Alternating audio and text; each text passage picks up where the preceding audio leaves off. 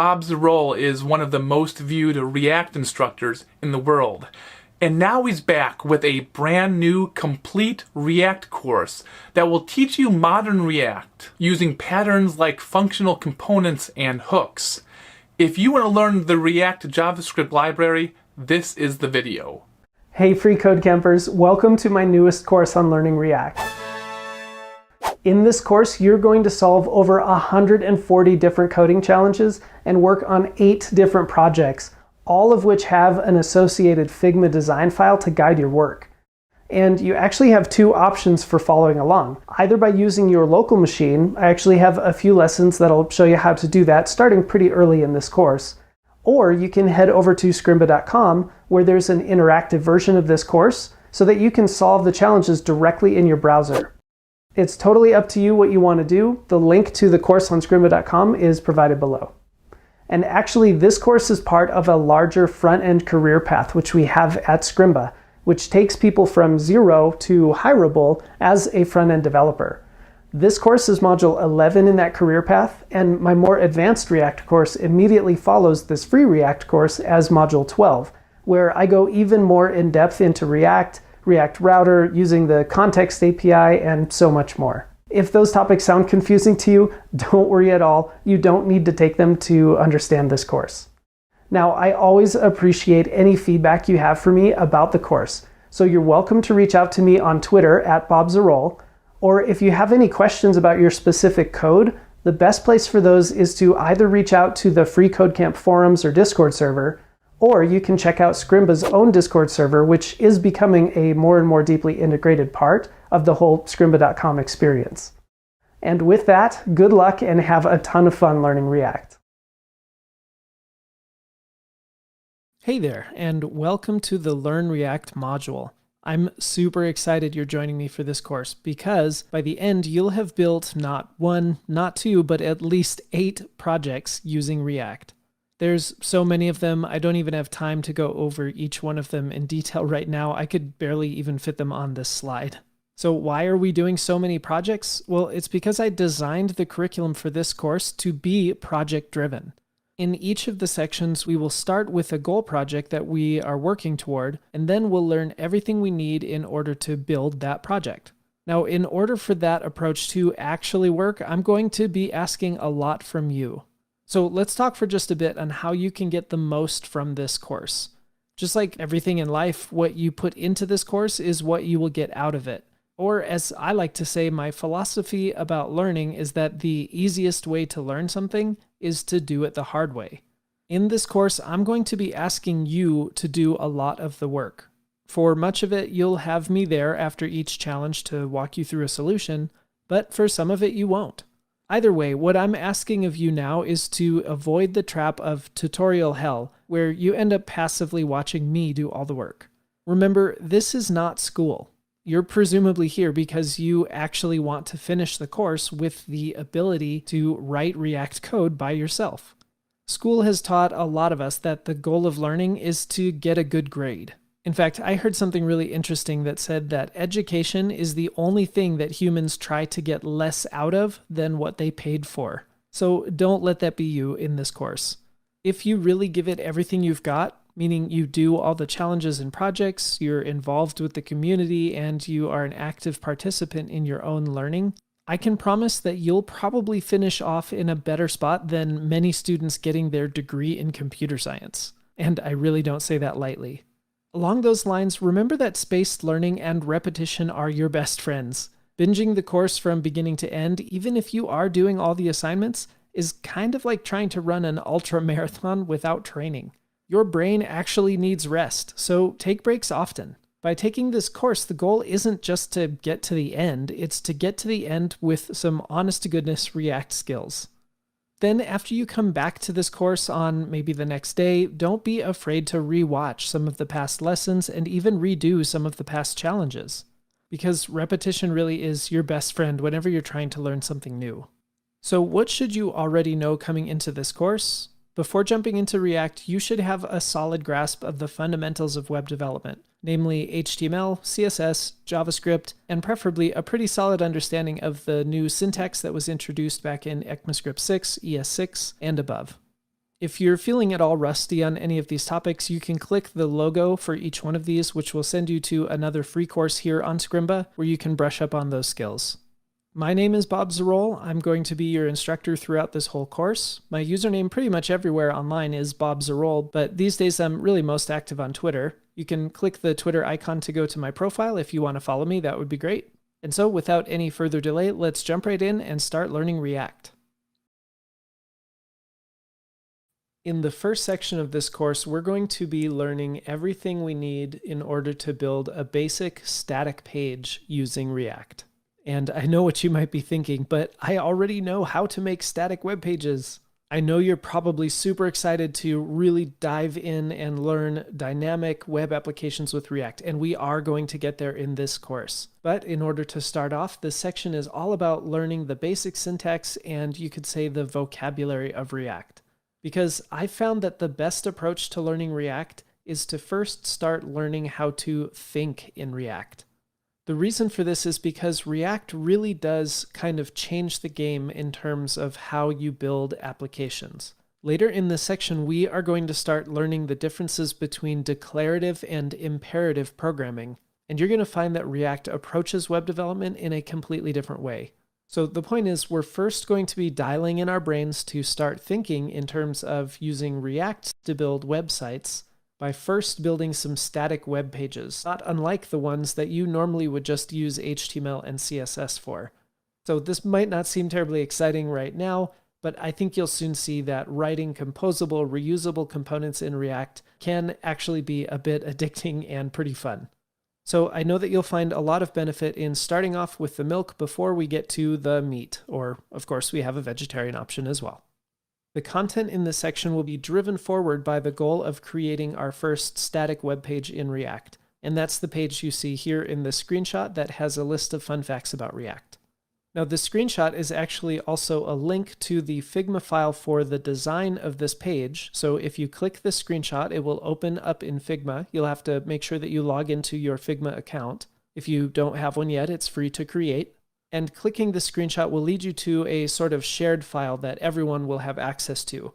In that shared file, you'll see something near the top that looks kind of like this, where it's got React facts and then this little drop-down arrow. Your best bet is going to be to click that drop-down arrow, go over to duplicate to your drafts, and click that. Duplicating this design to your own drafts is going to make it possible for you not only to edit the design if you want to change it a little bit, but also to help you avoid any distraction you might see on the design page of anybody else's cursors or maybe some comments that they may have left. So I'll go back to this design here. Make sure to click on it now so at least the URL gets saved up in your tabs in your browser. And lastly, we're going to look at the different topics that we'll be covering in this section. So what are we going to learn about? Well, first we're going to learn why we even care about React in the first place. I think knowing why React is so exciting and so popular will help make your learning journey of React a much simpler one because you'll be so excited about what you'll be able to create in the end by using React. We'll also be talking about a proprietary React syntax called JSX, and we'll get to see how that sort of changed the game for React and made writing React a much more familiar experience. Then we'll dive into creating custom components, and you'll learn all about what that means and how to actually do that yourself in React. And of course, in order to build our project, we're going to need to know how to apply CSS styling. Again, the goal is for us to be able to build this simple static page in React. I'm really excited for us to get started. So without any further ado, let's jump right into the deep end and start writing our first React code. Before we just jump right into theory and why we care about React and how all the little pieces of React work, I want to get your hands on the keyboard typing some React code as soon as possible, mostly just to show you that React is not a scary library to be working with. So let's see how we can set up React. Now, I like to think of there as being an easy way to set up React in your project and a correct way of setting React up in your project. For our sake in learning, we're going to start with the easy way, which will also make it so that you can actually just do this in your local environment. Hopefully you're following along here on Scrimba.com, but if you're curious and you're interested, you can always do this on your local environment as well. Now you can see I have a very basic HTML page set up. I have nothing in my JavaScript at all. My CSS is minimal, and we're going to walk through this together. Now I have some slides here, And you can actually click on this screenshot and that will send you to this exact page. In the React documentation, it tells you how you can include React into your project. And we can actually pull in these libraries that we need straight from a CDN. In other words, we can just copy these 2 script tags here and start writing React code. There's a little more to it, but what I'm going to do is click here, and that's going to open me up to the React page. I'm just going to copy the 2 script tags that you can see. And over in my index.html, I'm going to put it in the head here. Let me fix the indentation. And I've pulled in the React library and another library called React DOM. Theoretically, this is all I need in order to start writing some React code. Now, I'm going to take it one step further, and that's because just pulling in React and React DOM is going to be pretty extremely limiting in terms of using the power of React, unless we also pull in something called Babel. I'm not going to jump in too deep into why we need to pull in Babel. For now, all I'm going to do is click on this screenshot here, which will take me again to a page where I can copy the script tag that you see. And I will paste that in underneath this script tag. And if we look really closely below here, it says you can use any JSX. We'll cover what JSX is later in any script tag by adding type equals text/Babel. So I'm going to do that here in my script tag down here. Type equals text/Babel. And that's all the setup we really need. By pulling in the React-DOM library in this script tag, I now have access to a global variable called React DOM. I'm going to use that to render something to the screen. Once again, I'm going to be covering everything that we're talking about here. It's totally okay if this is moving pretty quickly. React-DOM.render allows me to render something that looks very much like HTML. Now, this might be blowing your mind a little bit because this probably looks a little strange writing some HTML inside of my JavaScript. We're going to see how this is kind of one of the beautiful things that React has added so that we can write really declarative code. Now, let's put something inside this H1 that's meaningful. We had hello React over here. Maybe I'll say hello everyone. Okay, in my index.html, I'm going to get rid of this H1 so we're not confusing this H1 with what I'm seeing over here. Now, React-DOM.render, the first thing is what do I want to render to the screen? The second thing is where do I want to render it? Well, let's go to our HTML and I'm going to create a div here. Just a completely empty div, and I'm going to give it an ID so that I can select it. We'll call it root because this is going to be like the root of our entire application. I like to think of this div as a container for the entire website that we're going to build in React. And now that I have a place where I can put my H1 here, I'm going to select it with a regular DOM API document.getElementById root. And surprise, we've written some React code. I'm going to hit save. We'll see that it tells me, hello, everyone. In a single line of code, I was able to use React to insert something that looks very much like an H1. Obviously, this is a little different because we're still inside JavaScript. And I was able to put it right inside of this real DOM element in our index.html. Now, I have an entire lesson that's dedicated to understanding exactly what's going on here. But in an effort to get your hands on the code, get a quick win for you to see that you can write React and it's not too scary, I'm going to give you a few seconds of silence where you can pause the screencast and study this line of code, and then I'll be erasing it and letting you type it again from scratch. In fact, let me write that down as a little challenge here. Okay, pause the screencast here, spend just a minute memorizing this line of code. Do that now.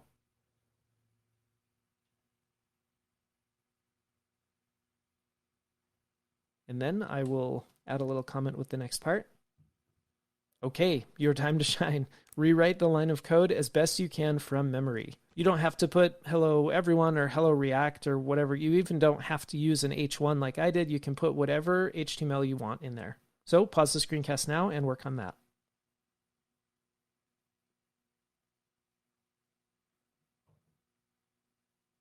Because I pulled in that React DOM library in my CDN, I have a global variable called React DOM, and it has a render method, which allows us to render something to the screen, or kind of, in other words, place something on the screen.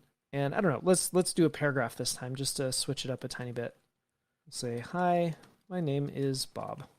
Okay, so that's the element that I want to place inside of this div. Again, this div is a container for the actual elements that I plan on putting on the screen. And the second parameter that I need to include with React DOM.render is, you could think of it as a DOM node that I have to go select with document.getElementById, or because I can also get DOM nodes with something like query selector, that would work just as well. In this case, I'd have to put #root because that's how query selector works. It's the ID of root. Just so this isn't confusing, we'll just keep it as getElementById for now, but just so you know, either one should work just fine. So the first parameter is what do I want to place on the screen, and the second one is where should I be placing this? I imagine under the hood, what render is doing is it's taking this DOM element that we are grabbing with getElementById, and it's running something similar to .append or .appendChild to it. And what is it appending? It's appending this paragraph. We're going to see that it's a little more complicated than that, but that's a good way to kind of build a mental model for yourself as to how this is actually working. So I haven't refreshed the page yet, which is why this still says hello everyone. I'm going to hit save, which will refresh my browser, and there we go. Hi, my name is Bob. This time it's a paragraph instead of a header element, and that's awesome. We have written React in a single line of code. You might have noticed that our console is popping up with this error. You're using the in-browser Babel transformer. Be sure to pre-compile your scripts for production. A bunch of jargon here that may not totally make sense to you. And that's fine. That's a symptom of us setting up React the easy way instead of the correct way.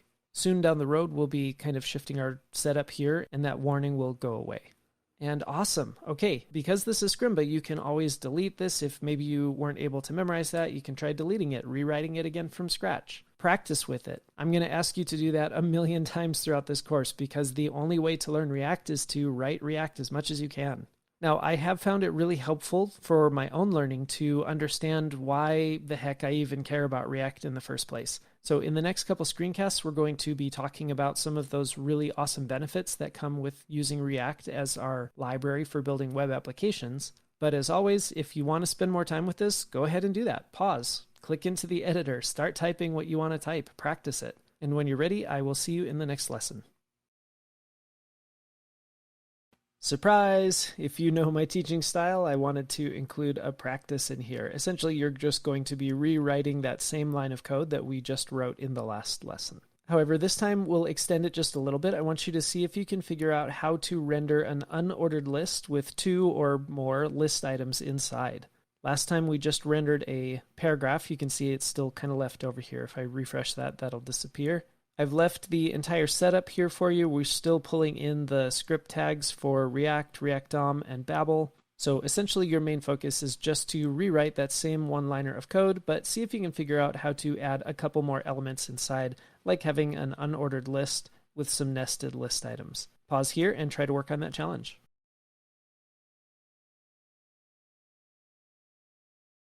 Okay, pulling in the React DOM library that gives us access to a render method. Before we did a simple paragraph like this and put some code inside. However, I can put this as an unordered list and then just actually stick some list items inside of here. So it's going to look a little confusing at first. I'll clean it up in just a minute. We have list item, we'll just say thing 1, and I'll do another list item here. Thing 2. Okay. Now I'm going to move this onto its own line here, this whole HTML thing right there. And the second parameter I need to separate with a comma is where to put this. So I'm going to use document.getElementById root. And let's cross our fingers, see how this goes. Cool. Okay. Hopefully that was some good practice. Now let's keep moving forward and learn a little bit more about why we care about React. One more thing that was highly requested from the first time I recorded this React course was how can I set this up on my local environment? Everything that I'm doing will be done on Scrimba.com so that you can interact with the same code that you see me writing. However, it's also a good experience to run it locally on your own computer and get a feel for what it would be like to actually develop React on your own computer. Again, our setup here is more of the easy way than the right way, but for now what you can do is you can click the little gear icon in the lower right of your Scrimba editor, which will pop up a little menu here, and there's an option that says download as zip. That will download a zip file containing the files that we're working on here. You can uncompress that like you normally would any zip file and open that up in any editor that you'd like, for example, Visual Studio Code on your own machine. Now, in order for that to run, I'm going to show you what that looks like on Visual Studio Code. Inside of Visual Studio Code, which is what you see in this screenshot, there's a menu icon for some extensions, and you'll need to search for an extension called Live Server. It's created by Ritwick Day, and you'll need this installed to your VS Code in order to run the code that we have written in React. So you'll click the little install button. That's going to put an icon down at the very bottom menu bar in Visual Studio Code that says Go Live. And all you need to do is click that Go Live button, which will open a web page on a local server. I think it's maybe port 5000 that it runs. And that should launch your own React project on your local machine. As soon as you see me move toward a different setup for React that includes Webpack and downloaded dependencies from NPM and so forth, this is no longer going to work in quite the same way. But for now, for those that are curious, I thought I might just explain how you can get this set up on your own machine. Okay, that's enough delaying. Let's keep moving forward with the course. Let's spend a little bit of time understanding why we even care to learn React. One of the main reasons that people will talk about is how React allows us to write composable code. So what exactly do I mean by composable? Well, an analogy that I came up with has to do with sculpting. If you think of the statue of David, for example, this statue was created originally from a single giant block of marble that was then sculpted down to the sculpture that we know today. So in the end, what results is one giant single piece that makes up this piece of art. Now, what if instead of starting with one giant piece, we instead used a bunch of small pieces to put together something that is greater?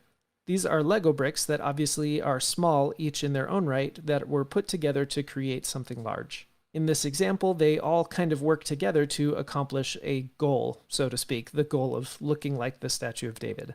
Now, this example is not perfect because the original statue of David obviously is more beautiful than this replica made of Lego bricks. But hopefully the concept makes sense. Let's look at an example in actual web development. What I have here is copy and pasted from the Bootstrap website. If you're not familiar with Bootstrap, that's really not important right now, but it's enough to know that these 30 or 40 lines of code, copy and pasted from the Bootstrap website, represent a navigation bar that is pre-styled. Now, in the old days of web development, a single page on a website was usually a single HTML page. So if this is just the nav bar, a lot of times those web pages would end up being thousands and thousands of lines of HTML code, essentially making it one giant sculpture. Well, with modern frameworks like React, we can take code like this and we can put it into our own custom components. And we can put those components together to make something that is larger. But in our case, our code becomes a lot more maintainable and a lot more flexible. You can see I've given these kind of silly names to show you that these are not regular HTML elements. I can combine elements together that are real HTML elements, like you see here, into my own custom component called, for example, my awesome navbar or my awesome footer. We're not quite ready to dive into the syntax of React quite yet, but I'm going to give you a taste of it and a chance to play with it before we move on. So let's see this in practice. Over here you can see I have my React DOM.render and I'm rendering a custom component called navbar. And if I scroll up, you'll get a chance to see how I created that navbar. As a quick aside, one thing you might notice is that I'm using class name everywhere instead of class. That's not a mistake, that's just how you have to assign classes in React. We're going to cover that later. But for now, I'd like to give you a challenge that's going to require you to deduce what I've done here and try to replicate it for yourself. So let me put that here. Okay, your challenge is to see the navbar component that I have created and see if you can deduce how to create your own component called main content. It can return something really simple like a single H1 element, and afterwards I want you to render it below the navbar. You'll have to figure out how to render it below the navbar. Now, I've changed this a little bit for reasons that we'll talk about soon. But this line here, 51, this is where you're going to figure out how to render your own custom component main content. So first, build your custom component, looking at my example above to try and figure out how to do that. And secondly, render that component down here in React DOM.render. Pause the screencast and work on this challenge.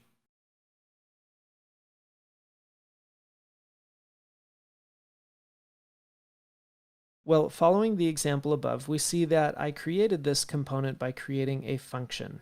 and the name of the function is the name of my component.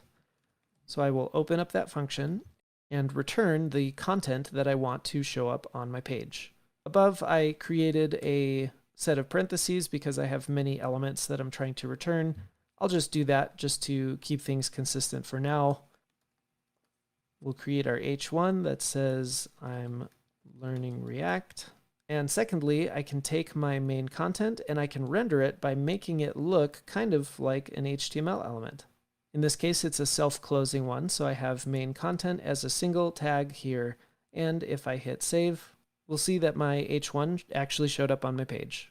And that's the concept of composability. It goes quite a bit deeper than this. We're going to see how we can make our components much more composable and reusable. But for now, let's move on to another reason why people really love React. And we'll cover that in the next lesson. Another major reason people love React is because it's something that we call declarative. So let's talk about declarative. To understand declarative, it's helpful to know that its opposite is something called imperative. When a program is declarative, we can simply tell it what should be done. More specifically, it's like the computer saying, just tell me what to do and I'll worry about all the nitty-gritty details on how to get it done. Its opposite, imperative, is when we need to tell the program how it should be done. Like the computer saying, I need you to describe to me every step along the way how to do something, and then I'll do it. Up until now, if you've mostly been just using vanilla JavaScript anytime you needed to create elements on the page, you've been doing it in an imperative way. In fact, let's go look at what that has been like. I've commented out my React DOM.render, and I'm going to put a challenge here for you. Okay, your challenge is to recreate this above line of code where we are rendering something to the screen using vanilla JavaScript by creating and appending an H1 to our div with the ID of root. We have our div ID of root. You'll need to select it and then append a new element. And I give you the step-by-step instructions right here. One little caveat is I don't want you using inner HTML because that kind of breaks the analogy down a little bit. Generally speaking, this is actually just a good way to practice the vanilla JavaScript that you have been learning so far, so it's always good to give it some practice. I'll give you a couple lines here, pause the screencast, and work on this challenge.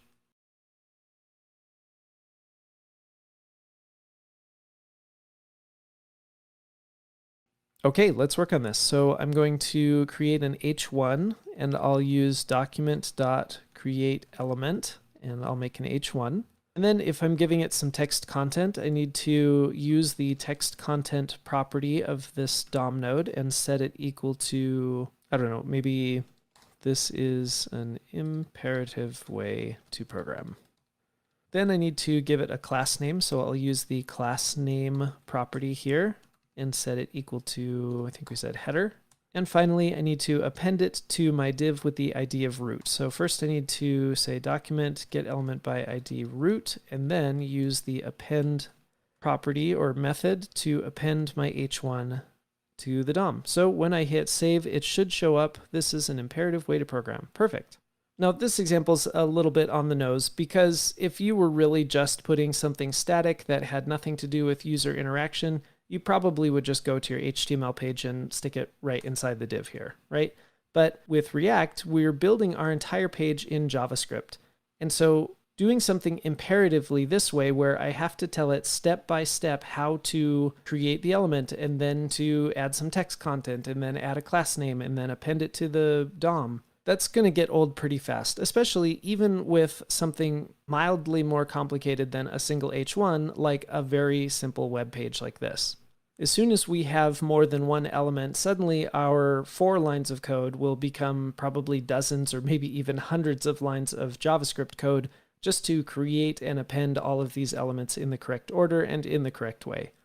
And so that brings us back to the idea of writing our code declaratively, and React allows us to do that in a really simple way. As we see back up top, when we comment this out and uncomment this, we essentially get to write our JavaScript as if it were HTML. We are relying on React to figure out how to turn what we have declaratively written as an H1 into the JavaScript code that's needed to append it to the DOM. In fact, if I were being strict and wanted to make this more equivalent, in order to add a class name, I can just add a class name as if this were an HTML element. Again, this is class name instead of class for a good reason, which we'll talk about. But that's a pretty minor difference to be able to do all of these lines of code in one single section right here. And that difference is going to compound as we get into more and more complicated UIs like we see here. So at this point, I could probably continue talking about different reasons that we're choosing to use React and that it will be really beneficial for you to learn React. As you see on my little list here, it's a very hireable skill and it's actively maintained by really skilled people at Facebook. However, at this point, I think we're overdue to just jump into the syntax, get your hands on the keyboard, and start learning and practicing React. So when you're ready, let's keep moving forward. Okay, let's finally address this elephant in the room, what we're looking at here, why we have what looks like HTML stuffed right inside our JavaScript. Well, fairly early on in the days of React, the React team created a syntax that's called JSX. JSX stands for JavaScript XML, but that's not terribly important for you to memorize. What's most important is to think of it as sort of a flavor of JavaScript that looks a lot like HTML. And with the introduction of JSX into React, it really made it so that React was very declarative instead of imperative. We can see up above what it took for us to create an H1, give it some text content, and give it a class name in regular vanilla JavaScript. But with JSX, the benefit is that we can just write what we're already used to writing with HTML. Now there's a couple of small differences. For example, instead of using class, I need to use class name. So I might say class name equals header, for example. And there's a few other of these, but for the most part, with JSX, we can just write the HTML that we're used to writing. At first, it might be a little bit confusing to write your HTML inside of your JavaScript, but I promise as you start doing React, it's really going to start making sense. You're going to learn to love JSX. Now, one thing that was really helpful for me to understand as I was learning was to see the difference between what JSX is and what our regular DOM elements are. So I'm going to do a few things. I'm going to uncomment these lines of code here, and I'm also going to take this piece of JSX and set it to a variable. We'll call it element.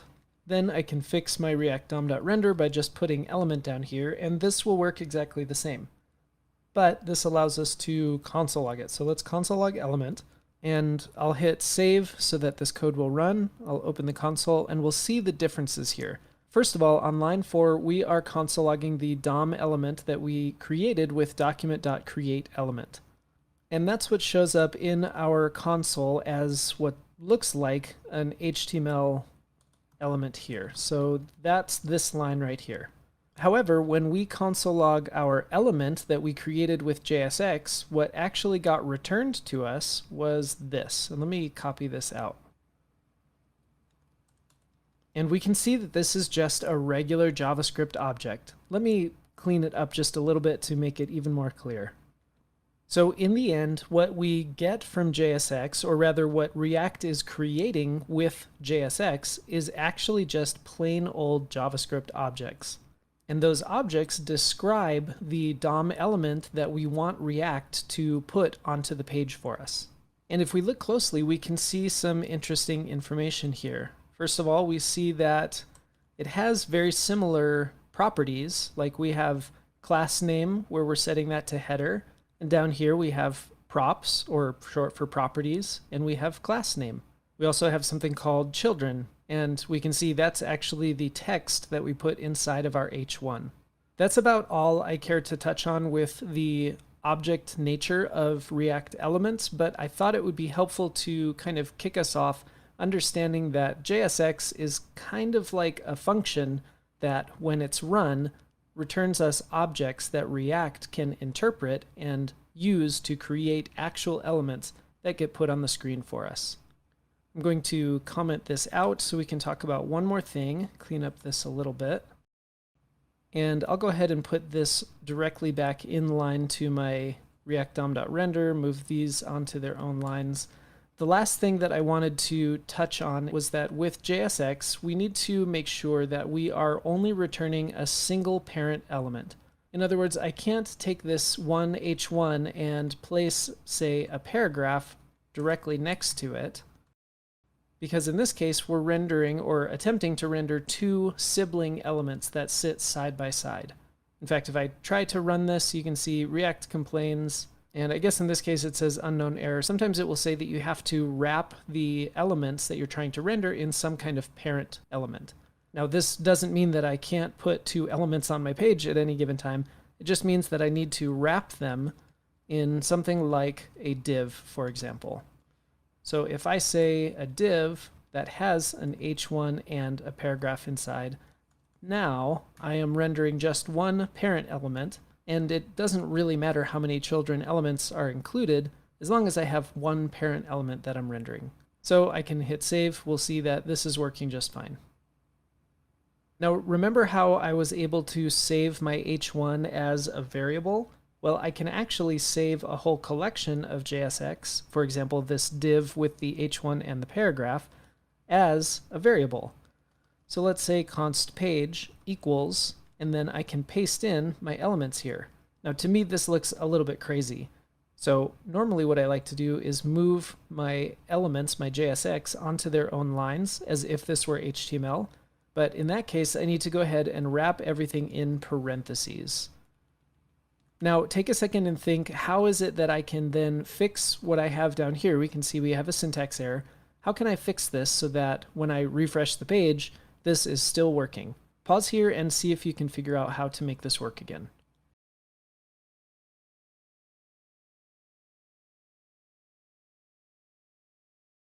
Well, all of my JSX is being saved under the variable of page, so I should just be able to put page here and hit refresh, and sure enough, that's working just fine. Hopefully some of you were kind of curious to see what this looks like as a JavaScript object. If we console log page, we can see that essentially we got what we had last time, but this time it's a little more involved. Specifically, in the children property of our div, we see that there's other React elements in there. I'm not going to dive too deep into that. Feel free to copy and paste what you see in the console, maybe clean it up a little bit and analyze it. But the point is, I can save a whole bunch of JSX into a single variable and then use that variable kind of like any other variable. And the key is, that's because what I'm getting back when I write my JSX is just a JavaScript object. Okay, I'm going to clean this page up a little bit. And I'm going to comment out our page because I'm going to give you a challenge. Okay, I left our example of const page up here just for reference, but I did delete our code that we had at the bottom, which actually enabled us to put something on the screen. And that's because I want you to practice it again. So your challenge is to create a navigation bar using JSX.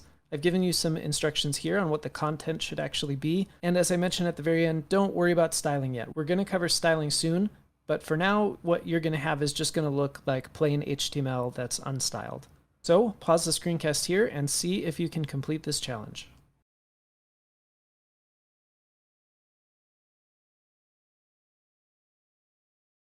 Okay, before I worry about the React DOM.render bit, I'm going to create a new variable. We'll call it actually, let's call it navbar.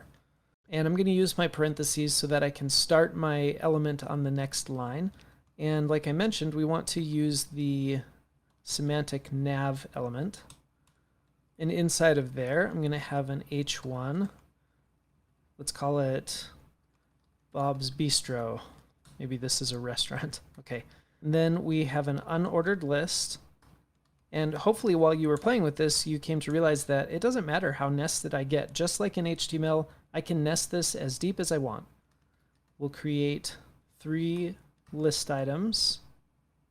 And it said pricing, about, and contact. And I don't know, maybe if this is a restaurant, I'll say menu instead of pricing. Okay, I've got my JSX for my navbar set up. And then the last bit, which was just meant to be something repetitive that allows you to get some muscle memory for this, is to use React DOM.render. And the first parameter is what do I want to render, and that's my navbar JSX. And the second thing is where do I want to render it. I'm going to do that by selecting with getElementById my div with the ID of root that is over in my index.html right there. Okay, I should hit save, and sure enough, it's pretty ugly. Obviously, we want to style this. We're going to get to that soon. I hope that challenge went well for you. If you struggled, please don't keep pushing forward. Go back, rewatch this lesson, see if you can do this again from scratch, or maybe just try typing it 10 or 15 times if you need to. Also, if you get totally stuck, don't forget that this is a community. You can reach out on Discord, ask your question, and you are more than likely to get a really friendly, helpful response back. When you're feeling pretty good about this, let's keep moving forward. Okay, at this point, it's probably time for us to switch away from the easy way of getting React set up in our project to the more correct way. Now, inside of Scrimba, that means something different than it means inside of your own local environment. Scrimba has kind of some magic that's happening under the hood that's helping React just kind of work in our project. So I'm going to show you a couple steps for how I do this in Scrimba. You won't really have to worry too much about that because even when you're creating your own new scrim in Scrimba, it'll just ask you what type of scrim you want, and you'll just tell it that it's a React scrim and it'll set everything up for you. So what I need to do is in my index.html, I'm actually going to remove all of my unpackage.com CDNs here. So I can get rid of these 3 lines. And I don't need this type text Babel anymore because I'm not pulling in Babel.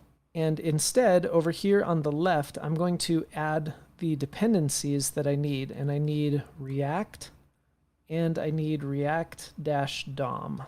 If you're a little bit more familiar with developing in JavaScript, you might recognize that these dependencies are similar to having a package.json where you install these packages through npm. If pretty much everything I just said doesn't make sense, don't worry about it at all. I am going to talk about different options for local setup later. If you absolutely need to follow along in your local environment instead of here on scrimba.com, you can continue to use the CDN way that we were just using like this. But otherwise, I just recommend doing things here inside of Scrimba. Our main focus is not going to be how to set up React, but rather how to write React.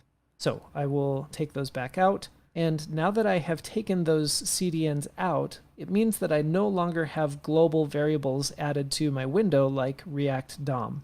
So if I try to save this, we're going to see I have an unexpected token angle bracket. And that's because, well, it doesn't know what React is at all. What I need to do now is actually import React from React. This might not seem like it's doing anything because I'm actually not referencing React anywhere here. I've got React DOM, but that's something different. However, React is where the JSX syntax is defined, and so I need to import React in order for this to work at all. Now, the astute among you might be familiar with the fact that with React version 17, I technically don't need to import React. However, currently at the time of this recording, Scrimba is not yet set up to support the fact that React version 17 and above no longer requires you to import React in order for JSX to work. So anyway, throughout the duration of this course, I will be using import React from React, and that's because, well, I need to in this environment currently.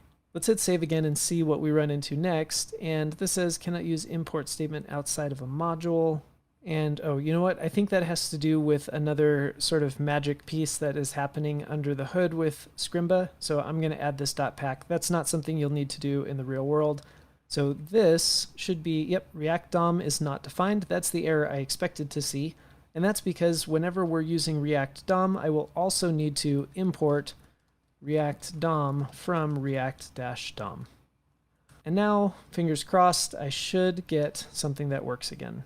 Okay, there we go. We're back on the screen, and everything is set up a little more similar to how you normally would see a React project set up. Don't be overly concerned with all of these implementation details. However, this is how I'm going to be setting up my projects from here on. And at this point, we actually have enough knowledge for us to start working on this section's project, which is a static HTML page in React. However, before we jump into that, I want to exercise your brain with a little thought experiment, and we are going to do that in the next screencast. I'd like to do a quick thought experiment with you, and that is to figure out why we're using React DOM.render instead of just using the DOM append method that you've probably used before in JavaScript. I've written the first line for you, and that's to import React from React. That will just allow you to write some JSX. Your challenge, as you can see in this little 4-step process here, is to create just a really simple sample page in JSX. It has to be greater than or equal to 4 elements, just to get your fingers working a little bit. And I want you to save that JSX to a variable. Remember that that variable needs to be one parent element with some children elements nested inside of it. In other words, we can't just have 2 sibling elements saved in a variable in JSX. Then I want you to select the div with the ID of root using whatever selector you want to use, and then use .append to append your JSX. If you need to do a quick Google search for how to use .append, that's totally fine.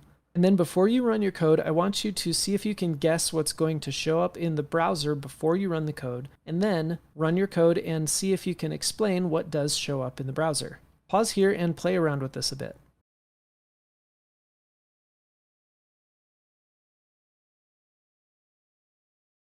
Okay, well, let's create our JSX. We'll say const page equals, and I'll open my parentheses so I can write my JSX on its own line. And we'll start with a div just to surround everything. And I don't know, let's say I'm making a page about why I love React. We'll say this is my awesome website in React. And then maybe an H3 that says, here are the reasons I love React. And we'll use an ordered list. It's not terribly important what you actually put in here. I'll just use some of the reasons that I've been talking about. It's composable, it's declarative, it's a very hireable skill to have. Let's see, I need to get rid of this. And it's very actively maintained by some very skilled people. Again, the JSX you chose to put in here is not terribly important. So we'll use document.getElementById root and then use the DOM nodes append method to append our page, and we'll see what shows up here. Now, of course, I know what's going to show up, so I'm just going to run the code, and we see that we get object object. This object object is sort of a string representation of a regular JavaScript object. Something I can do to actually make that object appear is to stringify it using JSON. So I can actually say json.stringify, and we will stringify that object so that it puts JSON on the page. I'll hit save, and look at that. We get a JavaScript object. Now, step 4, see if you can explain why this actually shows up in the browser.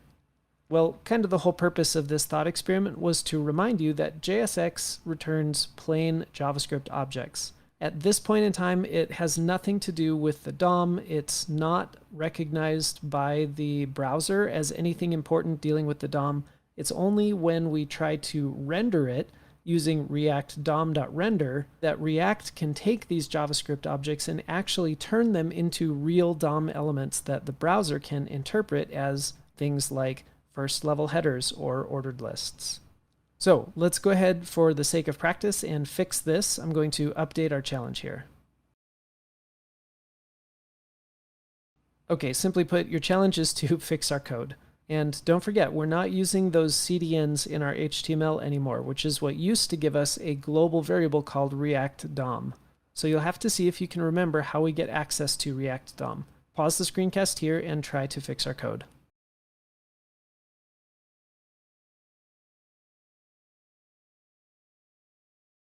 In order to use React DOM, I will need to import it, and we'll import it from the React DOM package.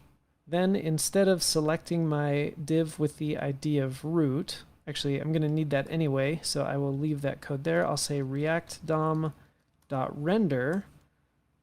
The thing I want to render is my page, so we'll put page, and the where I want to render it is inside of that div with the ID of root. I'm going to comment this out so it doesn't break it. We'll hit save, and there we go. Awesome. So simply put, React DOM's job, or the React DOM.render method's job, is to take React elements and interpret them in a way that turns them into real DOM elements that the browser can understand. Okay, with that understanding, it's only a small jump to work on our section project, which is to build a static page in React. We're going to start the first steps of that in the next screencast. Okay, we're finally at our first challenge. I'm really excited to start working on this. I've included a Google slide of what you're aiming for with this challenge. Notice there's really no styling being applied here at all. It's just bare HTML. So if we go look at the challenge, essentially you are starting completely from scratch, and your job is to build the HTML for our section project as you see it here. We'll be adding just a little bit of styling to it later after we learn how to do that. And I've included a couple hints here. For simplicity, I've imported the React logo file directly into our file explorer here, which means that you can reference it in your image element that you create with source equals and then using a /react-logo.png. I also have a hint here about how to set the width attribute. Just remember that JSX is almost identical to HTML. And in fact, for what you're working on here, you really shouldn't see any difference between the JSX that you'll write and what you would normally write in HTML. Don't forget that we are no longer using our CDNs, so you'll have to remember how to bring in React, React DOM, and so forth. That's all the hints I'm going to give you, so pause the screencast here and work on this challenge.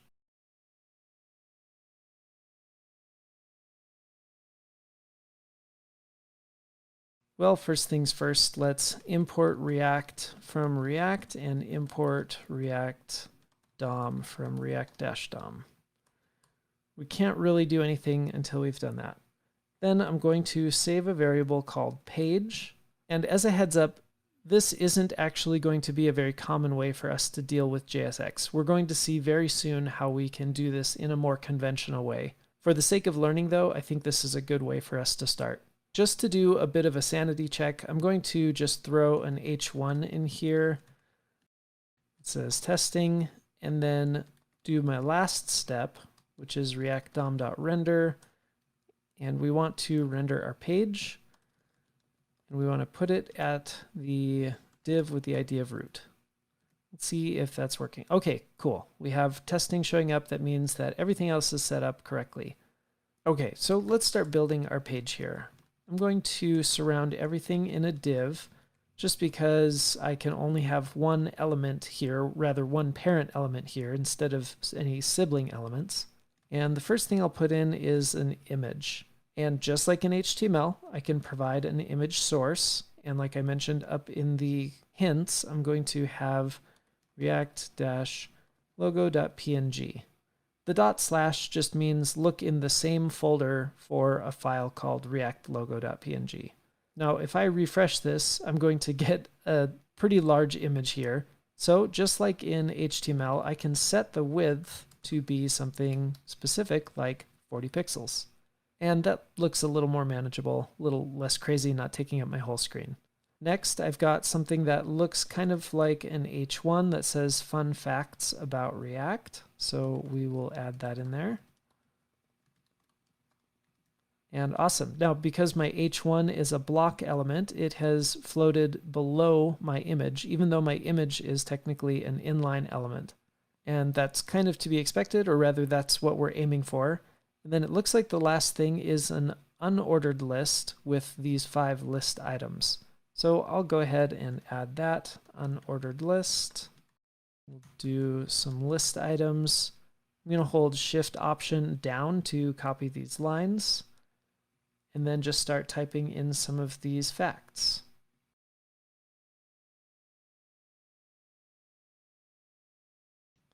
Okay, and yeah, these are some pretty interesting facts about React. I'll hit save. And awesome. It looks like we essentially got to where we wanted to get to with our goal here. I'll go ahead and clean up some of my comments up here from the challenge. And great work. Hopefully you were able to follow along with that. Now, like I mentioned, saving all of our JSX to a single variable like this actually isn't really that common, nor is it convenient at all. So what we're going to start covering is a much more common way, and that is by creating custom components. Before we jump into that, I want to give you a quick quiz over the topics that we've talked about so far, and we will do that in the next screencast. Before jumping right into the next topic, I thought it would be smart to have a quick little pop quiz on some of the topics that we've covered up to this point. Because this is Scrimba, you can just click into this quiz.md file and answer the questions here. So pause the screencast and work on this quiz.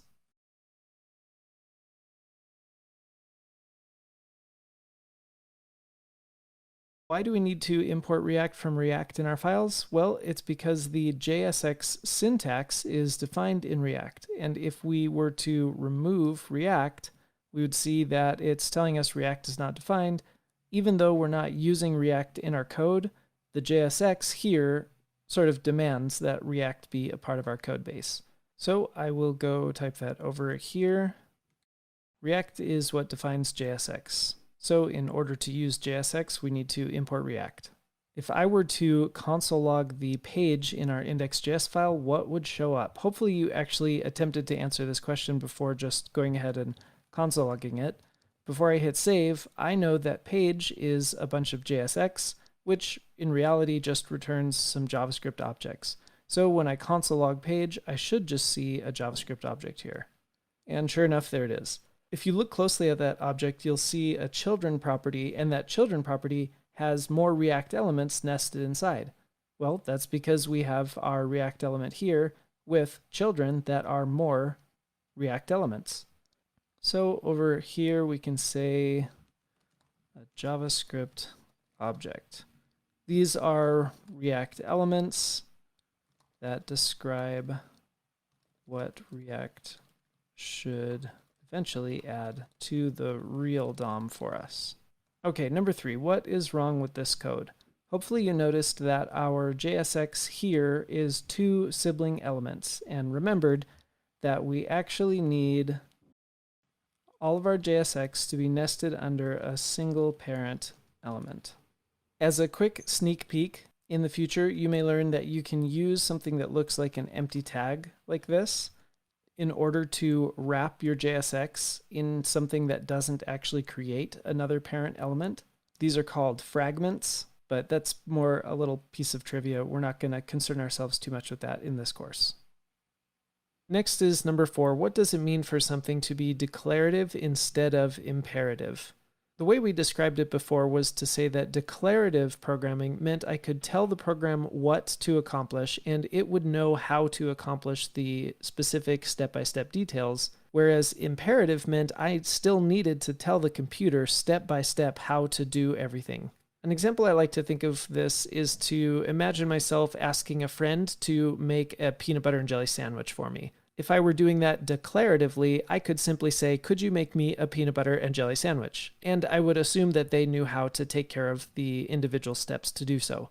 If I were being imperative, on the other hand, I would have to tell them to grab a slice of bread with their fingers and place that slice of bread gently on a plate, then to grab a knife from the drawer and to put the knife into a jar of peanut butter, and so forth. There certainly are times when something imperative is warranted. However, generally speaking, writing code declaratively is a much better developer experience and honestly usually leads to fewer bugs in the end.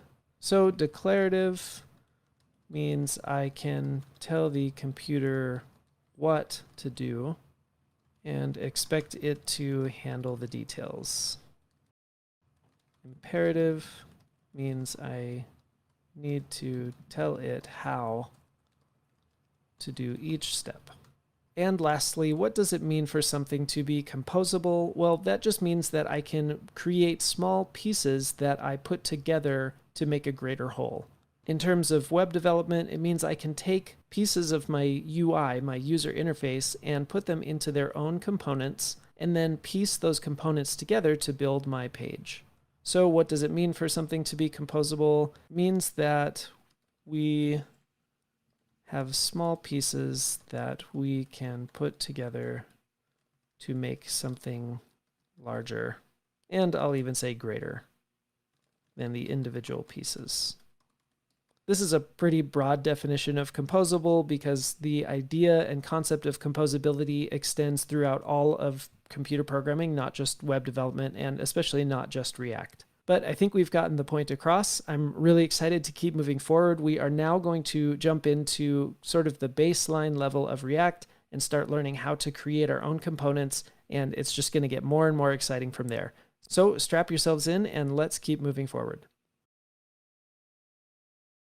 When we talked about composability being one of the major benefits of React, we talked about the possibility in React to create our own custom components. What we currently have going on is we're saving our JSX elements here, our React elements, in a variable, and then rendering that variable directly with react-dom.render. And although this has been working for us so far, it doesn't allow us a lot of flexibility when it comes to creating our own components in React.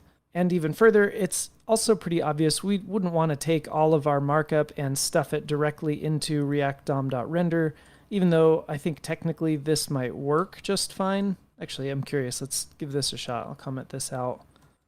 Okay, so everything is technically still working, but we run into the same issue as we used to in kind of the old days of creating HTML code, where if we're trying to stuff everything into one place, not only do the elements not become reusable, but it becomes really difficult to maintain as a developer.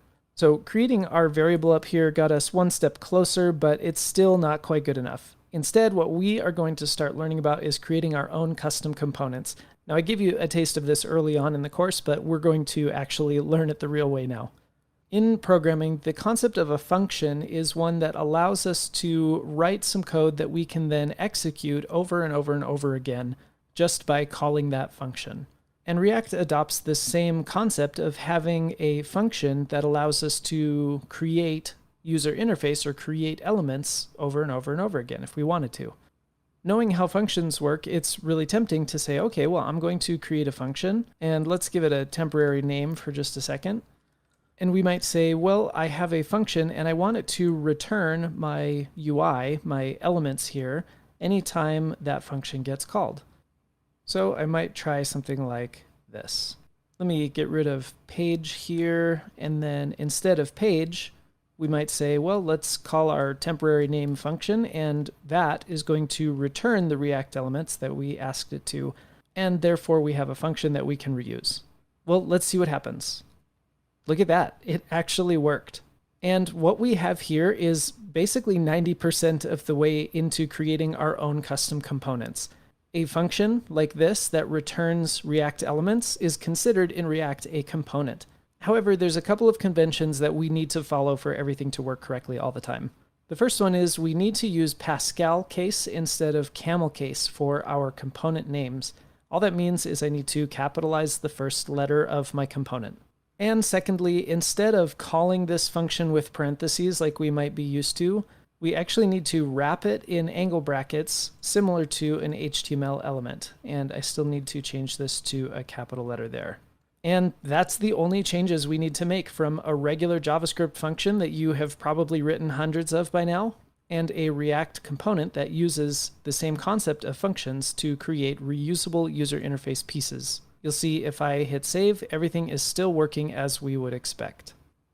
Okay, maybe you can feel it. It's time for a practice. I'm actually going to erase everything because you are going to write everything again from scratch. First, I'll write out the challenge for you. Okay, I've erased our code and saved it so that our page went away. This challenge is going to be given to you in two parts. The first part is to create an ordered list that enumerates the reasons why you're excited to be learning React. Don't spend too much time trying to come up with a huge list. Just put a few things in an ordered list. And then I want you to render your list to the page. This is going to require you to remember all of the steps that we've learned so far on the basics of setting up a React app. So pause the screencast and work on part 1 of this challenge.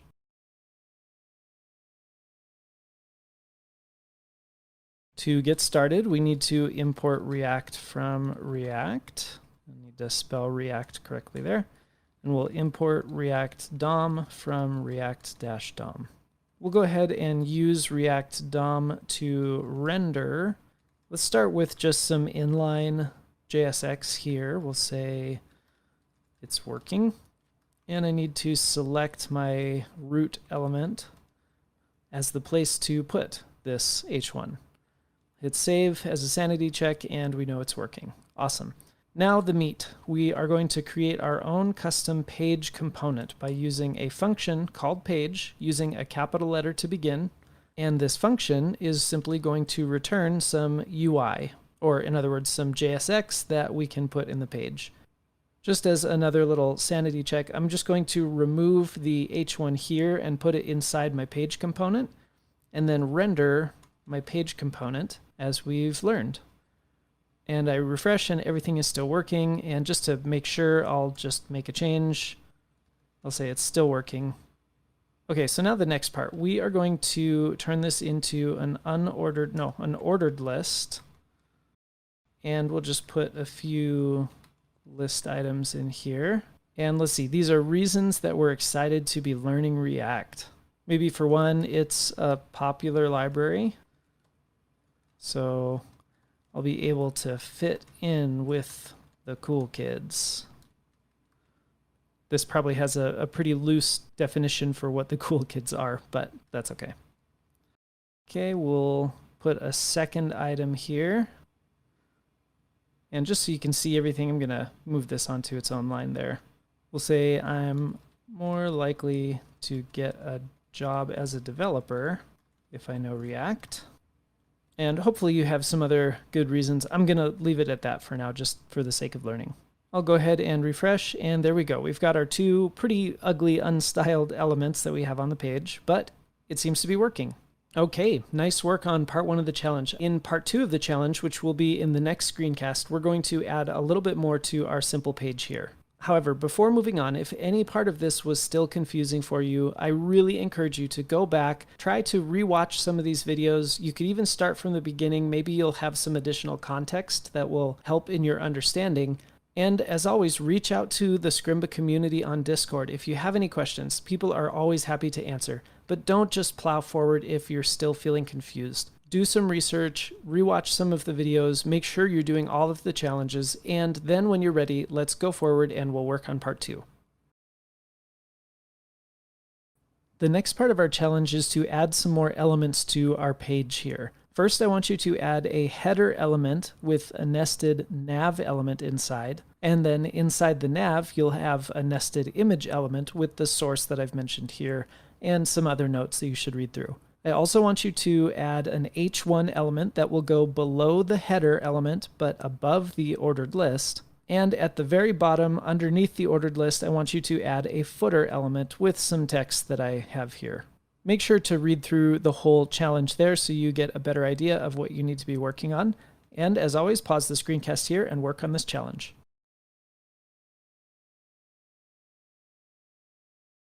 One of the biggest tricks in this challenge is to make sure that you don't just try to add a header. Hopefully that didn't cause too many headaches for anyone, but the biggest problem with this is that, again, I'm trying to create two sibling JSX elements here, one with the header and one with the ordered list. Inside of a component, I just can't do that. I have to have one parent component. So I could either use those fragment tags that I briefly mentioned earlier, like this, or a lot of times you'll see people just wrap it in a div like this. Now that I've done that, everything is working again the way I'd expect. Inside of my header, I'm going to include a nav element. Nav is just basically an HTML5 semantic element that is basically the same thing as a div, except it's better for screen readers and assistive technologies. Inside of my nav, I'm going to have an image element, and that one needs to have a source that I included up here. So I'll just copy this and make sure I get that quotation mark there. Get rid of that extra space. And let's just save this and see how things are looking. Okay, and my React logo is huge, so I'm going to give it a width of 40 pixels like I've done before. Okay, that's more manageable. Next, we need to add an H1 with some text describing the page, like reasons why I'm excited to learn React. We'll just copy that. Let's see, that'll go underneath the header, and we'll put an H1 there, and I'll just paste that text in right there. Refresh it, and okay, that's starting to look good. Then at the very bottom, so this is above this ending div, because I still need it to be a part of my page component, but below my ordered list, I'm going to add a footer element. And inside the footer, we need to have this text here, but we'll customize it to be relevant for me. So currently it's 2021. This has got semantic problems because I have those elements there. And I'm going to call this Zroll Development because Zroll's my last name. All rights reserved. Real official. This is not going to be stolen by anyone for sure now that I have this footer here. And let's go ahead and refresh this. Sometimes people will put this inside of a small tag. I'm kind of just curious to see what that looks like. I need to end this correctly. And yeah, I guess that looks a little better. We'll leave it like that. Okay, nice work. Now, some of you may have been wondering, well, why am I just building everything as this monolithic page component? I thought the whole reason that we were creating our own custom components is because then I can compose them together instead of just shoving everything into this one component. And you would be right. So in the next lesson, we are going to learn how to compose these elements together, learning the concept of parent and child components and so forth. Before we do that, though, I want to make sure that you've been awake and that you're following along. We're going to have a quick quiz. So that is coming up next. Okay, it's quiz time again. Read through the questions in the quiz, actually click into the editor, type down your answers. And if you find yourself not knowing the answer to one of these, don't just kind of plow ahead, but instead actually do some research. See if you can figure out on your own with Google and whatever other resources you have available to you what the answer to the quiz question is before just moving on. So pause now, answer the questions to the quiz, and then we'll go through them together.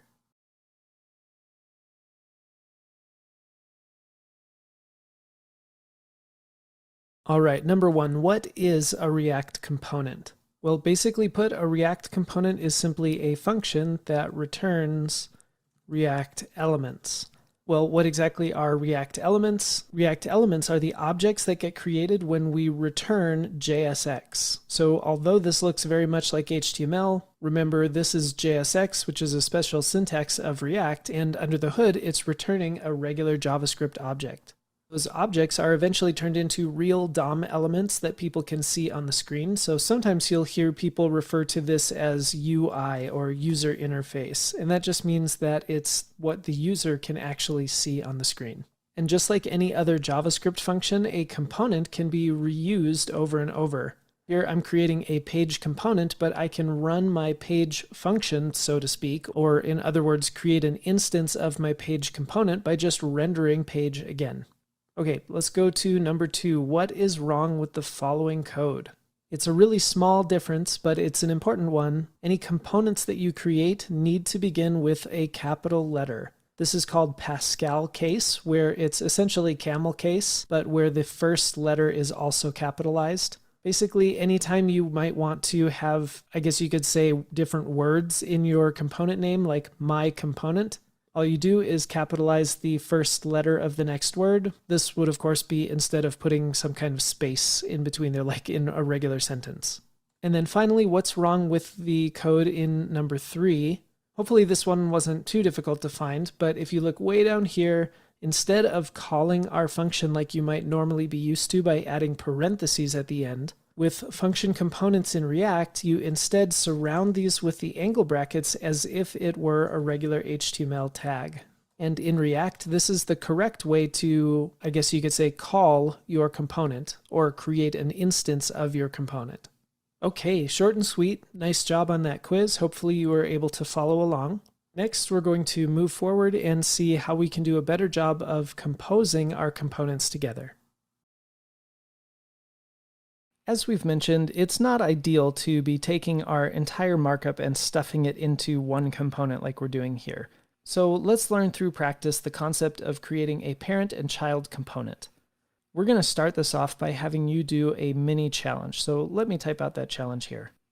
Okay, your little mini challenge is to take the header element from our page and to put it into its own component that's called header.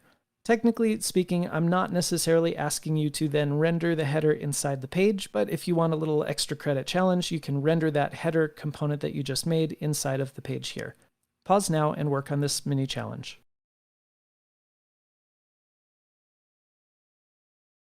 Okay, just like it says, we are going to create a separate header component here. And we're doing this outside of page because they're different components. And basically, I can just cut out this whole header section and return it from my header component. And that's really all the mini challenge was asking you to do. Now, if you didn't try to do the little extra credit I gave you and render the header inside here, I want you to think for a second, what might that look like? Well, just like we are creating our page component down here, or rather we're creating an instance of our page component down here, I can create an instance of my header component by just typing it out like this, as if it were an HTML element amongst my other code. And here we see the concept of composability in practice. I've set aside some of my UI to be managed by a single header component, and then anytime I want to essentially insert these elements into my page, I can create an instance of my header component just like this. Now, in a web page that's this small, it's really not that necessary to do this, but I'm sure you can imagine if this were a much larger application, especially one that had pieces that had a lot of user interaction and so forth, it becomes really, really beneficial to move these things into their own separate components. Okay, so that leads us to the next part of this challenge, which I will type out now.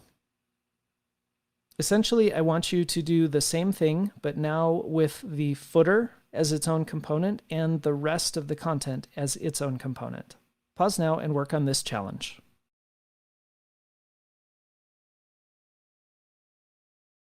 Okay, just like before, we'll create a new footer function or component here, and it's going to return the footer content. I'll just cut that out of there, put it right here, and down here in its place, we will render the footer component.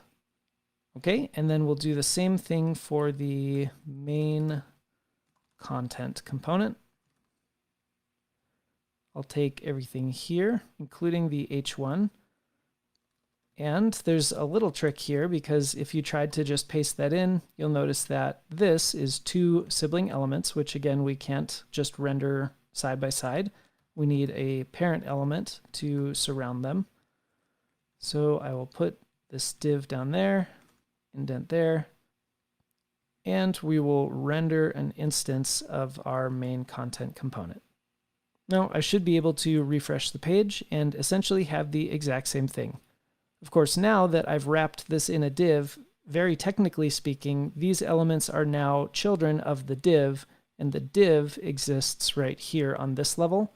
For my purposes now, this div is not harming anything, it's not changing my styling or anything, so I'm not terribly worried about it. So hopefully you can understand now the idea or the naming of parent-child components. We have a parent component, which is our page component, and just by virtue of it rendering other components, these other components become, by name, children components. And just like HTML, this can go deeper and deeper down the rabbit hole. I could have main content rendering another component that we have also made. And then relative to main content, that other component would be a child component, and main content would be the parent component. This really is no different than in our HTML, how you can have different levels of parent, child, and even grandchild, or whatever you want to call it. Nice work on this challenge. You can see that we are now composing our page together of other components. Now, we're pretty overdue in learning the ability to add some styling to our page, so that's what we're going to work on next. We're going to start off this lesson with a sort of mini challenge. Our goal is to add a navigation bar to our little site here. And navigation items like this are usually handled with something like an unordered list with list items. So that's your challenge. Underneath our image here, your challenge is to add an unordered list with 3 list items for pricing, about, and contact. In the end, this will essentially be like adding some HTML to your page, so this should be pretty quick. Pause the screencast and work on this challenge.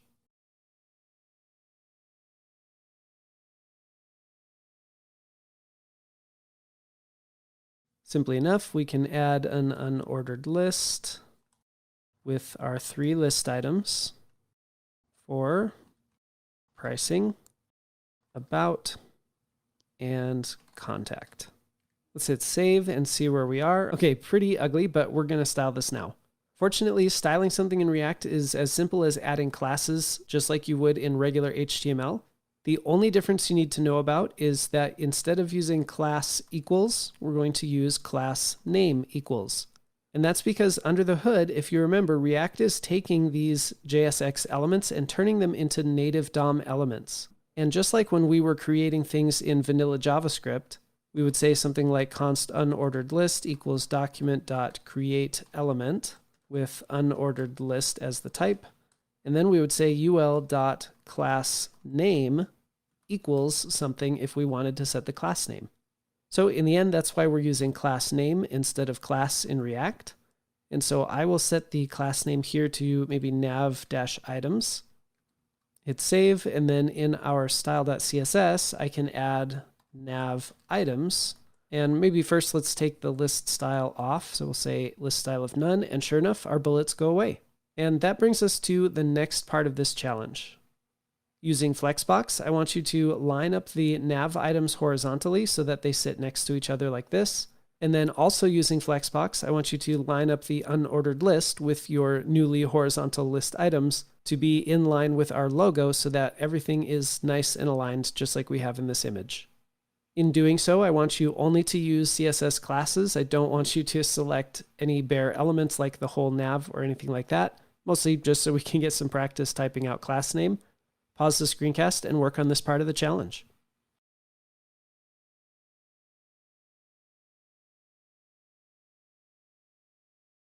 Well, let's piggyback off our nav items class, which we already have. I should just be able to change the display to flex, and sure enough, that gives me all of my items in a row. Now let's put our list item in line with our logo image here, and then we'll worry about some spacing between these items. Back in my code, I'm going to probably give my nav a class name of nav. Of course, I could have just selected the whole nav element, but like I mentioned, we're here to practice class names. So I'll make a class name of nav, and we'll select our nav. Let me hit refresh over here so that the styles will apply immediately. And I'll give this a display of flex. Awesome. Our elements are in a line. Now, because my nav only has two elements, the image as the first element and the unordered list as the second element, I guess I should say two direct children, I can just use justify content space between to push that pricing about and contact items to the far right. It also looks like our logo got a bit stretched. That just kind of happens in Flex containers. So I'll say align items center, and that should fix my aspect ratios of the image. And then I'll go ahead and add a little bit of space between my list items there. I know I mentioned using classes, but in the case of list items, I usually prefer to select the unordered list by its class, and then just select all the list items. That way I don't have to go in and add a class name to every single one of my list items. Let's just give those a padding of maybe 10 pixels. Okay, that's looking pretty good. Now, my image is looking a little bit small to me. I want to make it bigger, but oh yeah, we added this width attribute. But now that we know how to style with classes, let's have sort of an impromptu third part of this challenge. Okay, your task is to change the image styling to happen in the CSS instead of right here in line. And of course, for practice, let's add a new class to the image just so you can style it that way. Pause the screencast and work on this part of the challenge.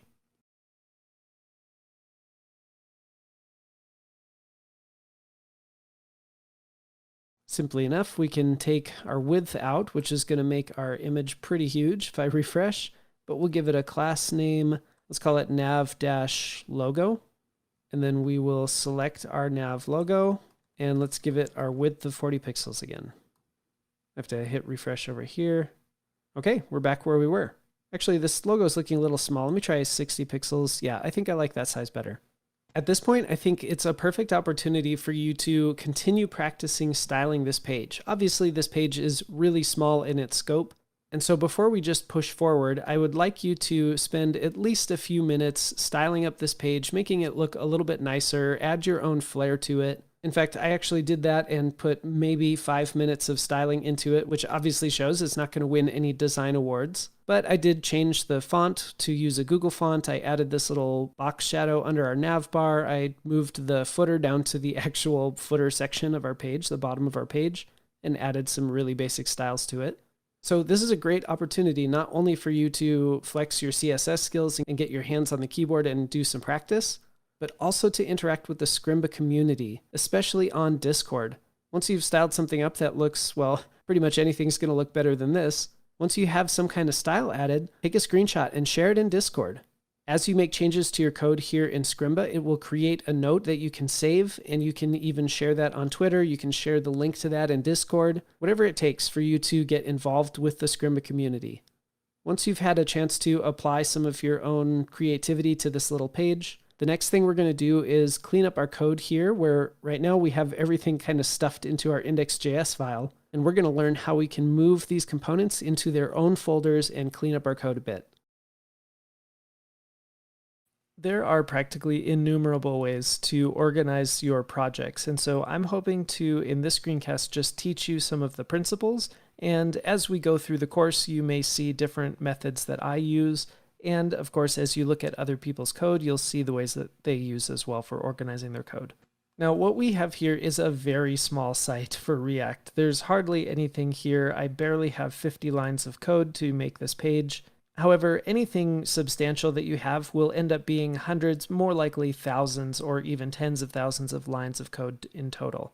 So it's really important to have an organization system that makes sense to you, to your group, and something that you agree upon in the beginning and stick to as you continue to develop. So I'm going to show you with separating one of these components into its own file, and then I'm going to give you a challenge to do the same for the others. So what I'll do is work on the header, and we're going to move header into its own file. So I'm going to create a new file in my Explorer up here called header.js. A convention that I personally like to stick to is that any file I create that will essentially house a React component will start with a capital letter the same as the component's name itself. Now I'm going to copy, or actually cut, this entire component out, and over in header.js I'm going to paste it. Now there's a couple things I need to change here. I want you to pause the screencast and see if you can think of two things that I need to change in this file in order for me to then be able to import it into this file so that it's working the way that it was before. So take a good look at this, pause the screencast, see if you can figure that out.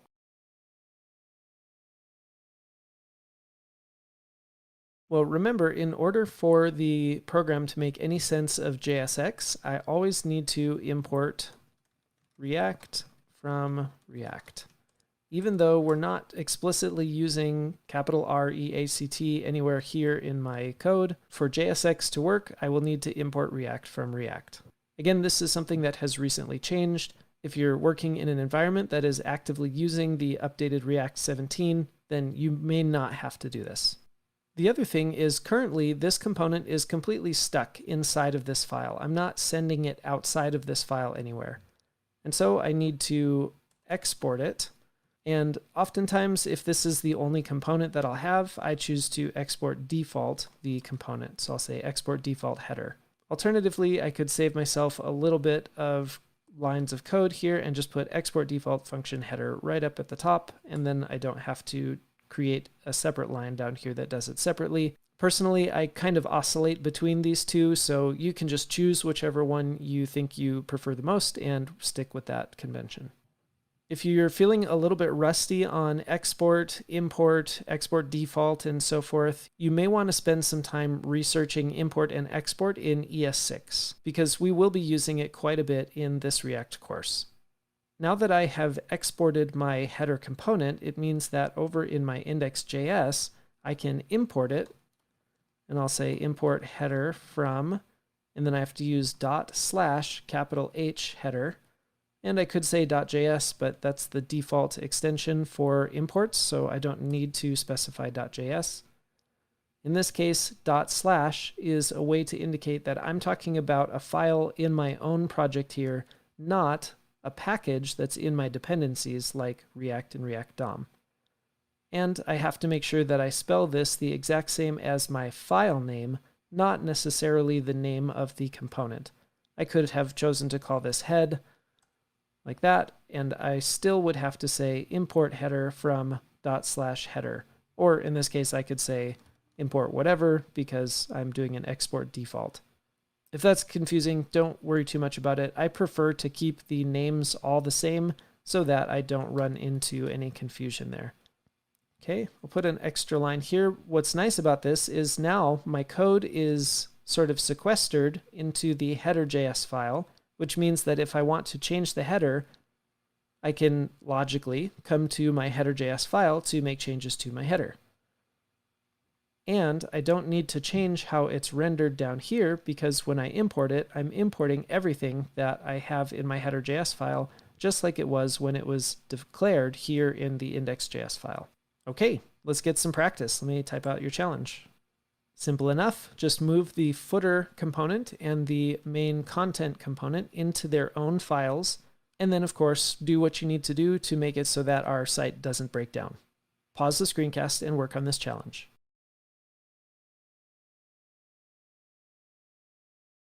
Okay, let's do this. I'm just going to cut my footer out, create a new file called F footer.js, paste my code in, and we'll import React from React so that our JSX works. And then I'll export default my footer function, my footer component, and make sure that I import it here. Say import footer from footer. And just by importing it, now my footer should just be working the same way as it was. I'll hit refresh and everything is working. Awesome. We'll do the same thing for main content. And I can clean up some of these extra lines. Create a new component or file called main content.js. Paste it in. Export default. Import React from React. And of course, we haven't yet imported it, so we will import it. Main content. Hit save, and we're back up and running. Can remove this challenge, and all of a sudden, we're down to 17 lines of code. We're importing these components from other files, and that way we have a much better organization on our app here. Again, like I said, there's a million different ways to organize your code. It's also not uncommon for people to even take this component that's sort of organizing our other components and put it in its own file. A lot of times, instead of calling it page, they'll call it app. That's actually the convention I tend to use. So maybe I'll go ahead and just change this to app while I'm at it. But because of the limited size of this project, I'm not terribly concerned about moving this component into its own file and then also importing all of those other components into that separate file. It just feels like maybe over-engineering it for such a small project. Okay, awesome work. Hopefully this has been helpful. We're going to be using organization like this throughout the rest of this course. So again, if you're feeling confused about how we're exporting things or importing them, then you may want to spend some time researching export and import in ES6 just to become a little more familiar with it. Or another great way to do that would be to just play with this code. See if you can delete these lines, delete the export default line, and just try to recreate it. See if you can get it to work again. When you feel comfortable with everything we've covered so far, let's keep moving forward. Earlier in the course, we saw sort of the quick and easy way to get a local version of React up and running using some CDN links and an in-browser Babel transpiler to get everything working. You see, since React uses a syntax that isn't normally understood by the browser, there needs to be some kind of tool to translate this weird-looking JavaScript, like JSX, into something that the browser can actually make sense of, like regular old JavaScript. However, that in-browser Babel transpiler that we were using is not really a good long-term solution, which is why we saw that warning that says, well, basically you should do this in a different way if you're going to be pushing it up to production. So instead, what you normally need to do is set up a whole bundler system using something like Webpack. I've linked to the Webpack homepage if you want to go visit it there. and you would teach your Webpack configuration how to use Babel, the transpiler or compiler, so that essentially it would take your React code and transpile it or compile it down to something that is readable by browsers with regular JavaScript. Just to be totally clear, Babel and Webpack are not specific to React, but in order for React to work on most web browsers, you would normally have to use Babel and Webpack to translate it into something that a browser would make sense of. And the truth is, unless you've already dealt with Webpack a bunch before, it's honestly a bit of a high bar for beginners to clear when they're just learning web development. So to help significantly reduce that overhead in getting started with React, the React team created a package called Create React App, which does all of the heavy lifting for you, and it even hides a bunch of that implementation detail of Webpack from you in the code. So in the end, it really just makes setting up a new React app on your local machine really simple. So let's take a look at the process of using Create React App to create a new React app on your local machine. Before you can jump into Create React App, you have to make sure that you have Node.js and NPM installed on your machine. To see if you have these installed, you can open up your terminal and type node -v. That's a flag to check the version of Node. If it spits out any number, that means that you do have Node installed.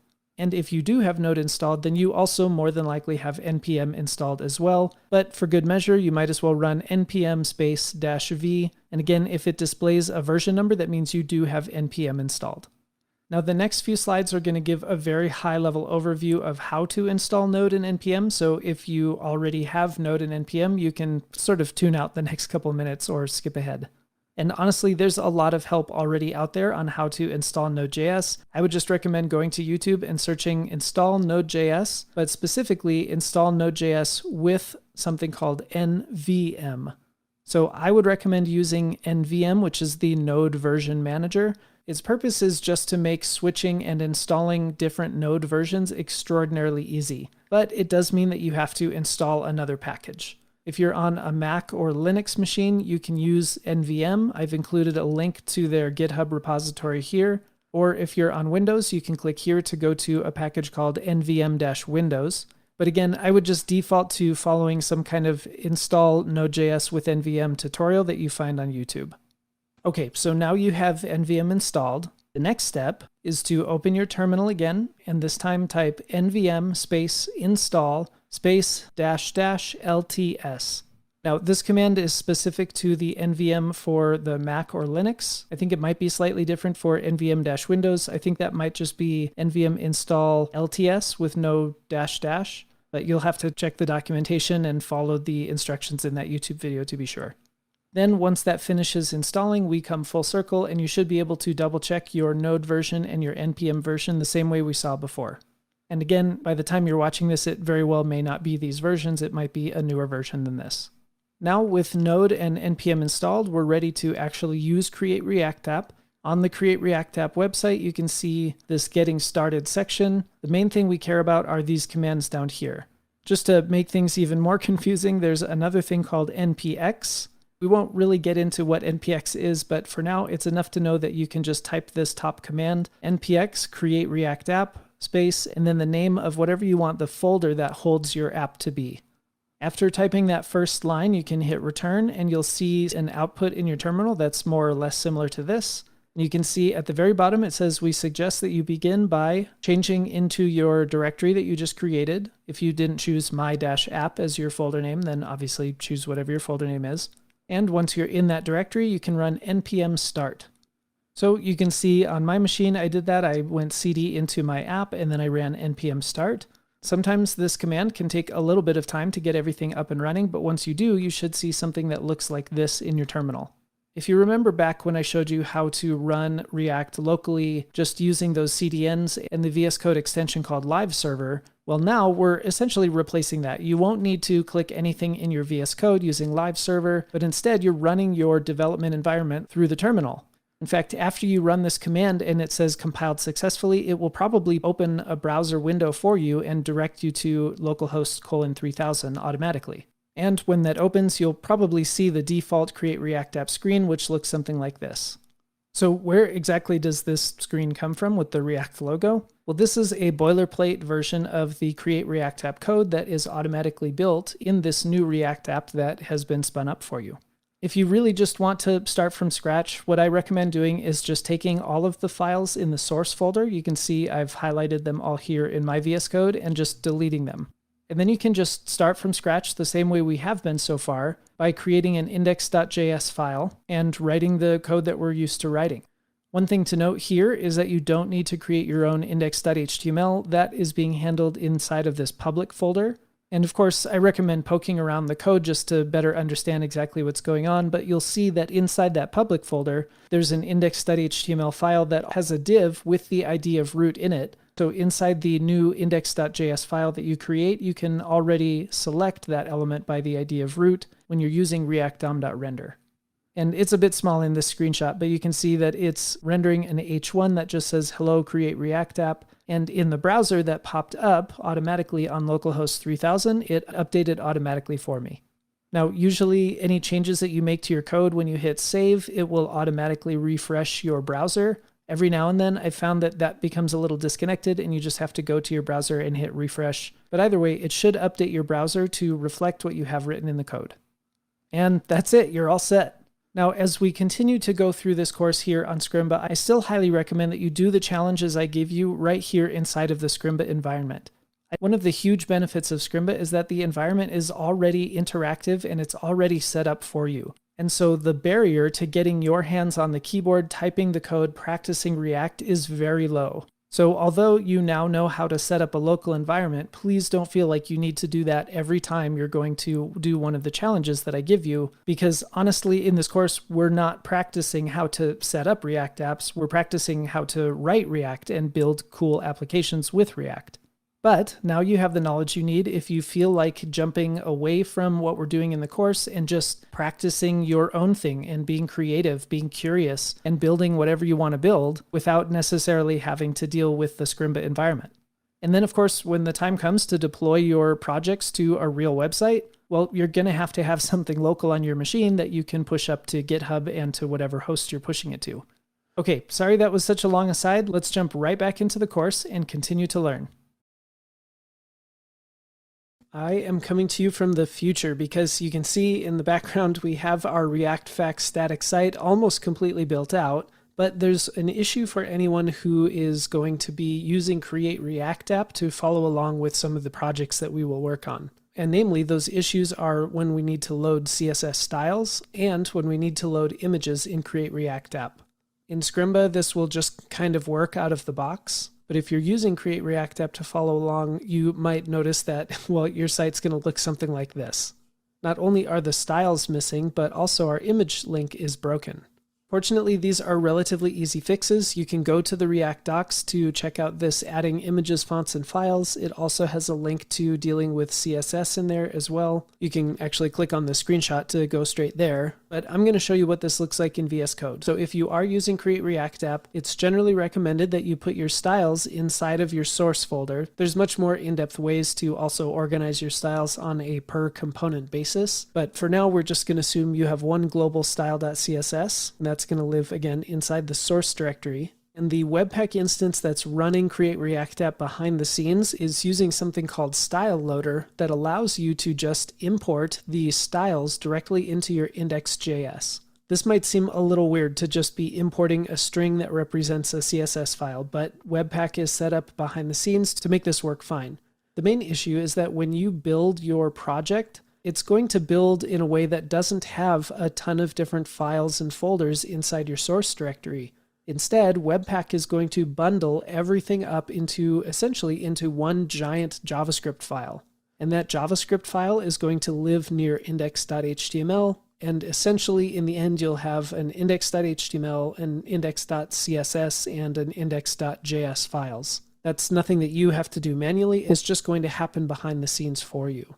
I think that will make more sense when we look at fixing our image issues, but right now, by simply importing our style.css, we get our React Facts site back to an almost perfect condition. You can still see that our logo icon in the upper left is broken. So loading images, we do something relatively similar.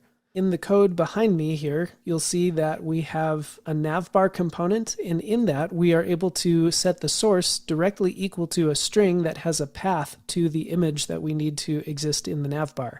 However, because this path is relative to where the navbar.js file currently lives, this is going to break when things get bundled up into that one giant index.js file like I mentioned. So anytime you have an image that you want to include on your site, you will likely want to put your images inside the source directory. And then instead of hard coding the path directly into our image source, we're first going to import our image from that path that's relative to where the navbar.js file lives. And we import it with some kind of name. We can call it whatever we want. I've chosen React logo in this case. And then once we've done that, we simply replace our source with React logo. That way, when Create React App is bundling up this project, it essentially has a reference to where that image file exists relative to the current file, and it can create a better absolute path when everything gets bundled up so that there isn't a broken link between your component and the image that you're trying to use. And once we do that, we have our logo back and running, and everything else about this page is looking good. Now, there is another way to solve this problem, and that is to put your styles and your images inside of the public folder instead of inside of the source folder. However, this is sort of gently advised against. If you go to the documentation, there's a whole page dedicated to using the public folder, but if you read carefully, it says there's a lot of benefits to not using the public folder, but if you really need to, you can, and here's how. You can click the screenshot here to go read more about that if you'd like. Okay, hopefully that answers some of your questions if you've been trying to follow along with Create React App on your local machine. If not, and you're just working here in Scrimba, you essentially don't need to know any of this until it comes time to start using Create React App on your own machine. But either way, it's good information to know because eventually you won't be just working here in the Scrimba environment. With that said, let's go back in time and we'll jump right into this project. One thing that I really like to do when I'm starting a new project, especially if I have the design right in front of me like we do here, is to make a sort of mental outline of the elements on the page and how I'm going to lay this project out. All that really helps me do is to make a sort of mental model of how I'm going to create everything on the page. This can be especially helpful when you're thinking about layout and how you're going to place certain elements in the right spot on the page, especially when you start thinking in terms of using Flexbox or Grid to do that kind of layout. So as a first sort of mini challenge, what I want you to do is pause the screencast and look at this page, try to determine what kind of elements you would use, what kinds of CSS layouts you might use. Fortunately, this project has a fairly simple layout, but I still think that it's something that will be helpful for you to practice. So pause the screencast and try to imagine what elements you would use and how you would lay them out for this project.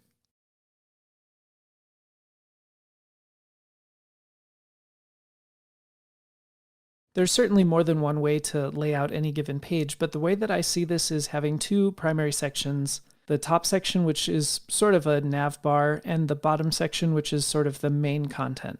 Inside that nav bar, we have a little React logo, the React Facts logo text up here, and then a little blurb about what project this is in this course. Already, I can start to see that I'm probably going to choose to lay this out with Flexbox because that's a really easy way to make sure everything's in a nice, neat line.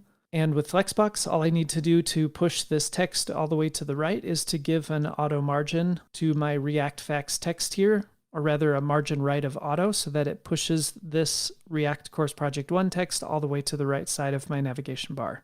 Then down below, it looks like I just have an H1 and an unordered list with some list items. So with this kind of mental outline, I can start putting together what the actual elements will look like on the page. I usually end up creating some kind of container div, so we'll call it a div with the class of container, and this will just surround my whole page. And then we have our main two sections, that nav bar, which we saw at the top, and the main section. Inside the nav bar, we had a couple elements like the image, and then maybe let's call the React Facts text an H3, and this React Course Project 1 an H4. And then in the main section, there was our H1 and an unordered list with some list items inside. Now, in terms of React, this can be a really helpful exercise because I can start to see that I will probably have two main components. First, a custom nav component, which will house my nav element with its children elements. And second, a main custom component, which will house my H1 and my unordered list with the list items. In terms of those nested items, like the image in H3, those are going to be simple enough that they won't need their own custom React component. And then I would take my custom nav component and my custom main component and probably collect them together in one more custom component, which I usually end up calling app. And that will be what renders my div with the class of container. And then that app component, since it contains all the elements on my project, will then be rendered with react-dom.render. So I hope this has been a helpful exercise for you, at least to see the way that I usually like to break down my projects. If it's a layout that's fairly basic like this, I usually will just kind of think about it ahead of time without actually writing it down or putting a bunch of dotted squares around the elements or anything like that. But once you've practiced this enough times, a simple layout like this might take you a total of maybe 10 seconds to think through, but in the end could end up saving you a lot of time. So now it's time for us to get your hands on the keyboard. We're going to have a series of challenges, which will help you be the one that actually builds out this project. Hey there, I'm jumping in at this point to let you know that I've created a very quick Figma tutorial. Throughout this course and many others here on Scrimba, we're going to be providing you with a Figma design file, and I do think you'll find Figma fairly intuitive, but I thought it would be a good idea to just record a quick tutorial to help you along.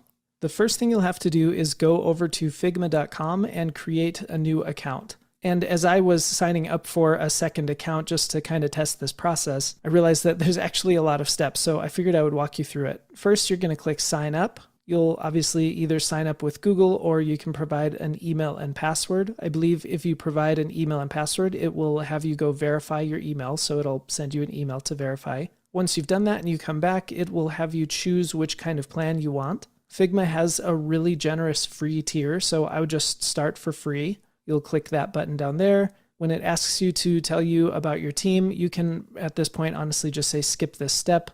And then when it says, what would you like to do first? I just think it's easiest to say, I'll explore by myself. And when you do that, it's going to drop you into the Figma interface. Now, from that point on, I've actually recorded a whole tutorial using the Figma program that is now over on the Scrimba YouTube channel. So at this point, you're going to continue onto YouTube by clicking on the screenshot here, which will take you to the video that I recorded. And hopefully that quick introduction to Figma will really help make things easier for you as you use Figma as a part of your Scrimba coursework. So click on the screenshot you see here, head over to YouTube. When you've watched that video and you're done, you can close that window, come back here to Scrimba and continue on in this course. Let's start by getting some of the project setup out of the way. I've written some step-by-step instructions here in the challenge. It is going to be a little bit more involved because we're creating everything completely from scratch, or almost completely from scratch. So your challenge is to create a components folder, and this components folder is going to have two files in it, the navbar.js file and the main.js file. For now, they should just render an H1 that says something like navbar goes here and main section here. Then I want you to create an app component, which will be outside of the components folder, and have the app component render the navbar and main components that you just created. Then inside of this file, the index.js, you will import the app component and then use react-dom.render to render that.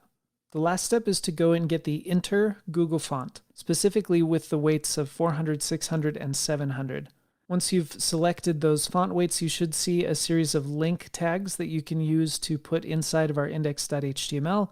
Make sure to put them above style.css so that we can reference them in style.css. And if you haven't used Google Fonts before, this one might take a little bit of extra research outside of Scrimba here to learn more about.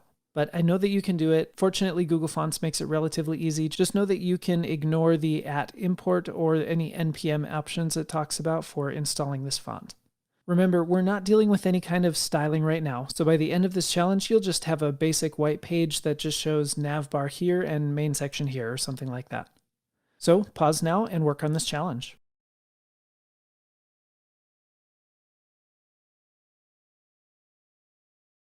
Okay, let's just go one step at a time. We'll first create a new folder called components, and inside components, we can create a new file for main.js and navbar.js. As always, we will import React from React, and we will export default our navbar function, our navbar component. And for now, this is just going to return an H1 that, let's have it say navbar component.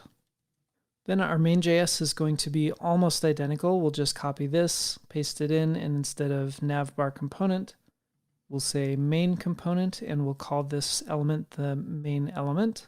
Okay, I'll hit save. This is just going to bring up my preview window, but that's still empty. So I need to create a new file called app.js. And inside of app.js, again, we'll import React from React. We'll also import our navbar component from ./components/navbar. And we'll do the same thing for main, so I'll just duplicate that line and change navbar to main. Then this app component, we will export directly here with export default function app. And we will just have this return, well, we want our navbar to be in here, so we'll say navbar, and we want our main component to be in here. But I want you to think for a second, what's wrong with the way that I've done this? We can see there's a syntax error. So what's wrong with the way that I've set this up?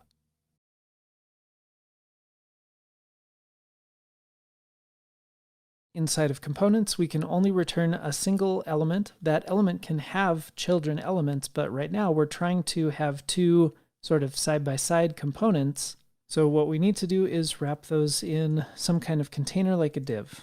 So I'll move this div around and indent those. If you remember from the last screencast, we talked about how this would probably just be set up as a container. So we'll give it a class name of container. We're not going to deal with any styling now, but I might as well add that class name since I know I'm going to need it. Okay, let's go check out our challenge and see where we are so far. So I created a components folder. I created the navbar and main components already. I created my app component, which is rendering the navbar and main components. So here we are. Let's import and render the app component here. I will import app from ./app. Oh, and I am going to be using some JSX syntax, so I also need to import React from React. And in our index.js, I will also be using React DOM. So I need to import React DOM from React DOM.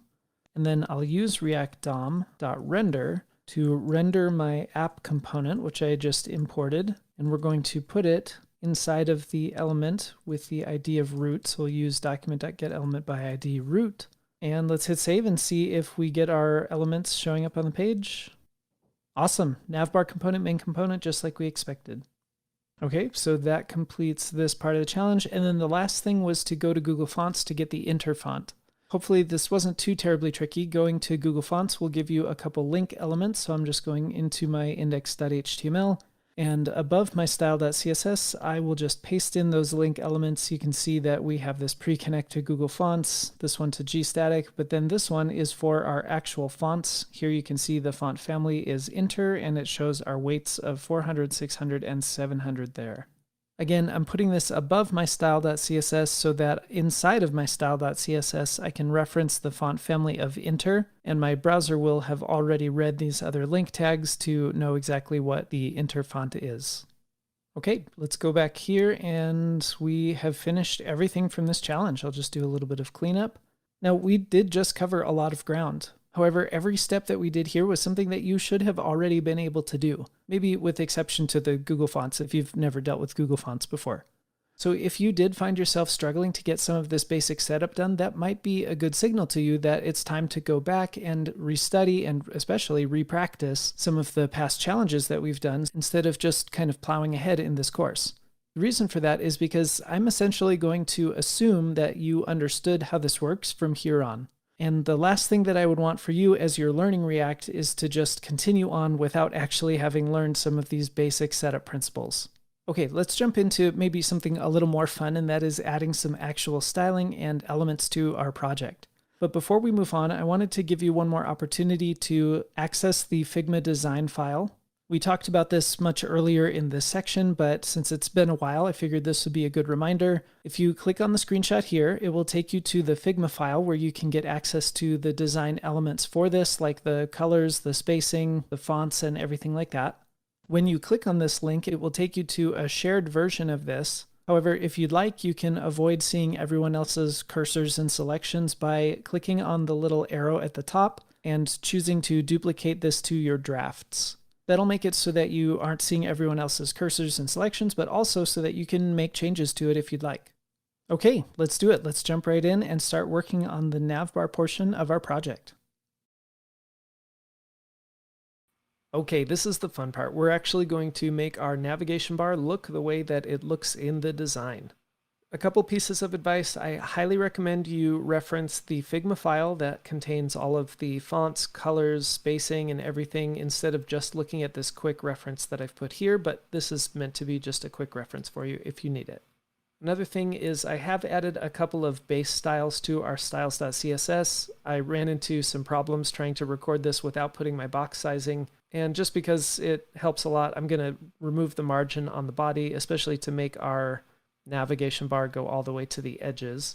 Also notice that I have included the React icon small image here inside of the images folder. You can see that's part of the design up here in the upper left.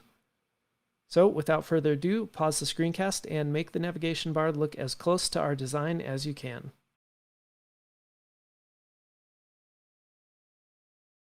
All right, let's do this. Instead of rendering an H1, I'm going to open this up and render a nav element because this is a navigation bar.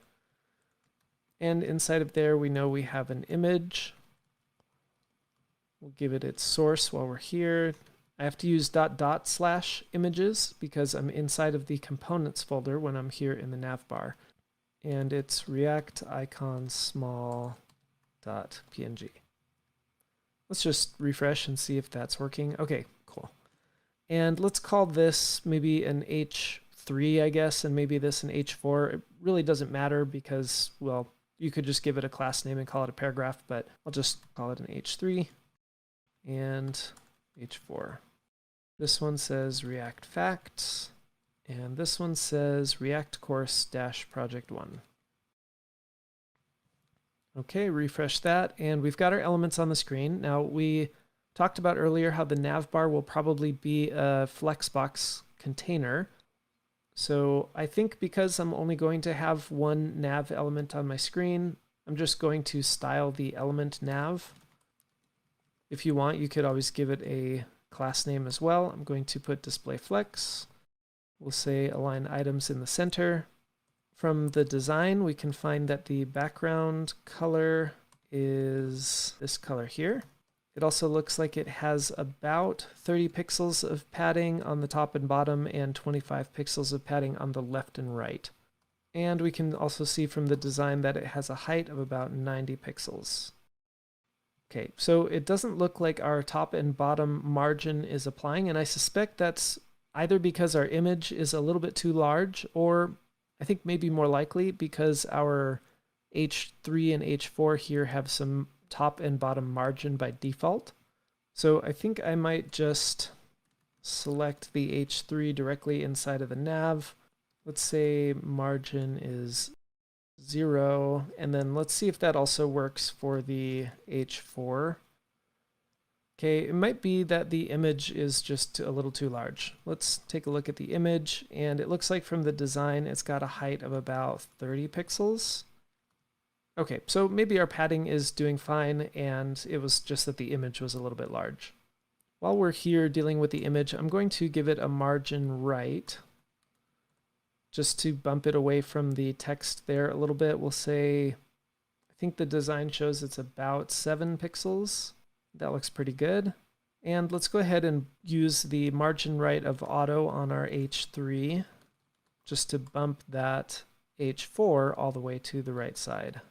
Cool. All right, well, while we're working on that, we can go ahead and give the color to our React Facts. So we'll say the color is this color from the design. Okay, that does it for the color. Let's get the fonts right. And actually, I think all of the fonts on this page are Inter, so I'm just going to change that in the body. We'll say Inter, and then I think a backup of sans serif makes sense. Let me just comment this out. Yeah, okay, so that's making a difference. So awesome. Our Google fonts are coming through just fine. I can also see from the design that the React Facts logo words there have a font weight of 700, so we'll bold those up a little bit, or maybe that's the default. Doesn't look like it's making much of a difference. And then let's do the same thing for our H4. It has this color from the design, and it looks like it has a font weight of 600. Okay, that's making a slight difference, so that's good. And it kind of looks to me like React Facts maybe needs to be a little bit bigger. And yeah, I can see from the design that it has a font size of something around 22 pixels. Okay, that's looking awesome. Now, when I can avoid it, I usually don't love to style things with their native components if I don't have to. Maybe just for practice sake, I'm going to go into my navbar and I'll start providing some class names here. So let's give a class name to everything on the page. Let's go class name equals, and then up here, maybe I'll use something kind of like BEM syntax. I'll say this is part of the nav block and the element is the icon. And then we'll say this is the nav block and the element is it's kind of like the logo text. And this one is part of the nav, and let's call it maybe like the title of our project here. And what's nice about that is I don't have to do these kind of nested selectors anymore. My H3 was nav logo text, and I can also select my nav title and change these other selectors as well. And oh, one thing I've learned about Scrimba is I have to make sure I save this when I change my class names before I come to the CSS. Otherwise, the CSS updates live, but the markup does not. So once I hit refresh there, that kind of put everything back the way it was. Awesome. This is a really excellent start. Frankly, most of what we did here was just CSS instead of actually doing React. But my goal with this course is not just to focus entirely on React. I want to synthesize some of the information you have been learning so far, including revisiting the CSS and markup and stuff like that as much as we can. Frankly, in this first section of the course, we aren't doing much of the detailed side of React. We mostly have just learned some of the very basic syntax. But I think it's important for us to kind of remind ourselves of the past information we've learned by practicing it here. So the next thing we're going to do is fill out the body section here, or the main section here. There's a couple of gotchas with this that we're going to actually address later. But whenever you feel good about everything we've done here in this challenge, then let's move on to the next one. Okay, let's work on this main section here. I do want you to skip two aspects of the design right now. We're not going to worry about changing the colors of these bullets, and we're not going to worry yet about adding this logo over here to the right. Everything else, though, is fair game for this exercise, so pause the screencast and work on this task.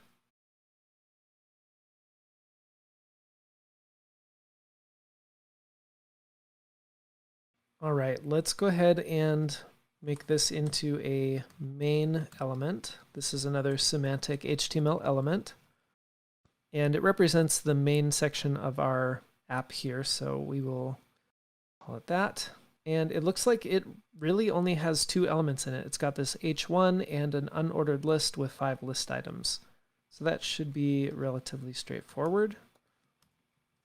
And it says fun facts about React. We have our unordered list.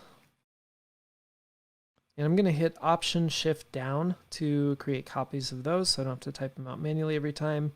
And then I will actually go ahead and just copy and paste the text from the Figma file, so you don't need to sit and watch me do that. All right, let me move this over just a tiny bit. And let's hit refresh.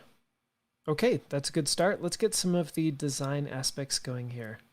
I've got my main element, and I think I feel okay styling that as the main element because I will probably only have one. Well, I know that I'll only have one. And we will give it a background color, which we can go ahead and grab from the Figma file. Okay, and well, this highlights some issues here. Now, I haven't set up my body or my main element to be a full height, and it looks like maybe it's a collapsing margin. I'm guessing this H1 has a margin on top, which is causing this whole section to collapse down below. So let's give, first of all, the main section a height of, let's try 100%. Yeah, sometimes that doesn't work. Maybe if I give my body a height of 100 view height. And let me refresh this. Well, okay, you know what? I think this is highlighting another problem that I was planning on addressing later. So for now, what I'm going to do is actually move this background color to the body so that it does cover everything. Okay, and that'll be a good enough start. We'll fix this a little bit later, but it did highlight the fact that what we had here is our main section is not taking up the entire body here. In a couple of screencasts from now, we'll see why that's a problem, but for now, I'm just going to put my background color on the body. Okay, and I probably actually don't need this height of 100% right now. We'll come back to that later. Oh, however, I do want to give it some padding, and it looks like from the design I have about 55 pixels. It says 57. We'll just go ahead with 57 on the top and bottom, and then about 27 pixels on the left and right. And well, you know what, I think that margin, this looks a little too much. I'm going to guess that the margin of my H1 here is a little bit high. Let me just check that. If I set this to margin 0, yeah, that normalizes it a little bit more. So instead of selecting all H1s, let's go here and give this a class name. And similar to the last one, I'll say this is the main block and it's the title element. And that way I can be a little more specific about which H1 I want. And again, I need to refresh this in order for that class name to apply. And awesome. Okay, the sizing is looking good. Let's get our color correct. Now our H1 here also has a font size of about 39 pixels. And everything else needs to be white. Maybe I'll just color the entire section here. Yeah, that'll work. Okay, awesome. Well, now that I have removed the margin from my title, it looks like my unordered list is bumping a little bit close to my title. Rather than giving my title a margin bottom to push it down, I personally prefer to have elements push themselves away from other elements, if that makes any sense. And when I see this, I think of the unordered list as being too close to the H1 as opposed to the other way around. That might not make any sense. That's just how my mind is working. I'm going to give my unordered list a class name. Let's say this is main dash dash, we'll say facts. And we will select our main facts, and I'll give it a margin top of, it looks like the design says 46 pixels. Okay, now actually I just looked at the Figma file and noticed that our title actually has a slight change to the letter spacing. So I'm just going to copy and paste that here, and yeah, that compresses our H1 a little bit, actually quite a bit. So we will go ahead and leave that there. Sometimes these rules like this are really easy to overlook if you aren't looking closely in the Figma design. Something that's really nice is I can actually just copy all of the rules if I need to and paste them here, and then I can decide which ones are actually making a difference or are necessary. Now, I already have that one. I can just comment these out. This one's technically making a slight difference. I'm not terribly worried about it. The font size we already specified. Font weight of bold is already the default. Font style of normal, and so forth. I can get rid of some of these as well. But we can see this one actually did make quite a bit of a difference, so it's good that we put it in there. Okay, now these are really close together, so I'm going to select all of the list items under main facts. I'm doing this just so I don't have to give a class name to every single LI or give the same class name to every single list item there. And actually, let's go ahead and do the same thing I did before. I'm just going to copy some of these font styles that we have inside of Figma and see if any of them made a difference. I don't need that. That's not making a difference. That's already the default. That's already the default. That makes a tiny difference. Maybe I'll leave it in there. It did separate them a little bit. I'm guessing, however, I'm going to have to apply some padding to these. So let's give a little bit of padding. There's a relatively new CSS property called padding block that allows me to only specify the padding on the top and bottom in one go. Let's start with 10 pixels and see how that looks. And yeah, that looks fairly accurate.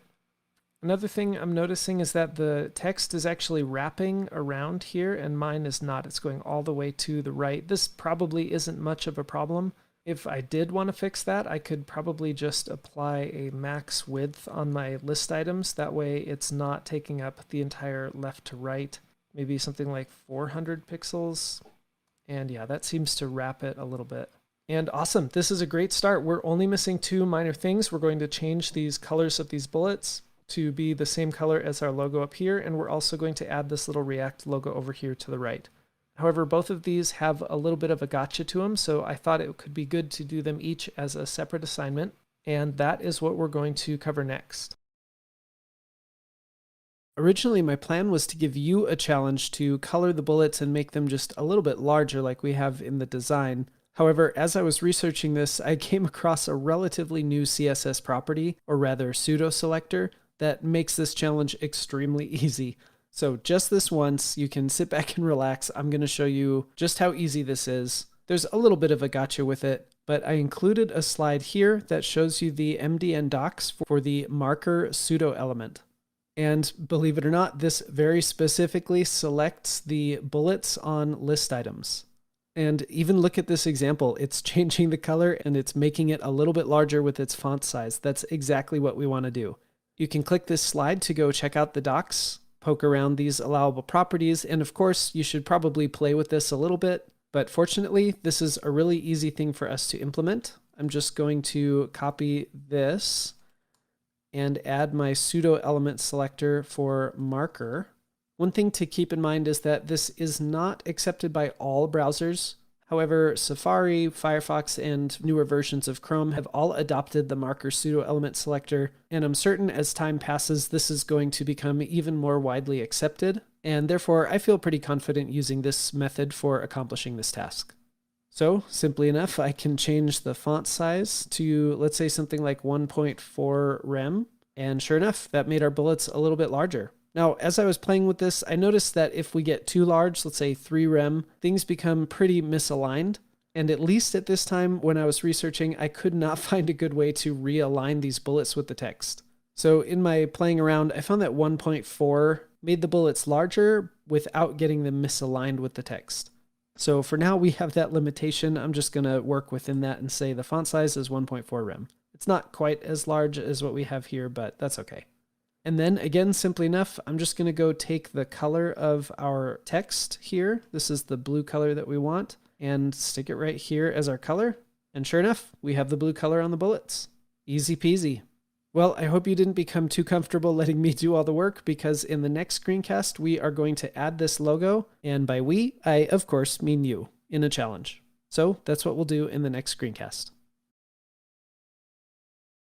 I actually debated a little bit whether or not I should include this as a real challenge for this section, only because it touches on some CSS that you may not be super familiar with. But in the end, I settled on remembering that you guys are capable and you can use Google to your advantage just like a real developer. So here it is. I decided to add it in. Your challenge is to place that gray React logo in the background.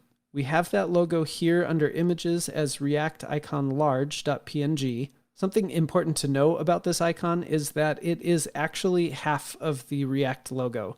It looks from the design like maybe it's a full React logo that's just bleeding off the page, but if you look closely, once you put this React icon large on your actual page, you'll notice that it's only half of a logo. At first, that threw me off. That just had to do with the way that I exported it from Figma. Honestly, I think it makes our job a lot easier as we're placing it on the page. So just keep that in mind as you move forward. One last little piece of advice I'll give you is to add this background image to the main element. It probably would work just fine to add it to the entire body element, but I'm going to be doing it to main, so you might as well do it to the main element as well. Again, Google is a developer's best friend, so don't be afraid to use Google while you're trying to solve this challenge. Pause now and work on adding this background image.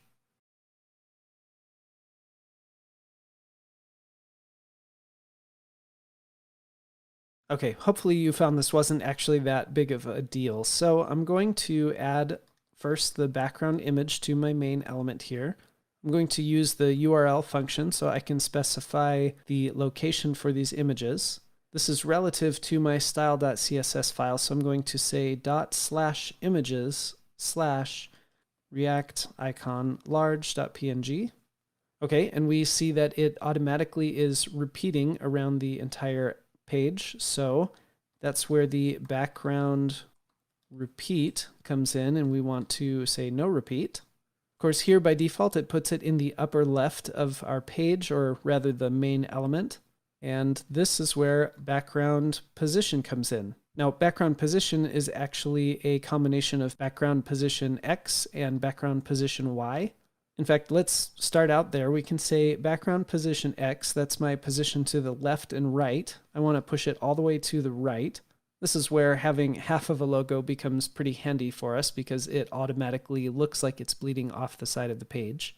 And then with background position Y, we can specify something like top, which is where it is now, or bottom. Bottom, I think, is a touch too low, although center is maybe a touch too high. I can also use percentages, so we can split the difference and say something like 75%. And now that we've seen these as two separate properties, I actually can just combine these and say background position, which is background position X, and then I'll use a space and then Y of 75%, and that simplifies it a bit. If I really wanted to, I could use the shorthand background property, which would be background, and then I would just copy and paste this one first, space, this one, space, this one. Honestly, I always forget what the background property is short for, so I'm actually going to leave these as three separate properties so that in the future it's really easy for me to remember what each of those pieces means. And awesome, this represents a culmination of everything that we've learned so far about React. Let me go ahead and clean up this challenge. Now, of course, we've been spending a bit of time in CSS land here, and as I've mentioned, I still think that's a really important thing to do. Even though our main focus in this course is to learn React, it's really important to synthesize some of that other information that you have learned in the past so that it doesn't become stale to you and you just forget it. That being said, in the next screencast, let's spend some time looking back at everything that we did learn about React, because that's actually what we're here to learn. And at the same time, we'll take that opportunity to have a quick quiz and to look at a self-assessment project that you can do on your own. So that's what we'll be doing next. You've done a great job so far in this course. Before you just plow ahead to the next section, it's time for a solo project. This is meant to be a chance for you to flex your new React skills that you've been learning about so far in this section, but this time without the training wheels. And there's going to be a few of these throughout this React course, and these projects serve a really important purpose. They're meant to be a tool for you to gauge whether you are actually ready to keep moving forward in the curriculum or not. Unlike the challenges that I usually give you, I won't be walking you through a solution to this one. Instead, I'm going to be asking you to sort of go out on your own to build this project. That said, you're not actually completely on your own. We've got a thriving community here on Scrimba that's very willing to give feedback on your code. We'll talk more about that in just a minute, but first I want you to keep in mind that no one here is giving you a grade for these projects like they would if you were in school. One of my personal objectives is to shift people's understanding of how learning occurs. In school, we're trained to complete the project for the grade. But here, you're completing the project to test yourself and to practice. So skipping one of these solo projects will really only deprive you of the best chance you have to test out your skills and to really help you decide if you grasp the concepts that we've been learning so far. Okay, with that guilt trip behind us, let's actually take a look at what we're building. For this project, you're going to be building a digital business card. Everything here is static, and you can see there's actually two different designs that you can choose from. In fact, if you click the screenshot, it will send you to the Figma design file. You'll see that there's actually more designs, including a light mode version of these designs. And what you can do is just choose the one you like the best and build that one. When you get to that design file, make sure to click the little arrow at the top and choose to duplicate to your drafts. And as far as actually coding the project goes, I recommend that you just build your project here in Scrimba. On this screencast, if you look in the very lower right, you'll see a menu with 3 dots. If you click that, there's an option to fork this screencast to a new scrim. Doing that will make a duplicate of this project that you will have in your own account so that you don't have to worry about losing your work. You can see I really didn't give you a whole lot to work with here. We have a very basic HTML file that has our div with the ID of root, an empty index.js file, some very basic styles, and the 2 dependencies that you'll need to get React set up. Okay, let's come back to the requirements of this project. First of all, I want you to be building this project from scratch, which is why I'm not giving you any starter code at all. Next, and probably pretty obvious, I want you to fill in your own information for the digital business card here. And while you're building it, I want you to make separate components for the info section, which is what I'm calling this whole top half up here. The about section, which is really just this header and a paragraph. The interest section, which is another header and a paragraph. And a footer section, which has the social icons. While you're working on this solo project, make sure to share your work.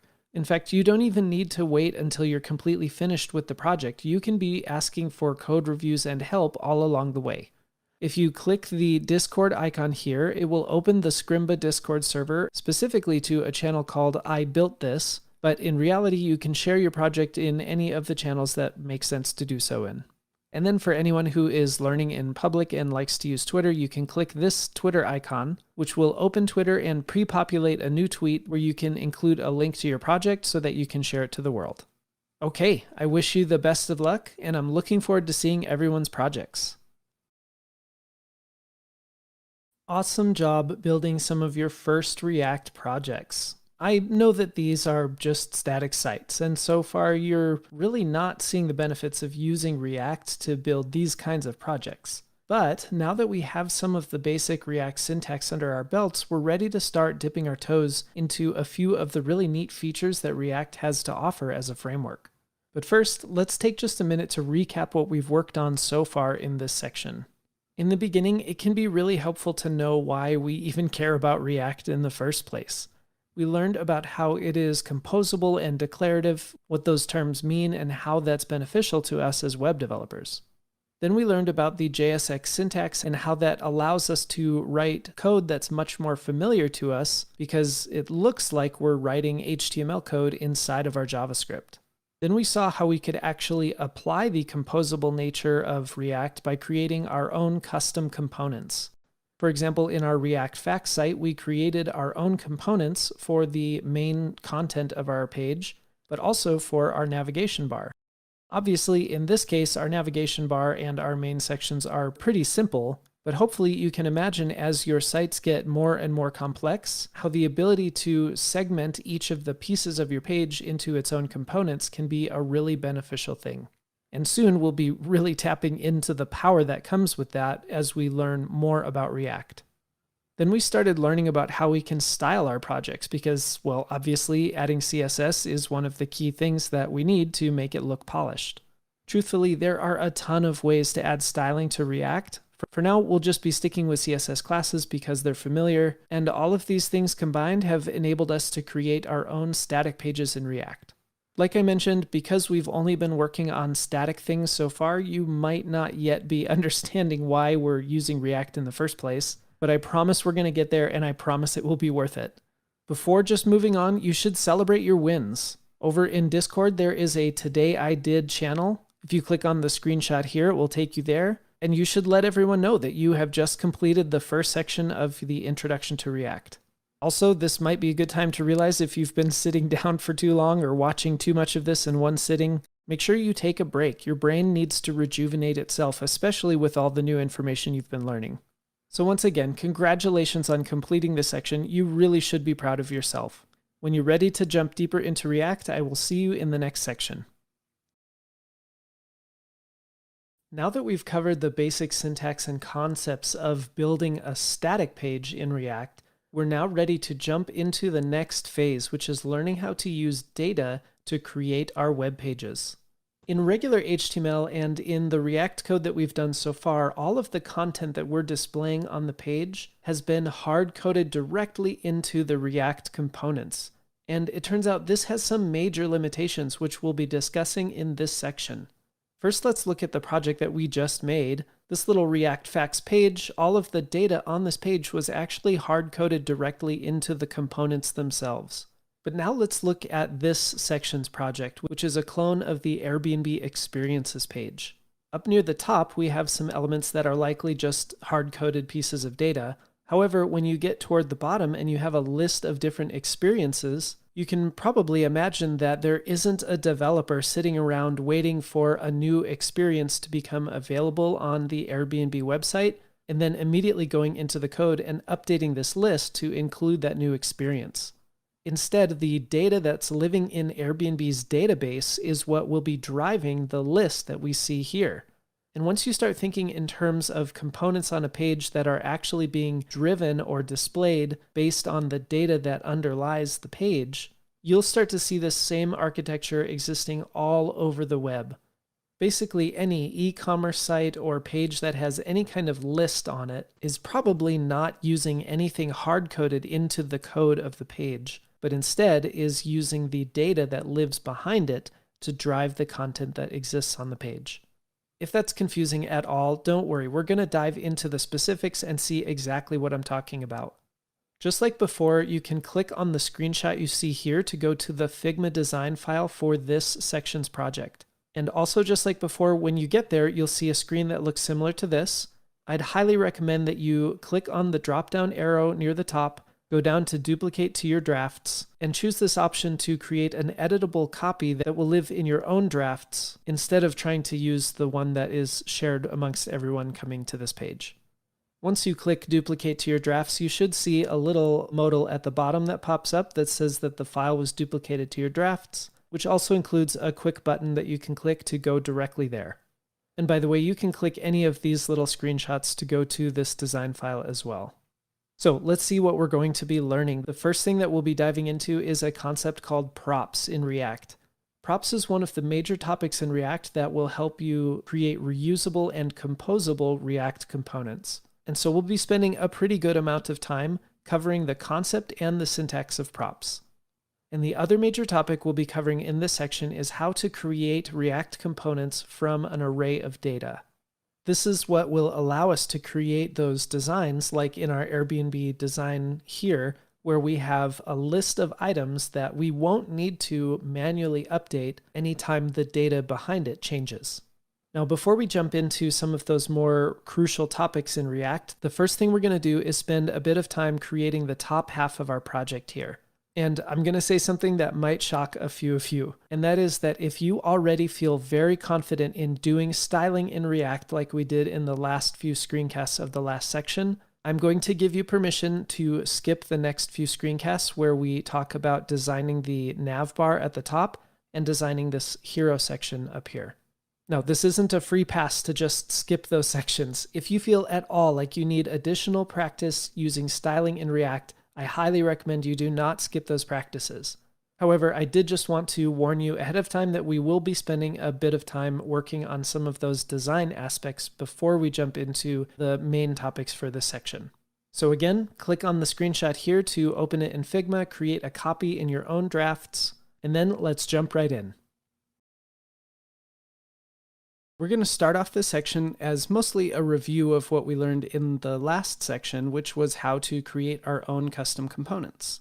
The way that we'll be reviewing that is by first building the top section of this project, which is really just static elements.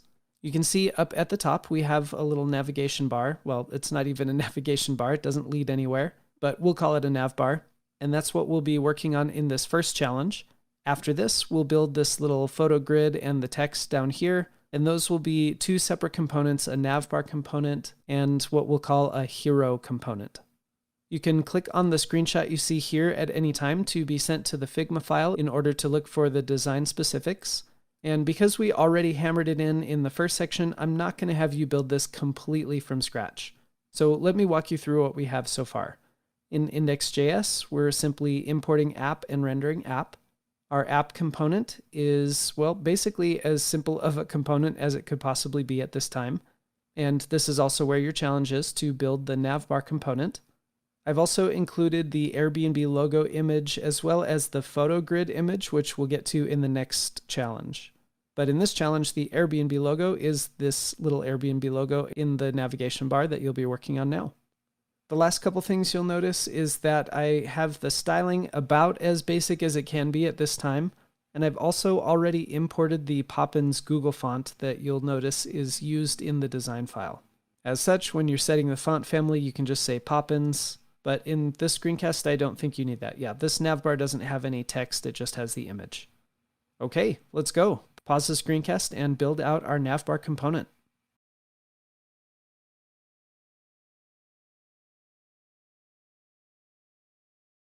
I think what I'll do, even though this isn't going to be a particularly large application, I'm going to add a new folder called components.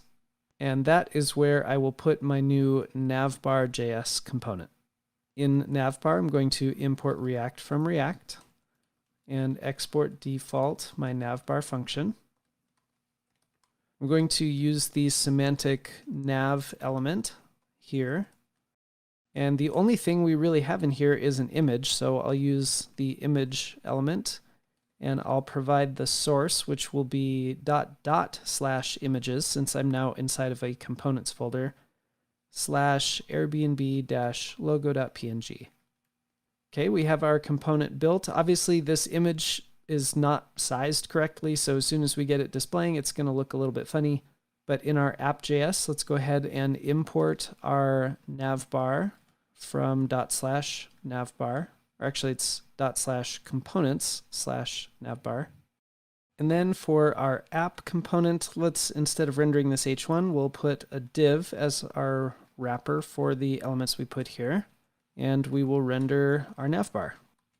Okay, again, I bet our logo is pretty huge. Yeah, that's much larger than we expect, but that's okay, because now we can turn to the CSS in order to style this. Because this app will be pretty limited in size and I'm only going to have one nav element, I'm just going to directly style the nav element. I can see from the design that it has a height of 70 pixels. And of course, that's not going to stop our image necessarily from expanding beyond the borders of that nav. However, in order to center that logo and get it over there on the left and everything, I think I would like to just make this a display flex. I think that's also going to, yep, our logo will be confined within the flex box because now it's a flex item and it's automatically resized to fit within its boundaries. If I add a little bit of background, let's just do something temporary. We'll say background color is blue. That lets me see exactly what I'm working within. And I bet if we just add some padding, we will get to resize that Airbnb logo a little bit smaller. Let's give it about 20 pixels on the top and bottom. Oh, that's already looking a lot better. And we'll say maybe 36 pixels on the left and right. That'll just bump it a little further to the right. Then if we look on the design, we can see that there's actually a box shadow on the bottom of this nav bar. It kind of helps separate it from the rest of the body. This isn't always a perfect way to go, but you can actually just copy that CSS directly from Figma and paste it. You can see when it was designed, it might not have been perfect. We have some weird decimal values here, but for now, I'm not going to be too concerned about that. It's a little difficult to see with our blue background, so let's get rid of our blue background. And awesome, we can see that's looking pretty good. One kind of strange bug I noticed when I was practicing this earlier is that on a Safari browser, this Airbnb logo will sometimes stretch the entire width for some reason of this navbar. So before I move on, I'm going to go to my navbar and give a class name to my image here. Let's call it nav-logo. And I'll hit save so that we can style that in our CSS. We will select nav-logo. And if I give it something like a max width of 100 pixels, that fixes the problem in Safari. Awesome. This is a great start to our app. In the next screencast, we'll pick up with another challenge and complete the hero section, which is right below. And that will conclude the review, at which point we can move on to the topics for this section. The next part of this review is for us to now build our hero component. That includes the photo grid, this H1, and this paragraph. To make things easy for the photo grid, I exported all of these photos as a single PNG, so you don't have to worry about laying out these images in a really cool way like this. Just as before, you can click this screenshot to go to the Figma design file for the specifics. The font being used is that Poppins font that we're pulling in through Google Fonts, so you can set the font family to Poppins. From a design perspective, you might also notice that this image grid is centered in its container, whereas the text is left aligned, although obviously there's this padding here. So your challenge is to build the hero component, pause the screencast, and work on this challenge.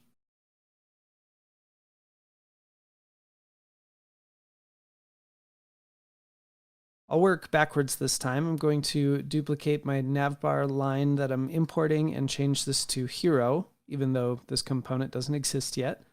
We'll do the same down here and render a hero.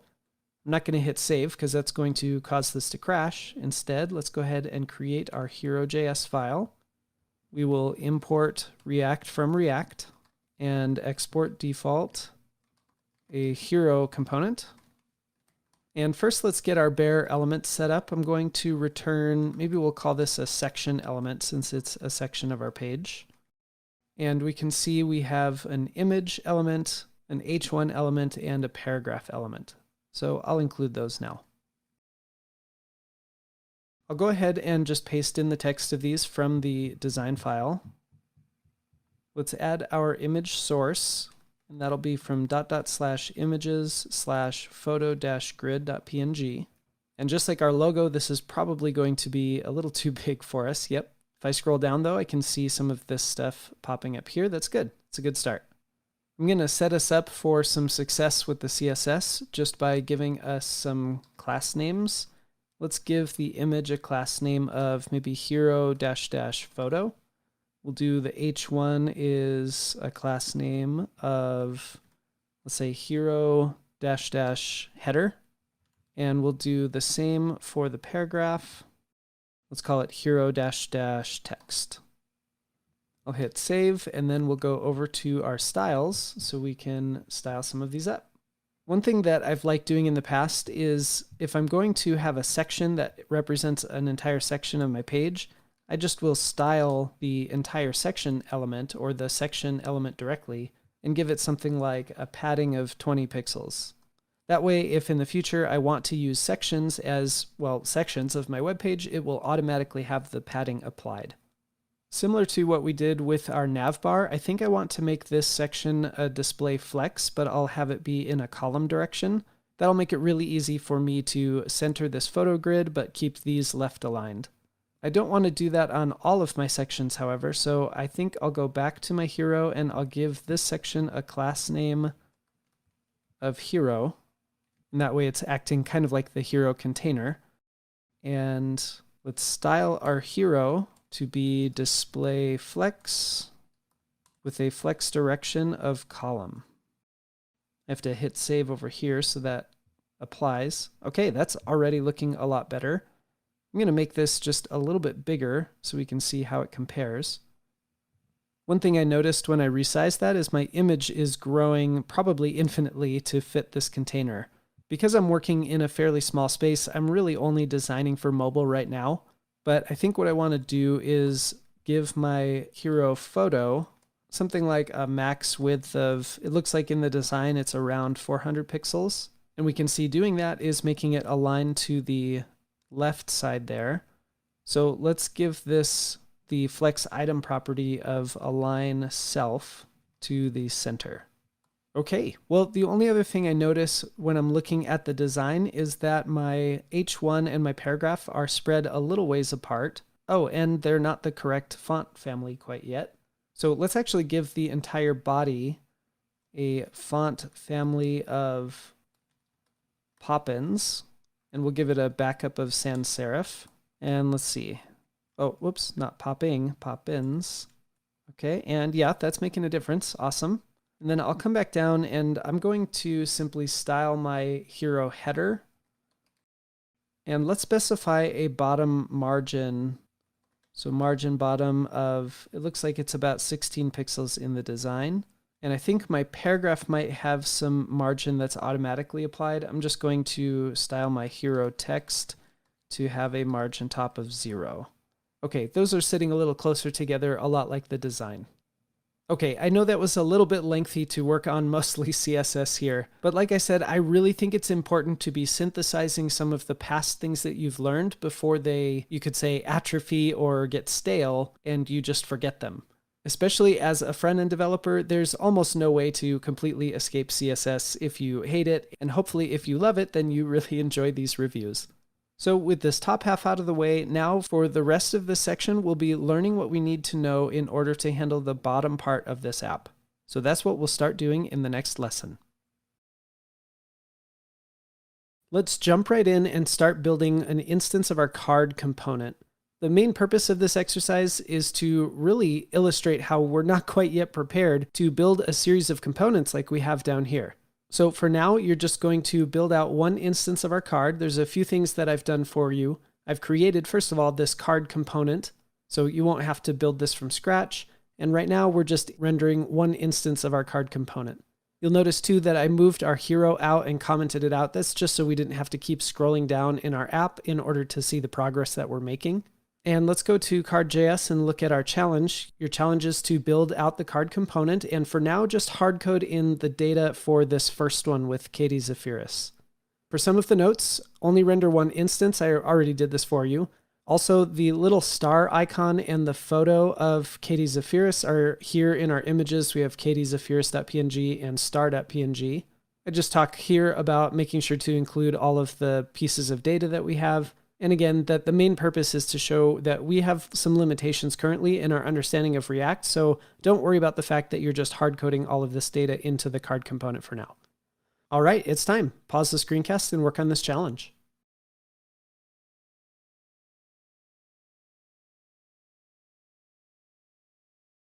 Okay, so when I look at the card component that we have in the design, I think what I'll do is make one div that will surround everything in the card, both the image and all of the data below.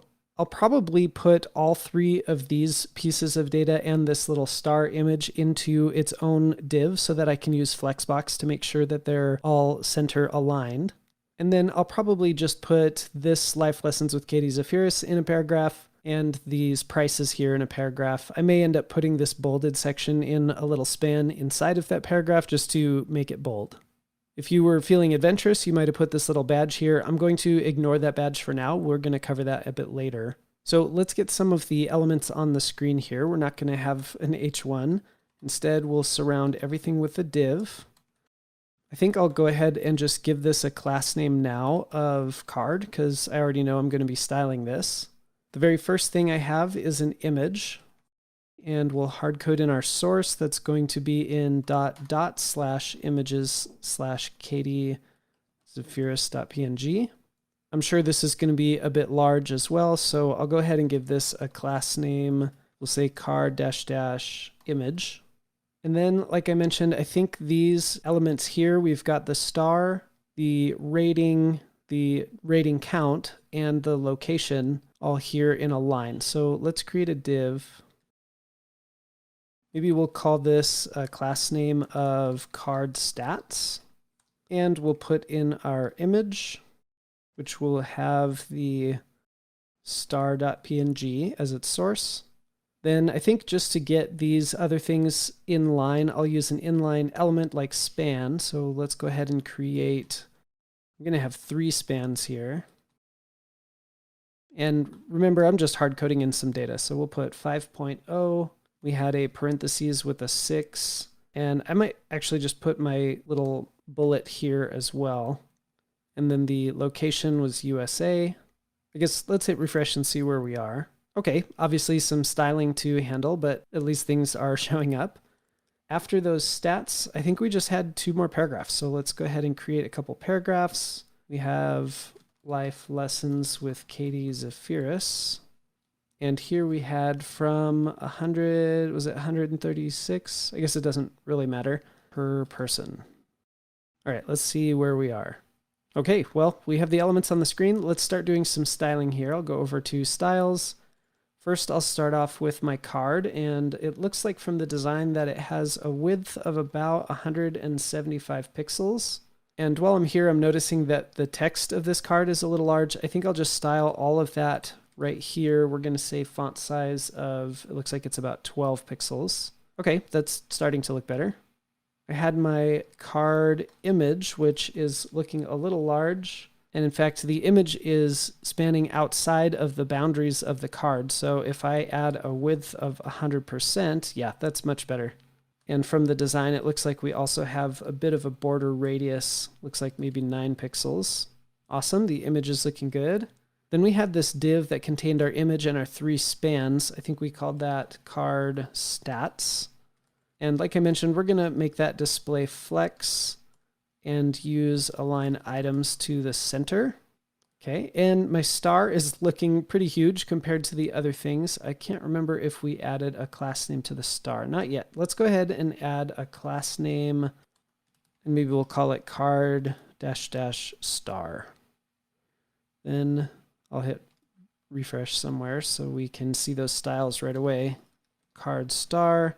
It looks like the height is about 14 pixels. Okay, that's looking a lot more manageable. In the design, the review count of 6 here and the location are both in gray. I think what I'll do is actually just create a bare gray class that isn't specific only to this card, just because it seems like something I might want to do with a few other elements. So I will give both of these spans a class name of gray. And then since that's a little bit more of a generic style, I think I might move it up maybe just right here below the nav. We'll create a gray class and we'll just say that the color is the kind of grayish color from the design.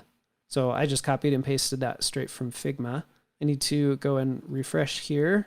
Okay, we have a bit of a light gray tint there. The only other thing I think I might do is change this to bold right now. That seems like another thing I might want to do elsewhere.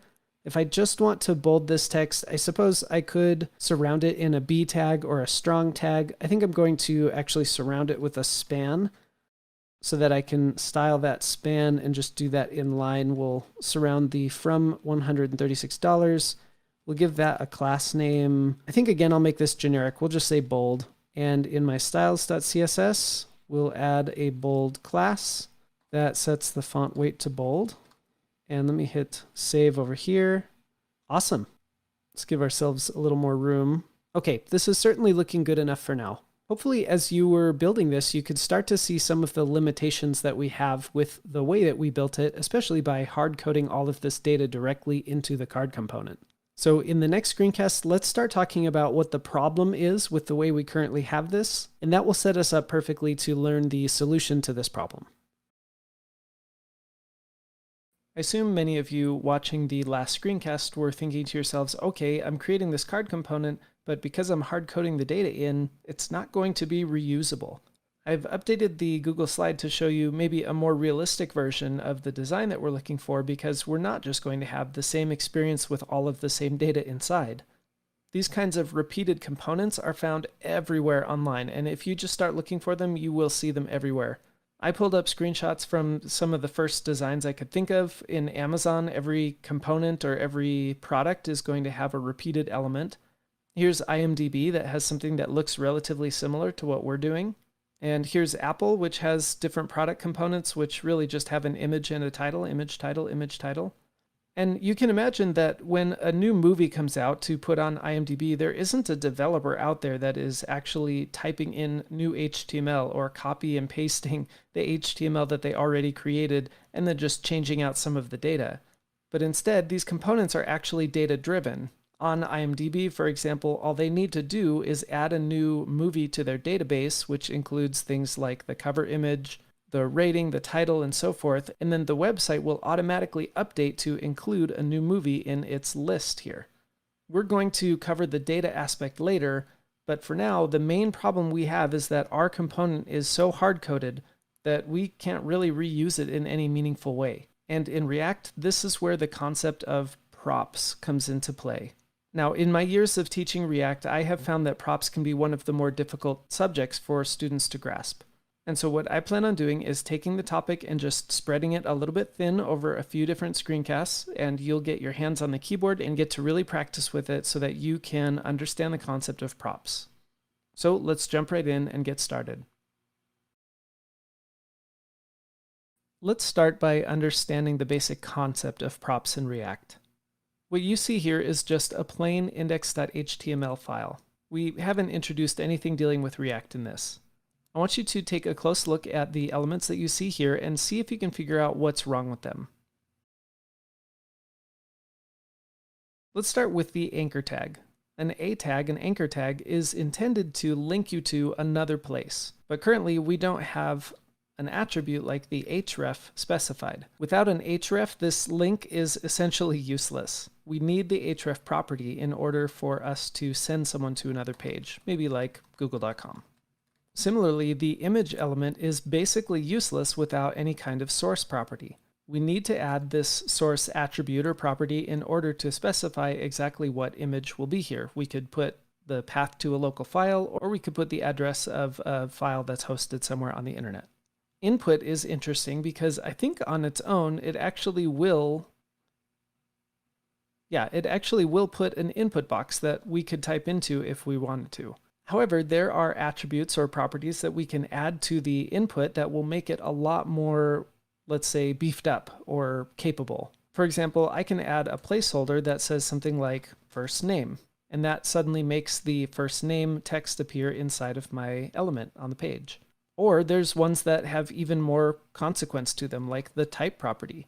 If I change the type of this input to something totally different like submit, now it changes from an input text box to a button. Similarly, I could change it to radio and it completely changes the visual look of this input. These are concepts that I'm sure you're already very familiar with. Let's look at a similar parallel example in JavaScript. Here I've written a function that's called add two numbers together, and it just hard returns 1 and 2. Think for a second, what is wrong with this function? It's syntactically correct, but what's wrong with a function like this? Well, it's very, very limited in its capabilities. Right now, if I call add two numbers together, it will always return 3. Essentially, it's a useless function. Now, you might already see where I'm going with this. If I add some parameters, like let's say A and B, to this function, now I can dynamically add and return the result, or rather the sum, of the two numbers that I pass in. And with the small addition of these two parameters that I've added, I now have sort of beefed up this function in a way that it's capable of adding whatever two numbers I want, not just the hard-coded 1 and 2 that used to be there. Again, these concepts should be familiar to you by now, but this is just a primer for us to understand the concept of props in React. In both of these instances, in JavaScript and HTML, we can see that passing additional information to our maybe elements, or in this case, functions, allows us to reuse these elements or functions in multiple different ways. So with that primer under our belts, let's look at another conceptual parallel that is a little more visual. Let's try to understand props with a little bit more of a visual example. This is a screenshot taken from YouTube, and as you spend more and more time with a framework like React, you will begin to see these patterns of elements on the page that are repeated pretty much everywhere on the internet. For example, if you look here, you'll see that there are multiple components being displayed here, but all of them have essentially the exact same structure. They each have an image toward the top that takes up about half of the height of the component. Each of them has bolded text that represents the title. There's the view count showing the number of days ago that it was published. There's even little timestamps embedded inside of the image in the lower right. And as I've mentioned before, there certainly isn't a developer at YouTube that every single time a video is posted to YouTube, they go in, copy the code from an old tile, and paste it in again so that it can exist on the site. Instead, a developer has created a single component, maybe let's call it a video tile component, and has made that component flexible enough to take in as a property the image and the title, the view count, the number of days ago it was posted, who posted it, the timestamp, and so forth. And as you become more experienced in React and you start to see these patterns for yourself, you'll begin to realize that they can be nested inside of each other. For example, not only do we have repeated video tile elements here, but we have something that let's suppose is called a video list. Each one of these is made up as a parent-child relationship of video tiles. Even small things like on the left side of the page, you can see that these are probably individual components that are taking in properties to help them display something slightly different. In this case, it's probably just two elements. There's an image and there's some text.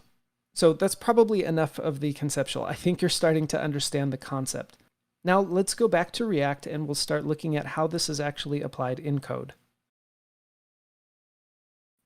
Before we can continue on with props, we need to take a quick aside to talk about something. We've learned how our components will be returning JSX, which is a special syntax of JavaScript, or rather it's something that's created by React and allows us to write our React code in a very declarative way. However, one of the most common things that you'll find yourself doing is trying to insert values from JavaScript inside of your JSX. Right now we just have some text inside of our H1, but let's assume we had a value like first name. Maybe this is Joe and a last name. let's say Schmo. Think for a second, how would you change our H1 to no longer say hello world, but instead to say hello Joe Schmo? Well, we can probably see ahead of time that just trying to input first name, last name, or maybe even adding a space in there as if this were regular JavaScript isn't really going to work. If I do this, I'm going to get the literal text of first name plus last name interpreted as the text content of my H1. Fortunately, React has made it really simple to interpret something as JavaScript instead of text when it's inside of a JSX element.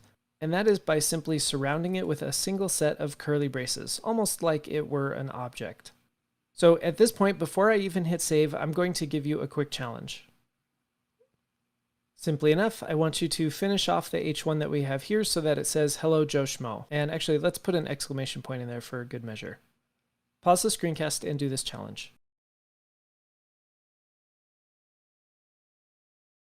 Well, if I hit save, we'll see that it interprets the Joe correctly. Instead of saying first name, it's now taking the value of our first name JavaScript variable and inserting it here. And then, of course, the rest of this text is still there. If I were just to surround last name, then I would get a little bit closer, but I still have my plus and my quotation marks. So at this point, I can just get rid of those, put a space in between my two values, hit save, and there we go. Hello, Joe Schmo. The way I like to think of this is that as soon as I start seeing JSX, the interpreter sort of goes into JSX mode. Anything after this greater than symbol is going to start being considered the text content, or in the case of having nested elements, other JSX elements. And we're currently in what you could call JSX land. However, as soon as we see this opening curly brace, we switch back into our JavaScript mode or JavaScript land. And then anything inside of my set of curly braces will be considered JavaScript. Once I get to this closing curly brace, I'm now back into JSX, which is why I have an actual space in the text between my first name and my last name. Then it sees my curly brace again, so I'm back in JavaScript land. The closing curly brace tells me I'm done with JavaScript. I get the exclamation point as part of my actual text. And then I close off my JSX tag. Now, once I enter JavaScript land, I can actually do more than just take in values from my JavaScript up above. In fact, anything that I put inside of my curly braces can be run as JavaScript code. Let me clean up this challenge really quick. Something that's important to note is that anything I put inside of my curly braces will be run as regular JavaScript code. So I'm not limited to just pulling in values like this. For example, I could do something like, say, I have a new date, which is a new date object, and then change this to something like it is currently about, and then run some JavaScript code inside of my curly braces saying date.getHours. And then let's say we want to do a modulo 12 so that we get the AM PM hours, or rather like on a 12-hour clock. I hit save, and there we go. It's currently about 3. Maybe I say o'clock. And that's because for me, when I'm recording this, it's currently 3:21 p.m. And in fact, I wouldn't even necessarily need to create my date outside of here. I could say new date dot get hours, and I'm going to get the same result, even without doing it out here, because anything that I put inside these curly braces will be run as regular JavaScript. Now, personally, I think it's a lot more readable to do the actual JavaScript outside of my return value in my JSX. So if I were doing this in the real world, I'd probably say something like const hours equals date dot get hours modulo 12, and then inside of my render down here, all I'm doing is putting hours. And of course, we get the same result that way. One thing that's nice about doing it this way is you can sort of separate the logic that your component is running with the display that your component needs to show on the screen. So for example, let's say I wanted to say, depending on the time of day, good morning, good afternoon, or good night. Well, I could do all of my logic up here to determine what should display after the word good. For example, I want it to say good afternoon because for me right now it's afternoon. I could do something like this, and I'll probably speed this up so it doesn't take up too much time.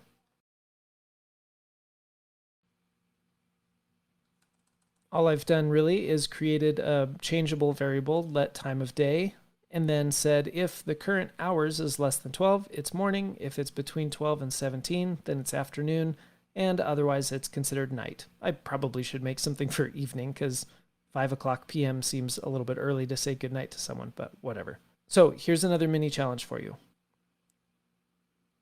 Okay, your challenge is simply to fix the H1 below to use the time of day string that we determined in the code above. Pause the screencast and work on this challenge.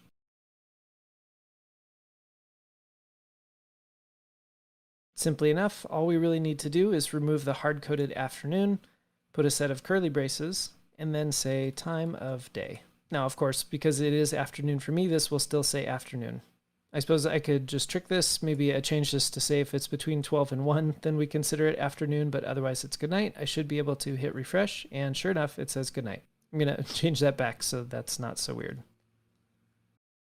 Okay, with that concept, we are primed to now jump back into props and to see what the syntax of props actually looks like. To help guide us through learning the syntax of using props in React, we're going to look at this little contact book that I created here.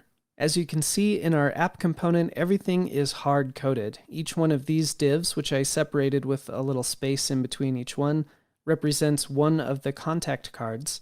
But of course, all of the data is hard-coded inside, which means if I ever needed to make a change, especially to something like the styling, I'm going to have to make that change to every instance of this contact card that we see here. Before we can really talk about props, though, we have a challenge for you, and that challenge is to create a separate component called contact, which, as the challenge shows, will be in a different file. And then I just want you to choose one of the contacts that we have here to move into that file. Essentially, you can just copy and paste one of these contacts over into your contact component. Then, once you've moved one of these contacts over to the contact component, I want you to import the contact component and render 4 instances of it here inside our app component. While you're working on that part of the challenge, I want you to think ahead what's going to be the problem with doing it this way. Okay, pause the screencast and work on this challenge.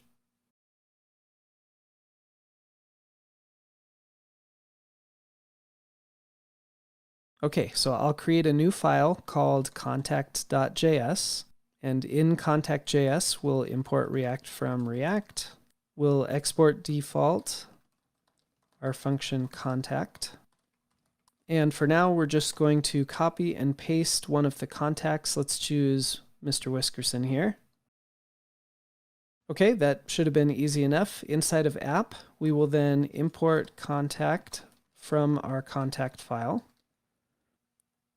And then instead of completely deleting all of these, because I think I want access to this data, I'm going to actually move them down outside of my component and then just comment them out. That way I still have access to them, but they're out of the way. And now I'm going to render 4 instances of my contact component.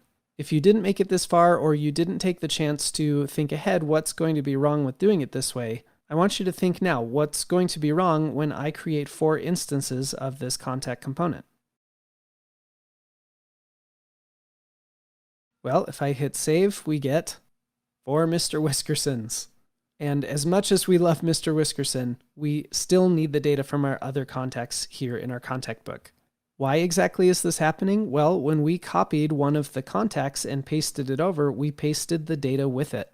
Just like a function, let's say add 2 numbers, that takes no parameters and simply returns a hard-coded amount, in this case 1 plus 2, every time we call this function, it will always give us the same result. In the same way, our contact card has that data embedded inside of it, or hard-coded in it, and therefore it's going to show up every time we make an instance of that component. Now, similar to how we instead will usually pass some parameters to a function which make it more flexible and reusable, I can say return a plus b, and now suddenly I have an infinite number of possibilities with this function because all I need to do when I'm calling it is pass in the real values that I want this function to use. We can do essentially the exact same thing in React. The remainder of this screencast is going to be focused on how we pass data into our contact component. And in the next screencast, we're going to look at how we can consume that data from our contact component so that we get back to a working state where we have 4 different contacts in our contact book. Let me delete this function. We'll go back to app.js and focus here on our instances of the contact component.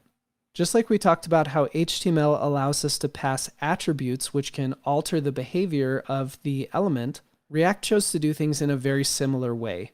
However, in HTML, where we are limited to using only the attributes that are allowed for any given element, for example, I couldn't pass a whatever I want attribute to a link tag because that's not defined in the HTML spec. With React, because this is a custom component, I can pass in any property or attribute that I want. We have 4 pieces of data in each one of our contact cards that we need to pass down to our instances of the contact component. So to do that, I can add an image prop, or let's call it img. This image prop can be the value of the path to the image. So I'll go ahead and copy that from Mr. Whiskerson here. Again, in the next lesson, we'll be learning how to actually consume these properties that we're passing in. But for now, we're just going to be dedicated to adding these properties to the contact component on our instances. Now, the upcoming challenge might be something that you decide you really hate me for giving to you. I'm going to do one more of these props, and then I will update our challenge to give you a chance to practice typing out your own props to each one of these contact cards. I'm going to put this on its own line because I already know I'm going to be adding a bunch of these. The next piece of data that I'll need in each one of my components is a name. So let's choose to call it name. I'll come down here and just copy Mr. Whiskerson's name and pass it in. And this is the point at which I'll update this challenge for you. Okay, once again, I promise I'm not doing this to be mean, but I do want you to do a little bit of busy work, mostly just to get your hands on the keyboard and start practicing what it's like to add your own props to this contact component. Remember, we get to decide what we call these props. We could call this whatever we want, but of course that's going to be more confusing, so I'll stick with name. The other 2 pieces of data we still need to pass down are the phone number and the email. So finish up the first contact first by adding a phone and email prop, and then I want you to fill out all the data for the remaining 3 contacts with the image, name, phone, and email props.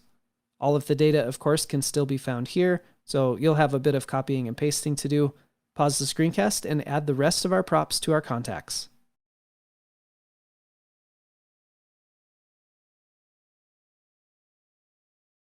Okay, hopefully that wasn't too painful for you, and hopefully you got a good sense of what it's like to add props to React components.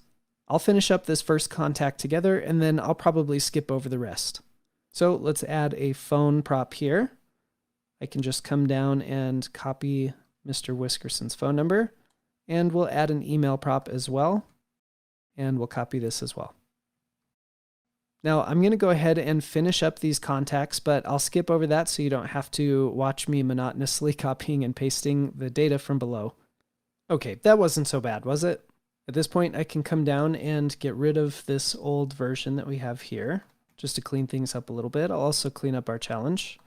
And at this point, you probably can see that things are a lot more organized. Sure, we still have a good number of lines of code here, but the data is the primary focus. We can see exactly what data we're passing into our contact component, and then our contact component contains the specific display logic on how the data should be used. Of course, at this point, we haven't made any changes to the contact component. So if I hit refresh, what do you think will happen?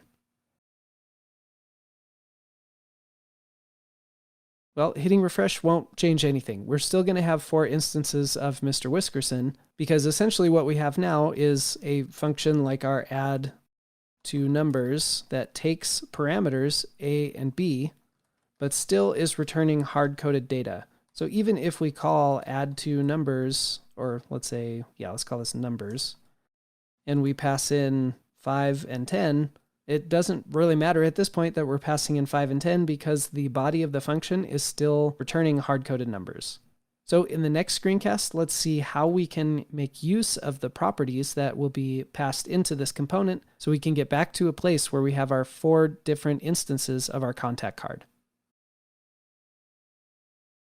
In the last lesson, we learned about how to pass values into our components using a very similar syntax that we're already used to with attributes in HTML. In React, we don't call these attributes, we actually call them properties, or usually for short, just props. Unfortunately, it's very easy to get the data that we're passing into our components inside of our component itself. Right here, just like a function that takes parameters, I'm going to put the word props. In truth, I could call this whatever I want. In fact, I'll show you exactly what happens. I'm going to console log what we called whatever, and let me make a little room here, open the console, and hit save. Now, 4 things got logged to the console. I want you to think for a second, why did it console log 4 times?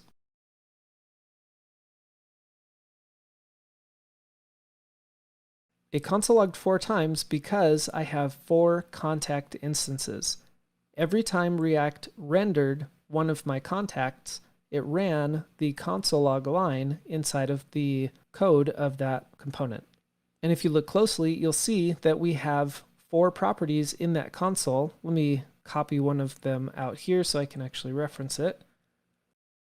We got 4 properties here. If I clean these up each onto their own line, you can see that what we received, what we're calling whatever, is an object that has properties that match exactly with what we put here as our prop inside of the component here. Let's see what happens if I maybe change img to something like the whole word of image. Again, I can change these to whatever I want them to be. So now when I hit save, if you look down below, the first item is receiving an object that now has an image property all spelled out, whereas all the other ones are still receiving an img property. Anyway, I don't want to go down that rabbit hole too much, so let's come up here and change whatever to props, because props is what you'll usually be calling this. And at this point, I want you to pause the screencast and see if you can figure out how to use this object that has all of the properties we want to update our component. This one's going to take some critical thinking, but I want you to really think through it, see if you can figure out how to essentially make it so that our components are not 4 instances of Mr. Whiskerson, but rather have the correct data and images displaying here. Let me type that out as a real challenge. Okay, there's your challenge. Pause the screencast and see if you can make it so that essentially we finish this little contact book where each one is its own separate contact. Pause now and work on this challenge.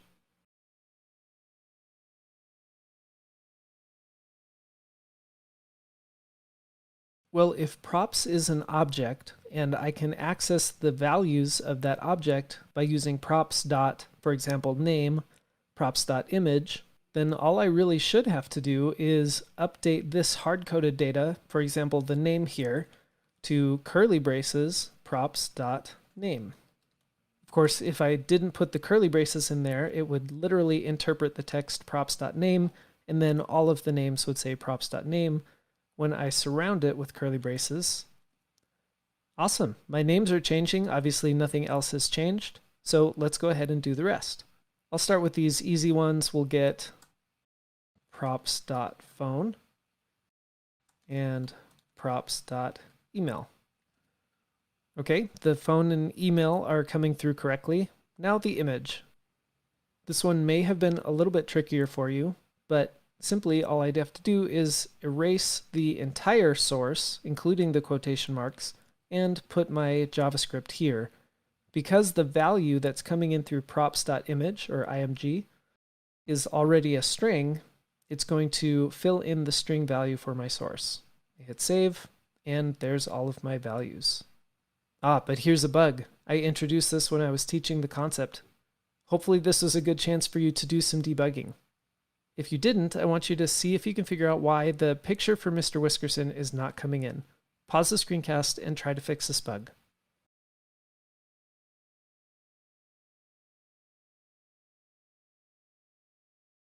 Well, right here for our image source, we're assuming that we're receiving a prop called img. Back in app.js, however, I did change this to image. So I'll change this back to img, hit save, and now the photo for Mr. Whiskerson is coming in just fine. Now, I hope I'm not belaboring the point. Understanding props is one of the most crucial things that you can do in React when you're learning. So yes, we've spent a lot of time covering props. However, you will use props every single day of your React life. So this is a really big milestone. If you feel like you've understood everything in React that we've talked about so far, you should really congratulate yourself, pat yourself on the back, and probably at this point, take a little break. Don't try to bite off too much more than you can chew. And I do want to show you a little cool trick that we can do with our props here in the next screencast. Okay, it's time to give you a prop quiz. Sorry, I couldn't help myself. Like before, your task is to read through each of these questions, to actually click into the editor and type down your answers. Don't forget, in Scrimba, if you have any changes that you make to the code, you can always save it as a note so that you have access to it later. You can even record your own voice talking over the top of the note if you wanted to keep an audio note. And all of those are saved here in your account on Scrimba. So pause now, answer the questions through this quiz, and then you can hit play and we'll go through the quiz together.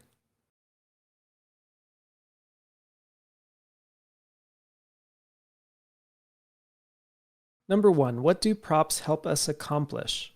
Well, just like parameters being passed into a function, props being passed into a component help us make that component more reusable. As you become more and more experienced in React, you'll realize that there are times when it makes a lot of sense to pass props into a component so that it's reusable, and other times when it might be possible to pass props into a component, but it's just not always necessary. I can't tell you how much time I have spent trying to create a component that's very reusable and then ended up only using it 1, maybe 2 times. That's just one of those things that will come with experience as you write more and more React code. Remember, when we pass props into a component, it could be data that actually gets displayed as a part of that component, or it could sort of be like metadata that you're passing into the component that in a way configures it to act a certain way. Either way, it helps us make any component that we create more reusable so that we can keep our code as dry as possible. Okay, so number 2, how do you pass a prop into a component? In the same way that you pass attributes to HTML elements, like a source attribute for an image, you essentially do the same thing when you're passing props to a component. So if I have my own component like, let's say, my awesome header, I'm using a strange name just to make it very clear that this is a custom one. You can pass a prop of your own choosing, like maybe title, into that component. That brings us to number 3. Can I pass a custom prop, like, for example, blah, blah, blah, to a native DOM element? So, for example, a div with a lowercase d. Well, the answer is no. So we come to the next part, why not? And that's because under the hood, when React sees a regular HTML element that we're trying to render, we express that element through the JSX syntax, and that JSX syntax actually returns an object, and the object describes the actual DOM node that should be created.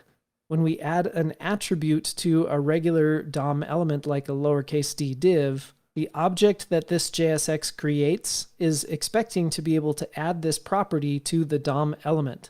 And since DOM elements don't have an attribute called blah, blah, blah, I can't just choose the props that I want to add to native DOM elements like this div. So let me try typing out a summary of that. So the answer is no, because the JSX that we use to describe those native DOM elements we want React to create will eventually be turned into real DOM elements, and real DOM elements don't have whatever properties, let's say properties, or attributes specified in the HTML specification, which, as we all know, doesn't include properties like blah, blah, blah. Okay, I think we understand that concept. How do I receive props in a component? Simply enough, the parameters to that component function will receive a value called props, which of course we could name whatever we want, but by very strong convention will be props. And that leads us to the last question, which is what data type is props in the component when I receive it? This parameter, which we're calling props, is an object, which means if I want to access the properties of that object, I use dot syntax. So props dot whatever the prop was that I passed in. Let's use blah, blah, blah, because that's what we said before. Okay, awesome job on that quiz. If you struggled with any of these questions, of course, don't hesitate to go back and review the things that we've recently learned. And when you're ready, let's move on. At this point in the course, you should be somewhat familiar with the concept of object destructuring. However, just in case, we'll do a quick recap. Say I have an object called person. In ES6 and later, I can destructure the properties of that object in order to get simpler to use variable names. For example, if I wanted to log person.phone, I obviously could just use console log person.phone and everything would work just fine. However, in certain circumstances, it can be nice to destructure this object and pull out the property names for your own use. That looks kind of like this. I might say const, and then I'll use an object syntax, say image, comma, name, and then set that equal to person, my object. What that does is it declares two new variables, img and name, which I can then use in order to, say, console log the name. If I open the console, you can see I'm getting Mr. Whiskerson here. So that's the concept of object destructuring. The reason I bring that up is that it's a fairly common thing to do this in React with the incoming props that you receive. The parameter that you put inside of your component will be an object that represents all of the props that your component received. So what I could decide to do is just destructure that object immediately as I receive it inside of my function here, which means that I could say curly braces, image, name, phone, and email. It's important to note that I can't rename this to something else like image unless I do a little bit of trickery using colons, like image, colon, image. But we're not going to be too concerned about that for now. The point being, I don't get to change the name of the prop while I'm bringing it in. I need to make sure that it's exactly as the prop was being passed in at the time that the component was being rendered. If I decide to destructure my object like this, then I will need to change some of my code here. You can see if I refresh, suddenly I get an error that says props is not defined. So let me give you a challenge to fix it. Okay, your challenge is to fix our bug now that we've destructured the props object. Pause the screencast and work on this challenge.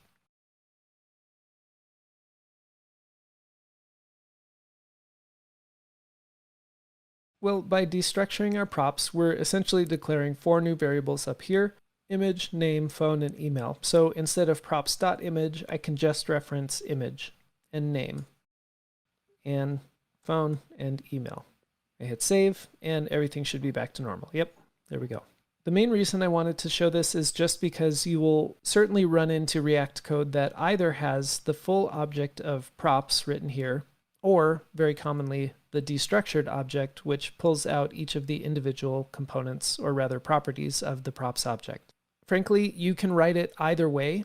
In my own personal experience, I've experimented with both ways, and in the end, I've found it a little bit easier, in my opinion, to put the props object here and then reference props.image and name and so forth. The only reason being, if I decide to declare other variables inside of my component, let's say right here, it becomes less apparent which variables came in as props and which ones were declared inside of my component. So that's my reasoning for usually sticking to putting the whole props object. It does cause a little bit more of the clutter here by having props dot everywhere, but honestly, that's okay with me. Whichever way you choose, just try to be consistent with it. There certainly are other things that we will learn about props as we go forward, but now it's time for you to get your hands on the keyboard and start practicing the things that we've learned about props. Well, it's been a minute since we've started a new React app totally from scratch. So one last time, I promise the last time I'm going to make you do this, I want you to set up a React app completely from scratch. I guess as a reminder, Scrimba is doing a little bit of magic for us. When we pull in these dependencies, it's setting up our React app basically for us, but I just mean in the coding part.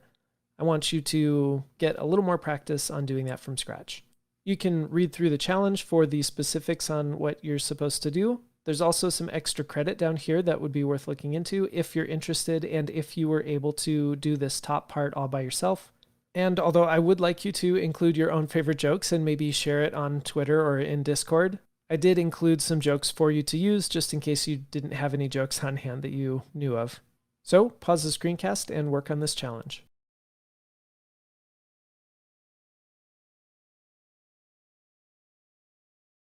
Since we've done this a number of times, I am going to move through this fairly quickly. So I'm going to import React from React and import React DOM from React-DOM.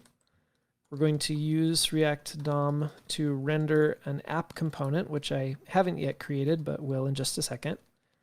And we'll render it to that div with the ID of root.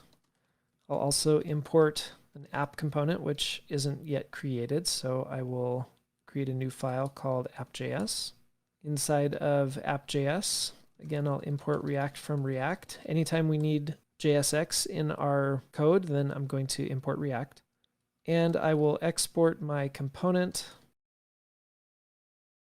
For now, I'll just do a quick sanity check. We'll do an H1 that says hi. Okay, good. We're showing up on the screen. You might notice too, I included some basic styling. I changed the font just to switch things up a little bit. Okay, and then it says to have the app component render 4 or 5 joke components. So I will kind of work backwards. We'll have this return a div that surrounds our 5 joke components. And those don't exist, so first I need to import them from a file called joke, and then I need to actually create that file. So in joke.js, again, import React from React, export default our joke component. Okay, we'll have this return a little sanity check H1 for us, joke here. Hit save. Okay, our 5 joke components are being rendered correctly and showing up on the screen. Now, if you did struggle at any point in just this part of the setup, I really recommend that you just go back, spend the additional time you need to revisit what we've talked about so far. Everything here should not be confusing at this point in the course, and if it is, it's okay. You just probably should go back and revisit some of the stuff that we've learned already. Okay, now comes the practice for actually using our props. We know that we need a setup prop, and I actually copied these already, so I'm just going to paste in the setups for these jokes. And then we have a punchline. Now I can tell that my punchline is going to make each of these a little bit too long. So while I'm here, I'm going to put these on their own lines. Okay, and then I have all the punchlines copied as well. Now, think for a second. I haven't hit save yet. Think for a second, what is going to change, if anything, on my screen here? If you said nothing's going to change, then you're right. And that's because I am passing props in, but my component is not making use of them at all. So let's do that. I'm going to receive the props. Just for giggles, let's take a look at what console logs when I console log these props. We see we get 5 instances of the props object. So really quick question, if I typed console log 1 time, how come I'm getting 5 console logs? Well, just like any function, whenever I run it, it will run this console log. And in our case, because we have 5 instances of a joke component, it's running this joke function 5 times. Now, because props is an object, I can access the setup and the punchline through dot syntax. I can say props.setup and props.punchline. Let's make this not an H1, but a div, and I don't know, let's make these H3s maybe, and I'll separate each one with a little horizontal rule.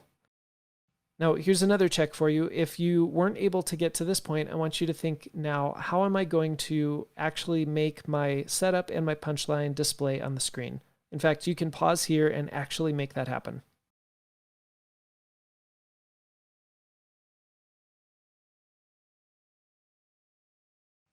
Well, I can't just say props.setup because, of course, that will make it literally put the text props.setup on the screen. To insert our JavaScript value inside of my JSX, I just need to wrap it in curly braces. I'll do the same thing here. We'll say props.punchline, and I need to make sure I spell that right. And let's hit save. And awesome, we get everything showing up. Now, one thing I just thought of, I might want to change this to something like a paragraph just to change the boldness between these two or give it a little bit of contrast between the setup and the punchline. And I think that that hits all of the points from our original challenge here. Go ahead and delete this. Now we come to the extra credit, and if you were able to complete this extra credit, then you're pretty far ahead because we haven't yet taught things like conditional rendering.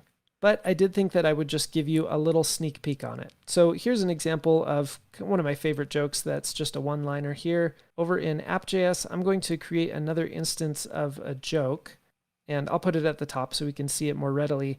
Now, in this case, there really isn't a setup for this one, it's just a punchline. So what's going to happen if I just include a punchline? Well, we can see that I really don't have anything being rendered up above here. However, if we did go into the dev tools, we would see that up above this paragraph, there's actually an empty H3 sitting up here. Honestly, it's not that big of a deal the way we currently have things set up. But what if I went to my joke and instead of just putting the setup and the punchline, I said something like setup, and punchline, Now when I hit refresh, we can see that, well, it's a little bit broken here. Again, this isn't something that we've taught, so I didn't necessarily expect you to fully grasp this concept quite yet. But as an advanced sneak peek into conditional rendering, something that I can do is actually only render this H3 if props.setup exists. One really concise way that we're going to learn about is to surround my JSX in curly braces, which means that I'm putting it inside of a JavaScript interpretation. And then I can say props.setup and this H3. We're going to learn about how a lot of the neat little tricks that we can do with React are just using vanilla JavaScript principles, and this is a good example of that. This is saying that if props.setup is a truthy value, then render the thing on the right side of my AND operator here. If it's a falsy value, however, it won't render anything at all. So I can hit save and it will look very similar to the way that it looked before. Again, we're going to talk more in depth about that. It doesn't need to make perfect sense quite yet. And one of the cool things about this is we could decide to do it in another way. For example, what if instead of conditionally rendering it this way, I decided to say, well, the style of this H3 is that it has a display of none when props.setup does not exist. Well, I could do that with something like a ternary. I could say the display, if props.setup does exist, then I want it to be block, but otherwise I want it to be none.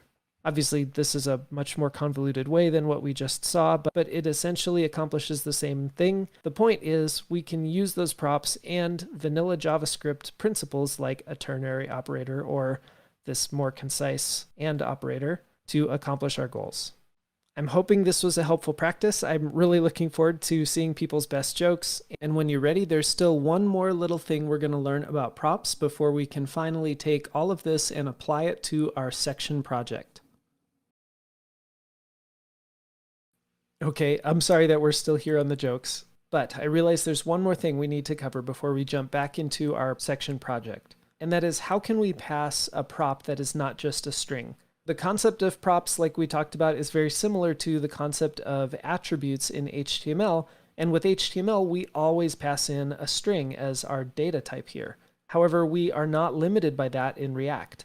So far, we've only done strings. However, because this is JavaScript, it's React, which is JavaScript, we can pass in any JavaScript data type to our components as props. So I want you to think critically here. How might you pass in a prop that wasn't a string data type? Let's say, for example, you want a number passed to each one of these jokes that eventually will represent the number of upvotes and downvotes for this joke. Or maybe you want to pass in an array of comment objects. And then you might say, I want to allow people to filter out the puns or only show the puns in my jokes. In which case I might pass a prop called isPun, which is the value true or false, not the string true or false, but the actual Boolean value true or false. Accomplishing this uses something that you've already learned at this point.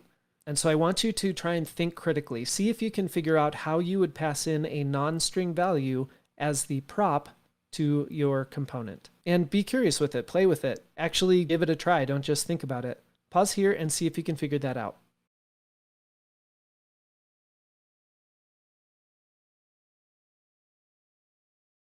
We learned previously that we can jump back and forth between JavaScript and JSX by using curly braces. And the same thing works with our props. For example, these 3 jokes here are all puns. So if I wanted to indicate that, I could say isPun equals, and then jump into JavaScript and send in a Boolean value like true. And then I can do the same thing for these others. And then of course, for the ones that are not puns, I can change this to the JavaScript value, Boolean value of false. And then do the same thing for my jokes up here up top. Actually, I'm struggling now to think if this joke is a pun or not. This might be a pun because it's talking about puns. Anyway, you get the point.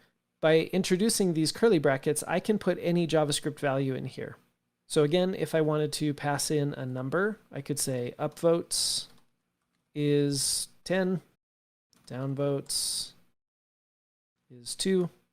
And if I had an array of comments, I could say comments equals, and then this can get as complicated as I want. I can say an array of objects, and maybe those objects have an author property, and it's got some author ID, and then the body of the comment itself, and then maybe there's even a title to the comment and whatnot. Of course, it's an array, so it could be multiples of those and so forth. I can even put JavaScript expressions in here to determine what the value being passed into the props should be.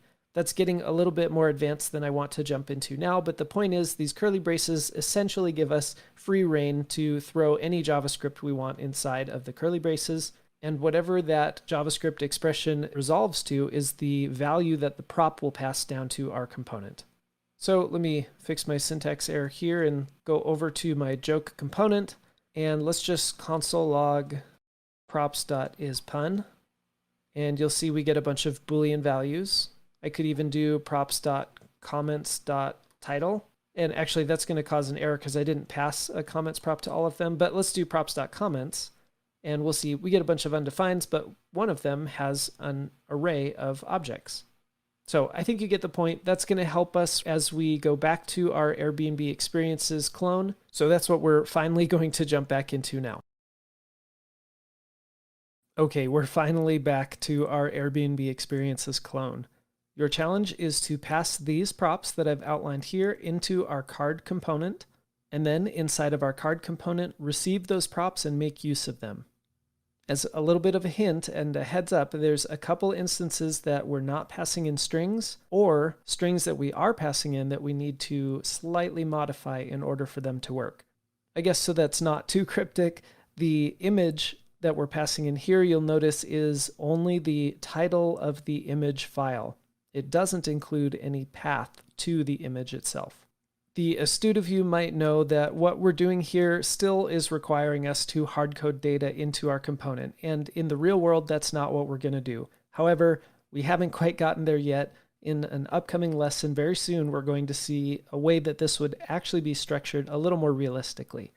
But I want to get your hands on the keyboard practicing, like I always say. So work on this challenge until you can show our card component looking essentially exactly the way it is now, but without the hard-coded data inside of the card itself. Pause here and start on that.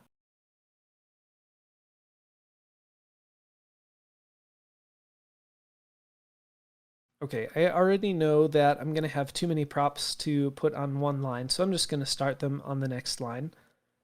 And we'll set the image equal to this string. I'm going to copy and paste these just so I don't make a fool of myself making a typing error. The rating is going to be 5.0. Now, this is a string right now. I suppose if we were ever planning on doing math on this rating, then it might be sensible to change it into a floating point number here by surrounding it with curly braces like that. I'm not going to be too concerned about it at this point. The review count, maybe just for good measure, and because I didn't put quotes around the 6 up here, I'll send in a number. The country will say USA, mostly because Katie Zafiris is from the USA. For the title, we'll once again copy this. And the price I'm going to send in as a number. We'll say 136. In this case, I don't think it makes a huge difference because I'm not going to be doing any math on this number probably, but what the heck, just for good practice. Okay, I can clean up this challenge, but I do need to now go to my card component, and the very first thing I should do is actually receive props here. And maybe just so I'm not flipping back and forth between the files to see which props I sent in, I'm going to console log the props so that I can see them down in my console. And that will give me a chance to actually look at the properties that I sent in. Now, right away, we run into a little bit of a challenge. Like I mentioned, we're only passing in the file name and extension. We're not passing in the whole path. But I can't just do string concatenation like saying ... / images / and then plus my props dot image, because this plus is not going to make sense.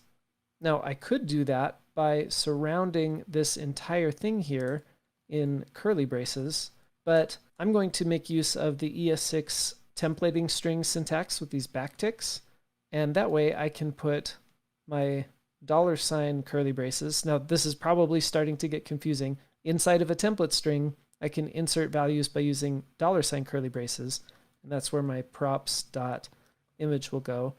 However, I can't just put backticks surrounding everything here because that doesn't make sense in JSX. Now, this is the tricky part. If I surround the backticks because they are a JavaScript expression in curly braces, then suddenly this expression makes sense. I think this is probably the trickiest part of this challenge. I'm hoping it didn't frustrate anyone too much, but I totally understand if it did because it's a confusing back and forth. Remember, up here we're in JavaScript, then we jump into JSX, then with the curly braces we jump back into JavaScript, and that's why I can use my backticks. Inside of JavaScript and inside template strings, I can use the $ curly braces to insert JavaScript values into this string. I think it's called interpolation. I end my backtick and then I get out of JavaScript and I jump back into JSX.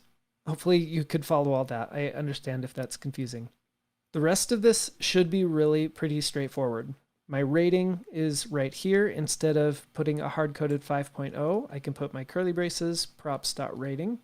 Instead of my 6, and I'm actually going to just put in my curly braces inside of my parentheses here, I'm going to put props.reviewCount. Again, the parenthesis is still part of JSX and therefore will be interpreted as text.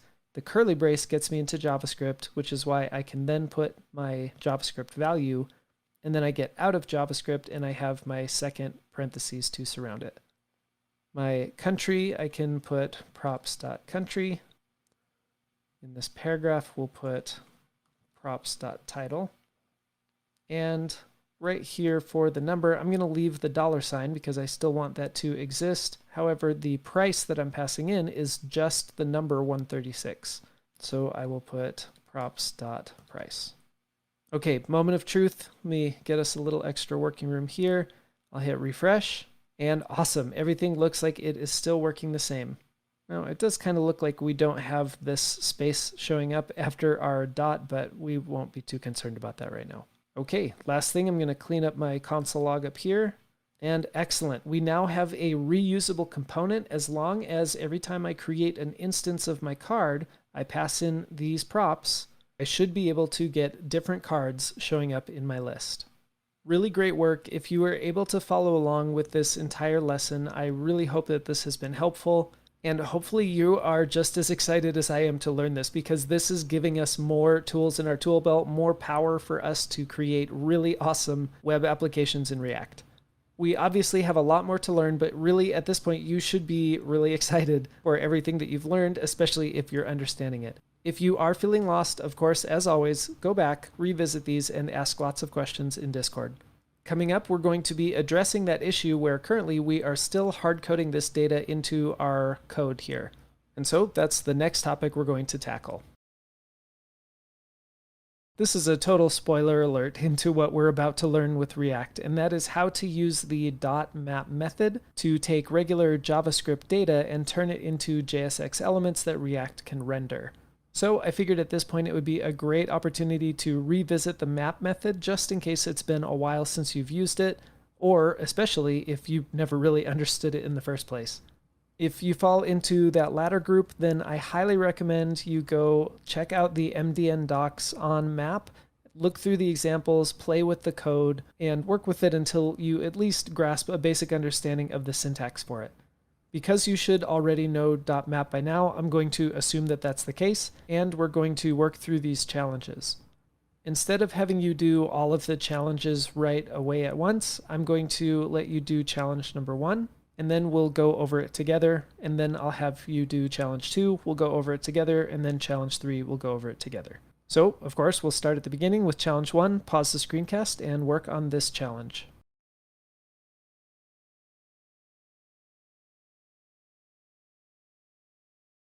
So as a refresher, map is a method on every array. Because I've declared nums to be an array, nums has a method called .map. .map is a higher order method, which means that it takes a function as its main parameter. This is a great example of a method that is declarative, because under the hood, .map is going to handle the regular for loop for us, and all we need to do is provide a function that the map method can use to run on every single item inside of the array. Whatever we return from this function, as part of our return here, is what will get placed in the same index in a brand new array. And in the end, nums.map is going to return a new array, so I need to save that array in a variable. We'll say const squared equals the array that gets returned from nums.map. An important part of this is that the function I provide to .map is going to receive each of the items in the array one at a time as .map loops over the array for us and runs this function. So if I were to, for example, console log item, I would see that I get each of the original items in the array, and they each show up on their own line because this console log is running 5 separate times. So all we have to do is simply return item squared. I could use the math library, or I could just say item times item.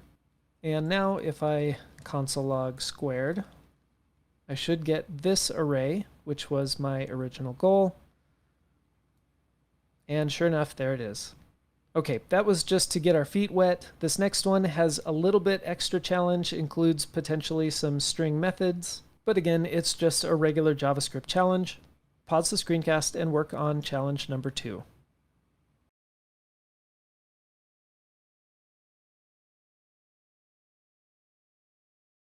Okay, just like before, we'll create a variable to hold our destination array, or our returned array. Let's call it uppercase, and we'll get that by using names.map. Now above I used a function declaration like this, but this time I'm going to use an arrow function just to simplify my code a little bit. It's essentially the same. I can open it up and use return. I'll fix this later for anybody that's yelling at me that I can simplify this even more. And inside my function, I'm going to be receiving an item. Now, I could call it item, or I think a little more intuitively, I'll call it a name. In fact, usually I would call this item probably num or number. Let's call it num just to kind of clean that up, make it obvious what we're working with. Now, with the name, what I want to return is the first letter capitalized in that string. Now, I'll be totally honest, string methods are not something I usually just have memorized. I usually end up looking them up. I'm going to wing this and see how it works. Essentially what I'm trying to return is the first index, so I'll say name at the index of 0 dot to uppercase. And that should be a string of the first letter that's now capitalized, and then I'm going to add name dot, I think slice will do it, and I'll start at the index of 1, which I think will give me the rest of the name starting at index 1 inclusive. Again, this is kind of a shot in the dark, so we'll see how this goes. Console log, uppercase. And oh, I was so close. I think I just need to add my parentheses here. Awesome. I probably could have done something like name.slice 0, 1 maybe, and then change that to uppercase. I also could have done something a little more complex, like surrounding these in template strings and then using interpolation to figure that out. And that might help me get rid of my plus. Now I'm just kind of playing around. Nope, there's my space. I don't need a space. Okay, that to me is a lot less readable than what I had before, so I'm going to keep it this way. I guess that's one of the fun things about these challenges. You can try to solve it in multiple different ways. Okay, let's clean this up. I'm going to comment this out, and I'll send you now to challenge number 3. Just to clarify, because we're just working in regular JavaScript here, I'm not expecting this to work in React or JSX or anything. Essentially, all we're doing is taking this string and then adding what looks like paragraph tags, the opening and closing tags, on the beginning and the end of that string. Of course, this is leading to a point that will then take us to React. Pause the lesson here and start working on challenge number 3.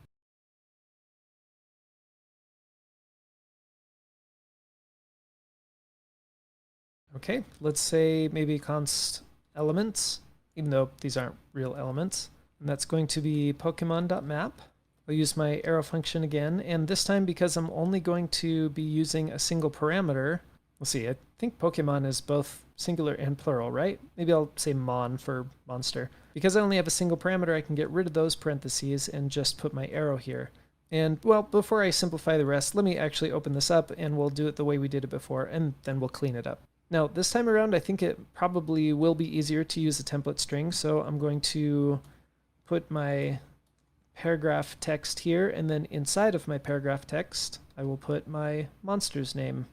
Let's console log elements, make sure that this is going to look the way we expect, and awesome, that looks great. Now, regarding cleaning things up, because an arrow function has the ability to have an implicit return, if I start that return on the same line as the arrow, I can clean this up that way. I can also do the same up here, get rid of my explicit return, make it implicit, and because I only have one parameter, I can get rid of those parentheses.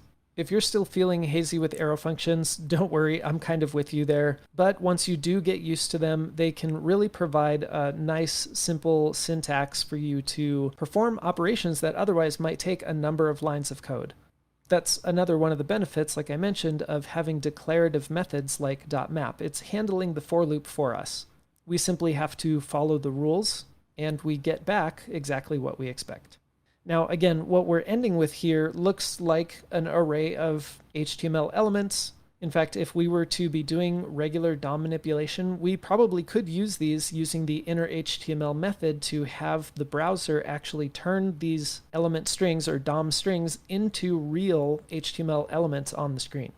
But since we're not doing that and we're doing React, we're going to see how we can basically use this exact same principle to take data from an array and turn it into JSX elements that get displayed on our screen. There's one more really small step that I want to cover before we get there, so let's cover that next. I think now is probably a good time to remember that JSX just returns a regular JavaScript object. We can see that if I were to set, let's say, a new variable called element equal to some JSX, and we'll say just an h1. And then if I console log element, what we actually get back is just a plain old JavaScript object. The properties and the shape of this object get determined by React in order to describe the element that React eventually will be turning into a real DOM node that shows up on our screen. But the reason that I mention this is because when you get deeper and deeper into web development, and actually programming in general, you'll discover that most arrays don't end up being an array of simple strings like we sometimes use for examples like this. Instead, it's probably most common to find arrays end up being an array of objects. Let's keep this example simple. We'll say it's a first name and a last name in this object. That's because data is usually a lot more complicated than just what can be represented by a simple string, and so we use objects to represent pieces of data in a lot more detail. Well, there's a little special feature of React, and that is that if we provide an array into what we're rendering from our component, React will know how to essentially map over that array and turn it into elements. Let me clean some of this up and show you a little bit more what I mean. Let's say we create this array of colors, and I'm just going to put in the colors of the rainbow. Of course, I just got done mentioning that usually we don't have an array of strings, but this is just to illustrate a point. Inside of my return, when I'm returning the elements that I actually want to put on the page, I can give React this array and let it render it to the page. Now, I can't just say colors because then it's going to put the actual word colors on there, so I'll surround it in curly braces, and now essentially what it's going to do is copy this. Basically, I could have just done this in its place. So we'll take this one step at a time. Let's look at it this way. Now, obviously this is not beautiful, and we can tell already that it's essentially just putting these together as blank text. I haven't taught React that I want these to be paragraphs or headers or ordered lists or anything like that. Now, of course, if I do want to use my variable colors up here, I can essentially just put colors here, and I still, of course, need my curly braces here. When I hit save, I get the same result. But now I want you to do a little challenge to experiment with what will happen if you change these from strings into JSX elements. Okay, simple enough. I just want you to essentially change these strings into JSX elements, and I said H3. You can do whatever element you want. Then I want to make sure that you hit save or refresh and see exactly how what we have currently changes when you do that. Pause the screencast and work on this challenge.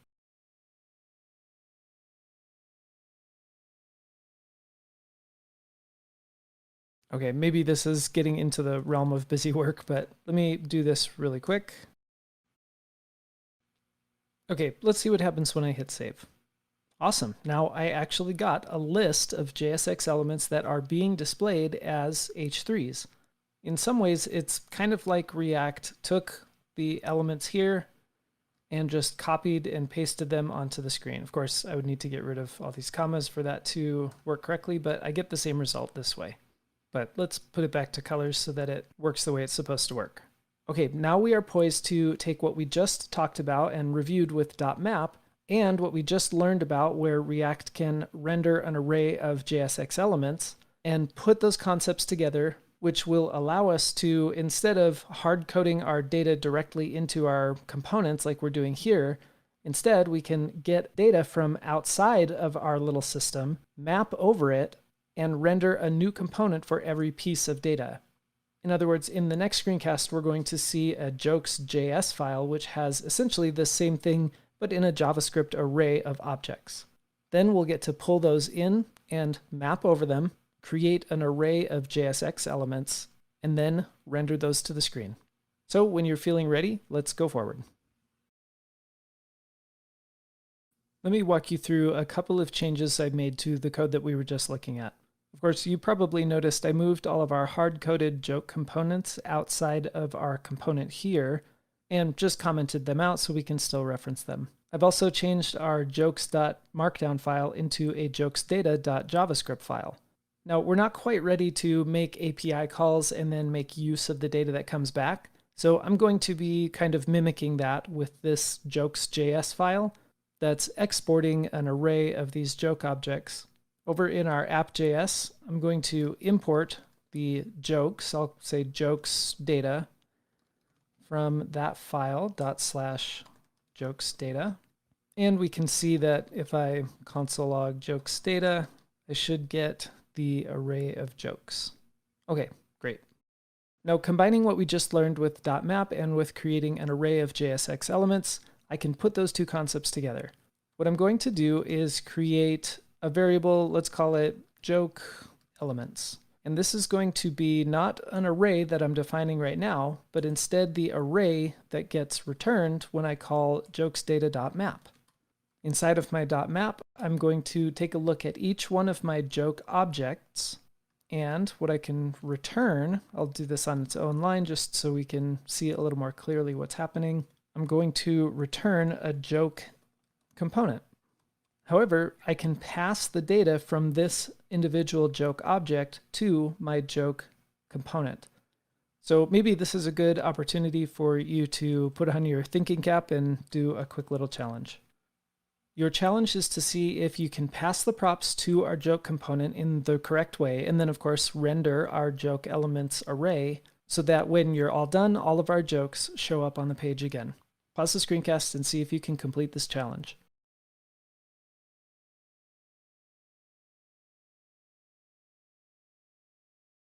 Each of the joke objects that I am looking at inside of my .map is each of these objects that we see here. So they have a setup property and a punchline property, which means over here I can say my joke has a setup prop, and this has to be spelled exactly this way because our joke component is expecting props.setup.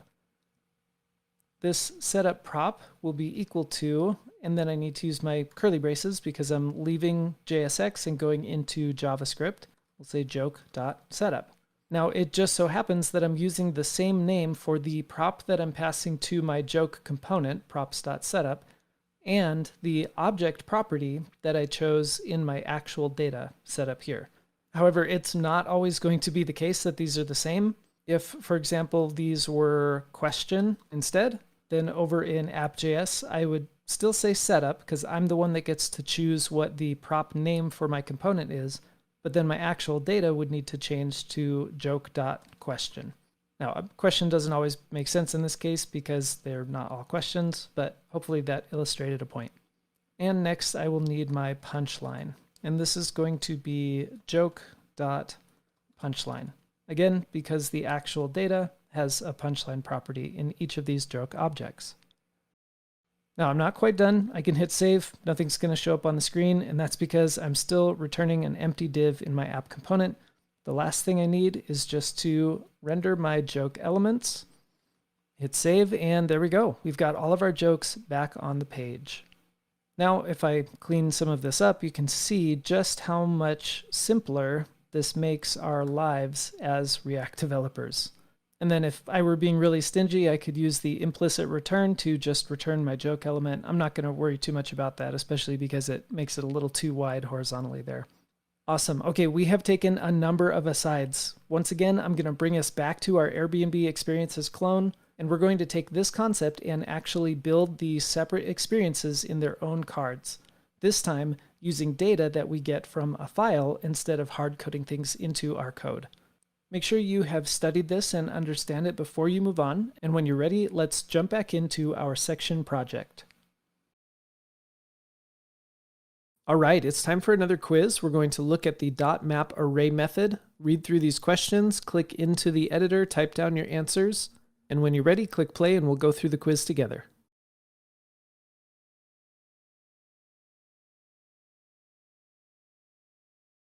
Number 1, what does the map array method do? And I'm referring here to JavaScript in general, not specifically React. Well, the array map method takes a function as its parameter, and whatever gets returned from that function will be placed in the same index of a brand new array. So maybe let's say it returns a new array, and whatever gets returned from the callback function provided is placed at the same index in the new array. And well, yeah, that's good enough. Theoretically speaking, our callback function, we could just hard code something like return the string hello, and then we would have an array filled with hellos. But usually what we're trying to do is take items from the original array and modify them in some way. In fact, maybe I'll type that down. With that in mind, number 2 asks, what do we usually use .map for in React? Well, in web applications, it's really common for us to have an array of raw data, usually an array of objects, and to want to turn that array of data into something that's visible on the screen. So in React, we'll take an array of data, we'll map over it, and turn each of those items into some kind of JSX element that gets put on the page. So more concisely, it allows us to convert an array of raw data into an array of JSX elements that can be displayed on the page.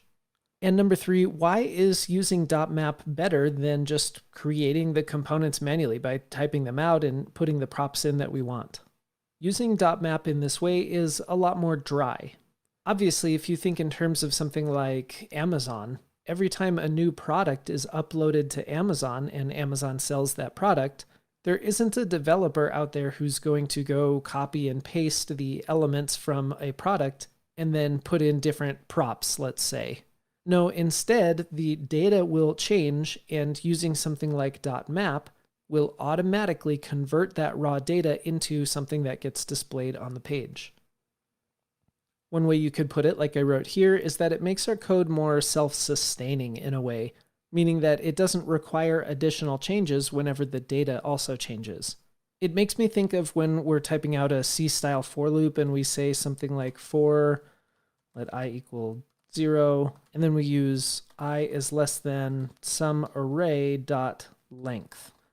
This makes it so that if the length of the array ever were to change, our for loop would not require intervention. Instead, it would automatically check the length of the array, and that's what it uses in this parameter in the for loop.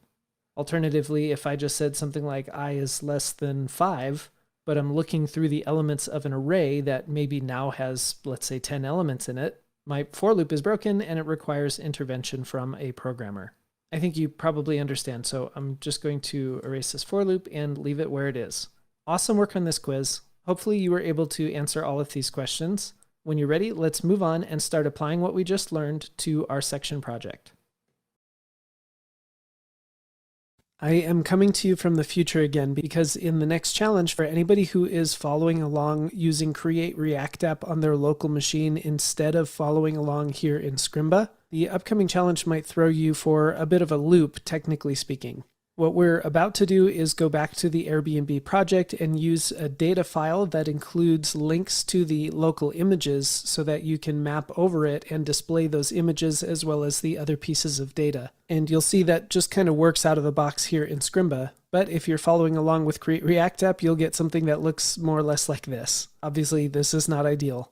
The last time that I spoke to using Create React App, I mentioned how it's gently advised against putting any assets inside of the public directory. However, this is an instance where I'm just going to recommend that you put your images inside of your public directory. I'm going to go to the next slide. This has an animated GIF that might take a minute for some people to load. But you can see that what it's doing is it's taking the images directory from the source folder and moving it up into the public folder. The reason I'm recommending doing this is, well, first of all, normally you're not going to have a data file that includes all of the data you need. Instead, you would actually be getting that data from some online resource. And second of all, because it just magically works. When you move the images to the public folder, things just kind of start working again. So that was just a quick heads up for anybody using Create React App. If you're following along here in Scrimba, you really don't have to worry about any of that for now. Okay, with that said, let's jump in. Okay, it all comes down to this. We are going to put all the things that we just learned together to progress our section project here with the Airbnb Experiences clone. I've written out your task here, and let me walk you through just a couple things. First of all, there's now a data.js file, and this contains an array of the objects that represent the data that we're going to be displaying on the screen. Part of your task is to import that data as it mentions, map over it to create our card components, kind of like we have hard-coded here, and then render that array in place of this card component.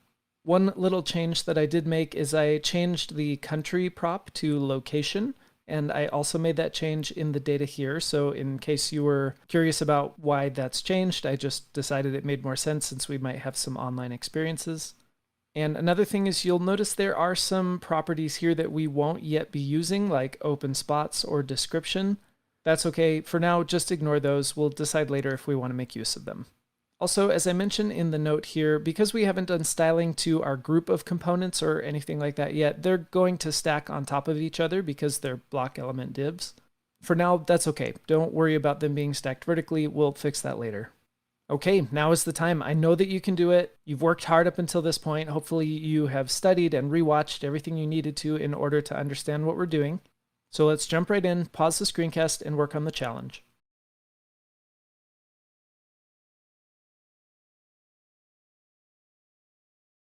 All right, let's do this. First, I need to import my data, and I probably will just stick with the word data as my variable name here. So we'll say import data from ./data. And maybe just before I get too far down the road, I'll console log this just to make sure that I'm getting the data I think I'm getting. Okay, yeah, that looks right. Again, as a quick reminder, usually you won't be importing a hard-coded data file. We'll be covering API calls and how to get data from an online source later. But until we learn a couple more things, we're not going to be able to do anything really except for importing our data. Then down in our component, I don't want to erase this comment because that's my whole hero section that we commented out for space sake before. Let's take our data and, I don't know, maybe call them cards. We'll say cards is equal to data.map, and we'll let map look over each of those experiences. Maybe I'll just call it item for now. And then for each item in that array, I want to return Well, let me just copy this here because it's got all the properties that I want. And then instead of having these hard-coded values, I will just replace them with the values from our object. So let me just make sure that I get all these properties right. We have, this is called cover image, not image. So I guess some of these might change. So that's cover image. Again, this is another instance where the data had a different property than what we chose to call our prop that we're passing into our component. That's entirely okay, and actually ends up being pretty common, especially if you're not thrilled with the way that the data was designed. Oftentimes you're consuming data that someone else has put in their database and you don't get to choose these property names. Okay, our rating. Let's look at our data. Now we have this stats property, and that's where our rating is. So we're going to have item.stats.rating, and similarly with review count, item.stats.review count. So here, item.stats.rating and item.stats.review count. Okay, in the data we have location, that's going to stay the same, so location will just be location, item.location. Title, I believe, was item.title, and this, I believe, was item.price. Let's just double check those. I like to double check them because otherwise I might see missing data and then get really confused about why it's not working. Title, price, title, and price. Okay, now that we have created our array of card components, we need to render it. So let's get rid of our hard-coded card. I'll put curly braces because I need to enter into JavaScript here. My array of JSX elements is still considered JavaScript, so I'm going to put that in curly brackets, say cards, hit save, and look at that. We're getting all of our experiences showing up. Of course, again, they're vertically stacked. Each one has its own unique data being displayed, and awesome.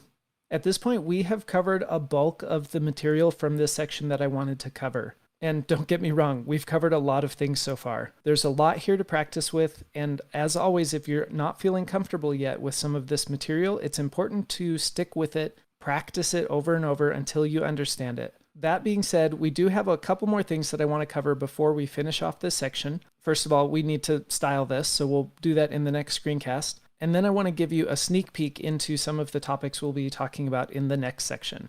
So when you're ready, let's polish off our project here with some CSS. Okay, I've got to be honest with you. I was going to have you style the list of cards here so that they would horizontal scroll inside of a container. But we've already spent a pretty fair amount of time doing CSS inside of React. And so for all the hard work and effort that you have put in so far, I've got a little present for you. Bam! We've got the styling done. Of course, if you're interested to see how I did this, basically I made a flex container, made it so that none of the items would grow or shrink as the container got bigger or smaller, and then just set the overflow to scroll, essentially. You can check the CSS for the details on it. I've also included little tags that will tell you exactly what I added so that you could easily see what actually changed. Also notice that I used a section element here to surround our cards. That allowed me both to give this a class name and give it specific styling, but it also allowed me to make use of our styles that we put way back in the beginning on sections so that it had some padding on the left and right. Now there are two things that I want to talk about here. One is how awesome it is that we are now mapping over our data, because it means that if the data ever changes, our page will automatically update. So if I were to, for example, paste in 3 more items here, I just copied the one and pasted it again, and then updated, our page is going to automatically update with all of the new activities that are included in our data. Clearly, this is a much better way to work as a developer where the data will change and your page doesn't need to. Your code actually stays exactly the same, and all that really updates is how that data is being used to display your elements on the screen.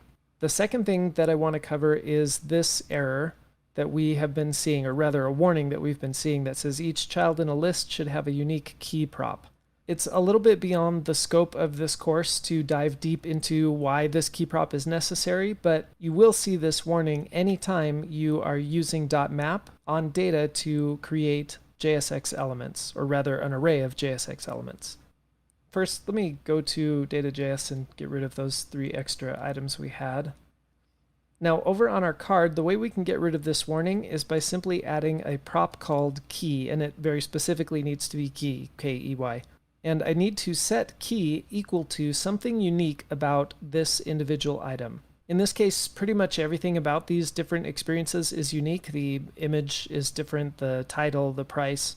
However, for example, the rating is not different between this first one and the second one, so that's not something I could use as my key because it's not unique. Fortunately, when we're pulling data from a database, almost always we'll receive some kind of ID property that we can guarantee will be unique because the database is creating that as a unique property in the database. Now, obviously I typed all of this in manually, but I gave it an ID so that we could mimic this concept. Over in app.js, I'm going to assign the key to be item.id. Again, I probably could have used the title or the price for this warning to go away, but when I hit save, we'll see that warning disappears. So those were just a couple of miscellaneous items that I wanted to cover. I'm not going to put our hero back in quite yet because there is one more thing that I want us to talk about, and that touches again on a sneak peek of conditional rendering. And we'll talk about that in the next cast. A phrase you might hear from the React community is that people love React because it's just JavaScript. Now, of course, under the hood, there's things like JSX, which is a little bit of magic being performed by React. But I wanted to show you what that means by giving you another sneak peek at conditional rendering. Now, I've updated the little screenshot that I have here to show you this little badge down here that says sold out. And you might have noticed that in the data, we actually have a property called open spots. Now, I intentionally set this first one to open spots of 0 so that we could conditionally render this little badge if the open spots is ever 0.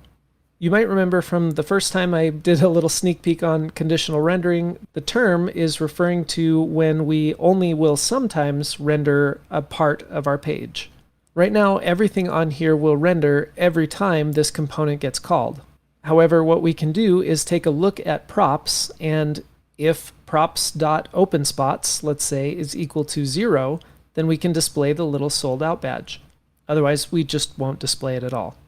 Now, there's two parts that we need to make this work. First of all, over in app.js, we aren't currently passing in the data from OpenSpots into our card component.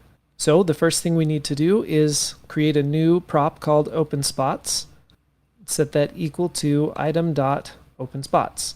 Another thing you may have noticed is that we sure are passing a lot of props into this component. We're going to cover a truncated way to essentially do this same thing without having to add a new prop to our card component every time we want some data from our item. But for now, we'll stick with what we know. So we now have a prop called OpenSpots. We're passing in that number value from our data right here. Now in our card.js, let's just make sure that this is working. I'll go ahead and console log props.OpenSpots and check our console. And sure enough, we get 0, 27, and 3 because that's how many open spots there are for each of our experiences. So let me get back to what I meant by it's just JavaScript. First, let's go ahead and actually create a little badge that will float in the upper left of this image. The way I'm going to do that is by setting my card to be position relative and have a div here that's position absolute. Of course, for now, this div will always show up. We'll fix it so that it conditionally renders as soon as we have something that looks good. Let's go ahead and just hard code in sold out, and I will give it a class name. Let's call it card, probably badge. And honestly, just to save time, I'm going to paste some styles in here so that you don't get too bored. Then on my card, I need to make it position relative, and I need to refresh this. Okay, now obviously it's hard-coded, so every one of these has a sold out badge. And you might remember that the way we handled conditional rendering before was we surrounded our div that we only sometimes want to display in curly braces, and then essentially included a condition beforehand. Now we used a very short version of that condition, which we'll use again. I can say props.OpenSpots equals 0 and the div that I want to render.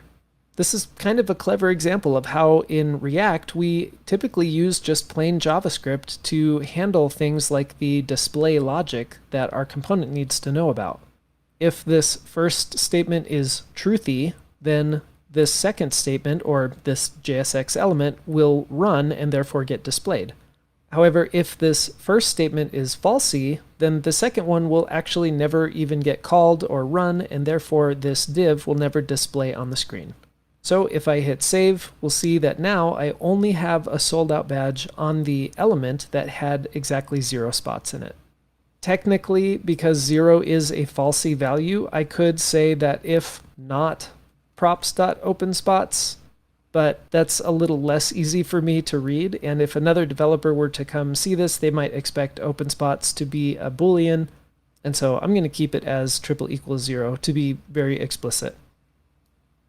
Now, if you actually go look at the Airbnb Experiences website, you'll notice that even in our design here, we talk about online experiences, and some of our locations are online. The actual website itself has a little badge that says online in order to help people understand that it's going to be, well, probably through a Zoom meeting instead of an in-person live meeting. So I thought I'd show you yet another example of how we can use just plain JavaScript to help determine the display logic of our components here. Right now, I have this badge that says sold out.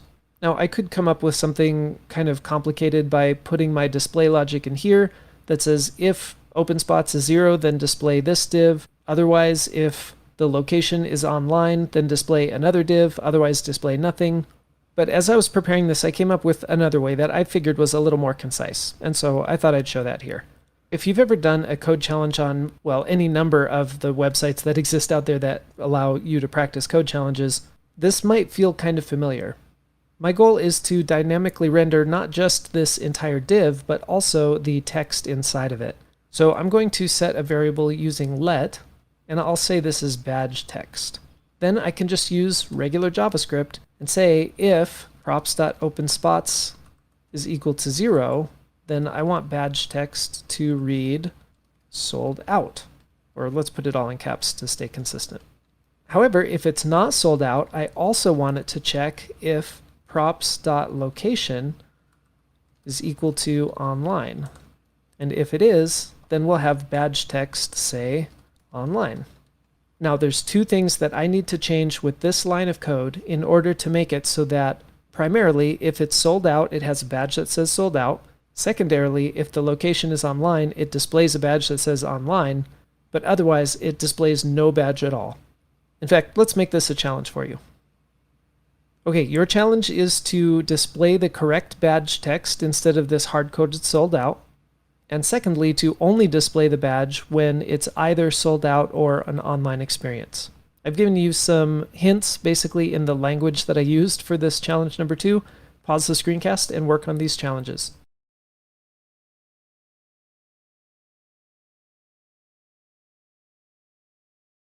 Okay, for the first challenge to display the correct text, all we have to do is erase sold out and instead render whatever the value of badge text is.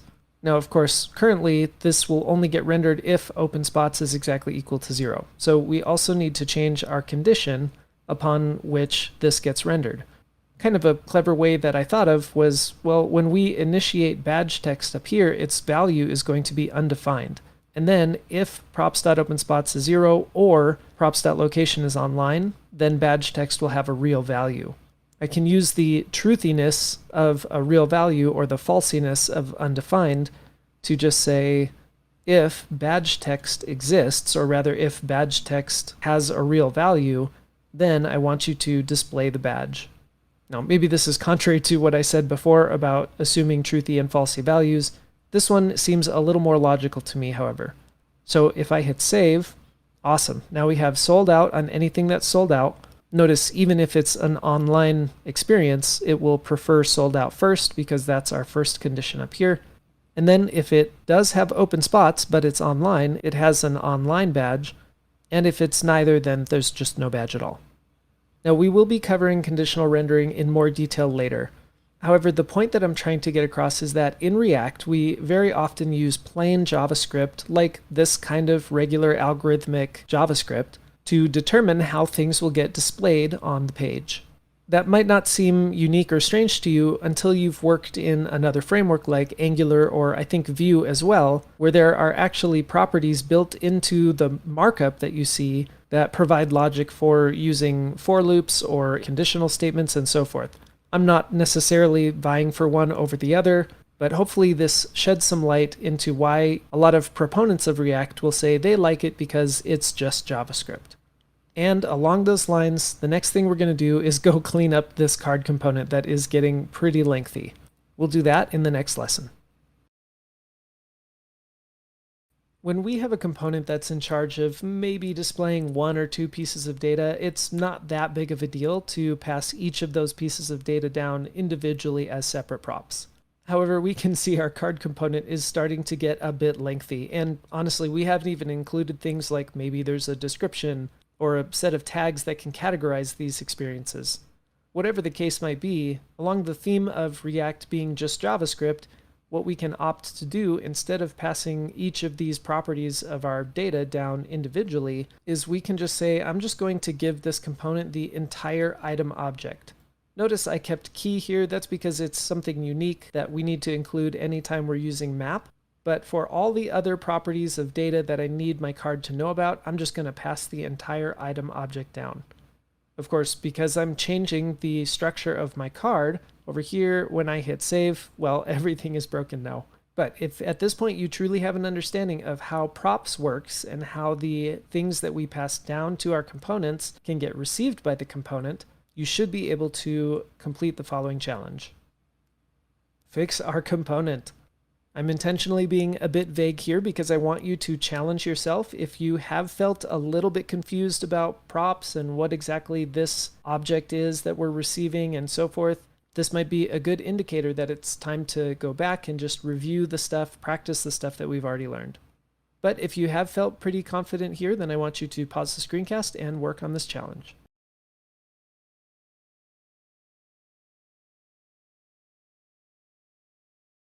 Well, one major hint that we can get is if we console log our props.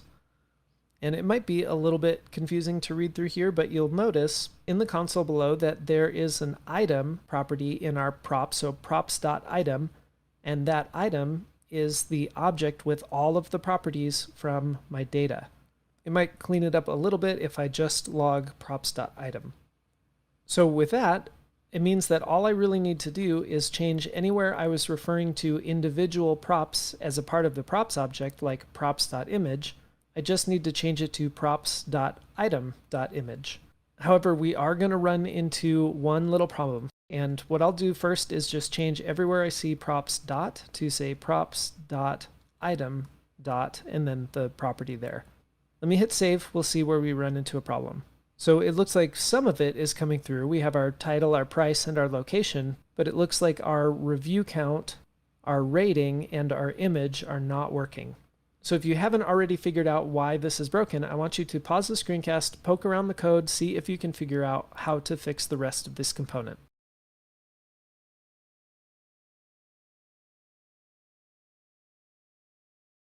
Because we are passing in the entire item, we now are beholden to exactly the structure and the property names of our data itself.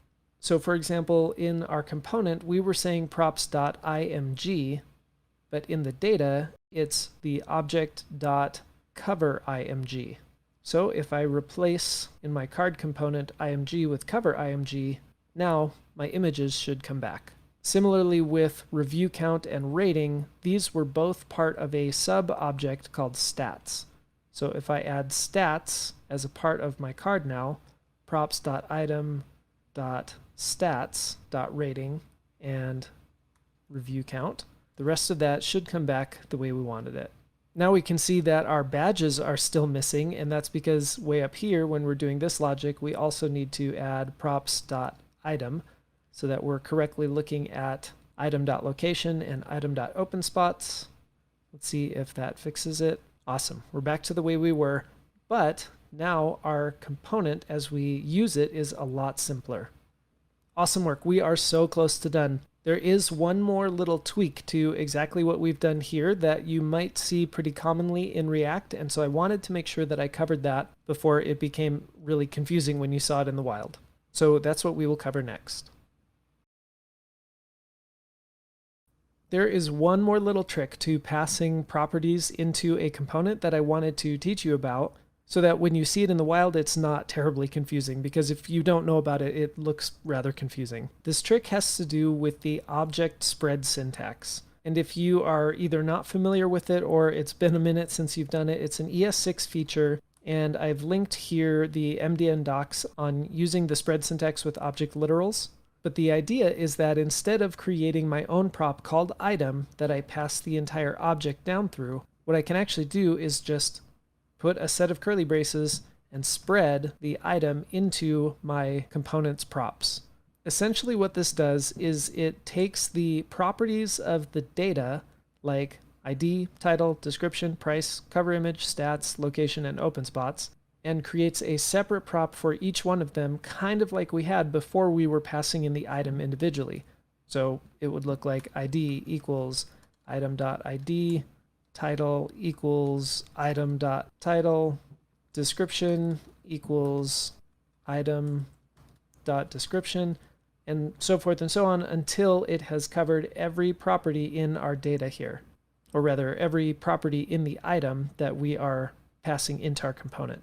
Now doing this does fundamentally change exactly what props the card is getting because, well, we just changed props so that it said props.item because it was receiving an item object prop. Doing it this way means we would basically go back to the way that we had it before. So if I were to go back to that, I do curly braces, ...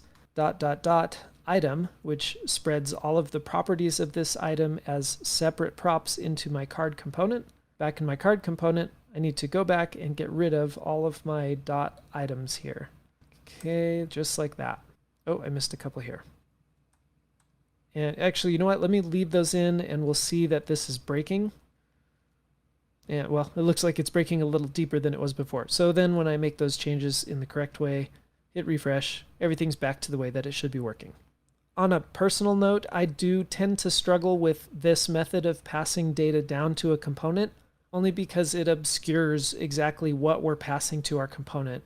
I personally would rather pass the item down as a very explicit, specific prop that says item is item, and although it does clutter my component a little bit where I have props.item.stats.reviewCount and whatnot, I tend to find that, at least for myself, when I go back, I don't need to first go to the data, understand what properties are there, then go to app and see that I'm spreading that in, then go to the card and look at what those properties are. I don't know, maybe it's just a personal preference. I have tended toward passing objects down like the way that I've shown you here. For your own sake of review, I'm going to put this back to the spread syntax just so you can see what it looks like as the spread syntax. Hit save so we see that it's still working.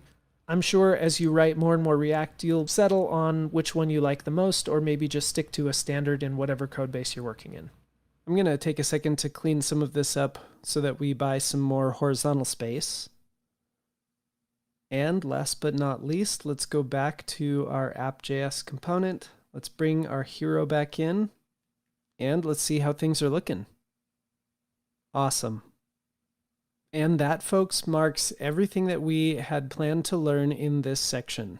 So before we keep pushing forward in React, let's take just a minute in the next screencast to look back on everything that we've learned in this section and give you a chance to complete another self-assessment project. Before moving on to the next section, we have another solo project for you to work on. Like we talked about before, it's a great opportunity for you to flex these new skills that you've been working on so far in this section, but this time without the security blanket of me being there to help you.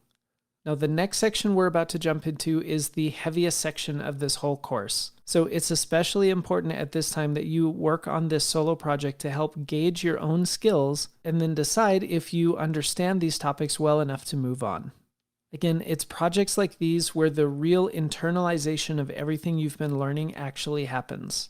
So, what's the project this time around? You're going to be building a personal travel journal. It's a page where you can list all the fun places that you've traveled along with some of the details and a photo from your trip. Clicking on the image of this design will take you to the Figma design file. Once you're there, make sure to click on the arrow at the top, choose Duplicate to your drafts so that your view of the design file won't be cluttered by anybody else's cursors or selections, and also so you can make any edits to this that you want to make. The quickest way to get started will be to code your project here in Scrimba. If you click away from the Google Slides, you'll see a little menu with 3 dots. When you click that, there will be an option to fork this screencast to a new scrim, which will start you off with the starter code that we have here. Once again, I haven't given you a whole lot. I did put this boilerplate code in here for you, but that's about all that I've done for you. So let's take a look at the project requirements. We haven't yet learned how to pull data from an API, but I do want this page to be data-driven. So you'll be creating an array of this data in a separate JavaScript file, and that array should contain objects which have properties for the title, location, the link for Google Maps, a start date to your trip, end date to your trip, the description, and an image URL. If you're using your own photos, you can actually just drag and drop them into the Explorer in the upper left of this Scrimba environment. And then you can just reference the file name of the image instead of an image URL, or if you want, you could just use an image URL of an image out there on the internet. Just so this was perfectly clear, I gave you a little start here. I just took the data from the design file here on Mount Fuji and created an array with a single object in it. This way you at least know the shape of this object so you can make a copy of it and put in your own data. Once you've pulled in that array, I want you to use the map method and props on some custom components to pass that data down to the custom components and have React display the array that has been mapped. And as is always true in these solo projects, you should make sure that it's styled and really polished. You want this to be something that you would be proud to show to someone else. And of course, speaking of which, make sure that you share your work. Again, you don't have to wait until you're completely done with the project. You can always share your current progress in Discord and ask for some code feedback. You can click the Discord icon here that will take you to the I Built This channel where you can share your work. Or if you're doing something like learning in public on Twitter, you can click this Twitter icon, which will open a pre-populated tweet where you can share a link to your project. Good luck building your travel journal, and I really look forward to seeing everybody's finished projects. We find ourselves here at the end of another section, and all I can think to say is nice work. In this section, you have taken a big stride forward in your understanding of React. Let's look at a quick recap of what we've learned. First, and probably most importantly, we have talked about props in React. Props are one of the most fundamental topics in React, and they really make it so you can write more composable code.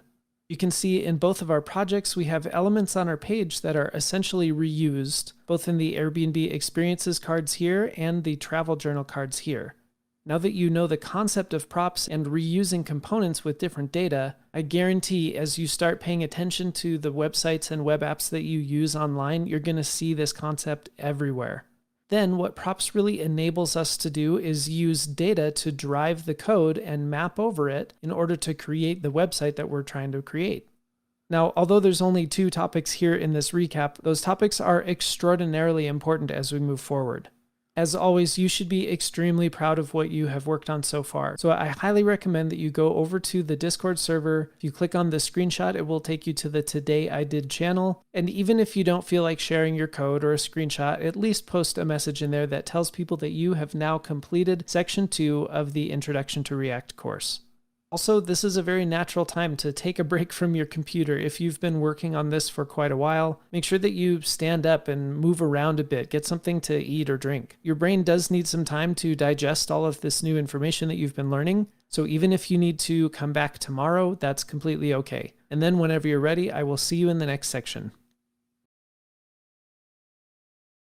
You have done an amazing job so far, and now we have arrived at probably the most exciting section in this whole course, and that is how we can create interactive web apps in React. Until now, we have basically just been recreating static websites in React. And of course, along the way, we've also learned how we can use props to create reusable components in React. But really, so far, that's only allowed us to create reusable parts of what is still considered a static website. If you think of the Airbnb experiences clone that we just finished building, we left it off in a state that really still didn't allow for any kind of interactivity with the user. On the real Airbnb website, a user can click into those experiences, they can save them to their favorites, and then of course they can actually book that experience and pay for it. So that lets us know that there is so much more that we get to do with React. And that's where you've arrived in this section. To help us better understand what I'm talking about, let's take a look at the difference between static websites and dynamic web apps. The static web pages that we've been doing so far, they're really read-only. They don't allow for any kind of changes to the data. And that's probably the defining attribute of a static web page. Especially in the early days of the web, but still pretty common today, you'll find static web pages like a blog, a news site, recipe sites, and a bunch of others that really don't allow you to change any data, but rather just to read or consume the content that exists on the page. In this section, we are going to be learning how we can use React to also create dynamic web applications. And the defining attributes of these web applications is that they are both read and write. In other words, the user has the ability to change the data that drives the app. As such, they tend to be highly interactive. And instead of displaying the same content for every user, they will display your specific data. And these kinds of web apps drive entire businesses. If you think of, for example, your bank website or the real version of Airbnb. And this list goes on if you think of social media websites or online games or anything that is highly interactive and displays data that's specific to you as the user. You could say they all exist on a tier sort of above a static website because of the amount of interactivity they have.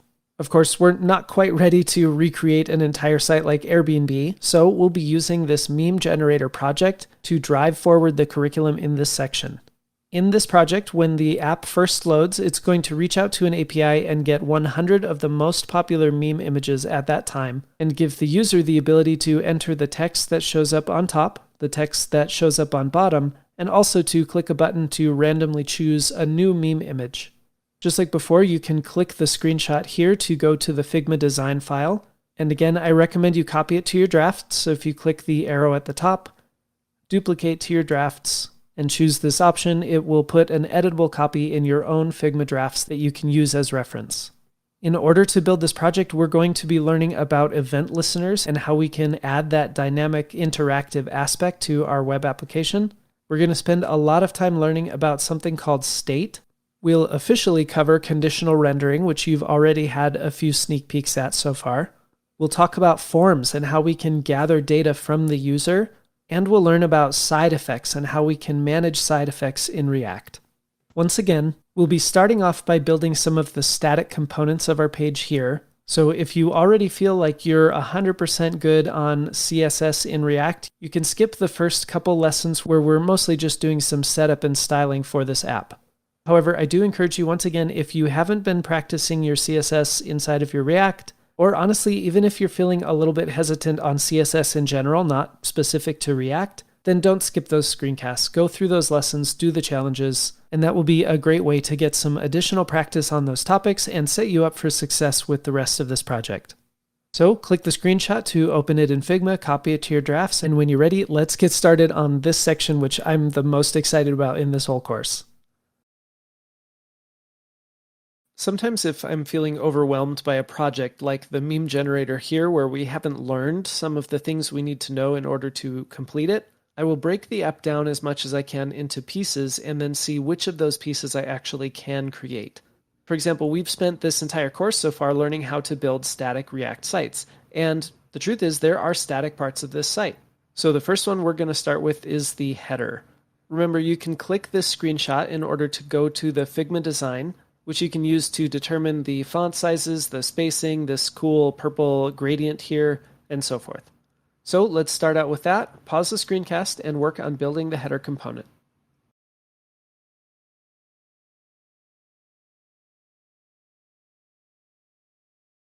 Well, first I'll get the pieces into place. I'm going to create a separate components folder, although this app is probably small enough that it's not really necessary. I'll just do it for practice sake. I'll create a header.js file inside of my components folder, and I'll just spin up a basic React component here. I'll do that little sanity check that I like to do just to see that it's working on the page. In my app.js, I will import my header. Let's put everything here in a div since I know that I'll have multiple things here. Okay, my header component is showing up. Next, let's get the content on the screen. I know it's not just an H1, so I think I'll surround this whole thing with a header element. And I probably wouldn't call this an H1 because it's not really the main headline of the page. It's sort of in the header itself. So let's maybe call it an H2. Before that, I'm going to have an image. And I already know the source is going to be my image's troll face. And let's see, it needs to be relative like this. That's probably going to be bigger than we want it to be, but we'll fix that in just a minute. And last of all, we have this React course project 3. I can't really decide what it should be. Let's just call it maybe an H4 or something. I know that I'm going to style my header, so I'll go ahead and give it a class name. We'll just say it's header. I'll hit save and go to my styles. Usually with two-dimensional layouts like this in a single line, I will revert to flexbox. So we'll say this is display flex. We'll align everything to the center. From the design, it looks like the height is maybe about 65 pixels. That's making my image overflow a bit. We'll fix the image in just a minute, but I'm going to grab my background, which is from the design. So I'm just going to paste it directly from the design there. The color of the fonts and the text should be white. And there probably should be a bit of padding. I think we have something like 15 on the top and bottom and 20 on the left and right, although it might just be 20 all around.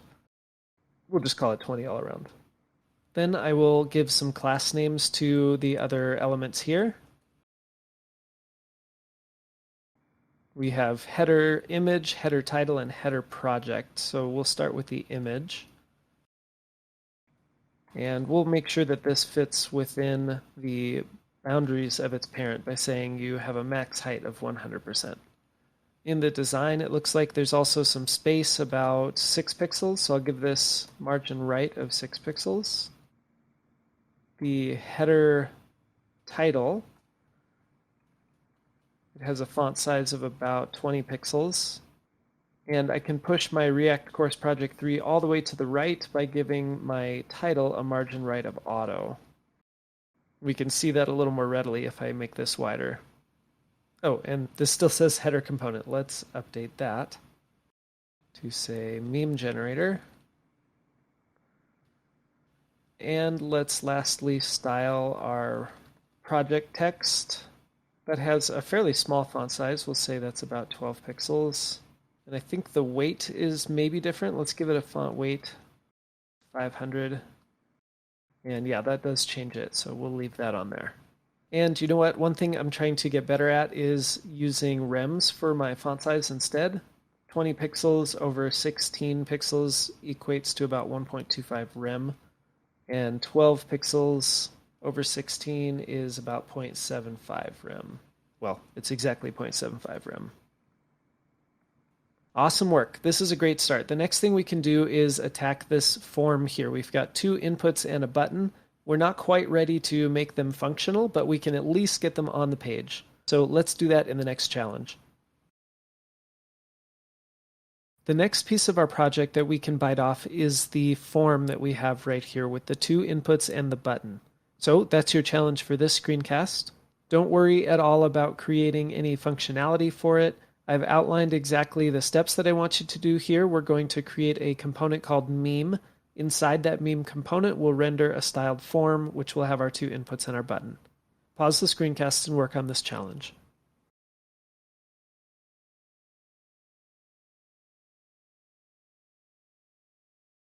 Let's actually work backwards this time. I'm going to pretend that I already have a meme component created, so I'll just import it and render it since I'm already here in this file, and then I'll actually create it. So inside of components, I'll create meme.js and set up my component.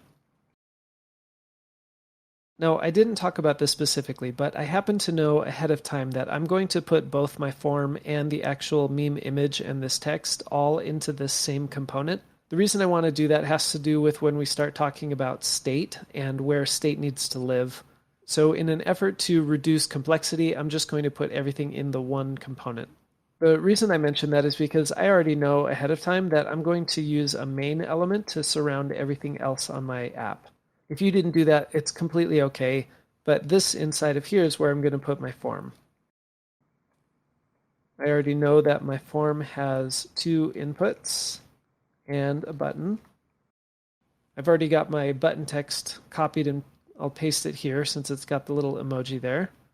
I also know that I want these to be a type of text, so I'll add the type text there.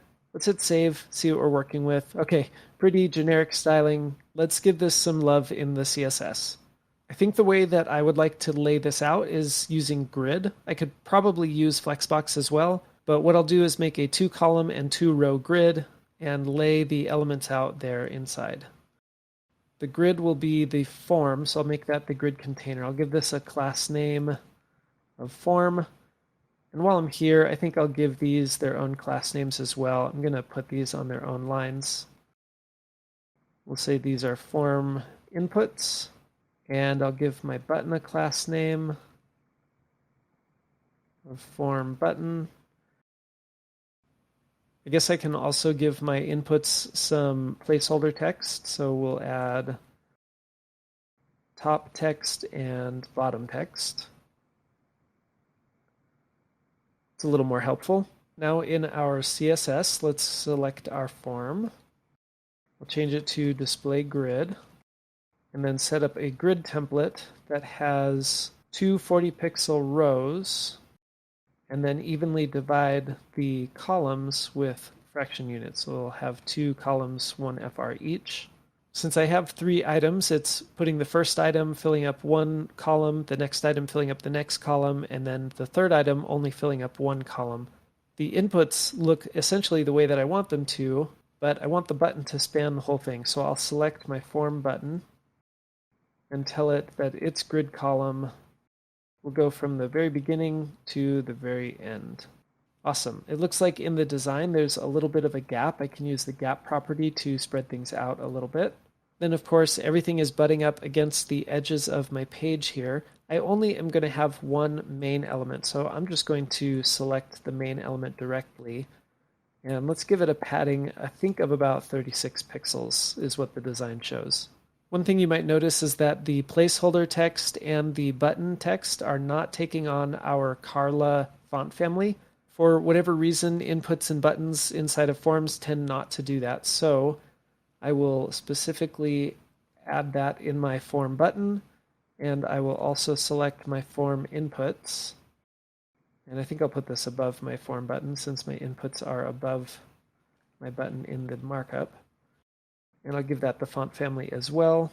Let's also get some border radiuses here. I've got both of these as having a border radius of 5 pixels. My inputs have a border of 1 pixel solid, and then this color that I'm copying from the design.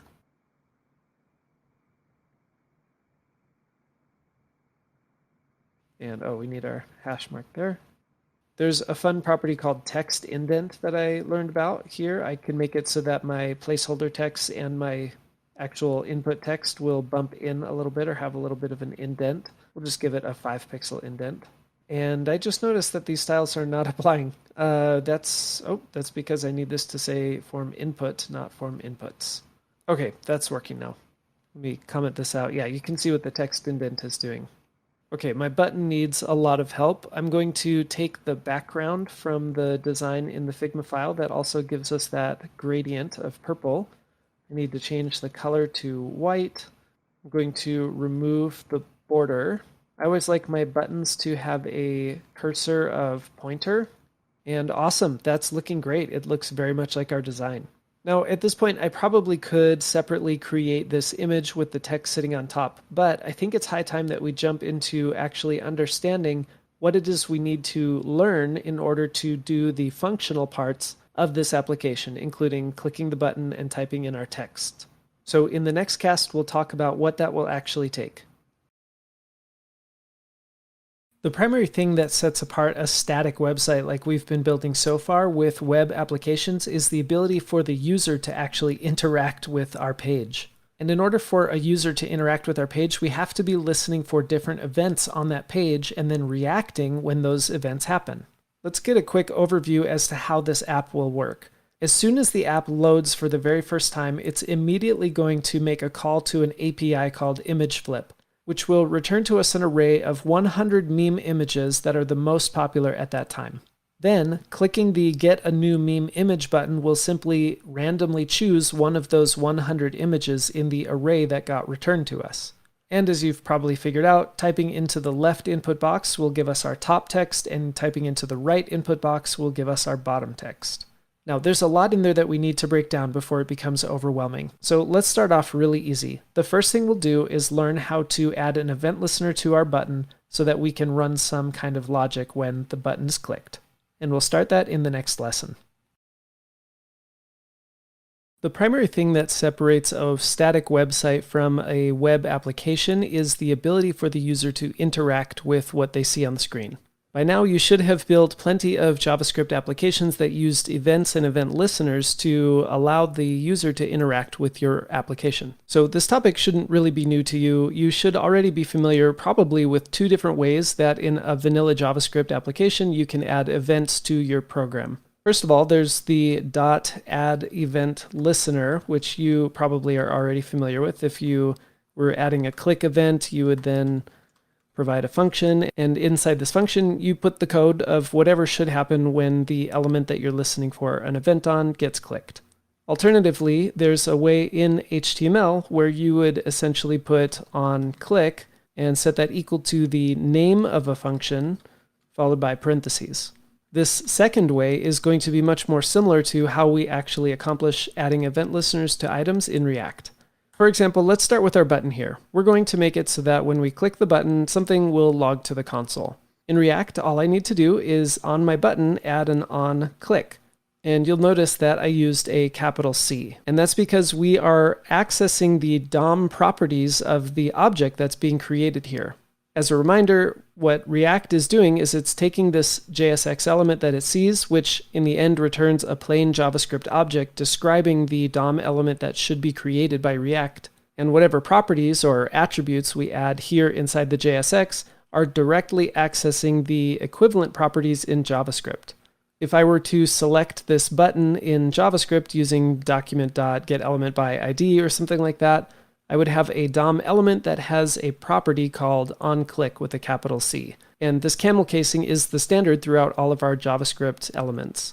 So all that means is that instead of using the lowercase c like you might be used to doing in HTML, we're going to have camel cased properties everywhere. So onClick, maybe on mouse over, or on mouse enter, and so forth. Let me put this back to onClick and we'll see the other difference here. Now, instead of setting this equal to a string, which has a function name, because I'm here in JavaScript, I can actually just use a set of curly braces and then put a function directly here inside of my onClick. Now, personally, I'm not a big fan of stuffing my functions inside of my markup here if I can avoid it. So what I usually do is above my return, but still inside my component, I'll define another function up here and say handle click maybe, because this is the click event handler. Then I can say console log I was clicked. Let me get rid of this, and I'm going to give you a mini challenge. Okay, pause the screencast and make it so that clicking the button will run our handle click function.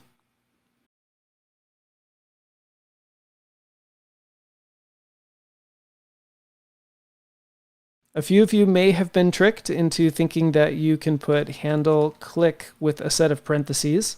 And well, let me refresh and see what happens. Notice that as soon as I ran this code, it ran my handle click function.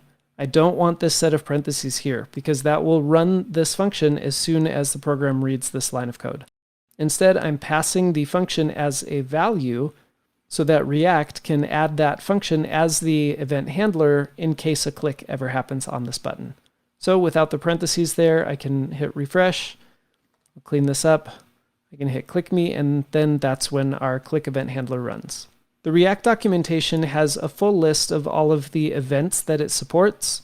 I've included here a screenshot that you can click from the React documentation. This will take you specifically to the mouse events. I've personally found that mouse events probably make up a good 95% of the events that I listen for in any program I write. And you'll probably need to use this as a guide for the challenge that we will do right now. Your challenge is to log something to the console whenever the mouse hovers over the image. I added some CSS to darken the image just so it was a little more obvious when the mouse was actually hovering over the image. Again, feel free to use this as your reference. Pause the screencast and work on this challenge.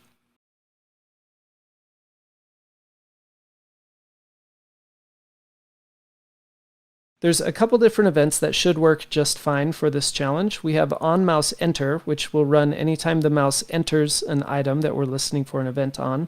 And there's also on-mouse over, which essentially does the same thing. It just has a slight difference dealing with children elements. Right now, we don't have any children elements of our image, so it really wouldn't matter which one we use. First, let me create a function that will run when we are hovering over the image. Maybe I'll say handle on mouse over. And we'll console log mouse over. And then I can simply add to my image, let's put it after the source, we'll say on mouse over equals, and then curly braces, because I'm going to put the name of our handle mouse over function. Pull these onto separate lines to make sure that we can see them well. Hit save.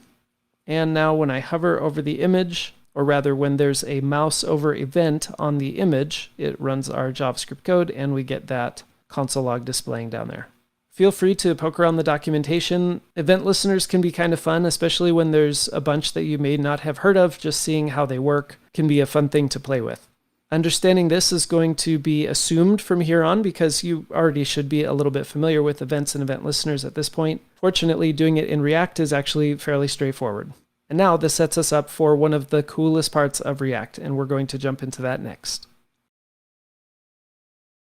Let's apply what we just learned about event listeners to our meme generator project.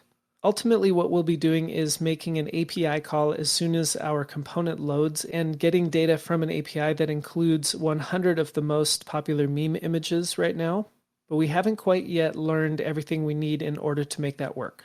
So for now, what I've done is I made the API requests and I just saved the data that came back here in memesdata.js. You can see we have the object, it's got a data property that has a memes property, and that is an array of 100 items. Each one of those items is an object that has a URL property. So you're going to have to do a little bit of digging into this memes data object, but your challenge is to make it so that when we click the button, it will randomly choose one of those URLs and just log it to the console. For now, don't worry about displaying the image yet. One modification I made to our markup here is I changed our form element into a div element. Long story short, when you have a button inside of a form, it actually submits that form and tends to refresh the page unless you stop it. But I realized that there's actually no reason for this to be collected together in a form because ultimately this button does its own thing by getting a new image. It does not take these inputs and submit them somewhere. So in this case, I feel like it's okay to have our inputs floating outside of a form, and that way it means that when we click our button, it doesn't refresh our page because it's not trying to submit a form. Okay, so the challenge is to get a random image from the memes data array, which I've already imported for you. You'll get that anytime this new meme image button is clicked. For now, just log the URL of that new image to the console. If you're feeling hazy on how to get a random item from an array, you'll probably want to turn to Google, but I know that you'll be able to do it. Pause the screencast, work on this challenge.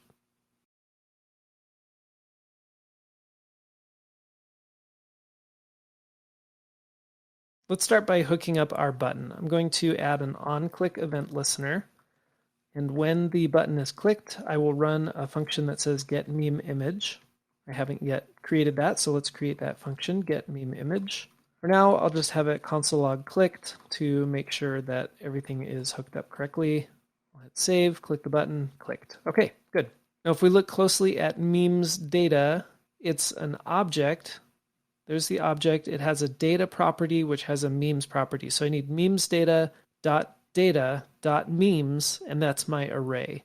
I think I'll simplify that by simply saying const memes array equals memes data.data.memes. And then I will generate a random number. So I'll say random number, and I can use math.floor, math.random times the length of my array. So that's memes array.length. This random number should get me a random index of my memes array, and that indexed item will be an object with a URL property. So let's actually just console log random number and see how we're doing so far. 16, 50, 92. Okay, I wanted to see a high number to make sure that it was going up to 100. I probably don't need to click this until I see 100, or actually I think it would be 99. So I can get my image object, or actually I can just do it all in one. I'll say const URL equals, and then I'll index into memes array at the index of random number. This is my object with a URL property. So I'll just save that as URL so it's nice and short. Or if we wanted to do some object destructuring, I could just say, get me the URL property from this memes array. I don't want to conflate a few things here, so I'll just keep it straightforward like this. And then we'll just console log the URL. Of course, I could do probably most of this in a single line, but I find that sometimes separating it out makes it a lot easier for other people to read. We'll hit save, and I guess I have no way to ensure that these are in the correct index, but I can't see why they wouldn't be. So this is awesome. We're getting random images every time we click our button.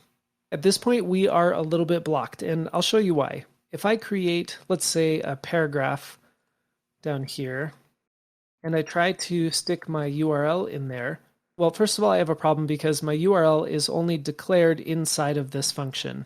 And so this is not going to know what I'm talking about. If I hit refresh, it's going to say it doesn't know what URL is, essentially. So you might think, well, let's declare URL outside of the function. You could say let URL, and then just set URL equal to this and console log URL. Let me hit save, and now at least URL is, well, of course my styling is all messed up because my paragraph is, let's put this outside here so we have that above. Click new meme image. Okay, well, we set URL equal to the new meme image right here. However, my UI did not update. This has everything to do with the way that React looks at variables and decides when it should update the UI or the user interface. And spoiler alert, it doesn't do that by just looking at every variable that we declare inside of our component. In the next cast, we're going to dive a little deeper into this conundrum that we have and start figuring out how we can make it so that we can update a variable that will then replace what we have on the screen with the new value of that variable. At this point in our journey, we have mostly been dealing with static websites. In the previous section, we showed how we can take data that we pull from, for example, an API. We were just using a little JavaScript local data file to mimic pulling from an API, and then we mapped over that array of data to display items on the screen. However, in order to interact with those items on the screen, we are still missing something. I want to demonstrate what I mean, but before we do that, just in case it's been a little while, let's get our hands in the keyboard with a quick challenge. I have here just a locally defined array with two strings in it, thing1 and thing2. I want you to map over the things array, generate a paragraph element for every item in the array, and then render those items below the button right here.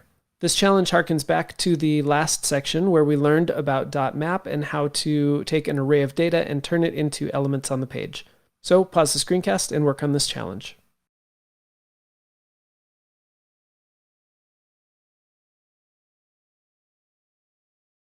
Okay, what I'll do is create a new variable called maybe things elements, and I will set that equal to the array that comes back when I run .map on my original things array. We'll look at each thing in this array, which is just a string, and we'll return a JSX wrapped version of that string, so really just a paragraph element in JSX, where what we insert on the inside is the text of that thing. Thing is just a string, so it's fine if I just put it inside of my paragraph like that. Then things elements is an array of paragraph elements, and I can just put that inside my curly braces here, hit refresh, and now I have thing1 and thing2. I did get that warning about key So I should probably just add a key prop here, and every one of these strings will be unique. We'll see why in just a second. So I'm just going to say that thing is the key, and that should set them apart and get rid of my warning there. Cool. Well, this is great, but we've got this button that doesn't currently do anything. Let me set up another quick challenge for you. The concept is going to be that you click the Add Item button, and it adds another thing to our things array, namely thing 3, and then you click it again, it'll be thing 4, and so forth. I'll type up this challenge now. Okay, your challenge is to add an event listener to our button so that when it gets clicked, it adds another thing to our things array. In your event listener, you can use thingsArray.length +1 to determine what number should get added to the next item in this array. And it also will be a good idea to make sure that at the very end of that event listener that runs when you click the button, that you console log your things array. And the reason is because, spoiler, the page is not going to update when you add new things to the array. I decided it would be important to let you know this little fact ahead of time so that you weren't pulling your hair out trying to figure out why the heck things weren't changing on the page. So pause the screencast and work on this challenge.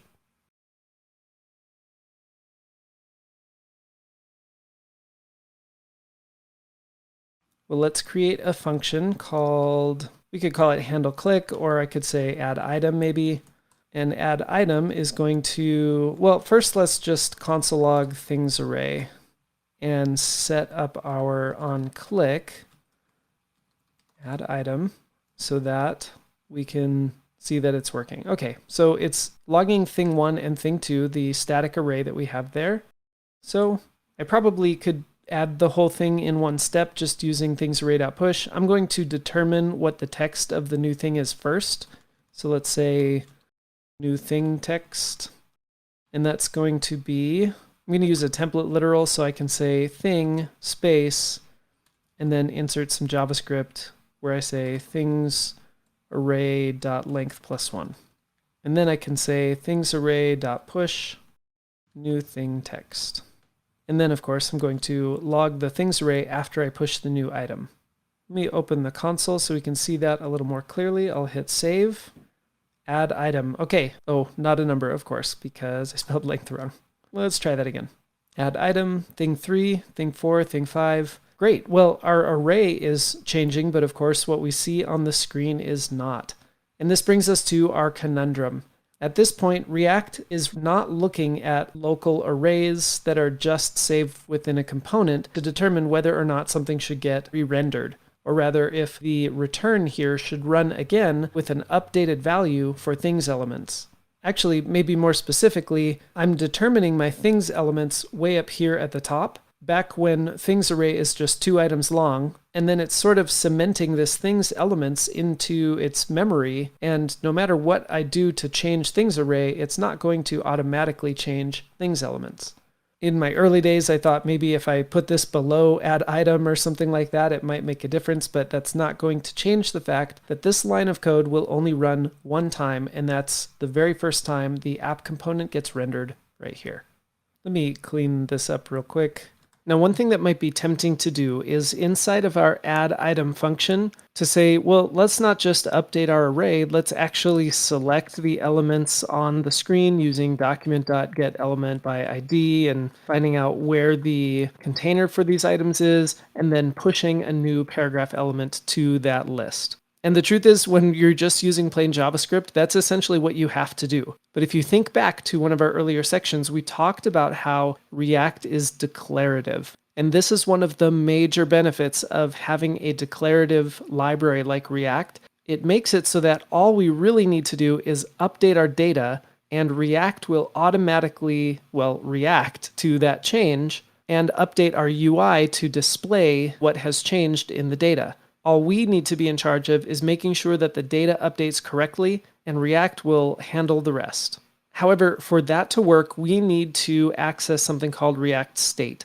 And State will allow us to sort of hook into the component and make it so that whenever we update our state, which is really just values that we're saving inside of this component, it makes it so React will update the user interface based on any changes that happen to those values that are being saved in state.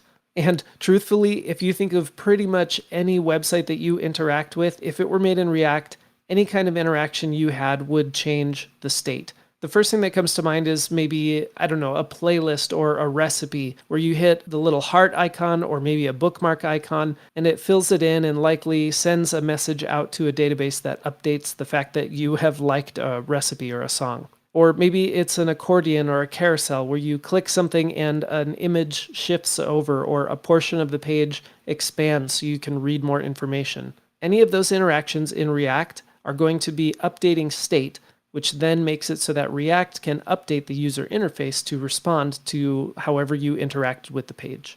So now let me update this using state, and you can see how it will actually start to work again the way we originally expected.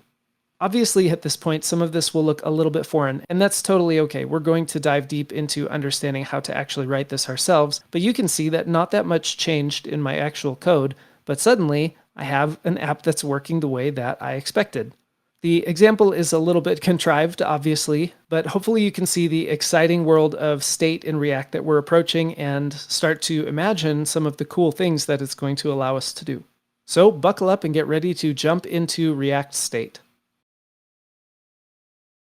One thing I've learned over my years of teaching React is that one of the major points of confusion for students when they're first learning React is understanding the difference between props, which you have already learned, and state, which we are about to learn.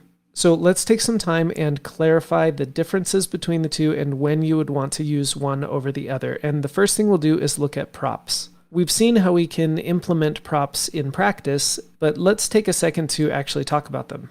When we refer to props, we are referring to the properties that we are passing into a component in order for that component to work correctly. This is similar to how a function can receive parameters, quote unquote, from above.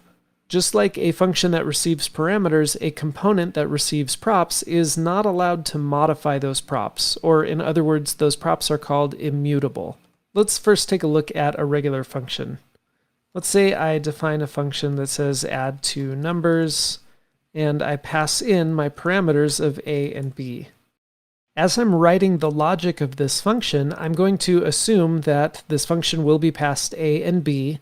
Of course, I could always do some kind of check that says if there's no such thing as a, or if a is equal to undefined, then throw some kind of error that says you need to provide both a and b. But other than that, inside of the body of the function, I can just assume that I have a variable a, which is a parameter that has been passed to this function, and I can assume that I have a parameter b, another parameter passed to this function. And that's what I mean by being passed from above. When we actually use this function, we'll say add two numbers. I'll provide my actual values that I want to represent the parameters a and b, and my function can then do its job. The main point that I want to come across here, however, is that inside the body of this function, it wouldn't make a whole lot of sense for me to modify or mutate these parameters. For example, I wouldn't want to say, forget what you just gave me for a, I'm going to set it equal to 42. Naturally, this should feel wrong to you because essentially we're ignoring anything that is passed in as the first parameter here and just setting it equal to 42. Technically, this probably works. If I were to console log the result from add two numbers, 1 and 2, of course I would expect it to be 3, but we'll see that it's actually 44, and that's because we've overwritten a to be something different. Similarly, in React, I would never want to have a component, let's say a navbar, that takes props, but then automatically sets props dot, I don't know, let's say cover image equal to something else. This is a huge red flag. You would never want to set props.anything or props itself equal to anything different, because incoming props should be immutable and they should never change manually. Or maybe more specifically, those props should never change from within the body of our component itself. Now, that's not to say that when I have an instance of my navbar that I can't provide a cover image that changes.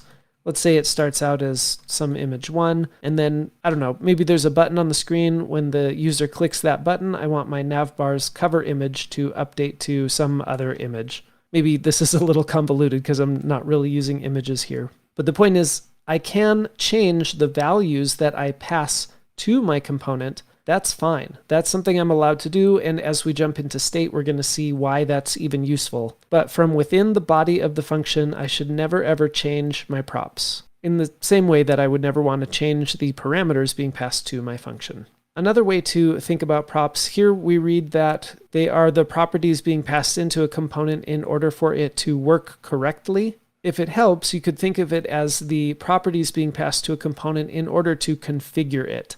As we saw in our last section project, we passed props to our card component in order for that card to be reusable and configure it to display the correct image, the correct price, the correct stats like the review count and so forth.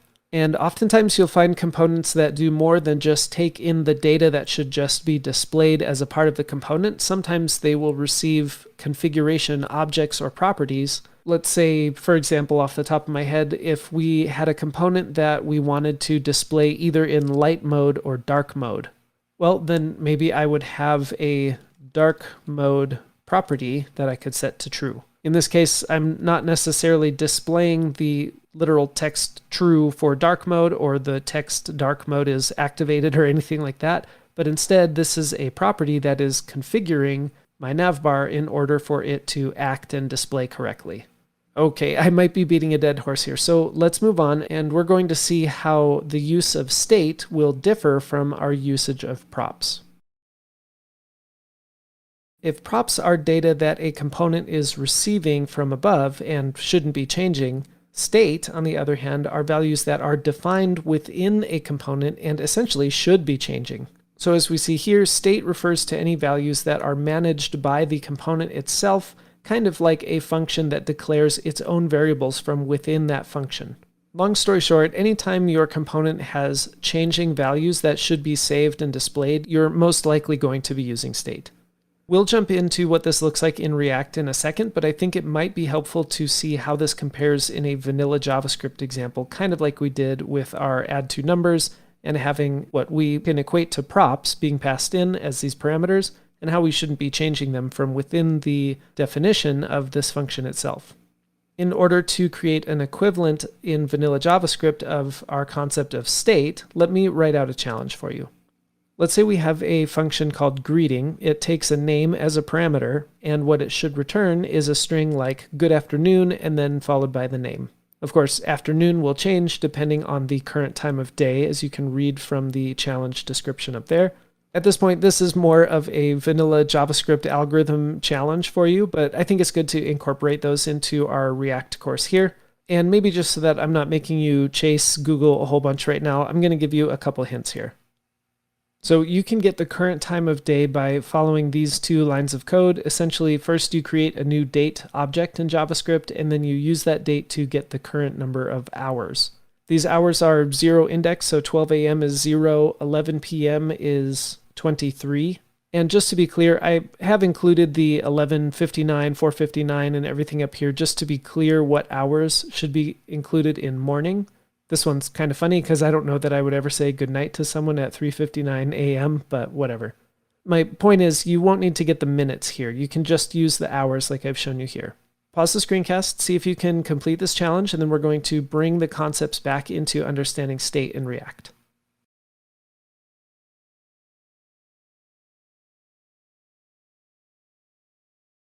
Now, I won't spend a bunch of time talking about the logic of this. We'll just put in a solution here and then talk about how this equates to state in React. I have the number of hours now. If I console log those hours, it's 12 p.m. my time, so my answer should say 12 there. Yep. So I will type out some logic that I think will just kind of intuitively make sense. The first thing I'll do is just declare a changeable value here, time of day, and then depending on the current number of hours, I will change the string time of day to be either morning, afternoon, evening, or night, just like I talked about in the challenge. And now that I have a time of day value, I can simply return the string, and I'll use some interpolation here. We'll say good, and then we'll stick in the time of day, comma, and then I'll use the value for name that I'm receiving as the parameter to greeting, exclamation point, and let's go ahead and see if this works. Again, it's about 12 o'clock my time, so I should, when I'll need to console log this. the value that gets returned. Good afternoon, Bob. Okay. Now, the point here is my function is receiving a parameter. This parameter is not something that I will want to change in the way of saying name equals something different, because that would just be a kind of a strange thing to do when you are expecting the outside user of this function to provide you the name. Similarly, in React, we are not going to take any props and then just change them, which is what we talked about in the last screencast. However, there are definitely reasons for us to, within our own function, create values that we can either use or even change, like our let time of day here. In React, values that are created by the function or the component itself are usually handled with state. Okay, I think that's more than enough of the conceptual difference between props and state. At this point, it's probably best for us to just get our hands dirty and start actually seeing how we can implement state in React. And then as we build our section project, we will get much better exposure into how state and props will work together and how they are different from each other as well. It's time for another quiz. This one's going to specifically be looking at the difference between props and state. So as always, read through these questions, click into the editor, type down your answers, and when you're satisfied with your answers, click play and we'll go through the quiz together.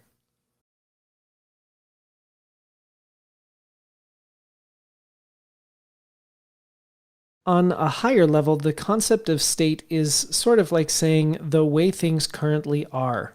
Here in the United States, the president gives a yearly address called the State of the Union. Growing up, that always confused me because the United States is made up of 50 states, and I thought it had something to do with that. But no, it means the way that things currently are. In React, state refers to values that a component can maintain between render cycles. This will make more sense when we get into the syntax of it, but let me type down a more concise answer to this question. The concept of state is essentially a way for React to remember some saved values from inside of a component. This is similar to declaring variables within a component, but there are a few added bonuses to it, which we're going to get to later. So when would you use props instead of state in React? I think the easiest way to think about this is to compare it to regular JavaScript functions. Props are like passing parameters into a function that the function then uses to help it determine the output, what gets returned. So in React, you would want to use props anytime you need to pass data into a component so that that component can use that data to determine what should get displayed on the screen. In some cases, the data that we pass in will directly be data that is displayed, like in the instance of text. But sometimes it will be data that's really just meant to, so to speak, configure the component so that the component can use it to determine how something gets displayed. Okay, so when would you want to use state instead of props? Continuing with our function analogy, state is kind of like when inside of the body of a function you declare new variables, and you use those new variables to help you accomplish some task inside of the function. In React, you would use state anytime you needed a component to maintain its own values. As we mentioned earlier, it's slightly different than just declaring a regular variable. We're going to see the syntax of it later and how it differs, but for now that should be a sufficient answer to this question. So you would use state anytime you want a component to maintain some values from within that component, and by the way, also remember those values even when React needs to re-render the component. Again, we're going to see that much more in detail a little bit later. And a little bit out of left field, what does the term immutable mean? And then are props immutable and is state immutable? Immutable technically means unchanging. The reason I bring this up is because we learned that props are immutable. We should not ever change props from within the component that's receiving props. Doing so essentially defeats the entire purpose of props. Think of it like a function that receives a parameter but then just decides to change the value of those parameters to something different. It pretty much invalidates the whole purpose of passing parameters into a function. So props are immutable. In this case, I don't think props are literally immutable. You can try to set them equal to something else, and I don't believe it will crash your program, although it may throw a warning. But maybe a better way to describe it is saying that you should not change props, and therefore they are immutable. State, on the other hand, is not immutable, or in other words, state is mutable. The purpose of declaring state in a component is because you do plan on changing state. Okay, we're done with the quiz. Nice work. When you're ready, let's keep moving forward. We saw in an earlier lesson how it's not going to work for us, at least in React, to just declare regular variables like, let's say, state is equal to yes, and expect React to re-render our component if for some reason that state ever changed.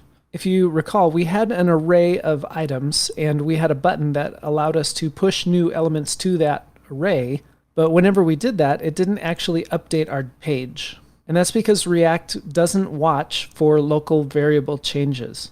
So the first thing we'll do is learn how to actually declare state inside of our component, and in the next cast we'll talk more about how to actually change that state. As a part of the React library, there is a method called useState, and useState is one of many what are called hooks in React. There's a little bit of history as to why it's called hooks. We're probably just not going to worry too much about it right now. But the point is I can declare some state by simply calling react.useState. Now, another way you might oftentimes see this is people will destructure it directly in the import statement. They'll grab the useState method from React as well, and then they can just use useState. In fact, I would suppose this is the more common way you will usually see it happen. However, just for perfect clarity and for it to be very clear that useState is part of the React library, I'm actually going to use react.useState because I do find that it makes it a lot more clear where this useState method is coming from. Let's go ahead and see what comes back. We'll say const result equals react.useState, and then we'll console log result, just to see what actually comes back by calling react.useState. I'll open the console, hit save. And look at that. Okay, so that's interesting. We get an array back, and the array has its first value as undefined, and its second value, well, in Scrimba it says f parentheses. That just means that it's a function. Now, let's see what happens when I put something inside the parentheses. Let's say the string hello. I'll hit save, and now the first value of my array is the string hello. So whatever I put inside of my parentheses when I'm calling useState is going to be the default value for the state variable that I want to save. Okay, so now that leads me to a little mini challenge that will require you to think a little bit critically. I'm going to type the challenge out now. Okay, your job is to replace this yes with a string yes that isn't just hard-coded inside, but rather is created by using react.useState.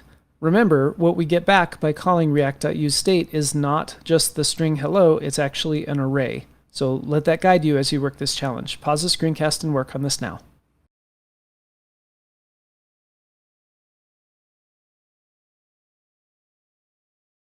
The first thing I can do is change hello to yes, and then my result is an array, and the index of 0 should be, let me just log this, should be my string yes. So I could replace this yes with a set of curly braces because I need to jump into JavaScript, and then I can say result at the index of 0. I'll hit save, and we get yes the exact same way we had it before. But now if I were to change this to no, which is not true, state is important to know, awesome, our page actually updates with the state that we had created with react.useState. Change this back to yes, because it certainly is important to know. Okay, well there's a couple of problems we have. First of all, this is kind of clunky to say result at the index of 0. In the next screencast, we're going to learn a little bit more about what we can do with this array, and then we will bring out the real power of using state by allowing the user to interact with our page and change state themselves. So when you're ready, let's jump into those topics. As we saw, what we get back by calling react.useState is an array where the first item is the value of the state that we are hoping to save, kind of like initializing a variable inside of our component. And the second item of that array is a function. So we saw how we could use result at the index of 0 to get our value. However, there's actually a much smoother way to deal with this. And this requires us to use array destructuring. Since react.useState returns an array, what we can do is actually destructure that array immediately upon receiving it as a variable, and then we can provide two values, and let me just put func because we know the second value is a function. Now in this case, if I rerun console log result, what we see is that we have pulled out the first item in the resulting array of react.useState and destructured it into its own variable called result. What's nice about using array destructuring is that we get to call this whatever we want. If this were object destructuring, we would have to use the property name of the object that comes back by calling react.useState. But because they return an array, we can call it whatever we want. So if I console log whatever we want, we get the same thing, yes. Oh, and now my result down here is broken, so if I change that to whatever we want, we get back to the way we were. Now, don't use silly names like whatever we want. Instead, let's say maybe is important. We'll choose a variable name that makes a lot of sense for what the value is that we're trying to keep track of. And that's the concept of using array destructuring in order to more smoothly get values from react.useState. In the next screencast, let's talk more about this function here. Let's take a look now at the function that we receive here when we destructure the array that comes back from react.useState. Normally, if we had a variable where we were saving this, if we just said something like let is important equal yes, then we already know we could simply say is important equals something different, like no. However, when we're working with state, we can't simply say is important equals something different. Instead, we are given a function that allows us to make these changes so that React can handle those changes accordingly. Let me delete these lines here, and let's take a look at this function. Now, normally we wouldn't just call this func, so let's give this a more meaningful name. The convention that you'll oftentimes see is set, and then the rest of the variable that we called our state. So set is important. In this case, I need a capital I to make my camel casing correct. And this set is important is a function that I can run, and whatever value I provide to it is going to be the new version of state. Now, of course, running this function immediately after generating state is kind of silly. In fact, I'm not even certain that it would work. Instead, we would normally want to set or change the state whenever something specific happens on the page. So let me type up a challenge so we can do something like that. Okay, just to avoid confusion, I created the actual function body for you, but your challenge is to have this function run this line of code, and then to set up an event listener on this div so that it runs handle click whenever anywhere inside this circle gets clicked. Pause the screencast and work on this challenge.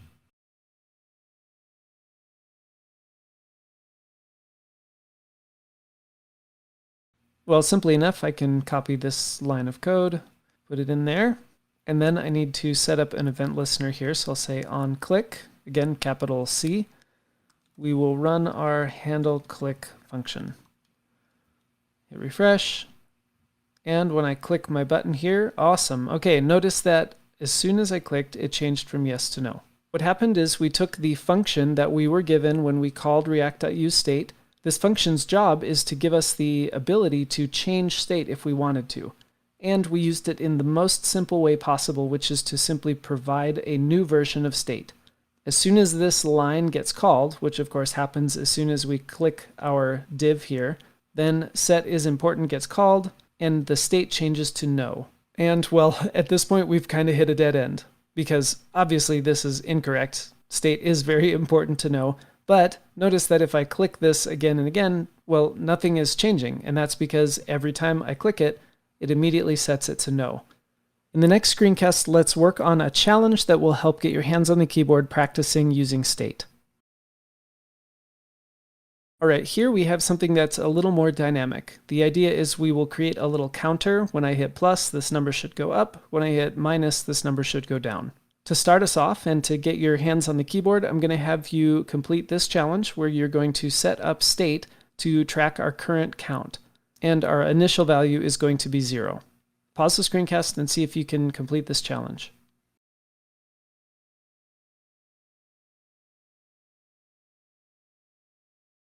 To create new state, we simply use react.useState. And we can provide the initial value of 0, and then we need to essentially catch what this returns in some variables. It's an array, And because what we get is an array and I can destructure it, that means I can call it whatever I want. In the first index, I receive the value, which I'll call the count. And by convention, I will call my setter function setCount. This is the function that when I call it will allow me to update the state here. One last thing that I didn't specifically say to do and wouldn't be very obvious unless I did is to use this count value to replace our 0 here. Now at this point nothing is going to look like it has changed. I still don't have the ability to raise or lower this number. Now let me build up to the next section by updating our challenge. Okay, your challenge is to create a function that's called add that runs whenever the plus button is clicked. This is just practice on event listeners in general. For now, you can just have it console log the string add or something along those lines. A good rule of thumb to use is to declare these functions inside of your component. So instead of going up here outside of your component and creating your function called add, it's better to declare that function right here inside of your component. Pause the screencast and work on this part of the challenge.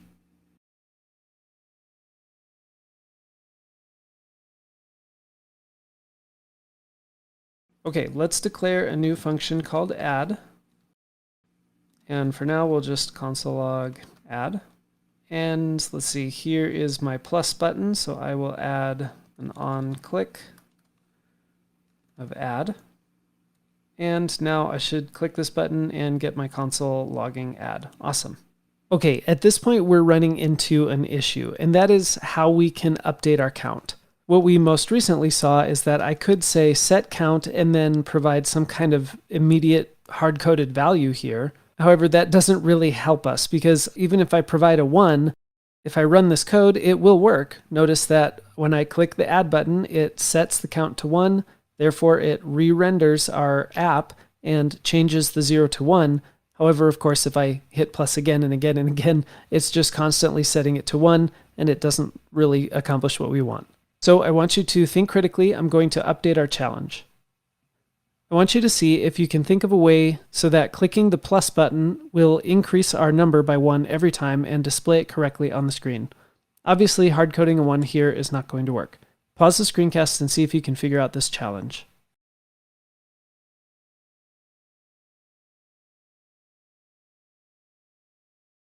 Hopefully you were able to figure out that we do have access to our current count. And so I can just say, I want you to set the count equal to whatever the current count is plus 1. Let me hit save. We'll see that this is working. Okay, that's awesome. But I wanted to use this as a chance to show you a common misconception or fallacy that beginners in React tend to fall into. And that is trying to do something like count plus plus, or even plus plus count if you're familiar with the differences between those two. Let's look at count plus plus, for example. In the philosophy of React, something like count plus plus is strictly forbidden, and that's because we never want to modify state directly. What I mean by that is this. Count plus plus is a shorthand for count equals count plus 1. And in this case, using count equals is just a big no-no. You will never ever do that when you're modifying state. The entire reason that we have this set count function is so that we can simply provide a new updated value, but we will never ever want to run an equal sign after our state value. So let me put this back to count plus 1. We'll see that this is working. And now I want to update our challenge to finish off the basic portion of this app. Okay, your task is to add functionality to the minus button now. Of course, clicking the minus button should decrease our number by 1. Pause the lesson and see if you can figure this one out.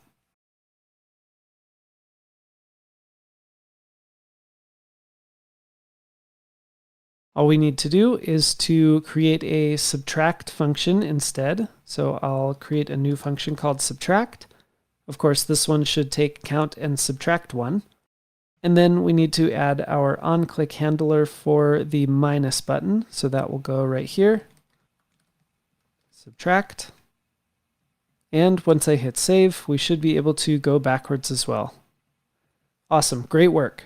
However, I do have a little bit of bad news. Although we were able to use our count state value here in order to help us determine the new count, it turns out we're not actually following best practices when it comes to using this state value here. So in the next screencast, we're going to see another way that we can use the setCountSetter function to update our state value. Although currently it's technically working for us to use our current state value in order to determine the new state value when we're setting our count, it turns out there's actually a better way to use setCount in this case whenever we need to use our old version of state to determine our new version of state. We've seen how we can simply provide a new value to our setter function. However, there's another way that we can use this setter function, and that is to provide a callback function inside. When we provide a callback function as the parameter to our setter function, this function needs to return the new value that we want state to be. If we essentially wanted to recreate what we did by passing a simple value to our setCount function, we could just have our callback function here return count plus 1. However, this is where the best practices comes in. Anytime we need to use our old state value to determine a new state value, if we provide this function, React will pass this function the old value as the parameter here. What we can do is then take this old value and use that as our reference to what count was at the time that this function was called.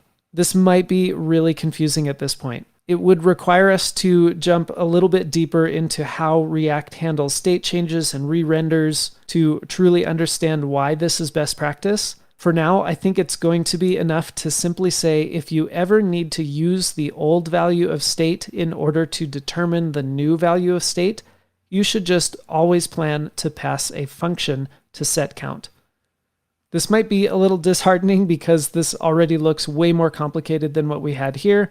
Fortunately, if we use arrow functions, we can simplify this quite a bit. I can just say, given the old value, return old value plus 1. Usually what I'll do is use the prefix of prev and then use my state value. So I'll say prev count as in previous count. So this is the convention you'll usually see me using whenever I'm using a callback function as my parameter to setCount. Because that was a little bit confusing, I'm going to type this out as a note so that maybe those of you who are more visual learners will be able to comprehend it a little better. So again, if you ever need the old value of state to help you determine the new value of state, or in other words, if the new value of state depends on knowing what the old value of state was, you should always pass a callback function to your state setter function instead of using the state directly like we're doing down here. Then this callback function will receive a previous version or the old version of the state value, which you can then use to determine the new state value. With that said, let's do a quick challenge. Okay, your challenge is to update our subtract function to use this callback function as the state setter instead of what we currently have. Pause the screencast and update our subtract function.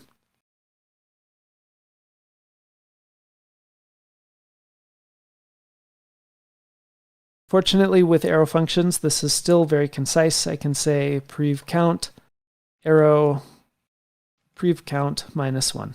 And just for demonstration, when I refresh this, you can see everything is working exactly the way as it was. You're obviously more than welcome, if you're really curious, to deep dive into this, do a bunch of Google and YouTube searches to truly understand why this is better. Frankly, I would say probably 90% of the time you would never notice a difference between what we used to have and what we currently have. However, it is generally accepted as best practice to do it this way. And all of this is not to say that there's no instance in which you would want to just provide a bare value for your setter. That certainly does happen still. But in the spirit of teaching you best practices in React, it's probably good enough just to understand what I'm talking about here in this note and to move on.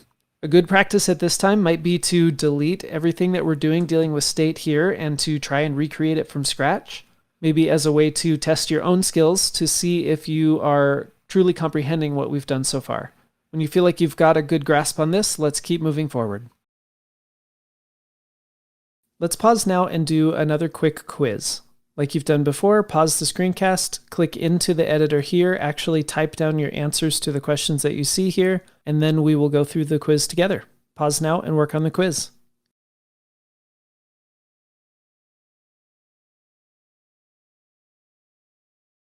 Okay, number 1, you have 2 options for what you can pass into a state setter function like setCount. What are those options? Well, option A is to pass in simply the new value of state. So if you call set count and you provide a new value like 42, whenever this function gets called, state will automatically be updated to the number 42. And option B is to pass a callback function, and then whatever the callback function returns, we'll say whatever the callback function returns will be the new value of state. And then numbers 2 and 3 both refer back to the answer to number 1. So when would you want to use the first option? In our case, the new value of state. This is anytime you want to update your state and you do not care what the previous value of state was, or rather, you don't need the previous value of state to help you determine what the new value of state should be. And then the answer to number 3 is basically the opposite of number 2. It's whenever you do need the previous value of state to help you determine the new value of state.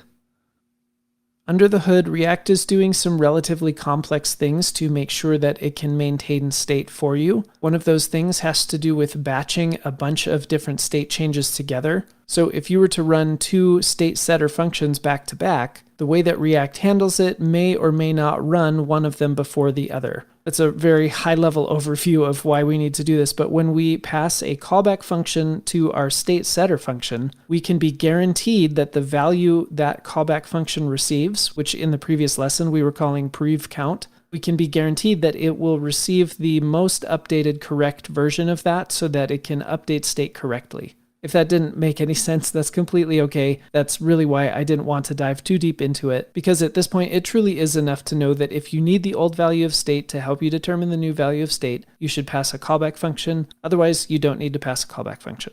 Okay, I'm probably beating a dead horse at this point. When you're ready, let's keep moving forward. Now that we've learned how to create and update our state, let's revisit our meme generator. We figured out earlier how to get a random URL for a meme image. However, the conundrum we ran into was that we couldn't update our user interface with that image because React wasn't listening to our local variables. Now that we know about state, we should be able to add an image to our meme generator. So your challenge is to first create a new piece of state called meme image that will just start with an empty string as a default. And when the getMemeImage function is called, you'll save the random URL, which we still have access to right here, in the state for meme image. Once you've done that, you should be able to add an image element below our div here with the form that has its source set to the new meme image state that you created. As a bonus, you may want to add some styling so that the image stays confined within the space that we're working with here. Pause the screencast and work on adding an image to our meme generator.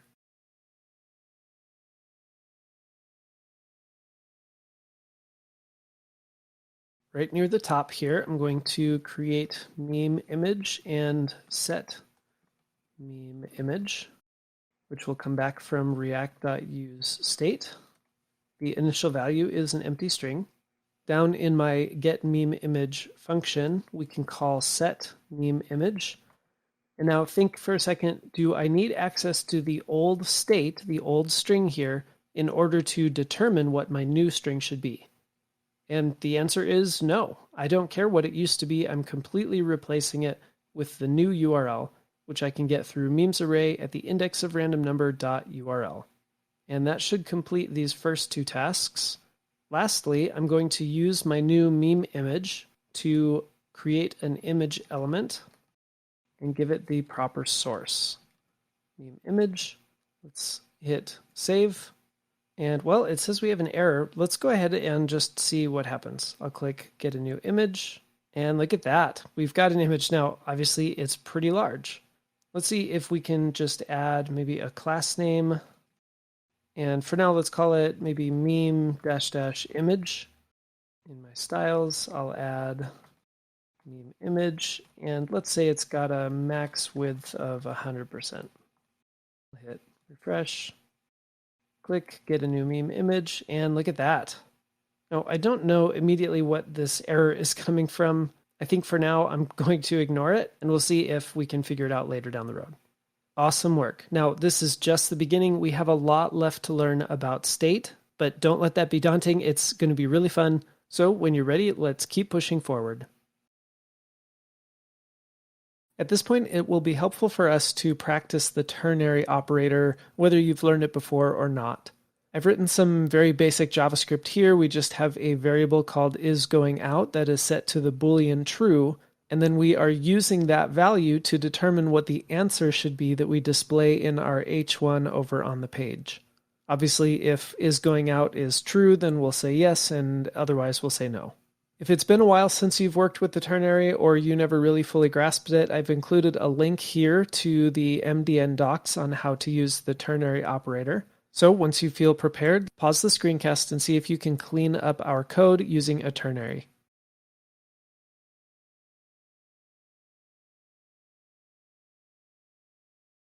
A ternary allows us to put an if-else statement onto a single line. Technically, you can also manage if, else statements and get as nested as you want by using nested ternaries, but at that point, I really don't see a reason in using a ternary. It becomes much more difficult to read than a simple if-else statement. So here, what we're going to do is set our answer equal to, and then we'll use a ternary to determine if we are going out. So I could say is going out is true, and then I use a question mark that says if this is true, then I want you to use this expression. In other words, I want let answer equal to yes, the string yes. Otherwise, and this is my else, I'll say I want answer to equal no. I can get rid of all this down here. And I've been able to clean up my code from before to a single line. And if you're not terribly familiar with ternaries, the more you see this, the more natural it's going to seem. This is actually a really easy thing for me to read now because I've seen it so many times.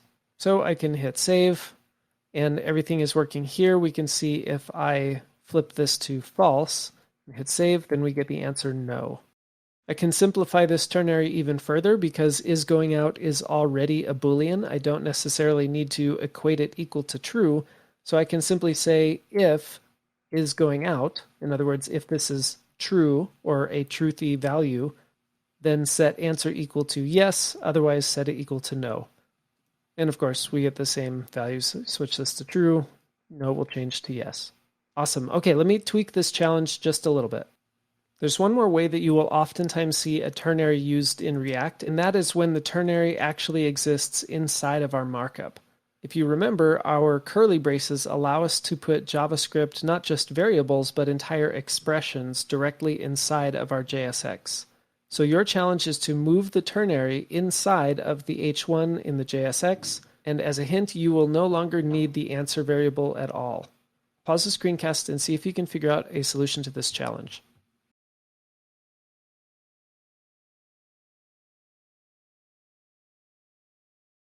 All I need to do is take this part of my ternary here and replace answer with it, and then I can get rid of my answer completely. Now what will happen is every time my component renders, it will check the value of isGoingOut, and it will determine whether the string yes should be used as the text of this H1 or if the string no should be used as the text of this H1.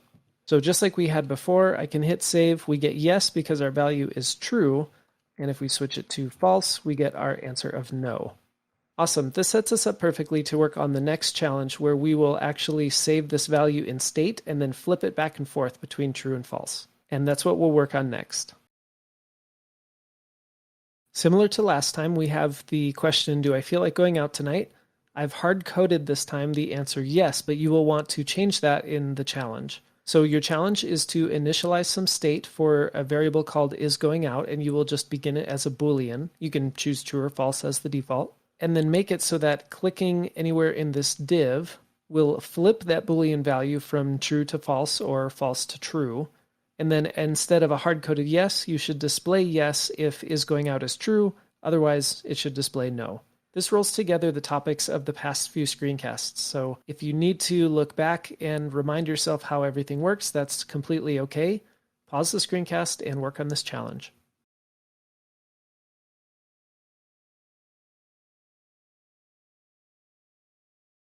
To initialize some state, I will simply use react.useState. As a reminder, you could also decide to pull in useState as a separate method from the React library by destructuring it up here. I'll set the initial value to true, and I will save it in a variable that I will use destructuring on because I receive an array back and will use isGoingOut. And I will, by convention, use set isGoingOut as my function name. Next, I need to make it so that this div, when it's clicked, will flip that value. There's a few different ways I could do this. In fact, I think I'll show you them. I'll set an onClick here. And one way that you may see from time to time is somebody providing an arrow function directly inside of your onClick. One benefit of this is that you can just declare it right here, and it is nice and concise, short and sweet. In fact, I'll start going down this path, and then I'll probably change to move this function into its own defined function outside of my return. But let's go down this road for a second. When a click on this div happens, I want to run this whole function, and the main thing I want this to do is to use set isGoingOut. And now I need to think, do I need the old value of state to determine the new value? And yes, in this case I do. I need to know if it used to be true, then I want it to be false. If it used to be false, I want it to be true. Now think to yourself, when I need to use the old state, what do I need to provide as my parameter to my setter function here?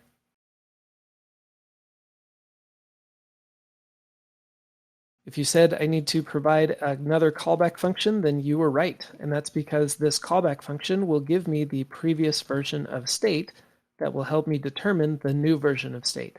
And now that I've typed that out, I can see that this is already a little bit crazy. I have an arrow function calling this function, which takes a function as a parameter, and it becomes one too many levels of inception for me. So I'm going to move this to a function out here.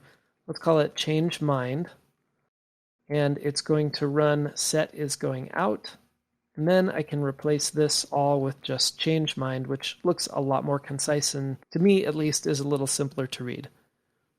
With set isGoingOut, I'll take my previous version of state. You can call this whatever you want. And we will return the opposite of whatever previous state used to be. Now, this is a little shorthand trick that I've learned over the years. If you did something more like an if statement that says if prev state was true, then set it to false, and if it was false, then set it to true, that's completely okay. This is another instance where a ternary might be useful. We could say if prev state is true, then return false, but otherwise return true. But all of that is a little bit unnecessary because I can simply say just return the opposite of what it currently is. Now, last but not least, I need to change what is actually displaying on my page. Now, if you struggled to get to this point, first of all, I'd recommend going back and reviewing what we've learned, keep practicing until this first portion of what we just did makes sense. But before you do that, I'd also like to encourage you to pause the screencast and see if you can apply what we learned about ternaries and what our current value of isGoingOut is to determine what we should replace our yes with here. So if you weren't able to complete this far, then pause the screencast and try to figure out what we should put here in our H1.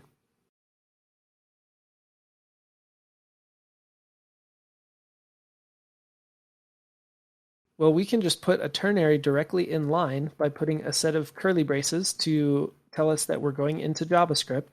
And I can use a ternary that says isGoingOut is true, then I want you to display yes, but otherwise I want you to display no. And at this point, we should have everything completed. Let's open this app, we'll refresh it, and when I click, it changes us from yes to no. One thing I like about using a Boolean for our state here is that it's a lot more realistic to a real scenario. I could have possibly made things a little bit simpler by just having this be the string yes or no. I would obviously need to change this down here and say if previous state was yes, then change it to no, and if it was no, then change it to yes. But personally, I like the separation, especially if I'm going to use variable names that start with is or has that indicate a Boolean, to just use a Boolean like true or false, and then translate that true or false Boolean value into something that makes a lot more sense for a user to actually see on the page. Again, if any part of this was overwhelming or too confusing, or you weren't able to do this from memory, then I highly recommend going back, reviewing this, trying to do this challenge again.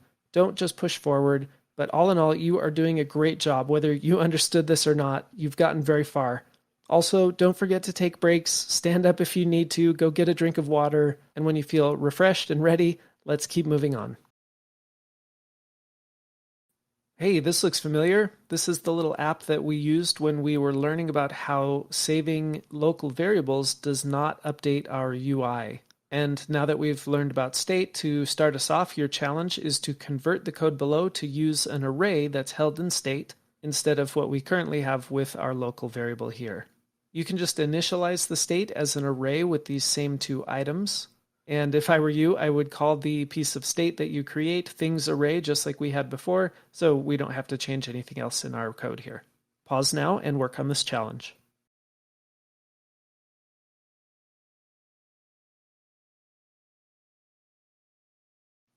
Let's go ahead and create, in fact, I'm just going to reuse what I have here. I'm going to put this into an array and have a setter function that says set things array.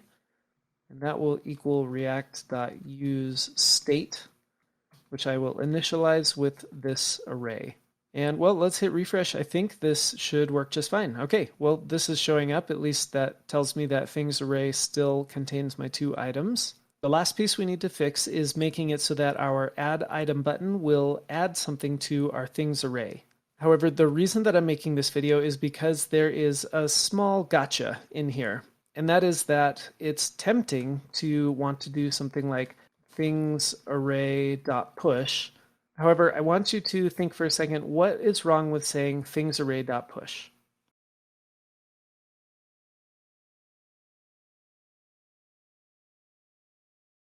If you remember back, we should never ever directly modify our state. In this case, our state is things array, and here I'm directly modifying it. .push is a destructive action. It modifies the original array, and therefore we would be changing things array ourselves, and this just isn't a good idea. In fact, not only is it not a good idea, but if I try to do it, let me put a test in here, hit save, and add item, you can see that nothing is going to happen here. Okay, so we know we need to use setThingsArray in order to modify our state, which will actually update the user interface on our screen. So let's use setThingsArray. And if you remember back, with setThingsArray or whatever setter function I have, I can provide one of two options here. Pause and think for a second, what are the two different options that I could put into the setThingsArray?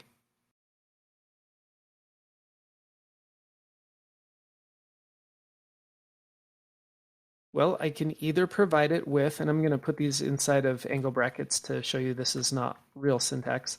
I could either put in a bare new value, completely replacing the old value of state with this new value, or I can provide it with a callback function, and that callback function would receive as its parameter the old version of state, which I can use to determine the new version of state. So now I want you to pause for a second and think, which of these options should I use? Should I use the new value option, or should I use the callback function option?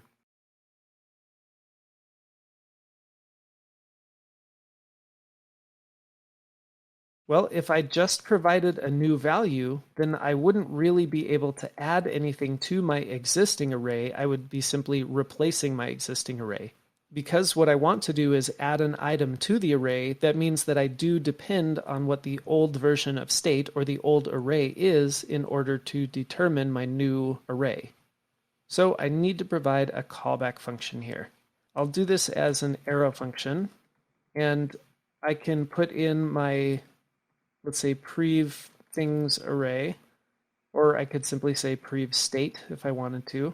I'll keep it as prev things array so it's contextual.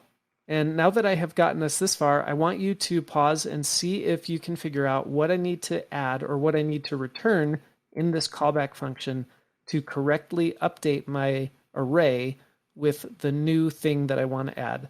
And if you remember, every time we click add item, we want to determine the length of the array and just add thing, space, and then the new length of the array. So it should automatically put thing3 when I click add item.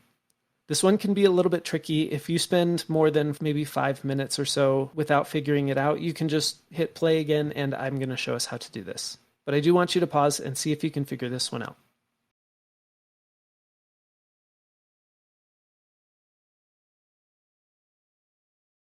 Another really tempting thing to do at this point is to say prev things array dot push. However, again, this is not correct. This prev things array is still a reference to my existing state, and using dot push on it is not a good idea because that would be modifying state directly. Not only that, but dot push actually doesn't return the array that is modified. It returns the new length of the array. So this would be like replacing all of our state with a number, which would just be 3. So I guess in 2 ways, this really isn't going to work for us. Remember, I need to return a new version of state. And my state starts out as an array. In fact, my program expects things array to be an array because I'm using .map on it. So I need to make sure that when I'm setting a new array that I return a new array. This is a new version of state. Fortunately with ES6, there's a really easy way for me to spread in my existing array, which I have access to with prev things array, which by itself would get me an array of everything that used to be in there. So this is not yet updating it. However, I can very simply add a new item to the end of my array.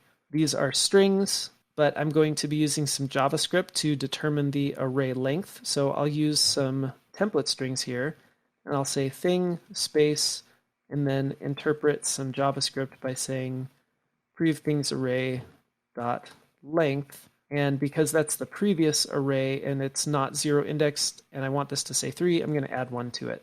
In other words, my previous array was 2 items long, and I want it to say thing space 3, so I'm adding a 1 at the end. This is getting a little long, so I'm going to put this onto the next line, which means I then have to use a return. And well, let's just see if this works. I'll hit save, add item. Awesome, look at that. We've got things adding to our list with the correct numbers and everything. If you're feeling hazy or forgetting the array spread operator and how this works, that's totally okay. Although I would recommend that you go study up on the array spread operator because it's so useful. You're going to find yourself using it all the time, especially in React. However, this isn't the only way to do this. There certainly are other ways to make a copy of our original array or to return a new array. We could even use a for loop that loops over this array and pushes those items to a brand new array. Then we add our string here at the very end before we return that whole new thing. Obviously, this is why I'm saying you should just go focus on learning the array spread operator because it's extremely useful. Okay, I do have one big challenge for you. Okay, it's time to put all the knowledge that you've learned lately together into this challenge. In fact, if you want an extra challenge, you could delete this line where we set up things elements where we're mapping. I figured because it's been a minute since we've looked at this, I wouldn't necessarily make you do this, but if you really want to challenge yourself, you can delete line 13 here and try to do everything completely from scratch. Like I said, I'll leave this here just in case that's a little too much to bite off at this time. So see if you can build this all again from scratch. Let me refresh this so we start from a new spot. Of course, this is broken because some of the values are missing. Pause the screencast and see if you can bring this back to a working state.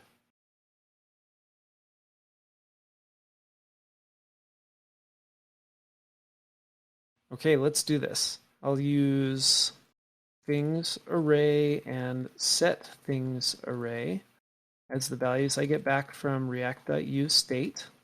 I'll initialize my values with thing1 and thing2, and I need to spell things right. Then we will use set things array using the previous array. I could say previous things array or previous array. Maybe this time I'll be a little more generic and just say prev state, and this will return a new array that has all the items from prev state, as well as a new item which says thing space and then the number of prev state.length plus 1. Of course, if I leave this on the same line, I don't need to open curly braces and use the return keyword. Just in case this is bleeding a little bit long for anybody, I am going to put it back that way. And hopefully this didn't drive too many of you crazy. You can see I refresh and everything comes back. I also had taken this on click out. Sorry if that threw anybody for a loop. I'm going to add it back in and say when the button is clicked, I want you to run add item, which will run the set things array function and do all the stuff that we just typed in there. I'll hit save. Awesome, we're working again. I really hope that you attempted that challenge. I know that might have been difficult, but truthfully, that's where the learning happens. You won't be able to truly internalize these things that we're learning unless you put your hands on the keyboard and really challenge yourself. In fact, I would say that as you come to challenges in this course and really any course on Scrimba, if you don't immediately know the answer, don't just hit play. Go to Google, ask the community, go back to previous lessons in that course. Do whatever you can to try and figure it out on your own. And then, of course, if you are completely stuck, you can always hit play. In the next cast, we're going to see something similar, but working with objects in state instead of arrays in state. Now let's see what it looks like to use an object in state. Here we have a simple contact card. It's got a first name, last name, phone, email, and a property called isFavorite. To kick us off, I want you to see if you can figure out how you might fill in some of these values below instead of using the hard-coded values, using the properties from state. Of course, they will look exactly the same because I just copied and pasted these values from the state up above, but you can always test it by changing one of these values in state and seeing if it reflects on your card there. Pause the screencast and work on this challenge.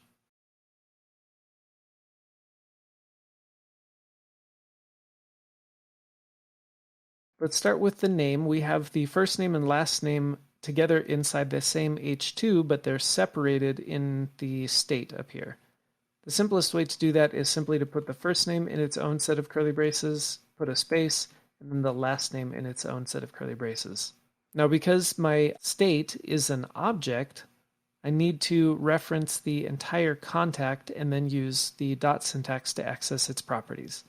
So I will say contact.firstname, and then the space, which will be interpreted as an actual space in the markup, followed by contact.lastname.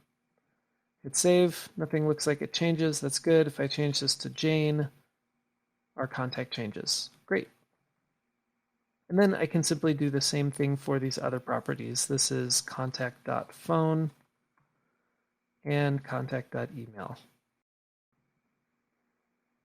Now, I mentioned that we're going to ignore the isFavorite property for now. I have another challenge that I'm going to type out now. You might notice in the images that we have two separate PNGs, one called star_empty PNG and one called star_filled PNG. Right now we're just using the star_empty PNG, but if this were filled, and let me comment this out so it doesn't break our code, you'll see that it fills in the star nicely as if this contact were a favorite of yours. However, following the declarative nature of React, we want the isFavorite property to be the determining factor as to which of those two images gets used. So your challenge is to use a ternary right here in this line, I'll uncomment this now, to look at the contact.isFavorite property and determine which of the following file names should be used based on the value of the isFavorite property. Then you'll want to use that star icon value, which will just be a string here, to figure out what the source should be for the star image. In fact, I'll add that to our challenge. Okay, best of luck. Pause the screencast, work on this part of the challenge.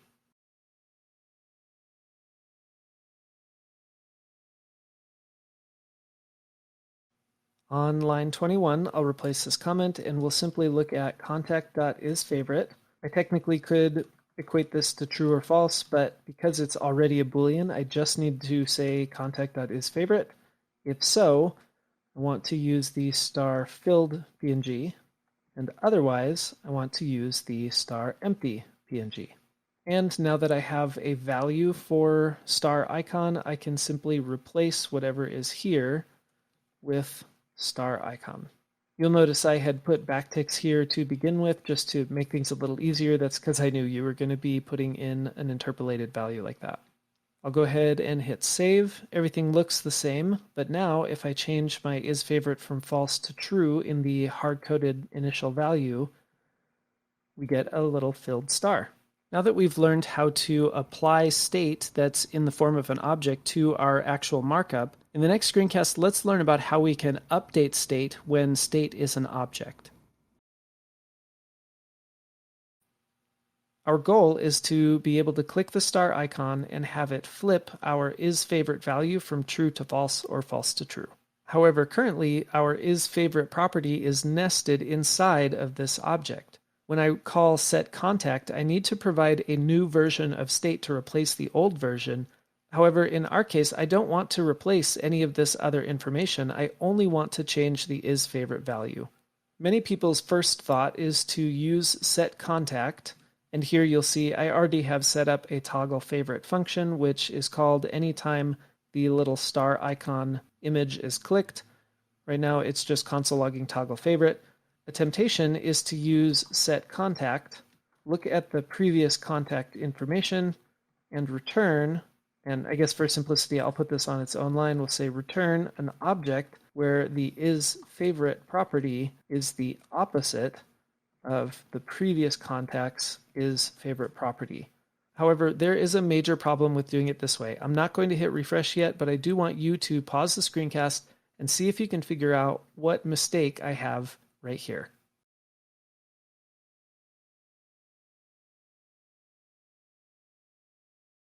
Remember that in this callback function, whatever I return from that function will become the new replacement for our contact state.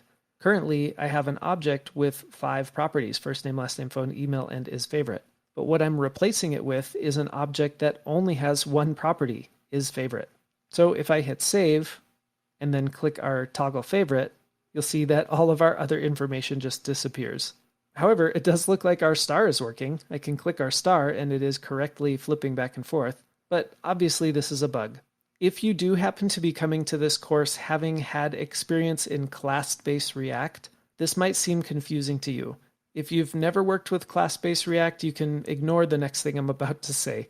But in class-based React, when you use this.set state, it would automatically figure out how to combine your old object with the new property that you're trying to replace it with. However, using hooks with React.useState no longer does this. Okay, everybody can tune back in now. The main point is that I need to make sure that I bring in all of the properties of my old object and then replace the 1 or 2 or however many properties you need to replace in what you're trying to accomplish. A very simple way for me to do that is to spread in all of the properties of my old contact. And in this case, I have access to the old contact using prev contact. So I'll bring in all of the properties, and this, by the way, does include the isFavorite property, but then I will overwrite the isFavorite property with a new value. In effect, it's like taking this whole thing, copying it, pasting it in, just like this, where we have our old first name, old last name, old phone, old email, the old isFavorite, and then we're saying, actually, I want a different isFavorite. Believe it or not, this is not a syntax error. Instead, it just takes the second one that's declared, or rather the last one that's declared, and uses that as the actual value for our new object. This is much more verbose than it needs to be, so I will use my spread operator instead like I had before. I'll hit save. Notice this is filled in because my value is true by default. I should probably set that to false by default. And then when I click it, all of the other information stays the same except for the value of isFavorite, which is then redetermining which icon is going to be used based on that contact.isFavorite property. I totally understand that this can be complex. This was one of the more difficult things that I had to grasp when I was first learning how to do state in React. So to see if you were paying attention, this is your time to shine. Your challenge is to simply rebuild what we just had. Again, if you get stuck and you don't remember the syntax, don't just hit play and watch me do it. Open a new tab, do a quick query on Google, see if you can find a resource that will help you figure this out, or even go back earlier in the screencast and see how I did it so that you can then come back to this point and type it out yourself. So pause the screencast and see if you can rebuild our toggle favorite function.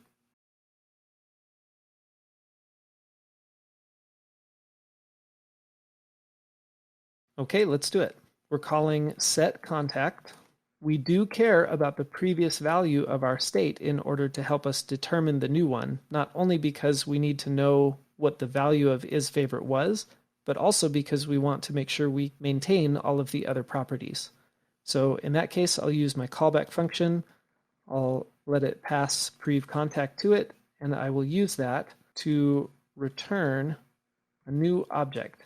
And here's actually a quick aside. It might be tempting to say, well, I just want to use the implicit return and say, take this function, return an object. However, these curly braces are being interpreted as the opening part of the function body. If I do want to literally return an object, I need to surround my object with another set of parentheses. This looks a little bit crazy. Maybe just to show you that it works, I will leave it here, and for brevity, I suppose. So given our previous contact, I want to return an object that has all of the values of our previous contact, but changes the isFavorite value to the opposite of whatever it currently is. I'll hit save. It's empty by default because isFavorite is false, and I can toggle that on and off. I hope that challenge went well. If you felt like it was a struggle, then of course, as always, you can go back and try it again. As I've always said, the easiest way to learn something new is to do it the hard way. And I imagine some of you out there, when you saw me delete all of the code inside of here, maybe had a little panic moment and you thought, oh no, he's going to make me do this by myself. But your growth in understanding of React will only happen as you type this stuff out yourself. Watching me do it alone is not going to help you learn it. So as always, once you feel comfortable enough that you could write this out again all by yourself, that means that we're ready to move forward. When we last left the meme generator, we were getting a weird unknown error being thrown from React. I looked into it and I realized that it was because we were initializing state as an empty string and React was not taking too kindly to having our image source set as an empty string. So I just went and grabbed a placeholder image for now, and that seems to have gotten rid of the error. Just thought I'd give you a quick update on that error.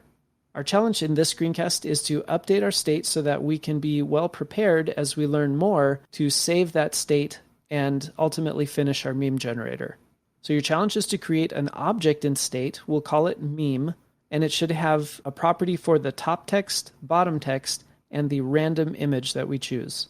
You can default the top text and bottom text as empty strings, and I would default the random image to the string that I have below so that we don't get that same error we had before.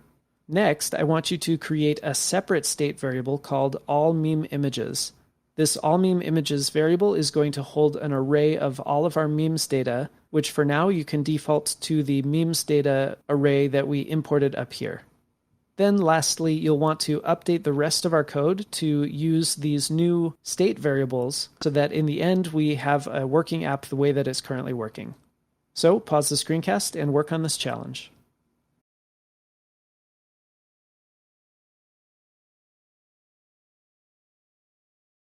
Let's comment out our old state here, just so we don't get confused, and we'll create some new state with meme and setMeme equal to react.useState.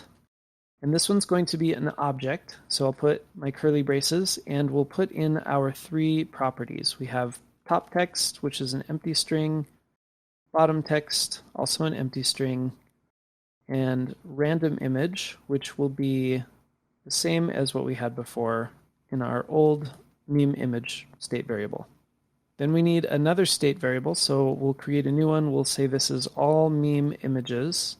And we can say set all meme images as our function here, react.useState, and the initial value is going to be our memes data array that we imported above.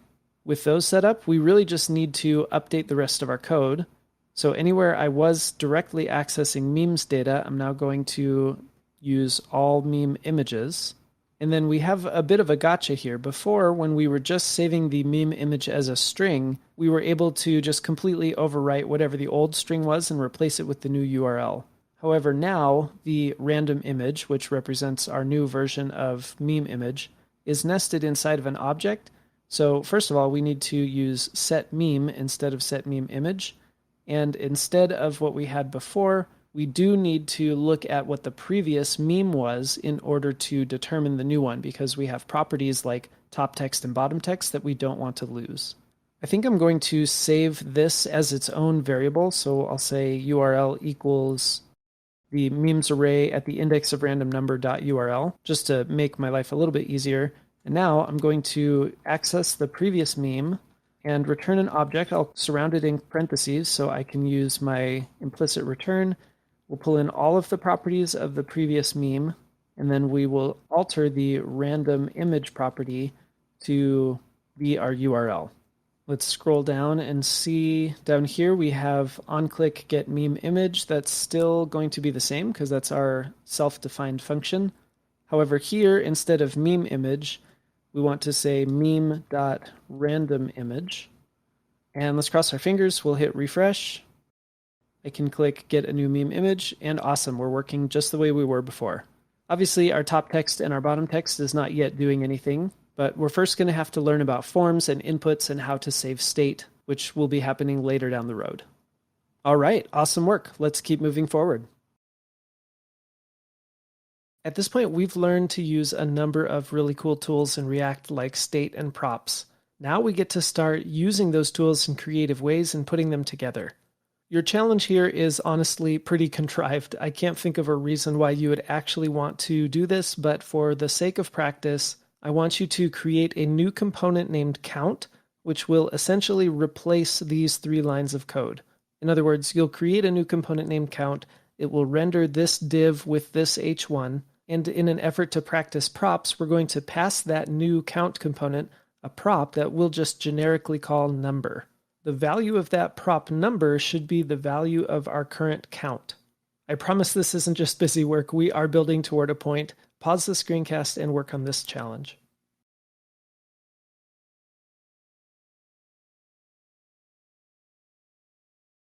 Okay, I'm going to do this working backwards. So my div here, I'm going to cut this, but keep it in my clipboard so I can paste it later. And I'll render a component called count, which I obviously haven't yet created. We said we're going to pass to it a number prop, and I'm going to set that equal to the current value of my count up there. Now I need to import it if I'm going to use it here. Obviously it still doesn't exist, but we'll just pretend it does. So I'm going to import count from a file called count, and then I need to create that file and work over there. So I'm going to create count.js. Import React from React, and I'll just spin up my basic component here called count, and I need to make sure that this is receiving props because I'm going to use that number prop. I'll have it return, and then I'm just going to paste that div that I had before. Okay, and now it doesn't have a count variable anywhere in here. Remember, before this was referencing the state value of count, but now I'm receiving it through props, so I can say props dot. And it's not props.count because the prop we passed to it was called number, props.number. I'll hit refresh and you can see everything is working exactly the way it was before. Now, as I mentioned, this is pretty contrived. I can't imagine why you would care to put a count component in its own component that just displays a number, especially when it's only 3 lines of code, unless for some reason you are going to be reusing this component in different contexts around your application.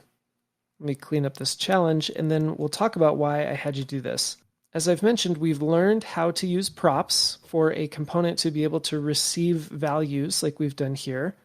And we've learned state and how to have a component declare its own values that are intended to change and update the user interface when those changes happen.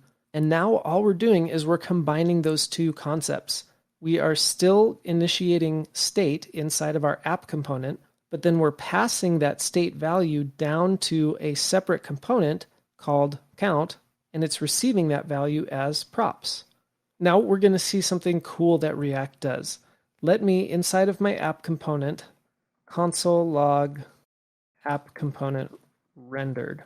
Anytime React creates an instance of our app component, which is happening here in index.js, it will run this function, and part of that function will console log app component rendered. Then we'll go ahead and do the exact same thing in the count component. And we'll change this to count component rendered. Now, before I hit refresh, as a reminder, the word rendered simply means that it placed the elements that React knew it needed to place on the screen. So when I say app component rendered, it means that it took the markup of our app component and it painted it to the screen, or it placed it on the screen. It created the DOM elements and the styles that it needed for it to display correctly on the screen. And you can see there's a sort of cascading effect here. Over in index.js, we render an app component. When we go to app, we see that it renders a count component, and it's doing that down the line. So it will first say app component rendered, I'll open the console and hit refresh. We see app component rendered and count component rendered. Now there's a really cool thing that React does for us, and that is whenever state changes, it will re-render the component where the state exists and any child components that may rely on state to be working correctly. And if you think about it, that makes sense. If I'm going to change my state from 0 to 1, I'm going to need my component here to re-render, which will then cause this count component to re-render, and it will pass the new value of count. And that way it can very quickly and seamlessly update what I see on the page just by re-rendering those components. We're not going to dive deep at this point into understanding exactly how React is re-rendering, which components it's re-rendering, and optimizing which components it's re-rendering. That's a topic for a more advanced course. But for now, it's a good experiment to have these console logs here and see that every single time we change our state, it's re-rendering the component in which the state is declared and any children components like our count component here that may or may not depend on the state value for count. Awesome. Now we've seen an example of a child component receiving a state value via props. Now we'll look at how a child component might be given access to make changes to its parent's state. Okay, here we are back at our little contact card with the favorite icon. Your challenge to start us off is to move the little star image, just this one little image element, into its own component, and maybe we'll just call it star. That'll be the name of the component. And it should receive a prop called isFilled that the star component will use to determine whether the icon should display the filled PNG or the empty PNG. Then inside of this component here, you'll need to import and render the new star component and make sure to pass the correct value of isFavorite, our contact.isFavorite, to that isFilled prop. At this point, it's not going to work the way it was before where we could click it and flip it on and off. For now, in order to test it, you can simply change this value from false to true, and it should, if it's working correctly, display the filled in star when you change that to true. There's a few different moving pieces here, so this is a slightly more difficult challenge than the ones we've done up until now, but I know you'll be able to do it. Pause the screencast now and start working on this challenge.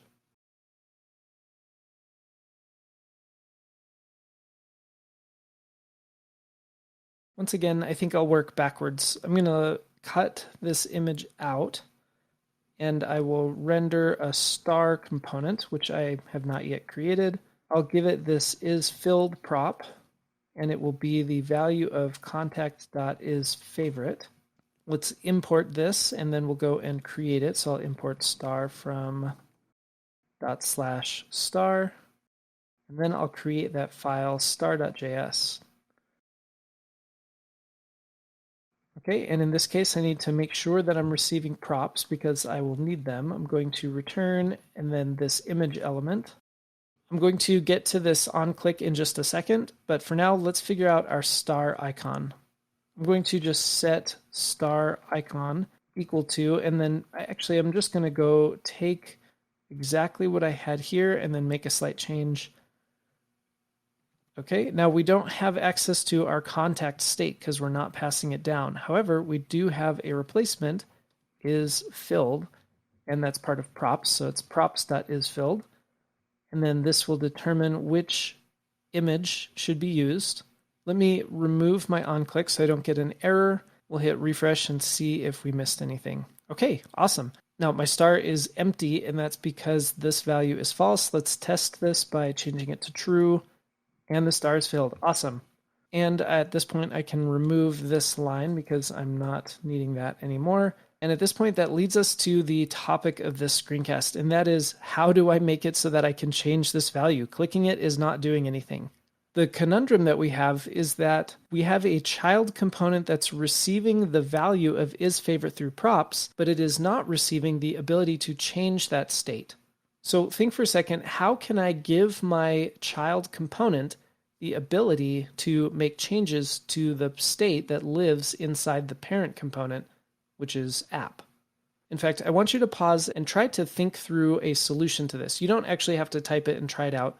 but just try to think, how could I give my child component the ability to make changes to the state that lives in the parent?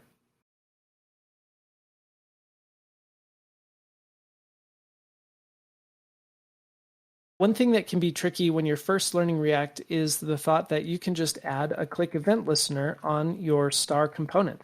So what if I just said onClick equals toggle favorite? Let me hit refresh and click this, and you'll see, well, it's not quite working. Why do you think that this isn't enough for this to work?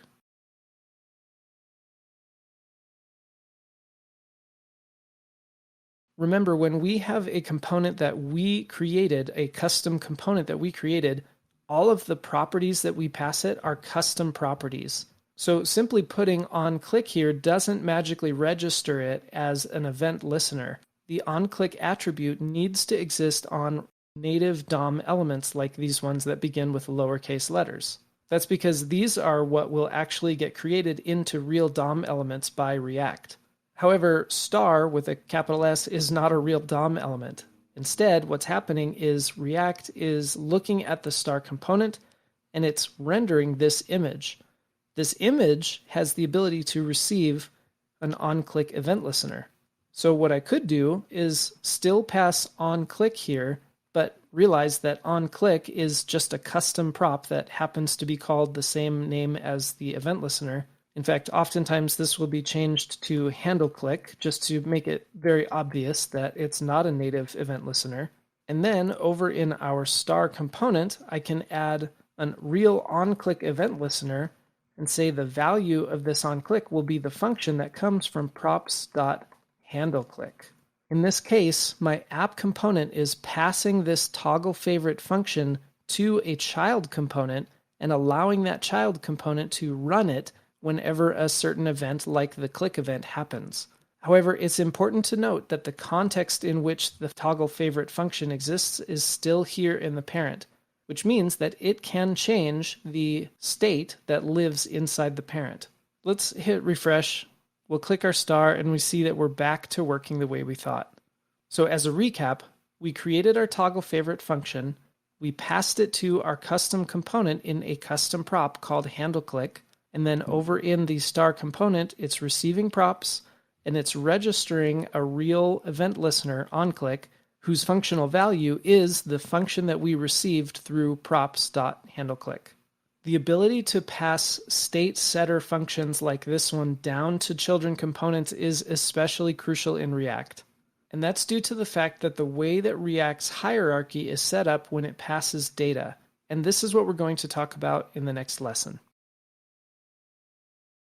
At this point, I think it's worth taking a high-level look at how data is passed from one component to another in React. Let's imagine we have a fairly simple app which has the following components, just represented by rectangles for now. In this tree, this top component represents a top-level component, for example, our app component in a system set up like this. And the lines indicate that this top component is rendering these other components.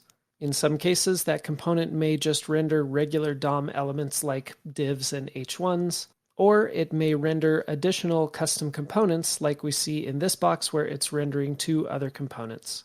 I didn't put any names on here because that's not that terribly important. The point is that there is a parent-child relationship between these components. Let's imagine on one of these bottom-level components we initialize some state. And then we find that a sibling component, in other words, a component that is also rendered by the same parent, is in need of some of the data that lives in the other component's state. Well, what exactly can we do then? Think for a second, is there a way for us to pass that state to a sibling component? It turns out that no, this is not possible. And that's because if you look in the file of a component that has a sibling component, it has no reference or knowledge about a sibling component on its own. If we look in our code here, we have an app component that is rendering a header component and a body component. But if we were to go into, let's say, the header component, we see that I've initialized some state here. I can open up this preview so you see what we're working with. And it's using that state. But then if a sibling component like the body needs access to that state, well, the header has no idea that body even exists. Only its immediate parent, app, is the component that knows that both of these components exist. So think for a second, what is it that we need to do if we're facing a situation like this?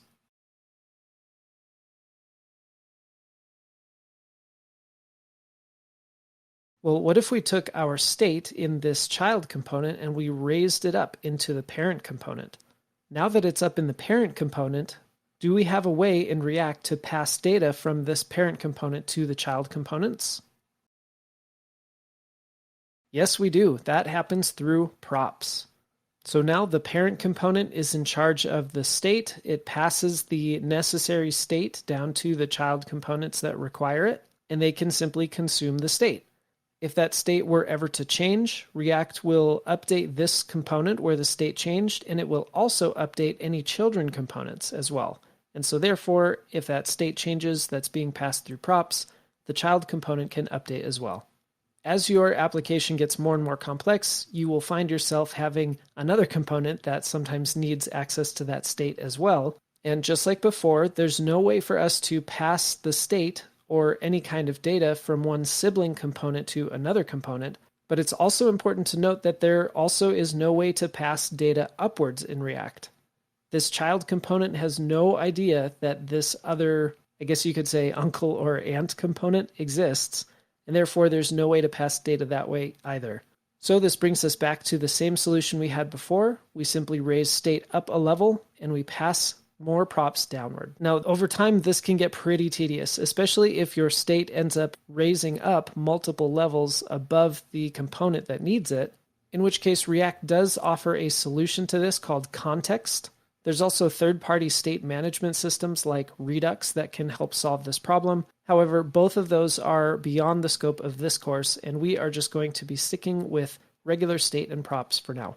So that leads me to a challenge. I want you to take the state that currently exists only within the header and raise it up a level into the app component, and then pass it back down through props to both the header and the body.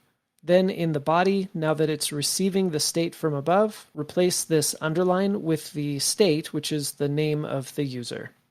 Pause the screencast now and work on this challenge.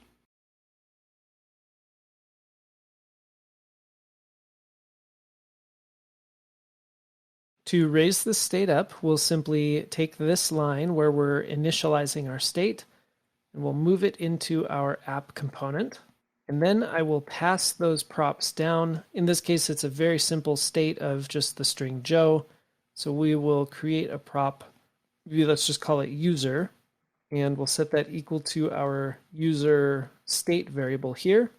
Then in both the body and the header, we'll need to accept props, and we'll display props.user, and in the header, props.user. Clean up this challenge, hit refresh, and there we go. Now if I go to my app and I initialize my state differently, say Bob, and good, it updates in both places. Understanding that this is the way data flows in React can be really crucial in helping you architect your application in a way that you can share state amongst only the components that need it. And in fact, that's an important distinction to make at this point. It wouldn't be a great idea to initialize state way up near the top of your component if you don't have components along the entire tree that need it. Now, I'm not saying that every component needs to have access to that state for it to work, but if this component down here is the only one that needs state, there's no reason for me to put state in its parent or its grandparent and then pass stuff down through props. As a rule of thumb, keep state as local as you can, or in other words, keep it as closely tied to the component or components that need it as you possibly can. With this under our belts, I think it's about time for us to jump in and do a round of challenges to really exercise what you've learned up until this point, and we will start that in the next screencast. This is the beginning of a series of small challenges to really reinforce some of the past topics that we've been learning about. The first thing I want you to do is to take a look at boxes.js. You'll see I created an array of objects which have two properties, ID and on. And your first challenge is to initialize some state inside of our app component with the default value being this boxes array. And then I want you to map over that state array and display each one as just an empty square on the screen with a black border and a transparent background color. I don't think you necessarily have to set it as transparent. I think it'll just be transparent by default. For now, don't worry about using the on property at all, although you probably will want to use the ID property, and I'll let you figure out why. If you're using something like a div, don't forget to set a height and a width in the style on it. Ultimately, the goal is to make it so that if the box is set to on or on as true, then the box will be filled in with a color, and in the end, we'll make it so that clicking the box will flip its on value from true to false or false to true. But for now, let's just get some boxes displaying on the page, pause the screencast, and work on this first part of the challenge.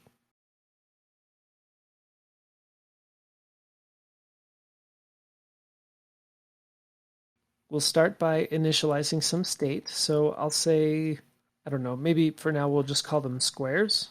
And by convention, we'll say set squares. That's going to be from react.useState, and we'll pull in the boxes as the initial value. Then we need to map over the boxes. I'll save my array of elements. I'll maybe call it square elements. And that's going to be squares.map. For each square that we're looking at, I want to return a div. And notice here that I'm using parentheses instead of curly braces. That's simply allowing me to use the implicit return to return the element, and I'm just moving it onto its own line so it doesn't go too far to the left and right. We'll give this div a class name. Let's call it box. And actually, this is a class name, so it can just be the string box. I also know because I'm mapping that I'm going to run into that issue where I need to provide a key. In this case, I can use the ID property that's coming from each of these objects. Let's display our square elements, and then we'll go into the style so that it will actually show up. Or rather, I should say, let's render our square elements. I don't think they are going to look like anything on the screen. Yeah, it's just empty. Over in our style, we'll set a style for box. And we'll give it a height. Maybe we'll do 100 pixels and a width of 100 pixels. We'll give it a border that's black. And then maybe just so we can see everything, I'll put these into a really simple grid just so that I can put them side by side a little better. Actually, I might not even bother with that. Let me give these a display of inline block. And I'll just put a little bit of margin right on them.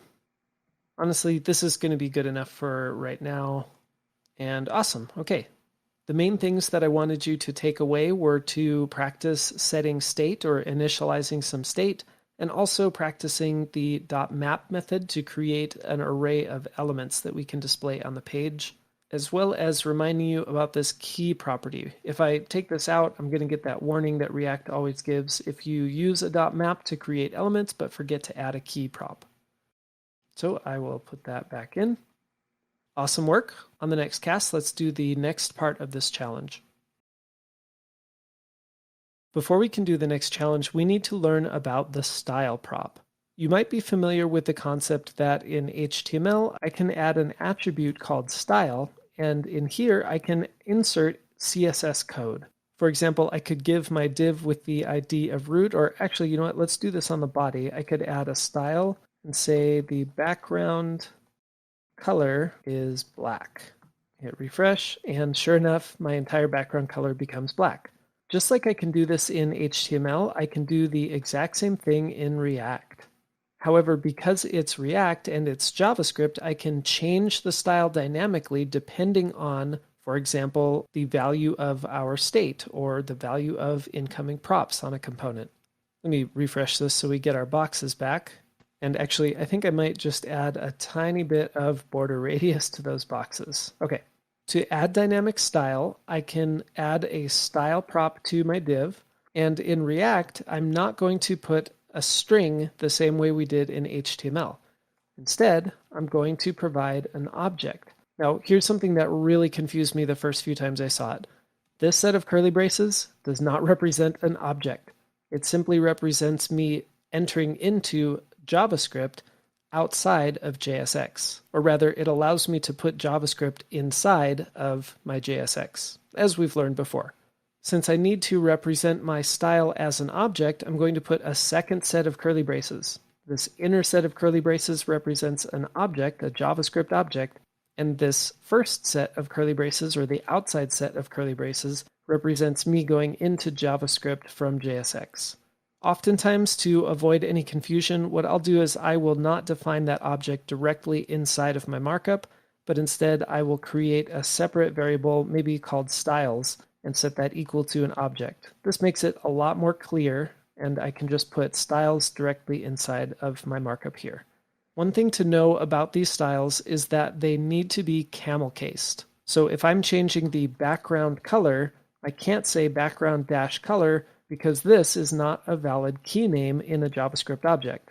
Not only that, but when I'm modifying the properties of a DOM element, you might remember that I could do something like document.getElementById, we'll say some kind of ID, and I can say .style, .backgroundColor with a camel-cased property name and set that equal to something. Essentially, that's exactly what we're doing here. We are setting the style attribute of our DOM element to be an object, hence I can use the dot syntax here, and then I'm using the background color CSS property, but of course in the camel-cased version for JavaScript.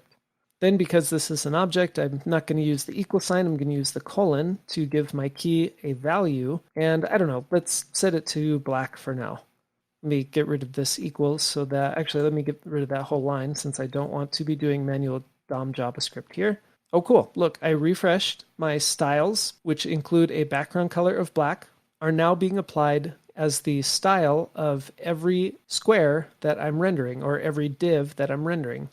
So why is this beneficial over just using CSS? Well, because I'm using JavaScript, I don't necessarily have to have a hard-coded black value here. Let's suppose for a second that my app component is going to receive a prop that's called dark mode. In fact, let's go over to index.js and we will say that the app component is receiving a prop called dark mode, and let's set it to true for now. Over in my app, I'm accepting props here, and I will have a prop called props.darkMode. And let's say that if my props.darkMode is true, I want it to be black, and if it's false, I want it to be, I don't know, something light. Well, this is something I can use a ternary for, and maybe I should be more specific. This is something that you can use a ternary for. Using your knowledge of ternaries, make it so that if props.darkMode is true, it will set the background color to this hex value here, and if it's false, it will set it to this hex value here. One important thing to note is that these values need to be strings because we're in JavaScript, we're not in CSS. Pause now and work on this challenge.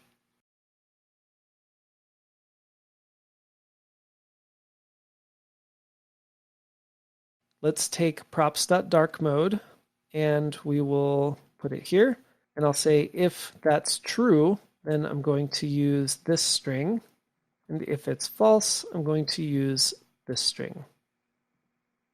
And it looks like I might have deleted my curly brace there. Okay, awesome. Now we can test this by simply changing my dark mode value from true to false. And awesome, look at that, it worked great. This can be a really fun one to play around with. If you'd like, you can pause and just play around with some of the other properties that we can change in the styles. Or you could try a little challenge of your own to see if the number of squares in this array is even, then make them all one color, or if it's odd, make them all another color. Really, your imagination is the limit here. When you're ready, we will move on to part 2 of our original challenge. It's time for part 2 of this challenge. I want you to move our div here into a separate component called box. And then when you're mapping over our squares, you will render that box component.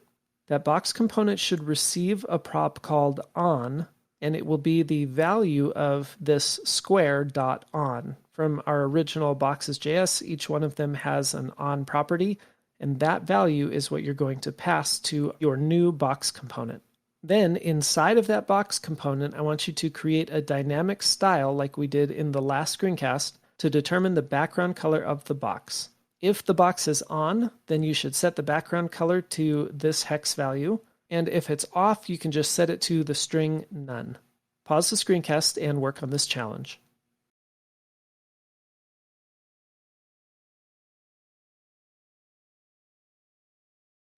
Let me create a new file called box.js. I'll set this up like normal. I know that this component will be receiving props, and I'm just going to copy this div and have that get returned.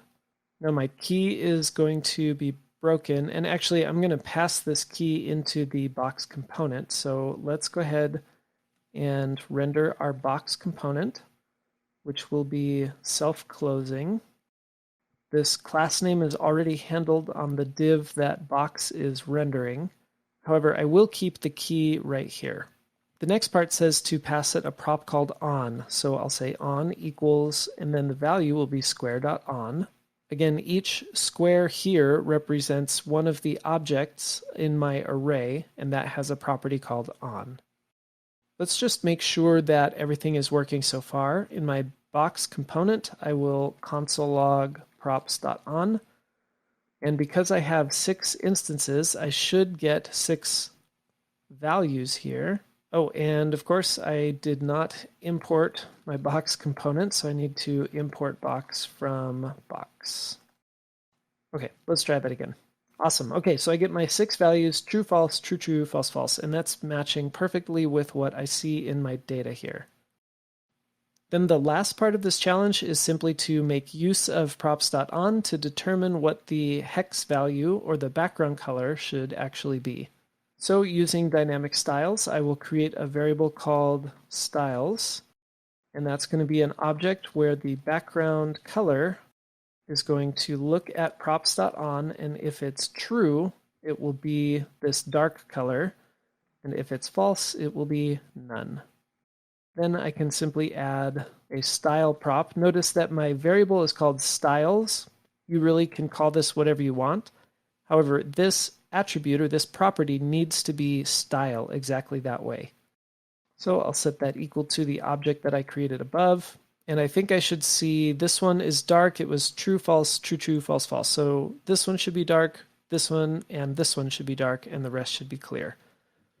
And that's exactly what we get. Next, we're approaching probably the most challenging part, and that is where clicking the box will actually flip the on value from true to false or false to true. I'll give you some hand-holding in that challenge, but honestly, it's going to be a pretty fun one, so that's what we will work on in the next lesson.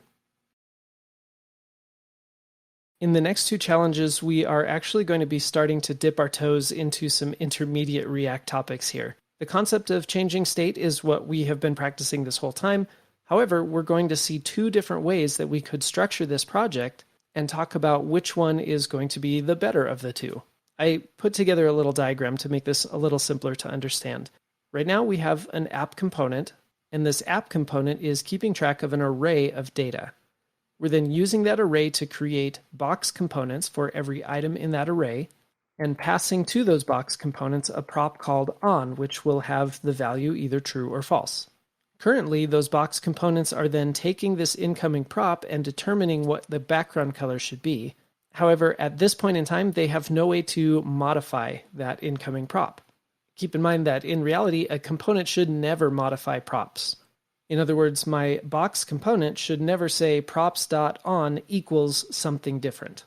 However, we do have some ways that we can still make changes to the background color of our box, and that's what we're going to be talking about. The first way we're going to see is to initialize new state in each one of these box components and set its initial value to the incoming props.on value. One benefit in doing it this way is the simplicity in allowing each box to then update its own state. Of course, by doing so, automatically every instance of our box component will also have the ability to update its own state. When I first started learning React, this was the most obvious way to allow each of these boxes the ability to flip its own value. And so that's what your challenge is this time. I want you to create some state inside of our box component. You'll determine its initial value based on the props.on value. You'll also create an event listener so that when the div of the box gets clicked, it can flip the value from true to false or false to true. While you're at it, don't forget to update your styles here in this ternary. Currently, it's looking at props.on. You'll want to make sure that you're looking at the local state instead of the incoming value of props.on. And the last thing is a quick change I made. In the previous screencast, I had set this to none, but it turns out this should actually be transparent if I want this to empty out the color. So don't let that be confusing. Okay, this is your time. Pause the screencast and work on this challenge.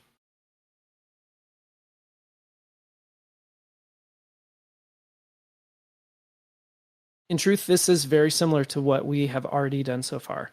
I'll initialize some new state. We'll call it on, and it will also receive our setter function, which I'll call setOn, by calling react.useState. The initial value should be determined by looking at props.on.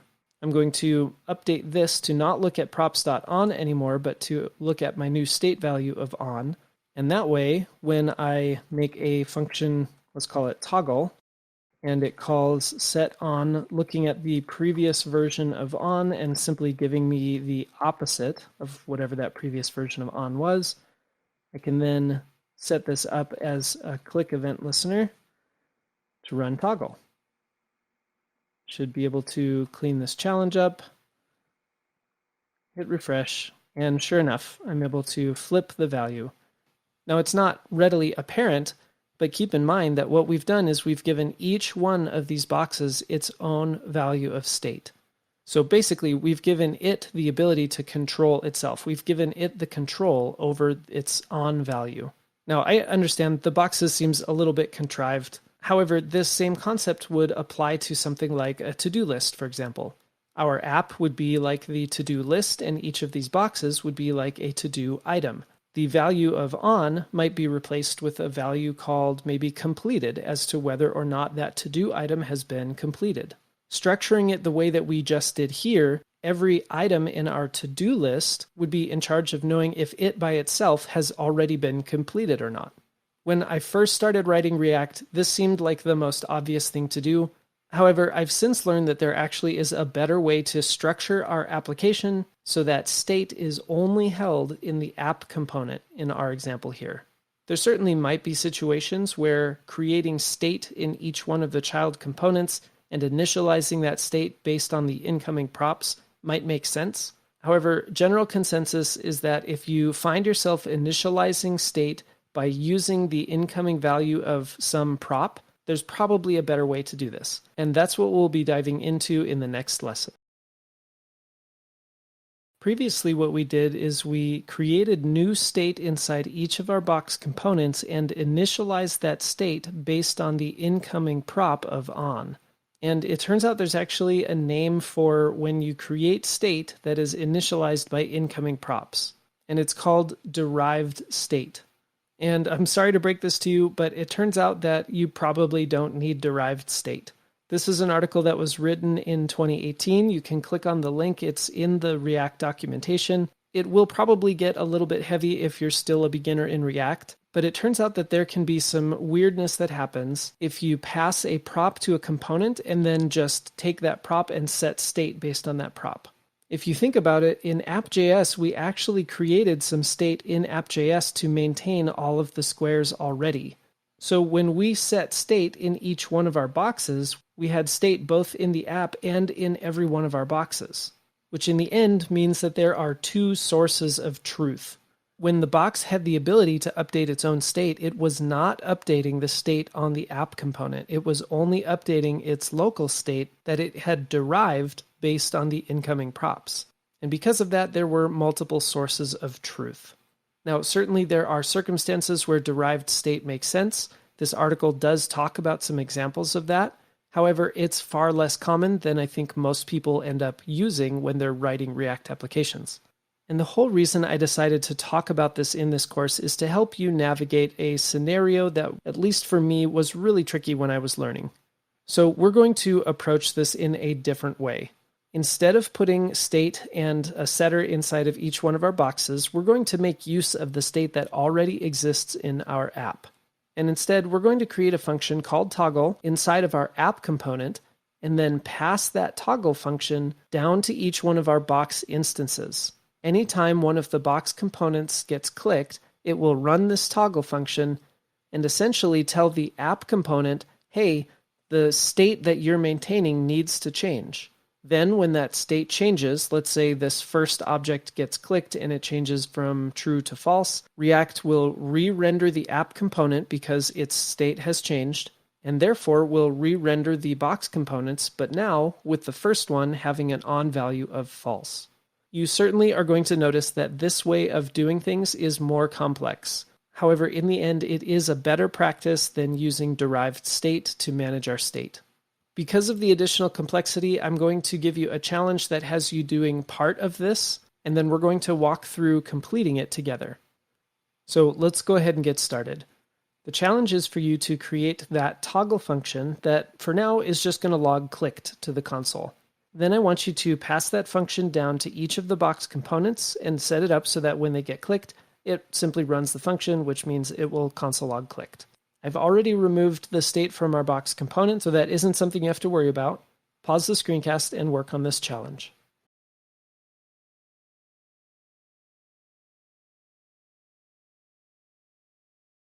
Okay, let's create a function called toggle. Simply enough, it's going to console log clicked. Then we're going to pass that function to each one of our boxes. We can choose the prop name we want. Sometimes I'll use what looks like the onClick event handler, but keep in mind that because this is a custom component, it won't automatically register this as an event listener. I think more often I'll choose something like handle click that makes it very clear that I'm talking about handling an event. However, I also could just give it the name of the function. Really, we can do whatever we want here. Let's stick with toggle for now, and we'll pass down the toggle function. And now inside of box.js, I'm receiving a prop called toggle, and this is where it does need to be on click with the capital C. We'll use props.toggle. I'll hit save, and clicking it, awesome, runs the function that we defined. This is the point where some additional complexity needs to be added in order for this to work correctly. When each box was initializing its own state, it was really simple to know which box was flipping its value because, well, each box was maintaining its own state. However, now with our toggle function, the toggle function has no idea which box just ran its code. So in my app component, if I wanted to use set squares, because squares is an array, I need to figure out which of the items in the array triggered set squares so that I can update the correct one and leave all the other ones exactly how they were. And this is where we are essentially forced to do something a bit clever. And I figured at this point it would be better for me to walk you through some examples of how we might solve this problem. Let me clean up our challenge. Our goal is to give the toggle function the ability to know which box was clicked so that we can correctly update the state array. One way we could do that is to make it so that the toggle function takes the ID of the box as a parameter. However, as it's currently set up, this is not going to work. And that's because in our onClick here, we really don't get to decide what parameter gets passed to our function.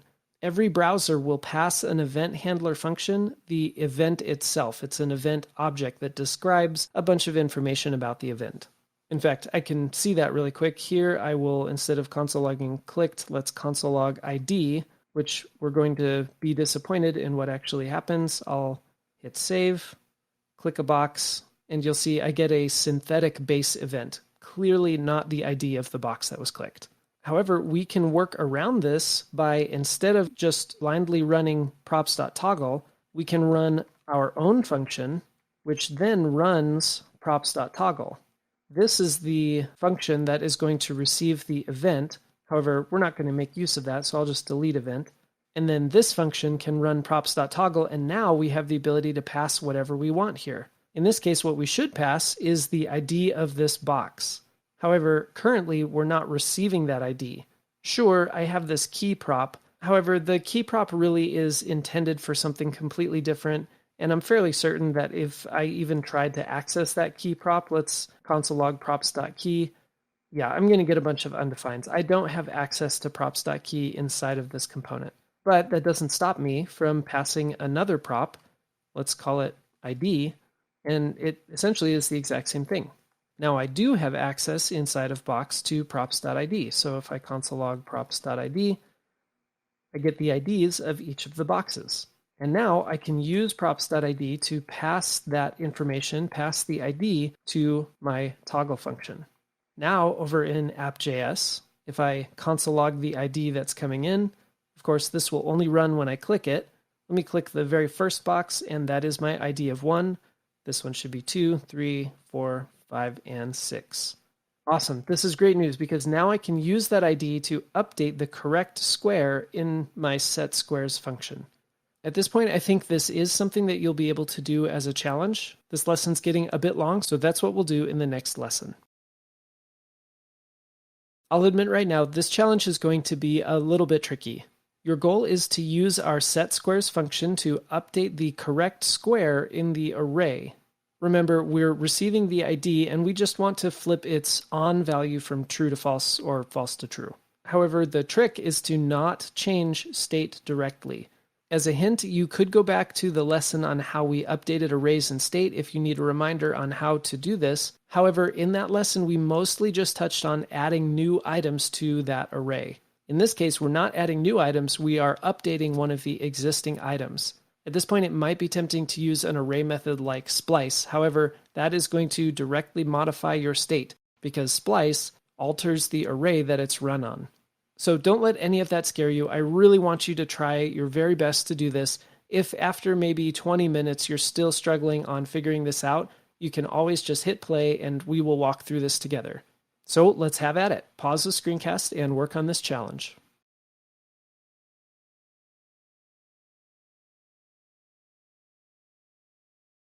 Okay, we'll use our setSquares function. As usual, we do need access to our old version of squares in order to determine the new value of our squares. So I'm going to say previous squares. And instead of getting really clever and figuring out a way to do this on a single line, I'm just going to open up this function so we have some breathing room to create variables and do whatever we need. In fact, let me solve this in maybe the least clever way I can think of. I'm going to create a new array. We'll say new squares. I'll set that equal to an empty array, and I'll do a very simple C-style for loop. We'll say let I equals 0, I is less than previous squares.length, I++. And my goal here is to look at each square in the array of squares, and if its ID is equal to the ID that our toggle function got, then we will simply flip the on value to the opposite of whatever it currently is.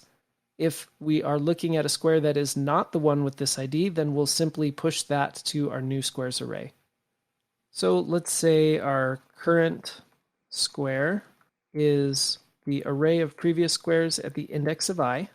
And now I'll say if our current square that we're looking at has an ID that's equal to the ID given to our function, then I'll say maybe updated square is equal to an object that has all the properties of my current square, except the on property is going to be the opposite of my current square.on. And then I have this new object, and I will push that to my new squares array. So I'll say new squares.push updated square. However, if the ID is not the same, so I'll say else, we're just going to simply push the current square to our new squares array. At the end of this for loop, we should end up with an array that looks almost identical to the original array, prev squares. However, one of the items should have a flipped value for its on property. And so we can see this is getting a little bit long, but there's my for loop. At the end, we'll simply return, because that's what we need to do from our setSquares function, is return the new value of state. We'll return our new squares array. To be totally honest, I haven't tested this out. Let's hit refresh, see if this works. Oh, look at that. Awesome. Let's walk through exactly what this is doing. Let me clean up my challenge to buy us some room here. Every time I click on one of these squares, it's running the click event handler that we defined here. That click event handler is running the toggle function that it received through props and passing in the ID that it also received through props. That toggle function is taking that ID, running setSquares, and running this function to determine what the new square should be. We look at the previous array of squares and simply generate a new array, loop over the previous array, and when we run into the square in our loop where the ID matches the ID passed into toggle, we create a new object that will replace the old object and push that to our array. If the IDs do not match, we just push the current square in its current form without any changes made to our new array, and we return that. By returning this new array, React will update our squares state array, which means that it will then re-render this component, remap over all of our squares, and create 6 new box components, pass the on value, which was the same in 5 of the squares but different in 1 of them, and then in our box component, it will simply take that prop and determine what the background color should be. All of that seems really complex. I totally understand that, but you can see it's quick and there really is no lag in doing this at all. At this point, we could just move on from this. Let's say it's a feature we're adding to some app we're creating. However, as we've learned, React really adheres to the principle of writing declarative code. What we have here is very imperative. Doing a C-style for loop this way works perfectly without any problem. So if you're happy with this, you can just move on. But I think it might be worth our time to take a look at how we might write this slightly differently using something a little more declarative instead of imperative. So that's what we'll do in the next lesson. I'm not going to bother making this a challenge this time. I think I'll just walk you through how I oftentimes will update an item in an array using a more declarative method instead of using a C-style for loop like we have here. So let me go ahead and just delete everything inside. And I think what I'll do is use the .map method to help me create a new array and return that array all in one go.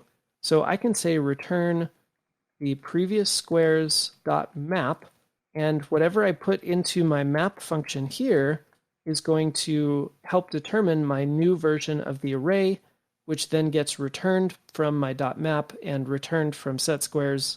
This is a lot of returns happening all in one, but let's just see how I would do this. I need to look at each square inside of my map, and whatever I return from this callback function inside of my .map is what will get placed at the same index in my original array in the new array that I return. So what if I were to use a ternary that said, does square.id match the ID passed into my toggle function?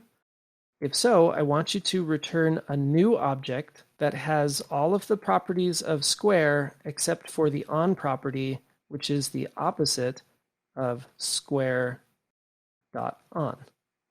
However, if the ID does not match, that's my else here, then I can simply return the square.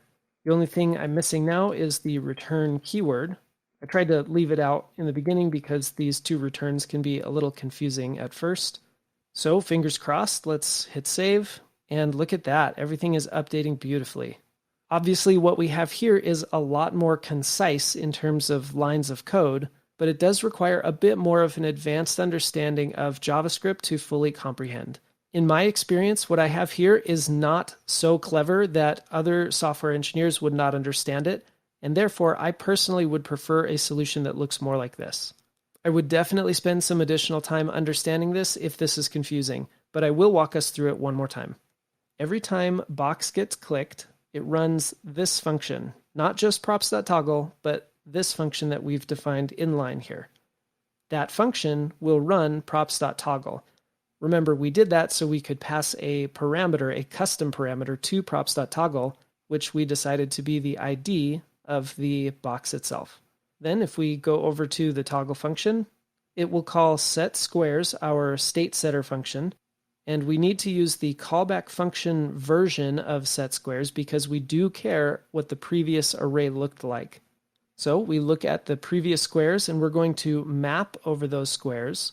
As a reminder, .map returns a new array without modifying the original array that will have the same length as the original array, and whatever we return from the callback function of .map is what will get placed in the same index in the new array as what was in the original array. What we're doing every time we loop over an item in this array is we're checking if its ID matches the ID. This ID here is the ID that we passed into our toggle function. If those IDs match, then that means it is the square that was clicked. If that's true, then I want to replace the old object with a brand new object, which is why I have these curly braces here. And this is crucial so that I'm not updating state directly. This object is going to pull in all of the values of square exactly as it was, but then it's going to overwrite the on value with its opposite. However, if this is not the box that was clicked, then just give me the old square. In this case, because I'm not making any modifications to it, I don't need to create a new object and spread in the old square or anything like that. I can just hand the old square object directly to my new array. Awesome work. I really hope you were able to follow along with that logic. This truly is something that just takes a lot of practice. At this point, one of the very best things you could do is just delete our toggle function completely and try to recreate it from scratch. In the end, this toggle function is the most complex part of what we have here, so that would be a great place to start if you really want to challenge yourself. I did want to show you one other rather clever solution that we could use instead of passing an ID down to the box, and that is that we could just say our toggle function that we're passing down, just like we did inside of our box, is going to be an individualized toggle function, this entire function here. However, we can pass the square.id immediately as we're passing this toggle function down. In essence, this creates something called a closure, where each instance of our box will have its own toggle and it will remember its own ID, which means I can get rid of this ID prop, and over in box, I can change this back to just toggle, or rather props.toggle. If I hit refresh, we can see that it's working exactly like it was before. Again, awesome work. I really hope that as you have followed me in this mini series on setting state and creating this rather silly little app, that you have worked on the challenges that I've given you. If you haven't, it's not too late. Don't just push forward. Go back and work on these challenges. Make sure that you really understand everything that we've done so far. Pushing forward without understanding this is not going to help you. It's only going to make it harder going forward. Spend the time now to really clarify these things. Ask questions in the Scrimba Discord, and then when you really understand it, you can be happy knowing that you are ready to move forward. Okay, well, this might look familiar. This is our joke component from the previous section, and we're going to use this to kick off a sort of mini-series on learning about conditional rendering in React. Using and understanding conditional rendering is very important in React because you will see it everywhere in React code. To start us off, I have a challenge for you. You're going to create some state called isShown. Its value will be a Boolean, and you'll just default it to false. The idea is for it to be a piece of state that will decide whether or not the punchline should be shown in each of these jokes. And then I want you to add a button, probably just right here below the paragraph, that will toggle that isShown value back and forth. Pause the screencast and work on this challenge.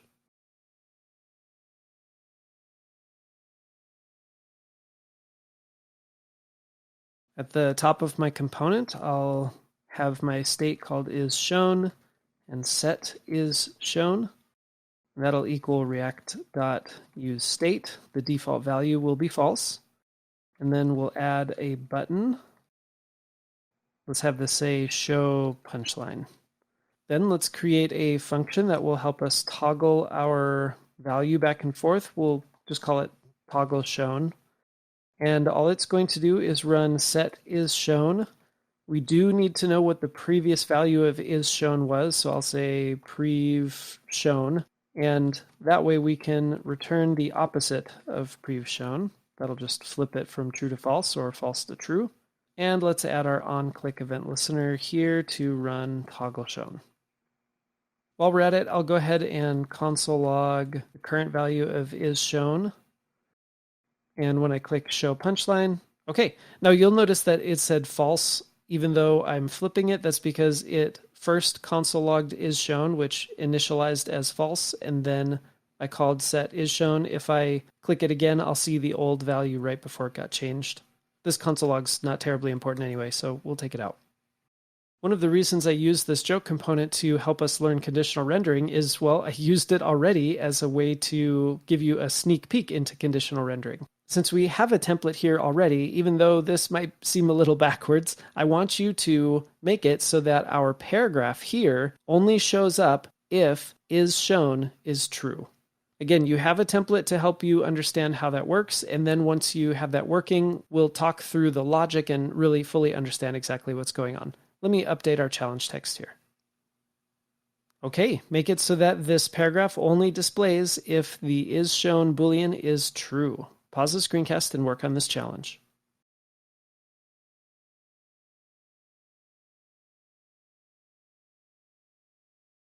Well, as we see here, what we did is we surrounded everything in curly braces, and that allows us to put a JavaScript expression in here. In our case, we're going to say if is shown is true and this paragraph. First, let's see if this is working. Okay, all of our paragraphs, our punchlines are gone. And if I click show punchline, awesome, our paragraph displays. Now, why on earth does this work? When you first learn JavaScript, we usually learn about how this AND logical operator, the double ampersand, is used to make sure that both sides are true or truthy. So let's say you have a couple variables. We'll say condition 1, we'll call it true, and condition 2, let's say that's also true. And if you have an if statement that says if condition 1 and condition 2, meaning if both of those are true or truthy, then the code inside this code will run. We also learned that if either one of these are falsy or false, so if I change either one to false, this code will not run. However, if we look deeper into how the computer is actually running this code, it can be very enlightening. For example, let me change condition 2 to a console log statement. This is kind of a strange thing. You're not really going to see this in the real world, but it's just to prove a point. We'll say, hello there. Let me open the console, and I'm going to click save, and we'll see that we immediately get the console log running of hello there. Now, let's see what happens if I change condition 1 to false. I'll hit save, and nothing gets console logged. That's because what the computer does is it first checks the truthiness of this first statement, and if it is not truthy, if it's false or falsy, it actually completely skips whatever it sees after the double ampersands. Since it already knows that this condition will not satisfy what the AND is expecting, in other words, for both sides to be truthy, it knows already that it can completely skip whatever it sees here. So we can take advantage of this in React anytime we have an element on the screen that we want to display if something is true, or completely hide or not even render to the page if that thing is false. Here with the setup, we realized that some jokes were just one-liners. They didn't have a setup and a punchline, they just were the punchline. And in that case, we looked at our incoming props.setup and said, if that's falsy, then don't display this h3 at all. Similarly, with our local state of is shown, we can say, I only want to display or render this paragraph if is shown is true. By doing that, we can have a toggle button that when it's clicked will change is shown of this individual joke component to true, and therefore it will display our paragraph. More specifically, when I click this button, React will re-render this component because its state has changed, and therefore when it's running the return value again and determining what should actually be placed on the screen, is shown is now true, and therefore this expression gets run and put onto the page for us. So as a recap, in React, when you have an element that you either want to display or not display at all, using the AND logical operator is a really concise and great way to do that. This challenge is a pretty straightforward one. Based on what you just learned using the AND logical operator, make it so that this h1 will only display if our array of messages is not empty. If this array is empty, then this h1 should not display at all, and we should end up with a blank page. While you're at it, go ahead and fix our little underline for the number of unread messages we have in our array. Pause the screencast and work on this challenge.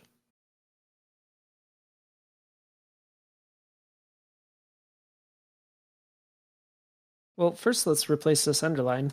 We can put in a set of curly braces and simply say messages.length. Okay, that's a good start.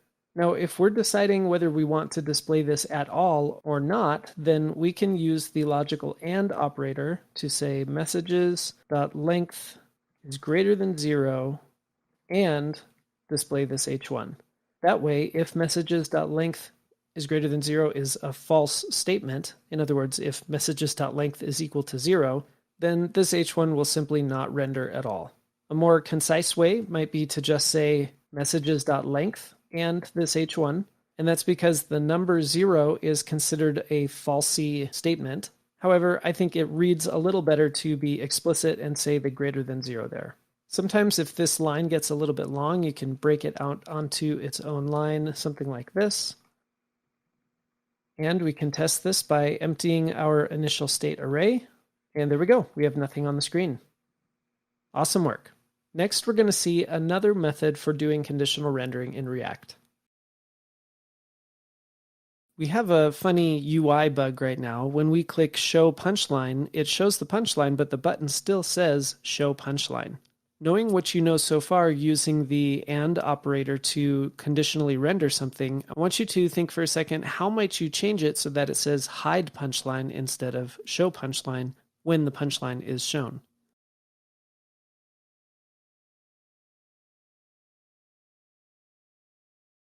One thing we could do is make a copy of this button and display them at different times.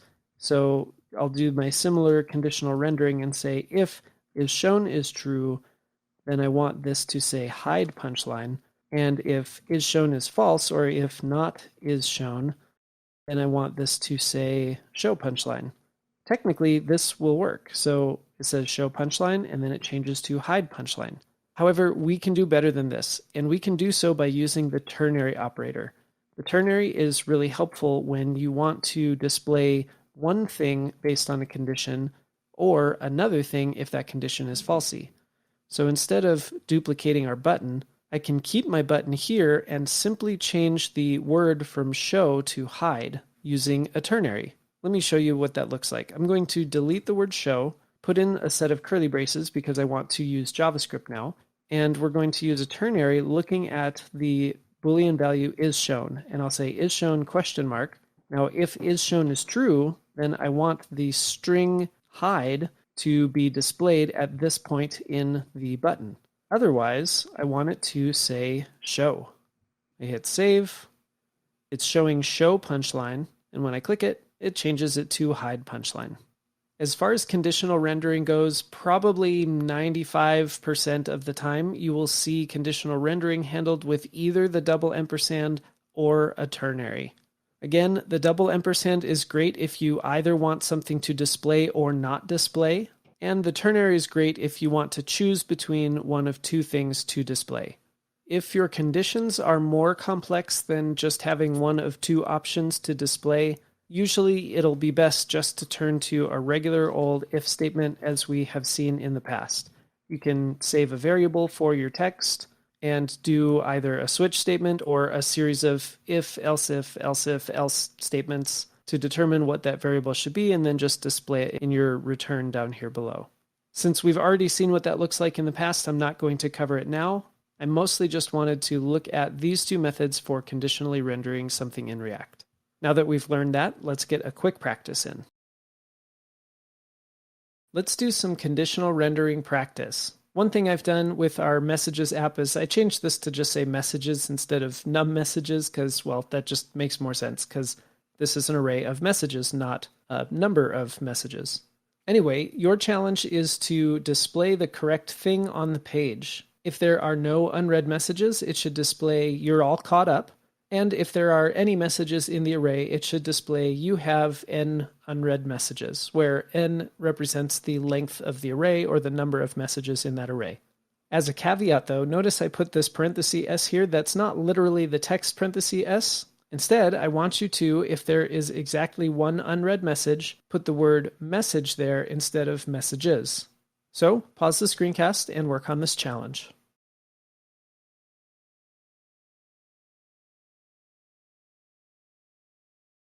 There certainly is more than one way to accomplish this. For example, I could always render an H1 and then use a ternary inside for the text of that H1. For some reason, that doesn't sit quite right with me. I'm honestly not sure why, but I think the way that I would choose to do this is just to open my curly braces, look at the messages.length, and say if that is exactly equal to 0, and here I'm going to use a ternary, so I'll start a question mark. On the next line, this will be what should display in case there is exactly 0 messages. So I'll do an H1 here and say you're all caught up.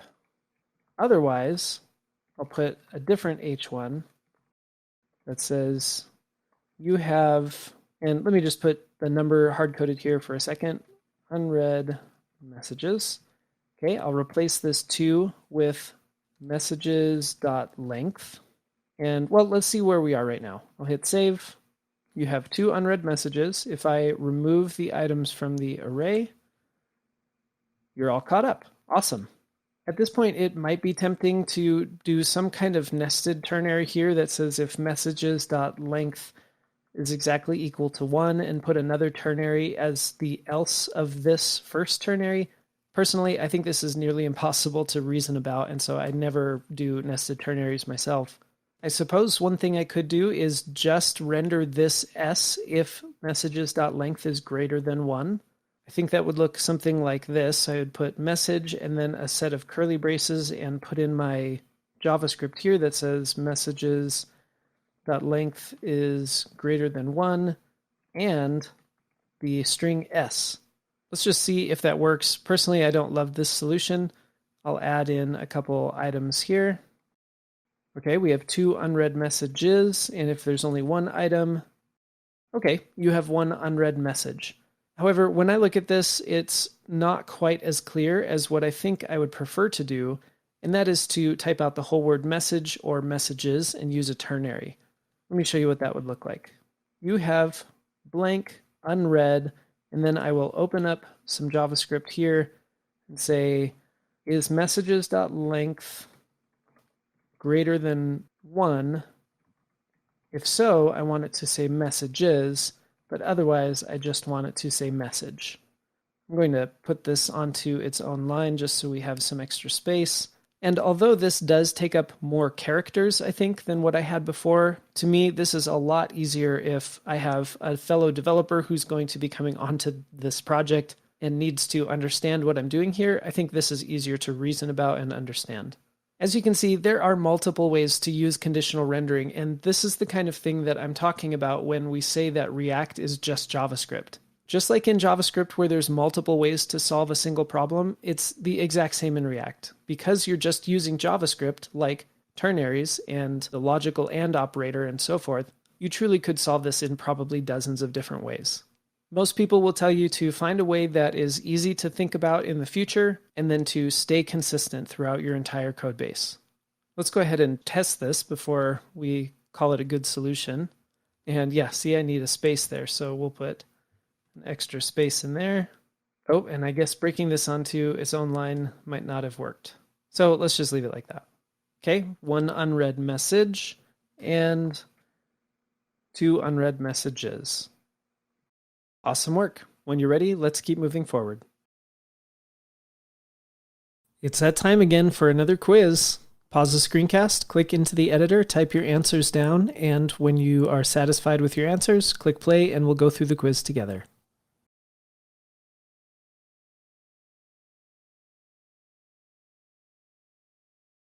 Number 1, what is conditional rendering? Conditional rendering is just a way to determine whether or not something should get displayed, or, as we're going to see, what among many choices should get displayed. Unlike a regular HTML page, which will always display whatever you hard-coded into the HTML, with React we can use conditional rendering to sometimes not display that thing, or to sometimes display one thing instead of another. So conditional rendering is when we want to only sometimes display something on the page, usually based on some sort of condition. Or maybe I should say always based on some sort of condition.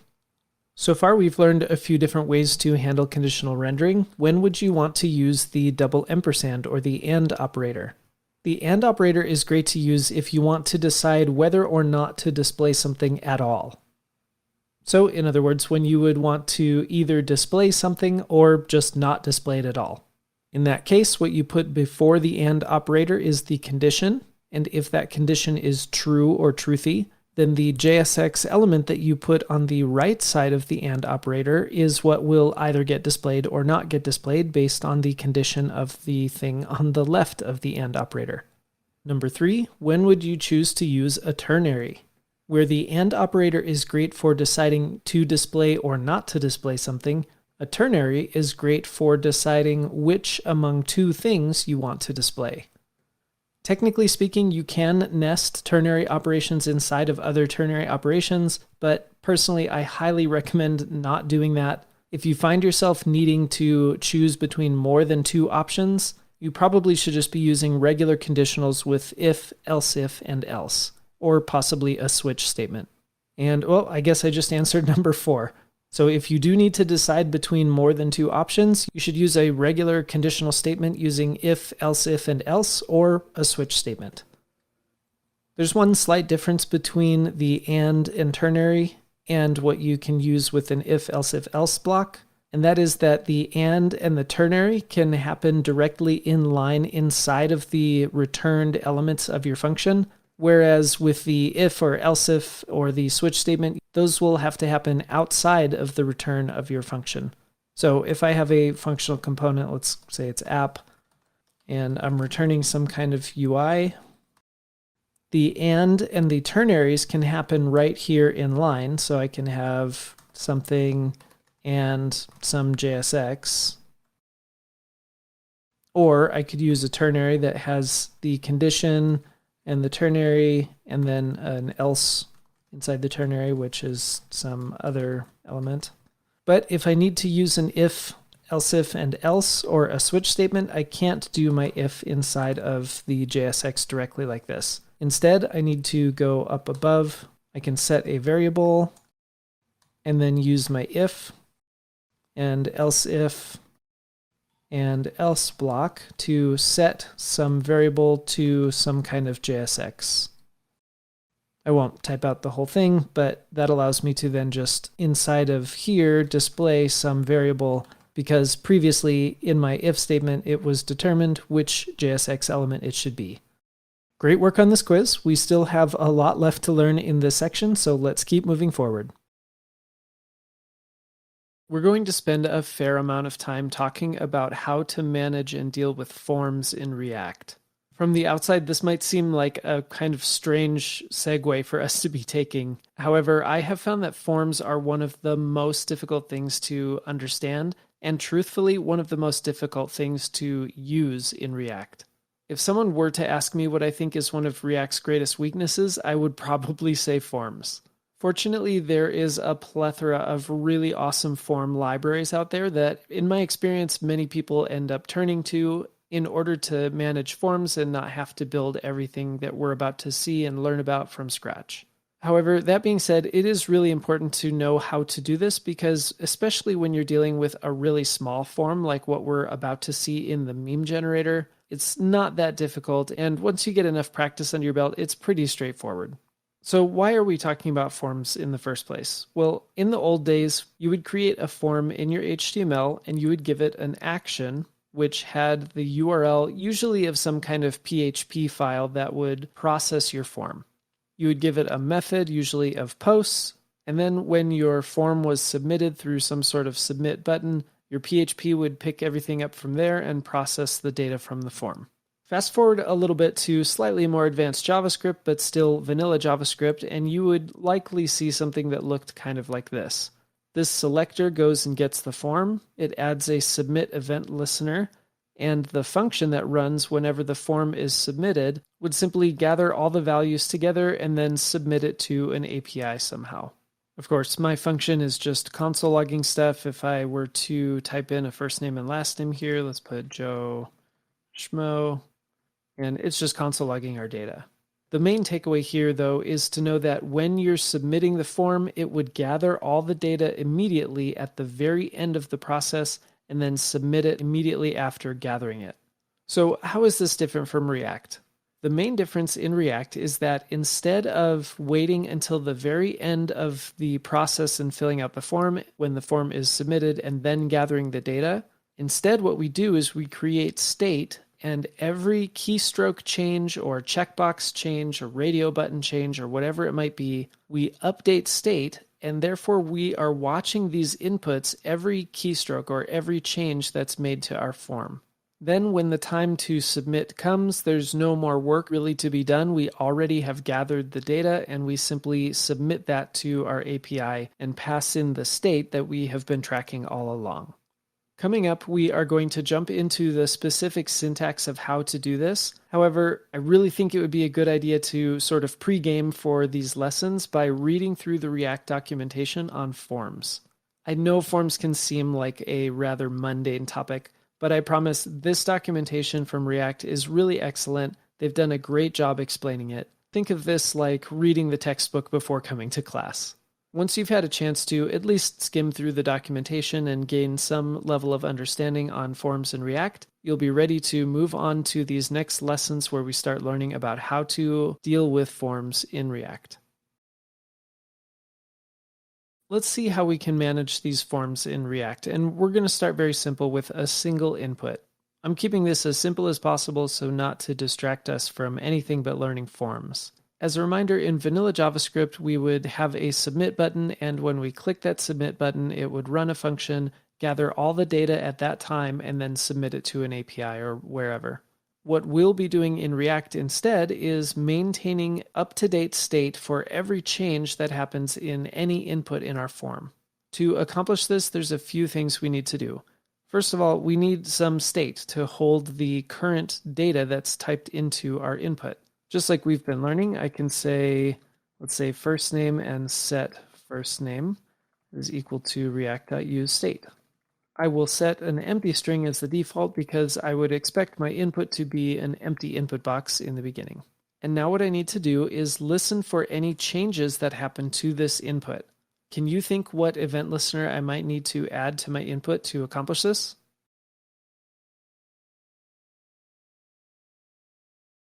Most or all form elements have an event called onChange, and I can set that equal to a function, let's call it handle change, which I obviously haven't declared yet. So let's declare that function. And for now, let's just console log changed. I hit refresh, and now we can see every keystroke that I make is running our function. Now, one thing we haven't spent much time talking about is this parameter that I can actually receive as a part of my event listener function. In this case, I don't get to decide what actually gets passed to my handle change event listener function. Instead, what will get passed to it by the browser is an event object. This event object is really large. It has a lot of information in it. And if I console log event in Scrimba, it's simply going to put synthetic base event. So at this point, I'd recommend you actually open your developer tools in the browser and see exactly what got logged to the console. You'll be able to dig into all of the properties of this event object. However, there's one property in this event object that I care the most about, and that is one called target. If I log event.target, we'll see that it gives me what Scrimba shows is the HTML element that triggered this event. Now, it looks like HTML in the console down here, but in reality, it's just the DOM object that triggered this event. That DOM object has properties that we care a lot about. For example, the value property. Let me hit refresh, and I'll just start typing letters, and you can see in the console, we're logging the current value on every keystroke of that specific input box. So let me set up a quick challenge for you. Your challenge is to update the first name state on every keystroke. I've set everything else up for you. You should be able to complete this challenge fairly quickly. I've added this console log here. What this will do is every time the first name state changes, it will re-render your component, and therefore it will rerun this console log. This is a really simple way for you to see that everything is working. Assuming you hook everything up correctly in our handle change function, this console log line should fire every time you type into the input box. Pause now and work on this challenge.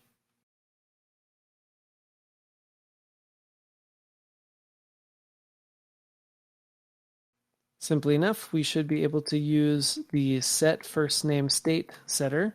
And in this case, I don't really care what the state used to be, or rather, I don't need to know what the state used to be in order to determine what the state is about to be, because I have quick and easy access to the information that's currently typed into the input box by accessing event.target.value. So I should be able to get rid of these lines. I'll hit refresh, and I'll start typing in my input box, and sure enough, our state is updating with every keystroke. And there we have it. As you can see, at least starting out, this isn't that terribly complicated. However, I am about to throw some wrenches in here. We're going to see that the complexity level will rise a little bit. However, before I do that, I want to get your hands on the keyboard, and we'll do that as part of a challenge. In this challenge, we want to add a last name input to our form. As I've done before, I'm being a bit intentionally vague here, and that's so that I can get you to think of all the steps that you would need to run through in order to get this to work. So do your very best in this challenge, and when you feel like you've got a good solution, you can hit play and I will show you how I would do it. Pause now and work on the challenge.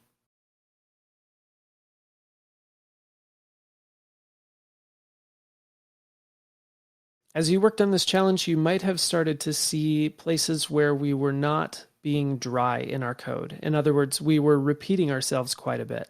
For example, I could duplicate this line, and I will change first name to last name. We'll say set last name. I then could duplicate my input, and we'll change this to last name. Now, of course, there's a problem with using the handle change function on change, and that is because, well, handle change is only changing the first name. So maybe we make a change that says handle first name change. We'll update our on change there, and then we'll duplicate this function and handle last name change. You can probably see where I'm going with this and how this is not going to be the ideal solution. And then last of all, we need to change this to set last name. I'll add a console log here just so we can see if things are working the way we expect. We'll look at both the first name and last name. We'll hit save, start typing, looking at Joe, Schmo. Okay. Of course, this seems to be working, but we can clearly see this is not ideal, especially when you think of some of maybe the crazy forms that you filled out before that have, let's say 20 or maybe even upwards of 50 input boxes. It's not going to work great for me to have a separate change function for each one of those and a separate piece of state for each one of those. So next what we'll do is we'll learn how to combine our state into an object and how to use the event parameter that we're receiving in our event handlers to determine which property of that state object we should be updating. So when you feel confident with everything that we've worked on here, let's jump into that next. Let's see how we can improve our form and how we're managing state so that when the time comes to add, let's say 20 or 30 more inputs, we don't end up drowning in duplicated code. Now, if you do just have 2 or 3, maybe even 4 pieces of data in your form that you care about, doing something like this might be okay, or at least manageable. Once you get to 4 or beyond, however, it starts to make a lot more sense to save your state in an object instead of in separate variables. A benefit of doing that is we'll receive one setter function, which we're going to learn how to use to update the correct piece of state in the object. Let's just dive into the syntax to make more sense of this. I'm going to remove this extra function here. Let's change this back to handle change so we can figure out a way to make it more universal, and I'll set my on change to work for both of those. Let's also get rid of our extra piece of state here, and instead we're going to choose to save an object as our default, and that object will have a first name property as an empty string and a last name property as an empty string. Let's move this onto its own line. Then I'll change first name to something more generic like form data and set form data. Lastly, let's get rid of this so that we don't have broken code. And awesome, this is a good starting place. If you remember back when we talked about the event that we're receiving in our handle change event listener function, If you did spend some time in your developer tools poking around that object and looking at its properties, you probably saw event.target, which we talked about in that previous lesson. Now in Scrimba, if I console log this event.target, it gets a bit truncated to look like an HTML element. However, under the hood, it's really a DOM object that we can access properties on. In fact, we saw how I can look at the value property to get the specific value that was typed into the input box.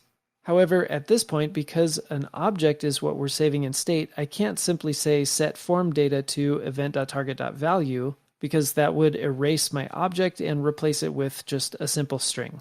And because I'm using the same handle change function on both of my inputs, I need a way for the handle change event to distinguish between which input it was that triggered that event.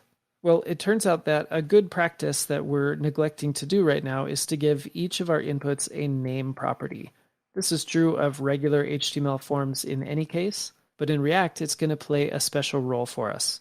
What I can do is make the name property match exactly the property name in the state that we're saving. In fact, a good idea is to just copy and paste it so that you don't misspell it. And now I have access to event.target.name. Let's hit save. I'll trigger the event to happen in the first name property, and you can see it logged the first name property there. If I do it in the last name, it logs last name. Well, this is a great start. We have access to the property of state that we want to change, and we still have access to event.target.value, which is the value that we want to change it to. So now we have everything we need to call set form data and update our object correctly. Let's go ahead and call set form data. Before, when we were simply updating a string, we didn't care about what the previous version of that string was because we were just going to overwrite it with whatever was in the input box. This time around, however, we do need to know what the old version of state was because we have a lot of other properties. Well, in this case, we only have one other property, but imagining a larger form, we have many other properties that we need to maintain instead of just overwrite. So I'll do a callback function in here. I'll use an arrow function and call my previous state, let's say prev form data. I'll use an arrow function and open up the body of that function. My goal is to return a new object, and I want to make sure I keep all of the old object intact. So I'm going to spread out the previous form data, but then I'm going to overwrite the specific property that we are trying to overwrite or that we're trying to update in this handle change event listener. Well, on your first attempt, the inclination might be to try something like, let's use event.target.name as the key and event.target.value as the value. Of course, as we can see in the editor, this is a syntax error. However, with ES6, there was a feature introduced called computed properties. And what this allows me to do is to surround my key here in square brackets. Long story short, it makes it so I can turn a dynamic string like something saved in a variable and use it as the property name for my object. If that doesn't make a whole lot of sense, don't worry too much. Just know that you can fix the syntax problem by having dots here by surrounding it in square brackets. That's an overly simplified way to describe it, but don't worry too much about that. That's not the important part to take away from this lesson. Let me add back my console log so we can look at our state every time it changes. We'll hit save. We can see in the console that it's empty to start with, and as I change the first name, my object is updating correctly. My last name is also still a part of my state. As I update the last name, awesome. This is great news that my entire state is staying intact. Honestly, what we just learned in this lesson might be one of the most difficult parts of understanding forms in React. So for those of you that were able to follow along, awesome, good job. For those that were struggling still, that's completely okay and completely normal. Don't be afraid to go back, rewatch this a few times, and because of that, in the next screencast, we're going to practice this a little bit more. Hopefully in this challenge, you'll get a chance to see why it's beneficial to structure things the way that we just learned how to do. Your challenge is to add an email field and associated state to our form. Pause the screencast and work on this challenge.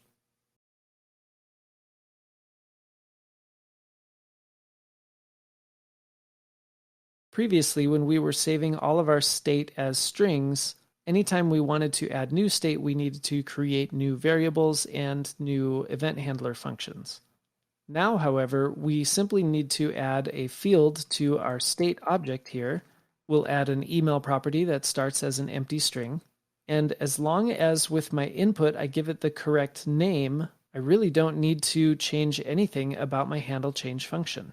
So let me add another input here. I'll just duplicate this one. For good measure, I'll change the type to email. Of course, we'll change the placeholder. I don't need to change my onChange. We'll make sure that this name exactly matches the name that we chose in state on our property here. And, well, I believe that should do the trick. I'll hit save, type in a first name, we'll say it's Joe, last name Schmo, joe@schmo.com. And sure enough, our state is updating exactly as we would expect, now maintaining all three of these properties. Now, for those of you that followed my directions a few screencasts ago and actually read through the React Forms documentation, you would have come across a section that talked about controlled inputs. As of right now, our inputs are not controlled, and so in the next screencast, we're going to see one simple addition we can make to turn them into controlled inputs, and we'll talk briefly about what a controlled input is in the first place.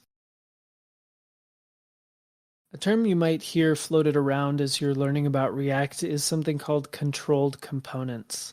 Again, if you read through the React Forms documentation, you'll have come across the section called controlled components. If it's been a minute or you didn't have a chance to read through that, you can click this slide in order to go directly to that documentation. But when we're talking about maintaining state inside of a component, there's a common concept called the single source of truth.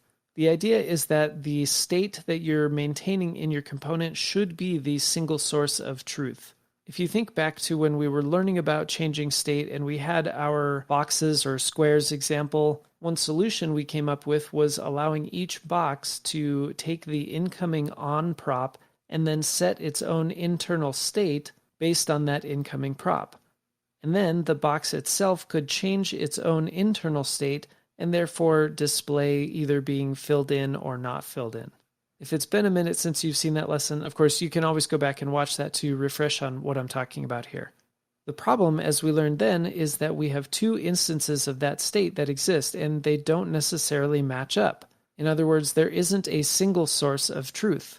The array of these objects was being held in state in the app component. However, each box was then changing that state essentially without telling the app component that it was changing, and therefore there was state that oftentimes would not match with one another. We have a similar concept happening here, where in the markup inside of our inputs, each of these inputs in effect is holding its own state.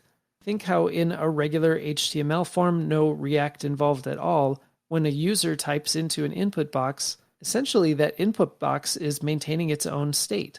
Well, in this case, we have two pieces of state. One is being held by the input box just in regular HTML, and the other is updating on every keystroke held in our React code. Of course, we have set it up so that the state of our input box then perfectly gets mirrored by our state in React.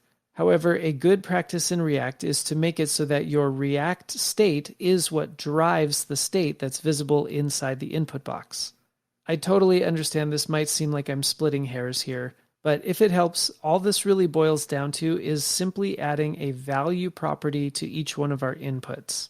So here at the bottom of each one, I'll add value equals and then a set of curly braces. And then all we need to do is add the piece of state, in other words, form data dot, and then the name of that specific input into that value. So we'll add form data dot, and then in the first one, I'm going to have first name, last name, and email. Visually, we're not going to see any difference here. Conceptually, however, when I type into the first name, Bob, the value of this input box is no longer being controlled by the input, but rather by React. Every change that I make runs my handle change function, which then updates the correct piece of state, which re-renders my form, and it sets the value of my form input to be whatever state is. So now state is in the driver's seat telling the input box what to display rather than the input box telling the state what to be. The main reason to learn this about controlled components is because sometimes if you don't set this up correctly, React might sometimes complain about having uncontrolled components. Fortunately, the concept itself is more difficult to understand than actually implementing it. So if you don't feel like diving deep into understanding controlled components, honestly, that's going to be completely okay at this point. Just remember that you need to set the value of your inputs to be equal to your state that represents that input value. There are a few more small things that we need to learn regarding forms. So at this point, we're going to speed through some of those so that we can get to a challenge that will help you practice all of this together. If only all form elements were as simple and designed the same way as the inputs that we've been working through, these text-based inputs, then our life would be so much easier. However, forms have more variety in the types of inputs you can have. For example, radio buttons and checkboxes, text areas, and so forth. Each one of these has some special considerations we need to keep in mind when we're using them in React. To start us off, let's look at the text area element. In regular HTML, text area is a little different than an input because it is not self-closing. It has its own separate closing tag. And in HTML, whatever you put inside the opening and closing tags is the value of that text area. You'll see I'll hit refresh and we get a text area that's a little bit larger. We can also set the size with rows and columns. The user can make this bigger or smaller if they need to. However, what the React team has done is they've chosen to make the text area much more similar to a text-based input. And so they've taken the closing tag away, they've made it a self-closing element. And just like our inputs, we will now add a value property to it, and that's going to be the value that's inside of the text area. Once you understand that they've changed the text area to be a self-closing element, essentially everything else we've learned about text-based inputs remains the same. I suppose in the text area case, we're probably not going to include a type because the text area is sort of its own type already, but everything else should essentially be the same as our inputs, which means that it's time for a challenge. Okay, your challenge is to add a text area for comments to the form. We do want to include these comments in our state as the user is typing into the text area itself, so make sure to update our state as well. Pause the screencast, work on this challenge.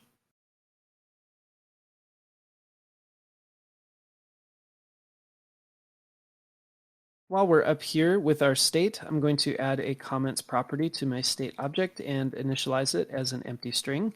Then at the bottom of my form, I'll render a text area element. Again, it's self-closing. And just like the other ones, we will put a value in here that will be formData.comments. That way it can be a controlled component. We'll add a placeholder that just says, let's just say comments. We'll use the same onChange handler, so we'll have handle change. And in order for handle change to work, we need to make sure we assign the same name that we have in state. So comments and comments. Now I've added some styling. I did that directly to input, so my text area isn't going to be styled that way. Maybe I can get lucky and just add text area directly to my styles here. Let's hit refresh.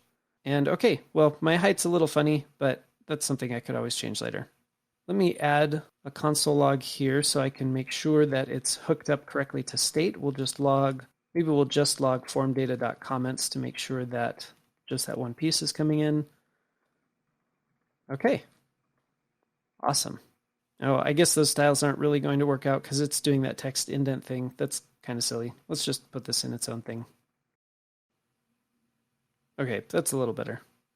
Awesome job. The next form element we'll talk about is checkboxes. Let's take a look at the checkbox element. Now, checkboxes aren't just an HTML element on their own called checkbox, although to be completely honest, I kind of wish they were because that would just be a lot easier. But no, they are an input with a type of checkbox.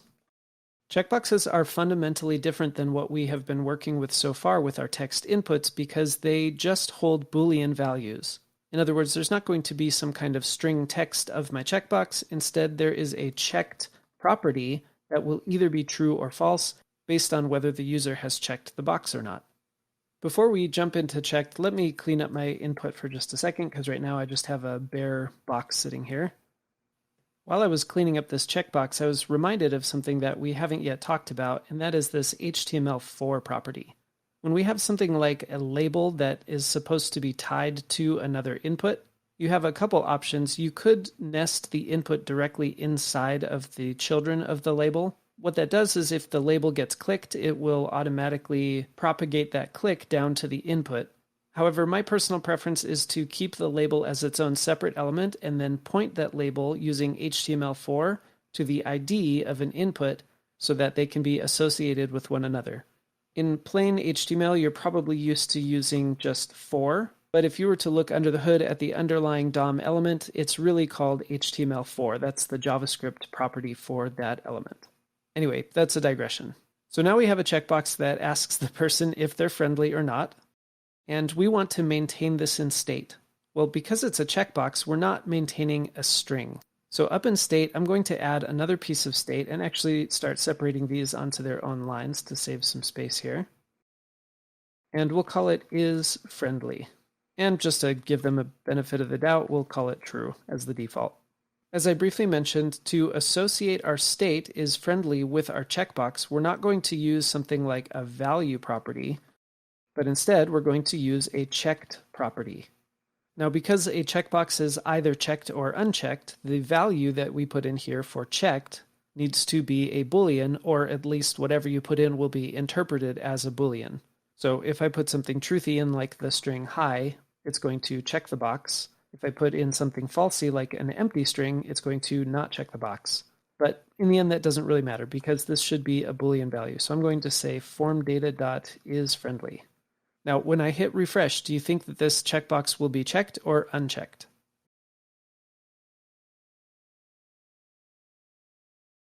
It should be checked because our default value is true, right there.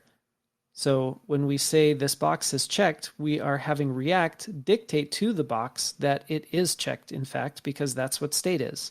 Of course, now we've introduced a bit of a bug. I can't uncheck the box. Maybe that's a good thing. For this specific form, we don't want people to be unfriendly. But for the sake of argument, let's say we want this to act like a normal form. If we look closely at our handle change function, we have only been looking at event.target.value. However, with a checkbox, we are not looking at the value property anymore. We're looking at a checked property.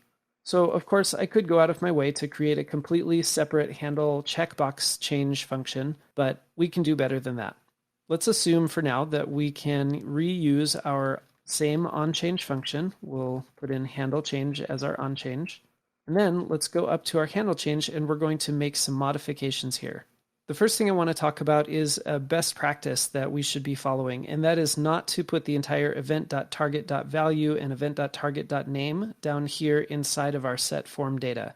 At this point in the course, it's not that important that you understand why we're going to do this, but a much better way to handle this is to destructure event.target and pull out the values that we need. So we need name and value from event.target. And then I can switch this to name and switch this to value.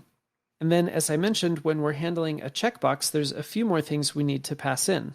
One property that will come in is this type property on all of our inputs. We have a type text, email, and down here, our type of checkbox. So let's bring in that type so we can check whether or not the input that's making this handle change function run is a type of checkbox. And if it is, we're also going to need the checked property. And this is either going to be true or false, depending on how the user has interacted with the checkbox. Now comes a bit of a trick. When I'm setting my form data, I want everything else essentially to be the same. However, the piece of state that I want to update if it's a checkbox, in our case, the isFriendly property, should not take on value, but rather should take on the value of checked. So I can use a ternary here that says, is the type equal to checkbox? If so, I want you to use the checked property. But if not, I want you to use the value property. Let me get rid of this console log because that's from a previous screencast. Let's refresh. We'll hit the checkbox and oh no, there's a bug. So I'd like you to look at the input that we've created, perhaps compare it to some of the past inputs that we've created, and see if you can figure out what we're missing.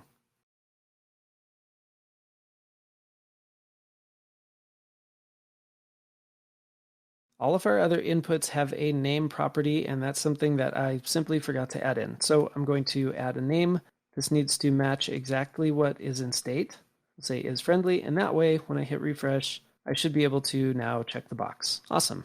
This is probably a good time to mention that everything we're learning here with forms can be really confusing and especially hard to try to memorize. Honestly, as I've been preparing this lesson, I've had to go back to some of my old notes and some of my own recordings to remember what the syntax for this actually looks like. So just think of this as a pep talk. Now, if as I'm teaching it, you're still feeling totally lost and it's not making any sense at all, that's a cause for alarm. You should be able to generally follow along, but in this case, I'm not necessarily going to quiz you on the exact syntax for everything because, well, it's just as easy to look it up if you really need to. Okay, so let's get back on that horse, and we're going to next look at radio buttons. In React, radio buttons are kind of an interesting combination of checkboxes and text inputs. I'll talk about what I mean in just a second, but in the meantime, I've put together this field set that asks about our current employment status. To skip some of the mundane stuff, I've already added the type of radio and some IDs in order to associate the labels using HTML4 with the correct inputs. So now let's talk about how we can hook these radio buttons into our form and connect it with our state. First, we need a place in state to hold all of this information. I'll add another property to our state called employment. And where checkboxes are either true or false, radio buttons, similar to inputs, will have some kind of text value to them. In this case, I want employment to be some kind of string, either unemployed, part-time, or full-time. So on a high-level overview, what will happen is when the user clicks one of these options, we will be watching for changes in these inputs, and when a change happens, it will take the value of that specific radio button that was clicked and set our state to that value. In order to associate my inputs with the correct piece of state, and also to make it so that I can't click all of my inputs the way I can now, I need to add a name property to each one of these inputs. Like we've done before, I'll set the name equal to employment, which exactly matches the property that we are saving in state. The reason we're giving the same name to all three of these radio buttons is, first of all, in HTML, that's the way that we make it so only one of these radio buttons can be selected at any given time. But it also intuitively makes sense because we're only updating one property of employment based on which one is selected. Each one of these inputs will have its own unique value, and this value is what will actually get saved as the value in state when this specific input is selected. So for the unemployment or the unemployed one, I'll put unemployed. For part-time, we'll use part-time. And for full-time, we'll use full-time.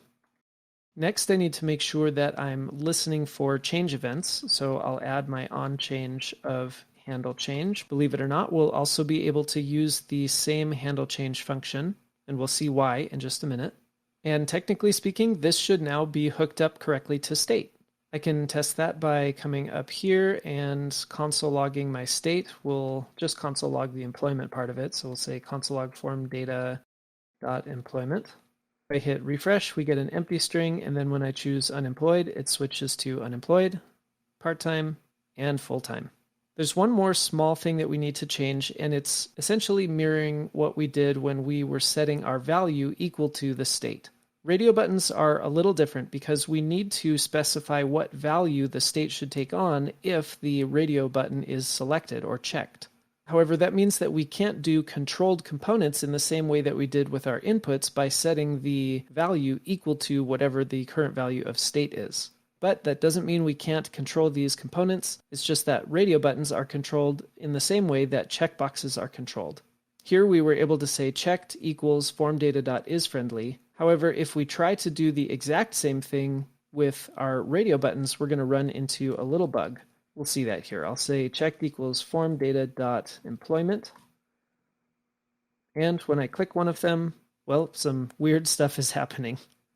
This is where radio buttons differ from checkboxes in that when we are controlling the checked property, we don't simply say checked equals formData.employment because, unlike a checkbox, this is not a Boolean value, but we can make it a Boolean value by checking if the formData.employment is equal to the value of this specific checkbox.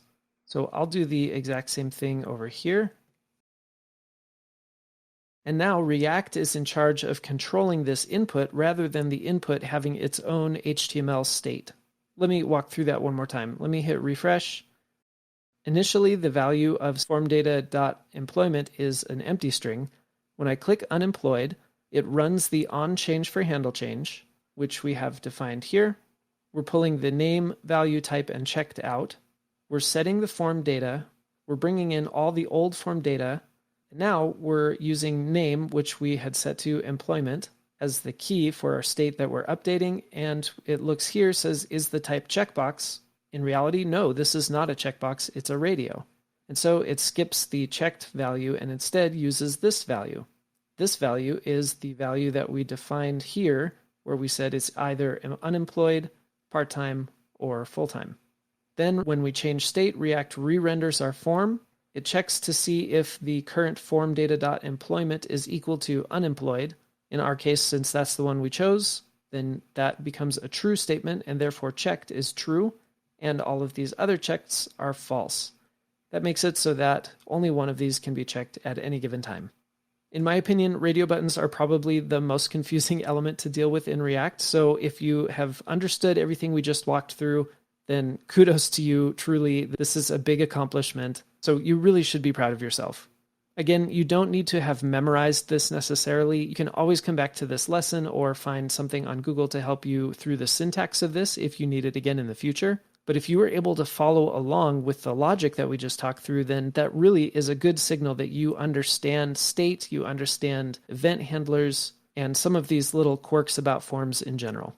There's one more form element I want to talk about before we move on, and that is select boxes, and we'll do that in the next screencast.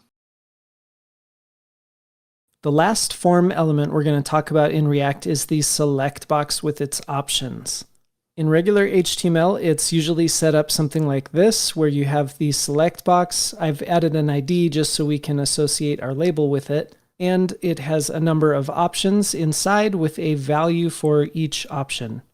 In regular HTML, in order to grab the value of whichever one is selected, you will look for a property called selected, although that would happen in the JavaScript. But all of this is a bit beside the point because React has decided to make it a lot more similar to some of the other input elements that we have seen so far.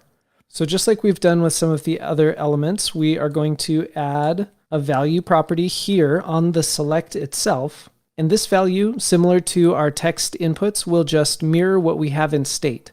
Now, currently we're not saving a favorite color in state. So let's go ahead and add fav color. We'll start it off as an empty string. And then down here in our select, we will say formData.favColor. We can reuse the same onChange handler that we've been using with handle change. And in order for handle change to work correctly, we need to make sure that we mirror our name to exactly equal the property that we're saving in state. So at this point, I should be able to click my dropdown, and you won't see this dropdown in the recording, but if you click onto this app and hit the refresh icon, you can test this out for yourself. I'll click the dropdown, and I see the different colors, red, orange, yellow, green, blue, indigo, and violet. I can choose green, and that will change our dropdown to green. And actually, let's go up here and change formData.employment to console log our favorite color instead. So that way, whenever I make a choice like green, our state is updating according to the value of the option that was chosen in this dropdown box. Now we do have one little issue here. If I hit refresh, we see that I'm initializing state as an empty string for the favorite color, but currently I don't have an option that represents the empty string value. One way I can change this is by providing a new option where the value is an empty string, and then maybe I put in something like choose that makes it so that the user will see choose here on the first option. I'll hit refresh.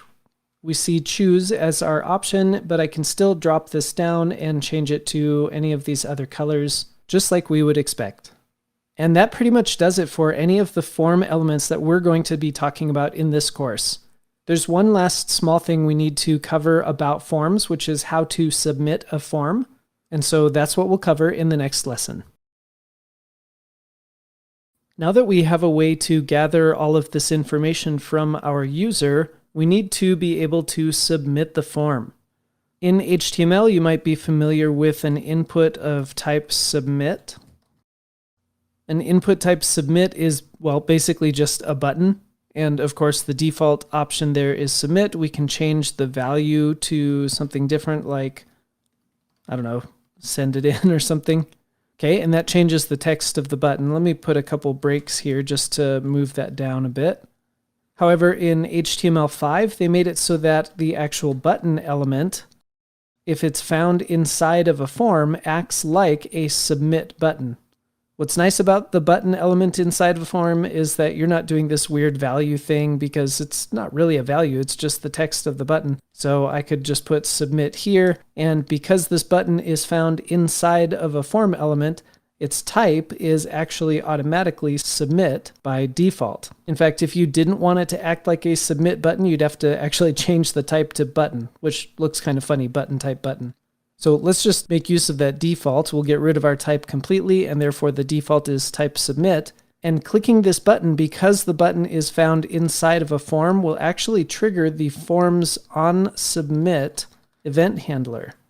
Now, back in the day, instead of having a JavaScript onSubmit handler, you might have something like a method that tells you this is going to be a post request, and you'd have an action that probably led to some PHP file.php, and then PHP would take the data and process it, do whatever you needed to do. However, we're going to essentially bypass that entire system. We're going to set up the onSubmit event handler, and let's create a function called handleSubmit. And up here, I'll actually create that function. And what's nice about the way we have set up our form in React is now, instead of having to go through every one of our inputs and gather the values right at the last second before we submit this to maybe an API, we've been doing all that work all along as we've been updating state on every change of the inputs and elements in our form. So if we pretended that we had some kind of submit to API function, we would really just be able to probably pass our form data object into that function because it's already updated. It's been updated after every change of the form. Now, just like in vanilla JavaScript, if you have built a form and gathered the data in JavaScript, you know that clicking this submit button will actually refresh this page, and it'll put all of the form values as part of a query string in the URL. That all harkens back to the original way that forms were submitted with an action property. So the first thing we will always want to do in React when we're handling a form submit is to take that event object that will get passed to this event handler and run event.preventDefault. Preventing the default means that it won't refresh our page and essentially re-render our app with all of these default values and state. Prevent default just stops all of that from happening and makes it so that we can then run code the way that we actually want to. Just to see this working, I don't actually have a function called submit to API, so let's just console log our form data. So before we test this out, let me remove some of these console logs so we can actually see what we're working with. I'll hit refresh, type in some generic values here.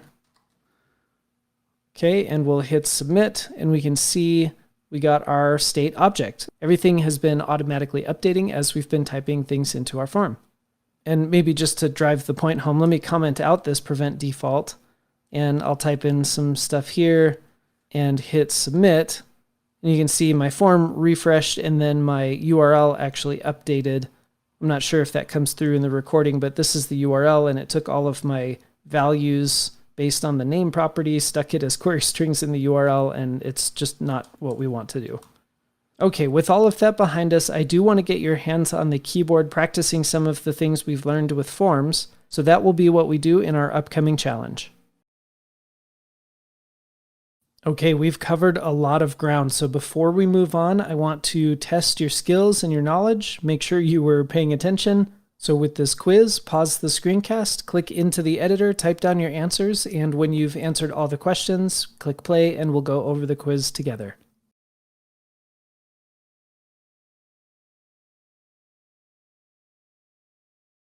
Number 1, in a vanilla JavaScript app, at what point in the form submission process do you gather all of the data from the filled out form?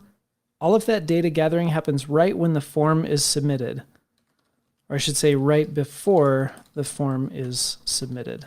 Usually you listen for the form submit event and then you'll go to each one of the elements in the form and gather the data. So in number 2, it asks basically how is that different in a React app?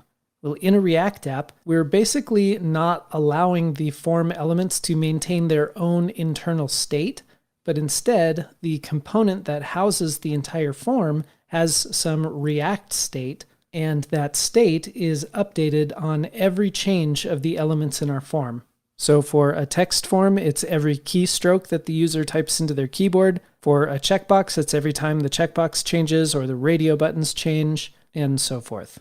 So in short, we gather all the data as the form is being filled out. And of course, all that data is held in local state. Number 3, which attribute in the form elements, for example, the value, name, on change, etc., should match the property name being held in state for that input? Well, it's the name property. Essentially, we use that name property to help us in our on change so that we know which property in state to update whenever a change happens. Number 4, oh, that A should not be there. What's different about saving the data from a checkbox element versus other form elements? In all the other form elements, we're using the value property to know how we should update our state, but with a checkbox, we're looking specifically for the checked property. Okay, and number 5, how do you watch for a form submit and how can you trigger a form submit? Simply enough, we can add an onSubmit handler on the form element. That's how we can watch for a form submit, and we will pass a function to the onSubmit handler that will run whenever the form is submitted. So then how do you trigger a form submit? Usually that will happen with some sort of button click. As a quick reminder, in the markup, if you have a button element that's inside of a form, it will automatically act as a submit button for that form. Alternatively, and what kind of seems like the older way to me, is to use an input type submit. But to me, there's not really a benefit to doing that. Okay, awesome job on this quiz. Hopefully you were able to answer all these questions. Next, we're going to put what we've learned about forms into practice.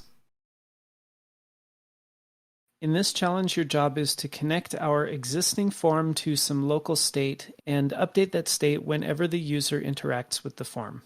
As we've been doing, I want you to make sure that you only create a single handle change function that can manage the state of all 4 of these inputs: the email address, password, password confirmation, and the newsletter checkbox. Then when the user clicks sign up, you'll run through some logic that makes sure that the password and password confirmation match each other. And if they do, you should log successfully signed up to the console. And if they don't, you should say passwords do not match in the console. Additionally, when the form submission happens, I want you to check if the checkbox for the newsletter was checked. And if so, log thanks for signing up to our newsletter to the console. If not, don't console log anything. There was a lot of syntax that we learned when we were going through the different pieces of the form, so don't be afraid to open up in another tab some of the previous lessons that we've gone through as a reference. So pause the screencast and work on this challenge.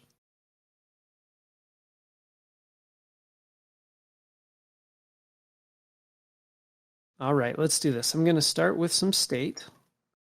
I'll create state called form data and set form data using react.useState. That will begin as an object, and I can provide this object some default values. Let's have an email property that's empty, a password property that is empty. We'll call this password confirm. And let's say maybe joined newsletter. This one will be a Boolean because that's what checkboxes deal in, is Booleans. And so we'll default it as false. Or maybe if we're good marketers, we'll default it as true. And then what we can do is add these properties as a name field in each one of our inputs. So we'll add name equals, and then we'll put exactly what those properties were from up above. While I have all of these selected, I'm going to add an onChange for every one of them that will point to a function that I'll create called handleChange. And then we'll also give a value property, and I'm going to change this on our checkbox because that should be checked, not value. This way they can be controlled elements or controlled inputs, and I will make sure that we're pointing form data dot, and then we'll paste in the values that we copied above. Let's fix our checkbox. So this should say it's checked if form data dot joined newsletter is true, or not checked if it's false. And now let's go create our handle change function. From the event, I'm going to pull out the name property, value property, type, so that we can check if it's a checkbox that made the change, and the checked property. We'll get all of those from event.target. Target represents the element that was modified in the event. Then I can run my set form data function, and I need to access my previous form data. So we'll say pre-form data, and this will be the parameter to my callback function. And I'm going to use that little trick where I can return an object by surrounding it in parentheses. That way I can make use of the implicit return without having to open the body of this function and then use the return keyword and so forth. And so I'm returning an object, and that object should have all of the properties of the previous form data, but then I want to update the property based on the name value that we pulled from the input that is making this change. That's using this computed property syntax, and the value would normally just be value if I didn't have this checkbox here, because all of my other inputs are updating a value property on the input itself. However, because I do have the checkbox, I'm going to check if the type is checkbox, and if it is, then I want to set the checked property of that checkbox. That's what's going to either be true or false based on whether the user has checked the box or not. If the type is not a checkbox, then we can just use the value property to update our state. Let's do a quick check before we get to the handle submit part of the challenge. I'm just going to console log my form data, and let's see if updates happen. Well, it's good to see that my checkbox is automatically checked, because that means that it's connected correctly to state, and our default was set to true. So if I uncheck it, we get false. That's good. Email address, password, and confirm password. Cool. Everything seems to be connected the way I would expect. So we can get rid of this console log to clean up our logs down there.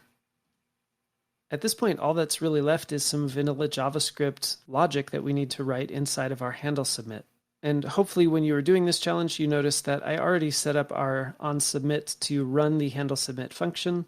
And because our button is inside of the form element, it acts as a submit button automatically. So clicking the sign up button will trigger the submit event on the form, and therefore will run the handle submit function. And well, I accidentally deleted the event.prevent default. I don't want to delete that. I need that. Otherwise, submitting the form will submit it as if it were submitting to an old PHP or backend, which would then take all of these values and submit them as query strings in the URL and refresh the page and everything. Essentially, I just don't want to do any of that. So event.prevent default is always going to be the first thing that you'll do at the top of your handle submit function.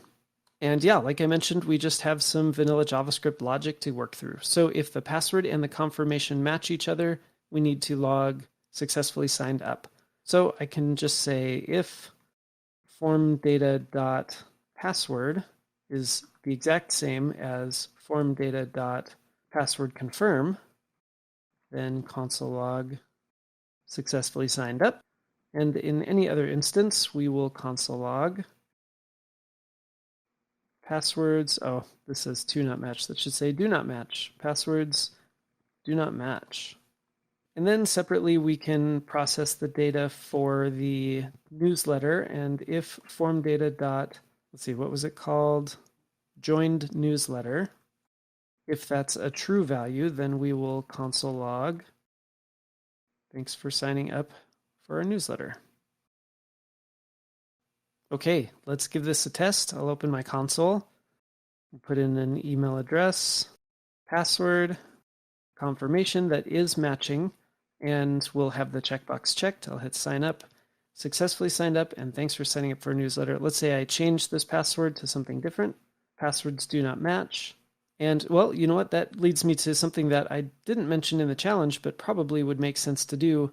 If the passwords do not match, I don't want to make the person think that they signed up for the newsletter.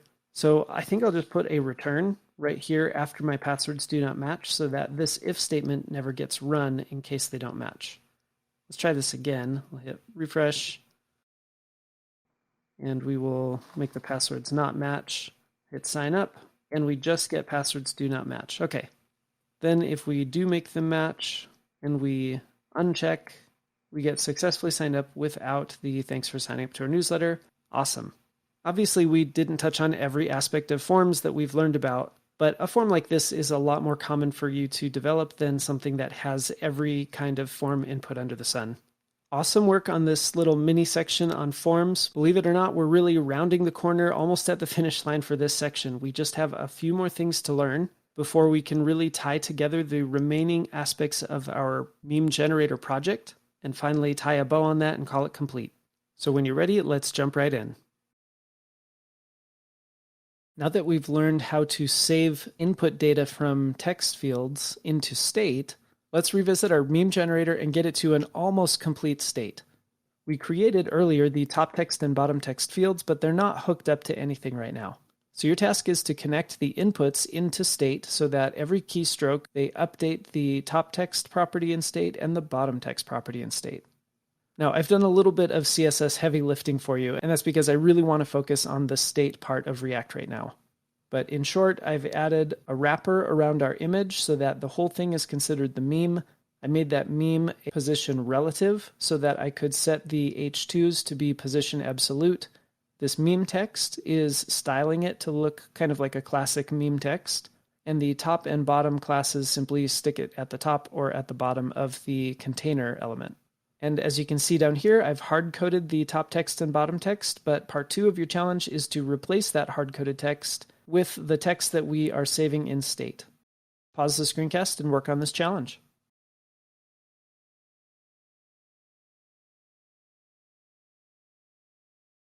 I think the first thing I'll do is add the properties that I need to my inputs so that I can be watching for changes.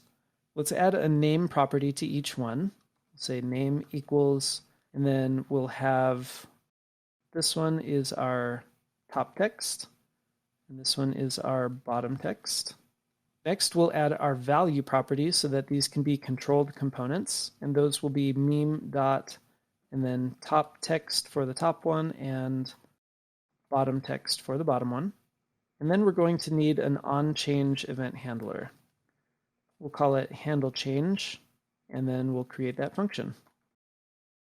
I'm going to pull in the event so that I can get the name and value properties from our event. So I'll just destructure those now. And that's going to be from event.target. And then I will essentially be doing exactly what I did with getMemeImage here with setMeme. I'll type it out for the practice. We're going to set the meme, and I do need access to the previous version of the meme. I need to return an object, which if I want to do that as an implicit return, I need to wrap my object, my curly braces that represent an object, in parentheses so that it doesn't think I'm just trying to open up the body of the function. And we'll copy over all the properties of the previous meme, and we will change either the top text or the bottom text property depending on what name gets pulled in from the target. So I'll use that computed property name and set its value to value. Lastly, I will update my hard-coded text to look at our object values in state. So this will be meme.topText and meme.bottomText. Okay, let's cross our fingers. I'll hit save. One does not simply walk into Mordor. Ain't that the truth? Now it's kind of like playing roulette here. If I click get a new meme image, it's probably not going to work out so great, but we'll see that our text is staying on top and on bottom. And switching the meme image can actually be kind of a fun exercise because your text may or may not apply to the new meme image very well. Awesome work. This is super exciting. Basically, our meme image is sort of at an MVP, a minimum viable product, to push this out to our customers. In reality, we are still importing our memes data from a JavaScript file when what we really want to do is get that from an API. There's a few more things we need to learn in order to do that successfully, and that is what we're going to start talking about in the next screencast. A very common thing you'll need to do in React is interact with an API that lives outside of your application. Usually what you're doing is either requesting information from an API or sometimes submitting information to an API. Whenever you're requesting information from an API in React, usually you want to display or use that information somehow. So getting data from an API in React consists of essentially two parts. First of all, you need to get the data. And that would be using something like fetch or another tool for getting data like Axios. The second step would be to then take that data and save it to state. Once it's saved in state, your application can interact with it, it can display it on the screen, and all of the other benefits that come with saving something in state. So let's see some preliminary syntax as to what that might look like, and then as a spoiler alert, I'm going to show you why this is broken to do it this way. To start us off, let's do a fetch request to the Star Wars API. This is just a very simple API that will get us some information about Star Wars characters and planets and movies and stuff like that. I'll go ahead and resolve the promise that I get back from fetch. It will receive a response, which will be JSON. I want to turn that into a JavaScript object that I can use. And then with that data, we'll just console log the data for now. Okay, awesome. We have this object here. I'm not going to bother digging into this object. I'm just going to stringify the entire thing. So let me put that into state. And you know what? I'm actually using data in a couple places. Let's maybe call this Star Wars data and set Star Wars data. And then instead of console logging, we will set Star Wars data with the data that we get back. And then I need to make sure to update down here as well. Let's hit refresh and see what we get. Okay, there's the data from my API. Awesome. Everything seems to be working swimmingly. However, let me illuminate something that's going on behind the scenes right now. I'm going to console log component rendered. Every time the app component renders or re-renders by React, it will run this console log. So let me open my console, hit refresh, and look at this. We've got an infinite loop of component rendering. Let me comment this out and hit refresh. Now, I want you to pause and think for a second, why was this console log running over and over and over again? Pause now and see if you can come up with an explanation for why it was doing that.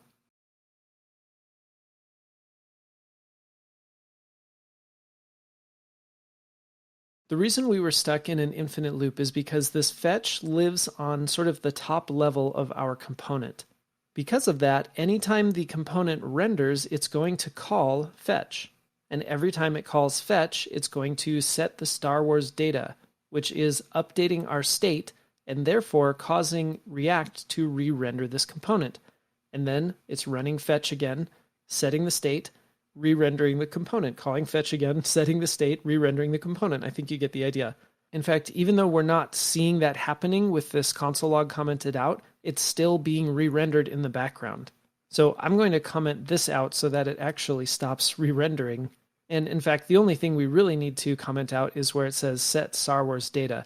When we had a console log here, I'll uncomment this component rendered and open my console. We'll see that we're no longer in an infinite loop, and that's because we're not setting state, causing the component to re-render. So this acts as a perfect springboard into the next topic that we're going to learn about, and that is how to handle side effects in React. So that is what we will tackle next. We're now embarking on a journey that leads to oftentimes considered one of the most confusing parts about React, and that is how to manage side effects. To really understand what I mean by side effects, let's take a look for a second at what React's primary tasks are. First of all, React is in charge of working with the DOM and the browser to render some kind of user interface to the page. The React team has created a really simple interface to allow us as developers to accomplish this with JSX and elements that look just like HTML. Under the hood, of course, React is taking that JSX and turning it into elements that can be displayed on the page. Another task, which we have mostly been learning about in this section, is to manage state for us. And if you think carefully about it, it's managing that state between the render cycles. In other words, React can remember state values from one render to the next. So that's another thing that React does, and we are allowed to hook into that state using the useState hook. And then naturally, its next task is sort of a combination of these two. It needs to keep the user interface updated whenever state changes. There certainly are other tasks that React is accomplishing, but you can probably boil the main three tasks down to these three. So then what is React not able to handle on its own? The major one that we're going to be discussing is any kind of side effects, or I put outside effects here. All that really means is anything that lives outside of React's purview or reach. So some examples of this are local storage on your own browser, for example. We can of course use code to access local storage, but React has no real hand in interfacing with local storage. Along that line, any kind of API or database interactions that occur in our code, we can write that code to interact with APIs, but React is not in charge of that code. Or rather, React has no way to know which APIs we're going to be reaching out to. Similarly, any kind of subscriptions you might have, if you include WebSockets in your application, for example, you have a chat application that updates live. And as it turns out, even if you have two different pieces of internal state that you need to sync together, or have one of those pieces of state react to a change in another piece of state, React can manage the state of each one behind the scenes, but it's not really looking at any kind of crossover between those two states. So in the end, it boils down to basically anything that React is not in charge of can be considered a side effect or an outside effect. So using this API interaction for an example, if we look at our code from before, I commented it out so that it wouldn't keep infinitely rendering, we can see that React is essentially just doing what it's told. It's trying to put something on the screen, it's trying to manage state, and it's trying to keep state and the screen in sync. If state ever changes, it needs to re-render the component. As a side note, if this were receiving props and somehow those props were also to change, for example, if those props were a piece of state in a higher up component that then changed, this component would also re-render. So with our code living here on the top level of our component, React really doesn't have a way to stop us from setting the state here, causing the re-render, which would then set the state again, causing the re-render, and so forth in that infinite loop. So the React team gives us a really nice hook called useEffect. In the documentation, this is called the effect hook. And I like to think of it as a tool that React has given us developers to use sort of like a blank canvas that allows us to interact outside of the React ecosystem, which again mostly just consists of state, props, and the user interface that it puts on the page. And I like to think of useEffect as being a tool that allows us to synchronize React state with those outside systems like our local storage or an API. Now, before we jump in, I've included here a link to the documentation. If you click this slide, you will be sent to this page where you can learn about using the effect hook. Again, think of it kind of like reading the textbook before coming to class. Now, you don't have to scour every single word in the documentation, but I do want you to take a look at it, read through it, and then when you've got a cursory understanding of the effect hook, then we'll jump into the next screencast. As you're reading through this documentation, you'll run into a line that says, if you're familiar with React class lifecycle methods, you can think of the useEffect hook as component did mount, component did update, and component will unmount combined. So if you are familiar with class lifecycle methods, I actually want to implore you not to consider this tip. If you have no idea what I'm talking about, then that's totally fine. You can forget everything that I just said about class lifecycle methods. But if you are familiar with class lifecycle methods, the modern advice these days is not to try and think of the useEffect hook as a combination of these lifecycle methods, but rather to work on retraining your approach to understanding side effects in React.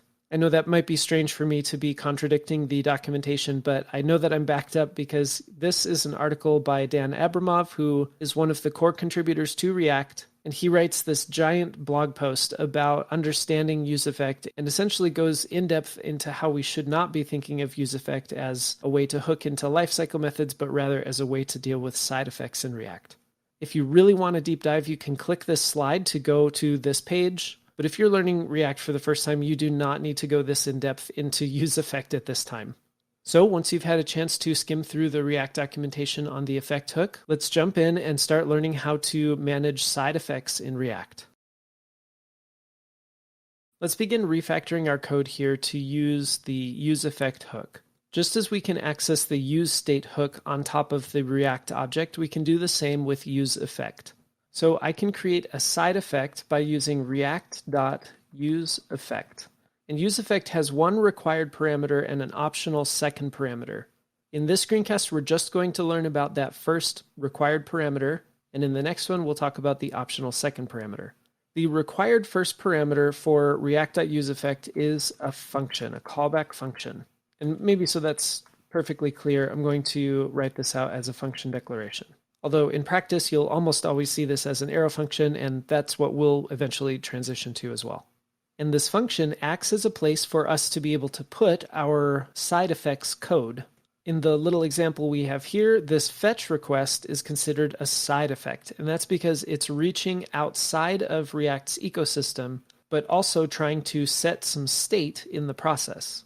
Remember, this was infinitely looping because on the top level of our component, it was running this fetch and setting the Star Wars data, which was modifying state and therefore re-rendering the app, which then just ran all the code again in this infinite loop. So let's move this fetch request inside of our useEffect, and that's it. Inside of the callback function that we provide to useEffect, we're allowed to put our code that has other side effects that interact with systems outside of React. And maybe more specifically, interact with those outside systems to keep them in sync with our local state in this component. Now, I do have a confession to make. We're actually only halfway there. If I uncomment my console log and hit save, you'll see that we're still having the same problem we were having before, where we're stuck in an infinite loop. Let me comment this line out so that it doesn't keep setting state. So what exactly is going on? I thought useEffect was going to fix this problem. Well, it turns out that the code we put inside of this callback function, if we don't provide a second parameter to our react.useEffect function, then there's almost no difference between putting our code inside of useEffect and putting it outside of useEffect on the top level of our component. There is one small difference, and that is anything that we put inside of this callback function is guaranteed to run only after the user interface has been painted to the screen. In other words, only after React has taken our user interface, our elements, and created real elements on our page. So this callback function is guaranteed to run in a specific order only after this has been placed on the DOM. But for our purposes here, there's basically no difference. We're still stuck in an infinite loop. So in the next screencast, we're going to start diving into useEffect and understanding first why we need to provide this second parameter, and then what that second parameter is and how it solves this problem. I've made a couple modifications to our app here to try and demonstrate exactly what's happening within useEffect. I came up with the simplest little counter app that just has a single button that says add and something that displays what the current count is in state. The reason I did this was just to make it so that we had a really easy way to trigger re-renders and state changes on our app here. I also replaced our useEffect callback function with just a console log that lets us know that this effect function ran. You can already see what's happening down in the console, but if I refresh the site, we'll first get the component rendered console log, and then we get the effect ran console log. As we talked about before, the function we pass to useEffect will run after every render of our component. It essentially makes it no different than moving our console log outside onto the top level of our function, just like we have here. Which means if we ever wanted to change the state within our useEffect, we get caught in that loop like we've talked about a few times already. Now with my little counter, I can trigger a manual re-render by just clicking the add button, and we can see that when I click the add button, It updates the state behind the scenes, so it changes from 0 to 1, and it re-renders our component now with count equaling the number 1. We get our console log, which rendered because it's a function call here on the top level of our component. It then would have skipped down here and rendered our UI so that it could display the correct count now that count is set to 1. And last of all, it ran our effect, which of course runs after every render. As we talked about, the first parameter to use effect is this function, but there's a second parameter, which, although I mentioned is optional, is something that you will almost always include. And that is something called a dependencies array. Now, don't let the name confuse you. The concept is actually not too terribly difficult. The array that we pass as a second parameter to use effect will contain values that, if they change from one render to the next, will cause this effect to run. In other words, it limits the number of times that this effect will run, or rather it determines when this effect will run instead of running after every single render. Now, if I leave this as an empty array, it effectively tells React, I want to run this function on the very first render of my component, but then there are no dependencies to watch and trigger this effect to run again. So it ends up being it runs once when the component first loads, and that's it, never again. We can see this in action by refreshing our app, seeing that we did get effect ran, and then adding to our count. And from here, adding to our count is no longer running this effect. And that's because we have an empty array which is not looking for any changes between one render and the next. Now, if I wanted to run this effect every time count changed, I would have to make sure that my effect knew that count was one of the dependencies that signaled to the effect to run again. So now I hit refresh, it will run once, which is why we get effect ran in the console. And now every time I hit add, I'm also running my effect again. Under the hood, this is what's happening. When I hit refresh, state starts out as 0, and the component will take count and replace it with a 0 everywhere it can find it. So here we have an array with the number 0 in the first index, or the 0 index. Then when I click add, React will update the count from 0 to 1, and it will rerun my function, or in other words, re-render my app component, where everywhere I'm using count is now 1. Remember, this used to say count. Well, the second time around, it changed from 0 to 1, so now it's running this component with an array where 1 is the first index, or the 0 index in that array. Then it's going to look at the last time it saw this dependencies array, and it's going to compare an array with the number 0 to an array with the number 1. Now, I probably shouldn't use triple equals because that's not exactly what's happening here. Let me say, okay, compared to, it's going to compare this array to this array, and if any item in this array is different, then it knows to rerun this function. Now here's a question. What if I were to hardcode an array with the number 0 in here? Let me hit refresh. We can see that our effect did run, but now what will happen when I cause a re-render to trigger? If you need to, you can pause and think through that for just a second.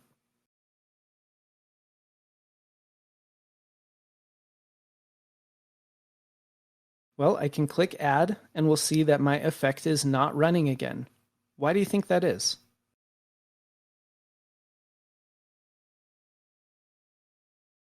Well, with a hard-coded 0 in here, every time the app re-renders and useEffect looks at my second parameter of this array, it's comparing the array with the 0 as the first item in it to an array with the 0 as the first item in it. It's going to see that those are exactly the same values, and therefore it will not run this function. And that's why it's called a dependencies array. useEffect depends on these values to know whether or not it should rerun our effect. So again, when I put count, I refresh the page, count starts at 0, I hit add, count is 1, it notices that that has changed, and therefore it reruns our effect. I feel like I've repeated myself a lot here, but I'm hoping that the concept will sink in the more times you hear it. Okay, it's high time that you get your hands on the keyboard, so let me type out a quick challenge. Okay, it's your turn to write the useEffect. The useEffect should run anytime the count value in state changes, and for now, it's just going to console log something like effect function ran. Pause now and work on this challenge.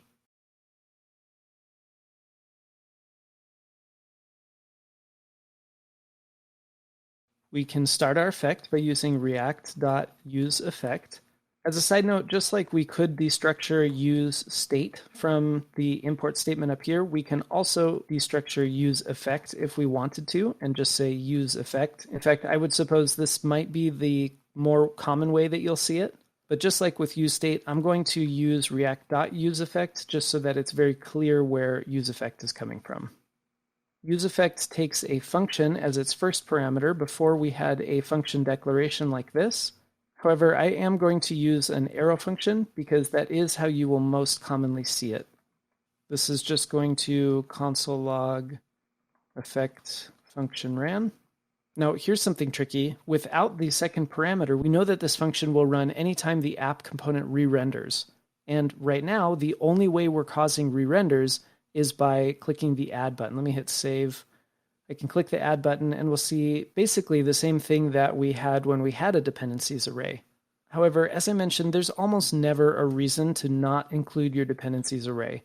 There certainly are instances where it may be required, but especially on the beginning end of learning React, you almost always will need to include your dependencies inside this array. If you have no dependencies, remember that means that your effect function will only run once the very first time your component is rendered. However, our challenge specifies that it should run anytime count changes, so let's very explicitly put count in here. And now I hit save. Anytime count changes, we get effect function ran. In the next lesson, let's bring back our Star Wars data and get that displaying on the screen again, but this time without an infinite loop occurring in the background. It's quiz time again. Pause the screencast, read through the questions, type down your answers, and when you're ready, hit play and we'll go through the quiz together.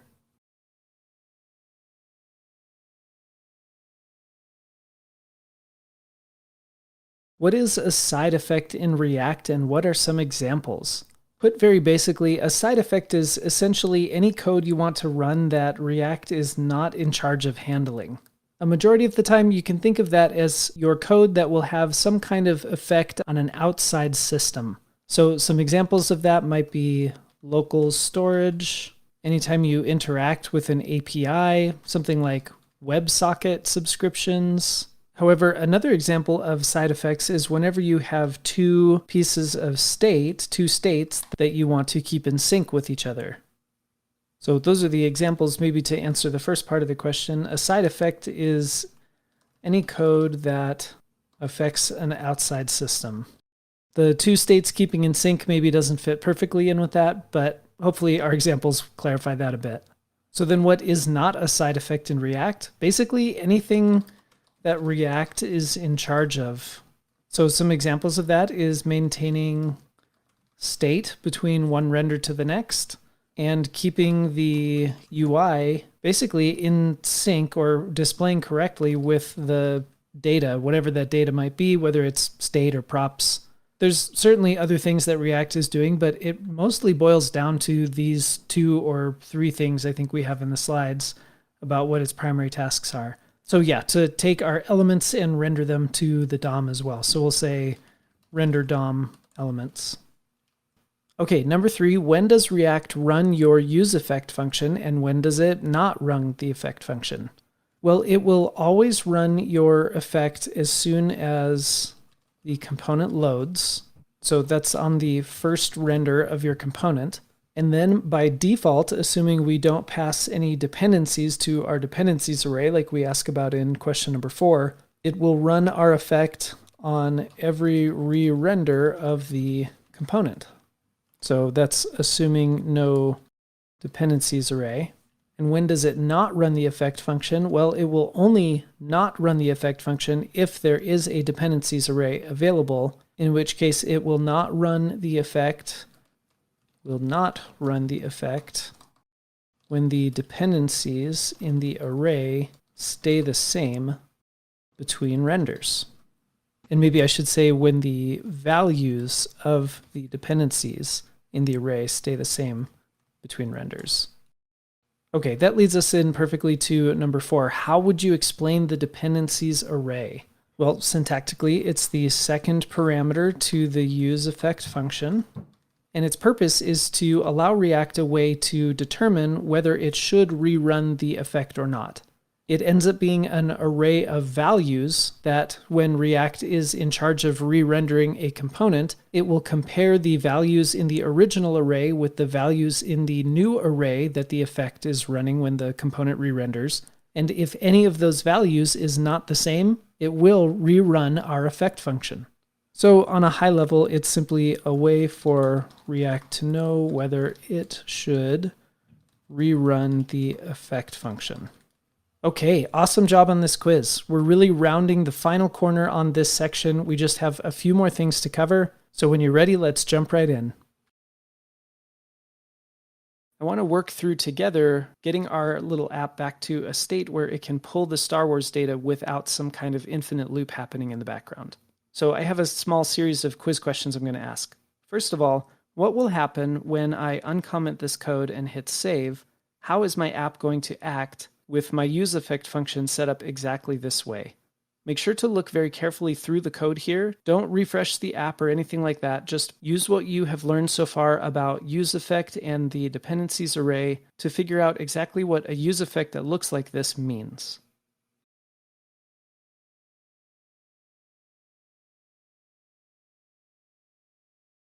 Well, for one, we can see that we're telling useEffect that it depends on the count variable, which means that if count ever changes, it's going to run this function again. And if we look closely in the function, we see that we're receiving the data, but we're just console logging it. We're not currently updating our state with that data. Let's open the console and see if this holds true to what we expect. I'll hit save. The very first time around, it's console logging the data that we got back from the Star Wars API. And then if I change my count, it's logging it again. Not only is it logging it again, it's actually going out to the API and getting the data a second time. So that leads me to the next question in our quiz. The second question is, how will this useEffect be different if I use set Star Wars data instead of the console log? Like before, I want you to pause and look through this code, try to analyze it, and see if you can understand how things will be different now.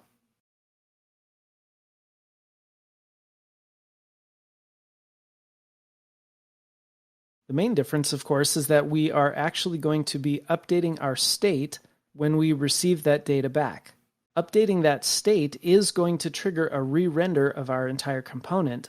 However, that re-render will not change the value of count, and therefore will not change this array from one render to the next, and therefore will not rerun our effect. So let's hit save. We'll see that our data populated.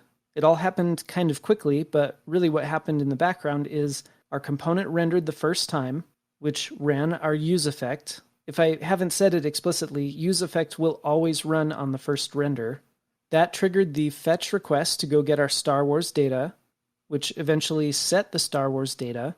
Setting the Star Wars data updated state, which caused the component to re-render again. So now Star Wars data is the object that we see. It rendered the Star Wars data as a JSON object to our screen. And then the effect checked to see if the old count still matched the new count. And sure enough, it did. And therefore, it did not rerun our effect. Because it didn't rerun our effect, we did not get our Star Wars data again, which would have caused that infinite loop. If I remove my dependencies array completely, then we're back where we started, where setting the Star Wars data re-renders the component, which runs our function, which sets the Star Wars data, which re-renders our component, and so forth. Now, it is pretty contrived to have a dependencies array that is looking at the count. Because if you thought all the way through this, you would also notice that if I scroll down and I click my add button, it's going to make another call out to the API. We don't have a console log or anything like that. I bet if you were to open your developer tools, you would have seen in the network tab that it did make another request out to the Star Wars API, and it did set our data here, which would have caused a re-render. We just didn't notice anything because the data that came back is exactly the same as what we had on the screen before. So that leads me to the third quiz question. What exactly should be in our dependencies array in this case? We can see that our code is not making use of count. Usually what you put in a dependencies array will also show up somewhere in the function. But right now, we're not using count to determine how this function runs at all. So if count shouldn't be in our dependencies array, what should be there?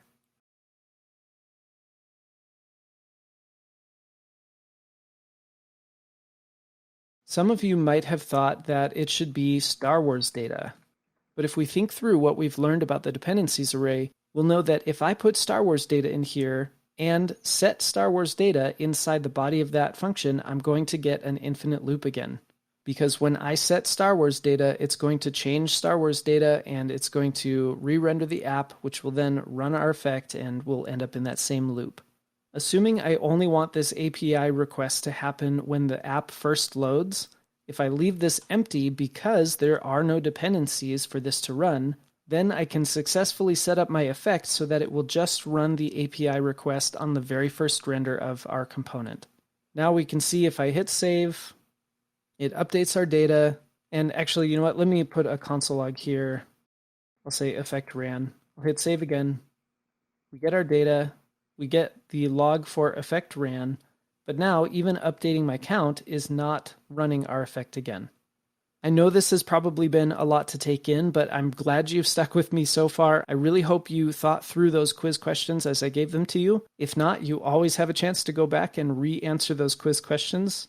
And when you're ready, in the next screencast, we're going to extend this example just a little bit to try and help drill in the way that useEffect is working. We're going to start right off with a challenge. I want you to combine our count with our current URL that we're using to get our Star Wars character so that clicking the Get Next Character button will do the fetch request, but for the next character ID. Right now, it's the character of 1, which, as we can see, is Luke Skywalker. And I've updated our state to begin with 1 because I don't think that there's a character with an ID of 0. So essentially, clicking Get Next Character will increment count, but instead of having a hard-coded 1 in here, it should look at whatever the current count is to make this request. While you're at it, don't forget to consider your dependencies array. Pause the screencast and see if you can get this new feature to work.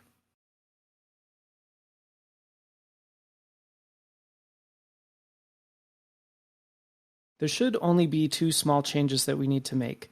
One is instead of hard coding a 1 there, we can add to the end of the string our current count. Now, I prefer to use the template strings if I can, so I'm going to change this to a template string. And then instead of using plus count, I will interpolate the count value inside. Now, if I didn't make any changes to my dependencies array, think for a second, what's going to happen when I refresh and I try to get the next character?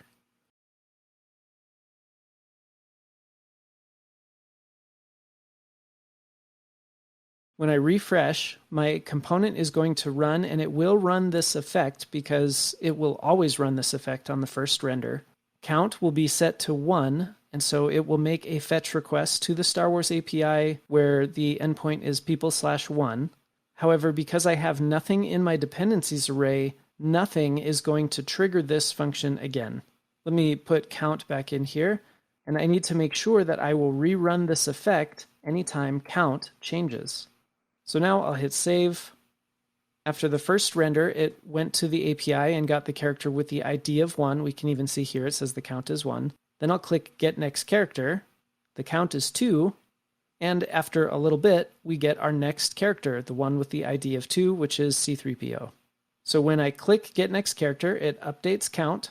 Updating count reruns my function, or rather re-renders my component.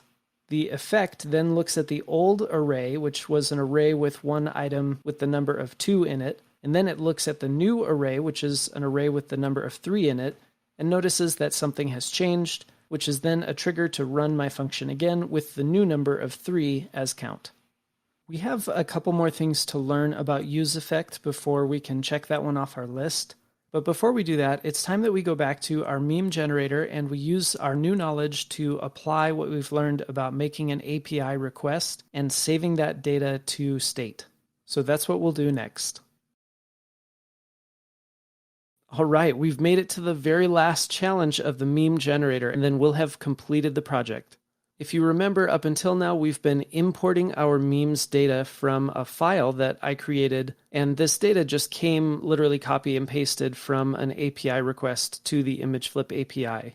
But since that's not usually how things work, instead we're going to make that API request ourselves, and we'll do that inside of the meme component. So your challenge is, as soon as the meme component loads for the very first time, you should make an API call to this URL. Once that data comes in, you can save the memes array part of that data, so the data will look like this object, and you can save just the memes array part of that data to our all memes state. You might notice I renamed this from all meme images to just all memes, and that's because the meme data that comes in is not just an image. They are objects that contain a URL, but I thought that all meme images might be a little bit misleading. Since you know that you'll probably need to use useEffect to accomplish this API request, you should think carefully about what the dependencies will be, if any, that if they were to change, you would want to cause to rerun this function. If there are any dependencies, make sure to include them, and if there aren't any, then make sure you understand why. As a hint, if you have used async await functions before or you feel really comfortable with them, for now, don't use them. We're going to learn in the next screencast how we can successfully use async await inside of a useEffect, but it turns out it's a little more challenging than it might seem on its face. So for now, just use .then blocks to resolve the promises that come back from making a fetch request. All right, the time is yours. Pause the screencast and work on this challenge.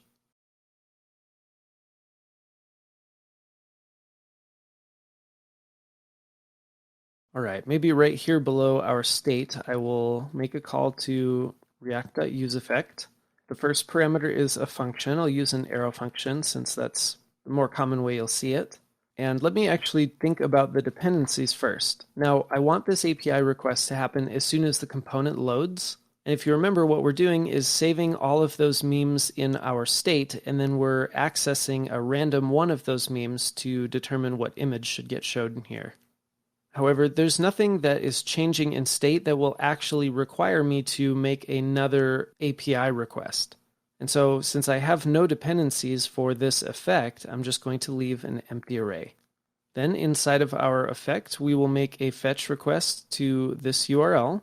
So I'll call fetch, put in that URL, resolve it with the .then. We're going to take the response and parse the JSON into JavaScript, and then we'll have some data back. And before we jump into setting state, let's just console log that data and see how we're doing. We'll hit save, and awesome. Okay, that looks very similar to what we have in our memes.data.js file. So now we should be able to use set all memes instead of console log. So we'll put in set all memes. However, if you read carefully, it says that we just want the array part of the data that we get back. So I'm not going to put the data in there. If this object represents data, then I actually have data.data. Maybe data wasn't the greatest choice because we have data.data. That's an object that has a memes property, so data.data.memes. So let's put that in here, data.data.memes. Outside of my effect, I think I will just try console logging all memes. And so what should happen is on the very first render, we have no dependencies, so this effect will not run again, but on the very first render, it will fetch our memes, obviously parse the JSON, and then set all of our memes to the data memes array. Setting our state will cause a re-render, which should then run our console log a second time. This console log will run the first time that it gets rendered, and then again after the state changes. Now, of course, if I left this here, it would also console log all memes for every character that I typed into my inputs or every time I clicked the button. But for now, let's just see what this gives us. And that was confusing to me because we are initializing it with memes data. Let me actually delete memes data and then put in an empty array here. The empty array is, I'd like to think of it as an empty box that we will then fill with our memes as soon as our component loads the first time. Let me hit refresh again. Okay, and that time we got an empty array first from our first time this console logged, and then we got the array of memes from the API. Awesome. So I can delete my console log. Actually, let's see. Now every time I type something here, we're going to be logging the all memes array to the console. So we don't want that. Let's go ahead and make sure everything else is working correctly. We'll click get a new meme image. And we actually have a bug in our code. I think I'll actually make this a challenge for you. Okay, your challenge is to try and figure out why our code is broken. As a hint, it does have to do with the difference between what we were importing before from our memesdata.js file and how we were using that versus what we're setting as our state in set all memes inside of our use effect. Pause now and see if you can fix the bug that we've introduced.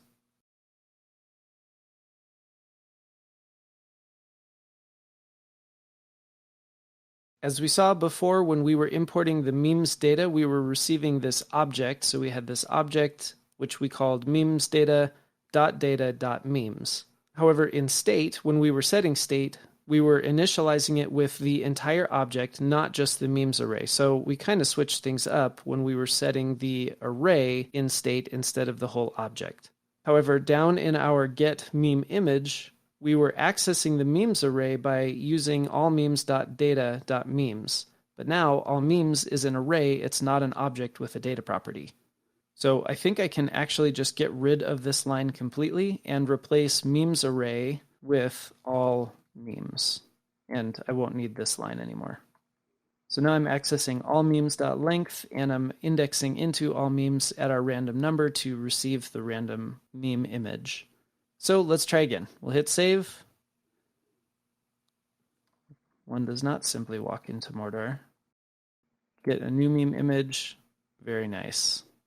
Just to polish things off, I'm going to clean up this challenge. I'm going to delete our memes data file. And awesome, everything is looking great. Before we can tie off a nice little bow on this section, I want to talk about use effect for just a little bit longer. As I mentioned, if you're familiar with async await, it may have been tempting to say, well, I want this callback function to be an async function so that I can use the await keyword here and use a little bit more tidy version of our promises here. So that would look something like this, where you say the response is wait for the fetch to come back, and then you would say data is await response.json, and then you would just set all memes to be data.data.memes.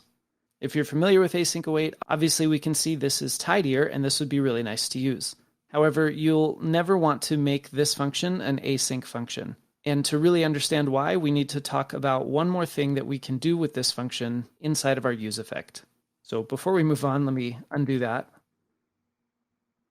And let's talk more about that in the next lesson. We'll start this one off with a pretty simple challenge just to make sure you're still awake and keeping your hands on the keyboard. In our app component, we are rendering a button and a component called window tracker. And over in window tracker right now, all it's doing is displaying the current inner width of our window. Because it's directly accessing the window.innerWidth as soon as the component loads, that's not updating, but we're going to get to that later. So if I hit refresh, it'll give me a new window width, but we're eventually going to make it so I can change the window width and that number will dynamically update. However, for now, let's focus on this challenge. Your challenge is to create some state called show, which we will default to true. Make it so that when the button gets clicked, it will toggle that show value back and forth, and conditionally render window tracker only if show is true. Pause now and work on this challenge.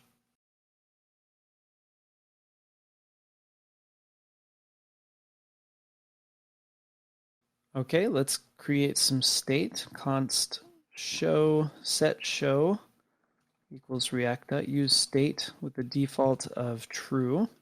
I'll create a function just called toggle that will run set show. It'll look at the previous version of show and return the opposite of that. Then we'll set that up as an on-click on this button. And last of all, we will conditionally render the window tracker component if show is true. So I'll say show and the window tracker component. Easy enough. We'll refresh and it's toggling on and off. Awesome. Now here's something to take a look at.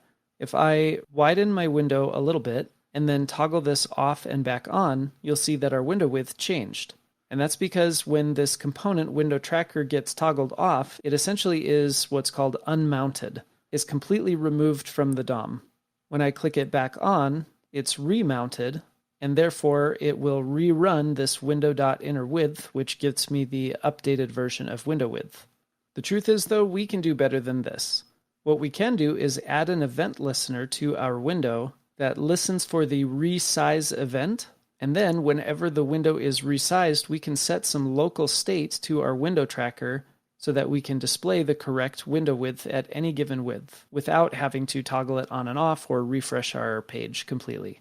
However, because it's an event on the window, I can't simply add something like an on resize event like we have with other event listeners up until now. And so I'm going to have to do a little bit of manual imperative DOM manipulation. And because I'm going to be interacting with a system outside of our window tracker component, in other words, the window itself, think for a second, what tool does React give us to interact with some kind of outside system and keep our local state in sync with it?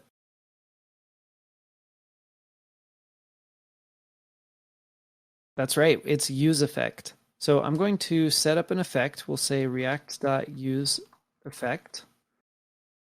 And I'll put my callback function in here. And when we think about our dependencies, at first glance, it could be really tempting to say, well, I want to rerun this effect if window.innerWidth ever changes. However, something to keep in mind is that this function, our component function, gets run each time the component is rendered. Right now, when the component is rendered, window.innerWidth is equal to 474. And that's a constant value that's not going to change on its own. So let's say, for example, I refresh this, I change the window size just a little bit. There has been nothing to trigger a re-render of my window tracker component because window.innerWidth is not something that automatically re-renders a component in React. So that was a bit of an aside, but I'm going to remove that. And instead, we're going to listen for a resize event on our window. So I'm going to say window.addEventListener. We'll listen for the resize event. And then we will run the following function. For now, let's just console log resized. Okay, now I resize and we get our console log running. Awesome. The next step is something I think you can do pretty easily by now, and so I will type that out as a challenge.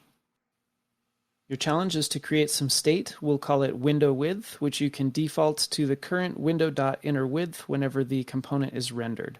Then inside of our event listener, you should update the window width every time it changes.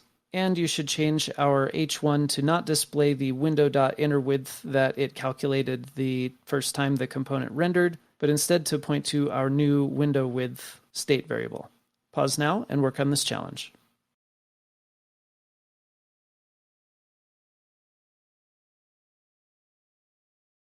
Okay, we will create window width and set window width. React.useState, and we'll default it to the current window.innerWidth that it calculates when the component first renders.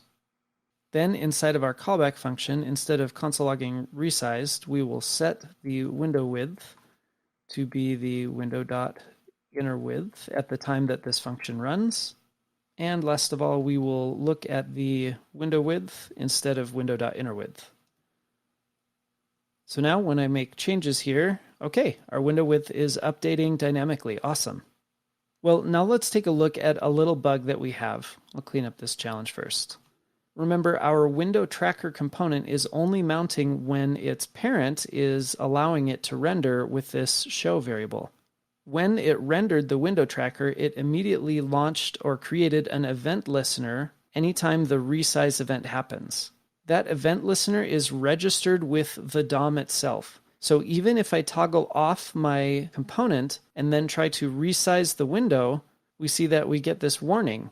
And it tells us we can't update React state on an unmounted component. So in the end, what happened is our window tracker is no longer a part of the DOM, but the browser itself is still listening for the resize event and trying to set the window width of an unmounted component. This is something called a memory leak. And for now, it's good enough to know that you don't want a memory leak.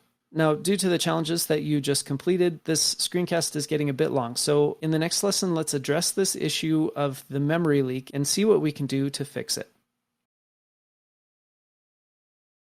Previously, we saw that if I were to turn off my window tracker component, or rather stop it from rendering, and then run my resize event, we get this warning that talks about a memory leak. As a reminder, it's because we set up an event listener on the window, which registered it with our browser, and even removing the window tracker component by toggling it off does not automatically remove that event listener. One thing you should always try to be aware of when you are interfacing with side effects using useEffect is any potential consequences that might happen if you don't clean up the things that you do in that side effect. This is just one example where we're adding an event listener that is not getting cleaned up when this component unmounts. But there certainly are other instances of this. Let's say, for example, you are creating a WebSocket connection with maybe a chat API, and you have a little chat app that will update your screen automatically every time there's a new chat message on the server. Well, when you create that subscription to the chat API and then try to unmount the component, it's always a good idea to then sever that WebSocket connection as a way to, so to speak, clean up the effect that you have created in your useEffect. And in fact, that's actually what we're about to learn is called. It's called the useEffect cleanup. Fortunately, it's pretty easy to do. Remember, we have a function as our first parameter to useEffect, but currently we're not actually returning anything from that function.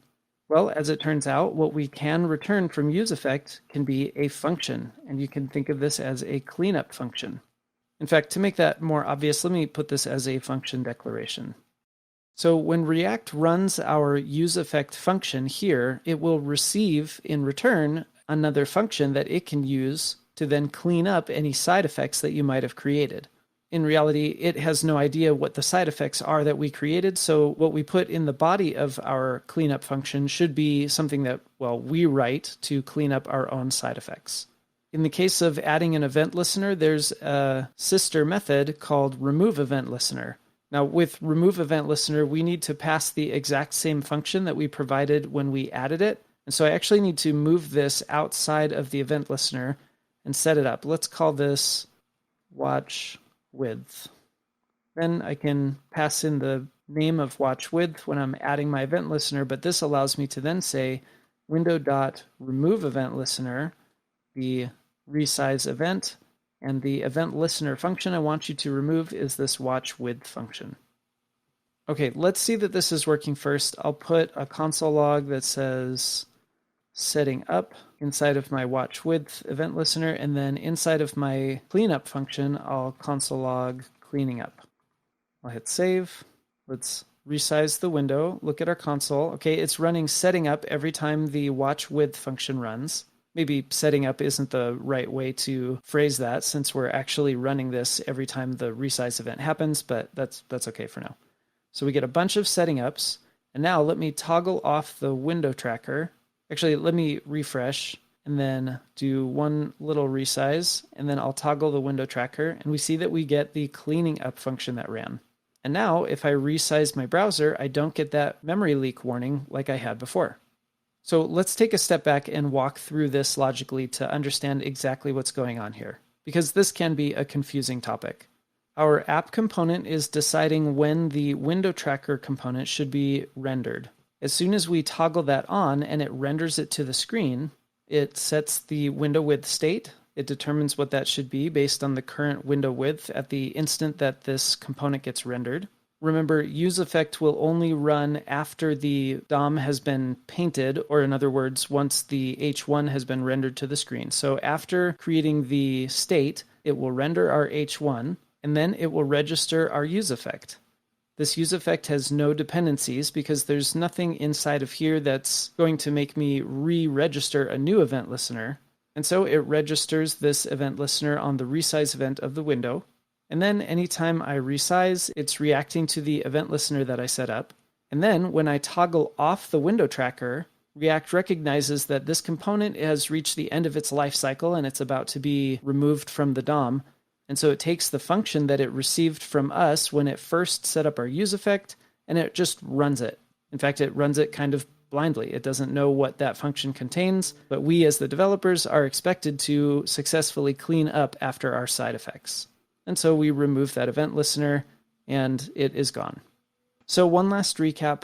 useEffect takes two parameters. The first one is the effect that you want to run. The The second one is any dependencies that React should watch for changes in to rerun your effect function. And that effect function is allowed to return another function that can clean up after any side effects that might be lingering in case your component dies. Now, for many effects that you set up, you might find yourself not actually needing to provide a cleanup function at all, in which case that's completely okay. This is not a required part of useEffect for it to work. As always, feel free to play around with this code. I know that this can be a confusing topic, so the more time you spend in it actually playing with the code yourself, the better off you'll be. Understanding this return function does bring us back to the topic that we were talking about a few screencasts ago on how we can't use this as an async function. And so let's go back, revisit that topic, and then we'll finally be ready to recap this entire section. I mentioned in a previous screencast that we wouldn't be able to simply put async in front of our callback function for useEffect. And now that we've learned about how we can return a function from useEffect to act as a cleanup function, we will probably see why we're not able to put async in front of this callback function. If you're familiar with async functions, you know that by putting async in front of your function definition, it alters the way that function, functions in JavaScript. Whatever I return from an async function does not become a bare value return that we can receive in a variable when we're calling this function, but instead an async function will automatically and always return a promise. As I'm writing my async function, whatever I say should be returned is actually what will be resolved as the successful promise completion of my async function. However, since React is expecting the return value from my async function to be another function that it can use to clean up any side effects that I create in the process of running my effect, if what it receives instead is a promise, it's not going to be able to run our cleanup the way that we want it to. Fortunately for us, there's a really easy workaround to this, and that is to define a separate function inside of useEffect. And remember, if you're okay using .then syntax with promises, then you don't have to do any of this at all. But let's say you really are anxious to use an async function. Well, I can just call a new function. We'll call it an async function. And maybe let's say get memes. And now because it's an async function, I can move this content in here and say something like const response equals await the fetch request. Const data equals await res.json. And then with that data, I can set my memes. Now, this is just a function definition, so the very last thing I need to do before I'm done is to call my own function here inside of this callback function. This is a lot of functions to be dealing with for sure. We've got a callback function which has a function definition, a function call, and then a returned function. But again, if this is too much, then you can just go back to using .then syntax with your promises, and that's completely okay as well. In our case, with our effect, we probably don't need a cleanup function here because we're just making this one call one time. It's happening as soon as this component loads. There isn't really a built-in way for us to unmount the meme component or anything like that. And so we can just delete our useEffect cleanup function that we were returning from our callback function. I tried to take everything that we just talked about and boil it down to a written summary. So if you're interested, you can read through the summary that we just put here.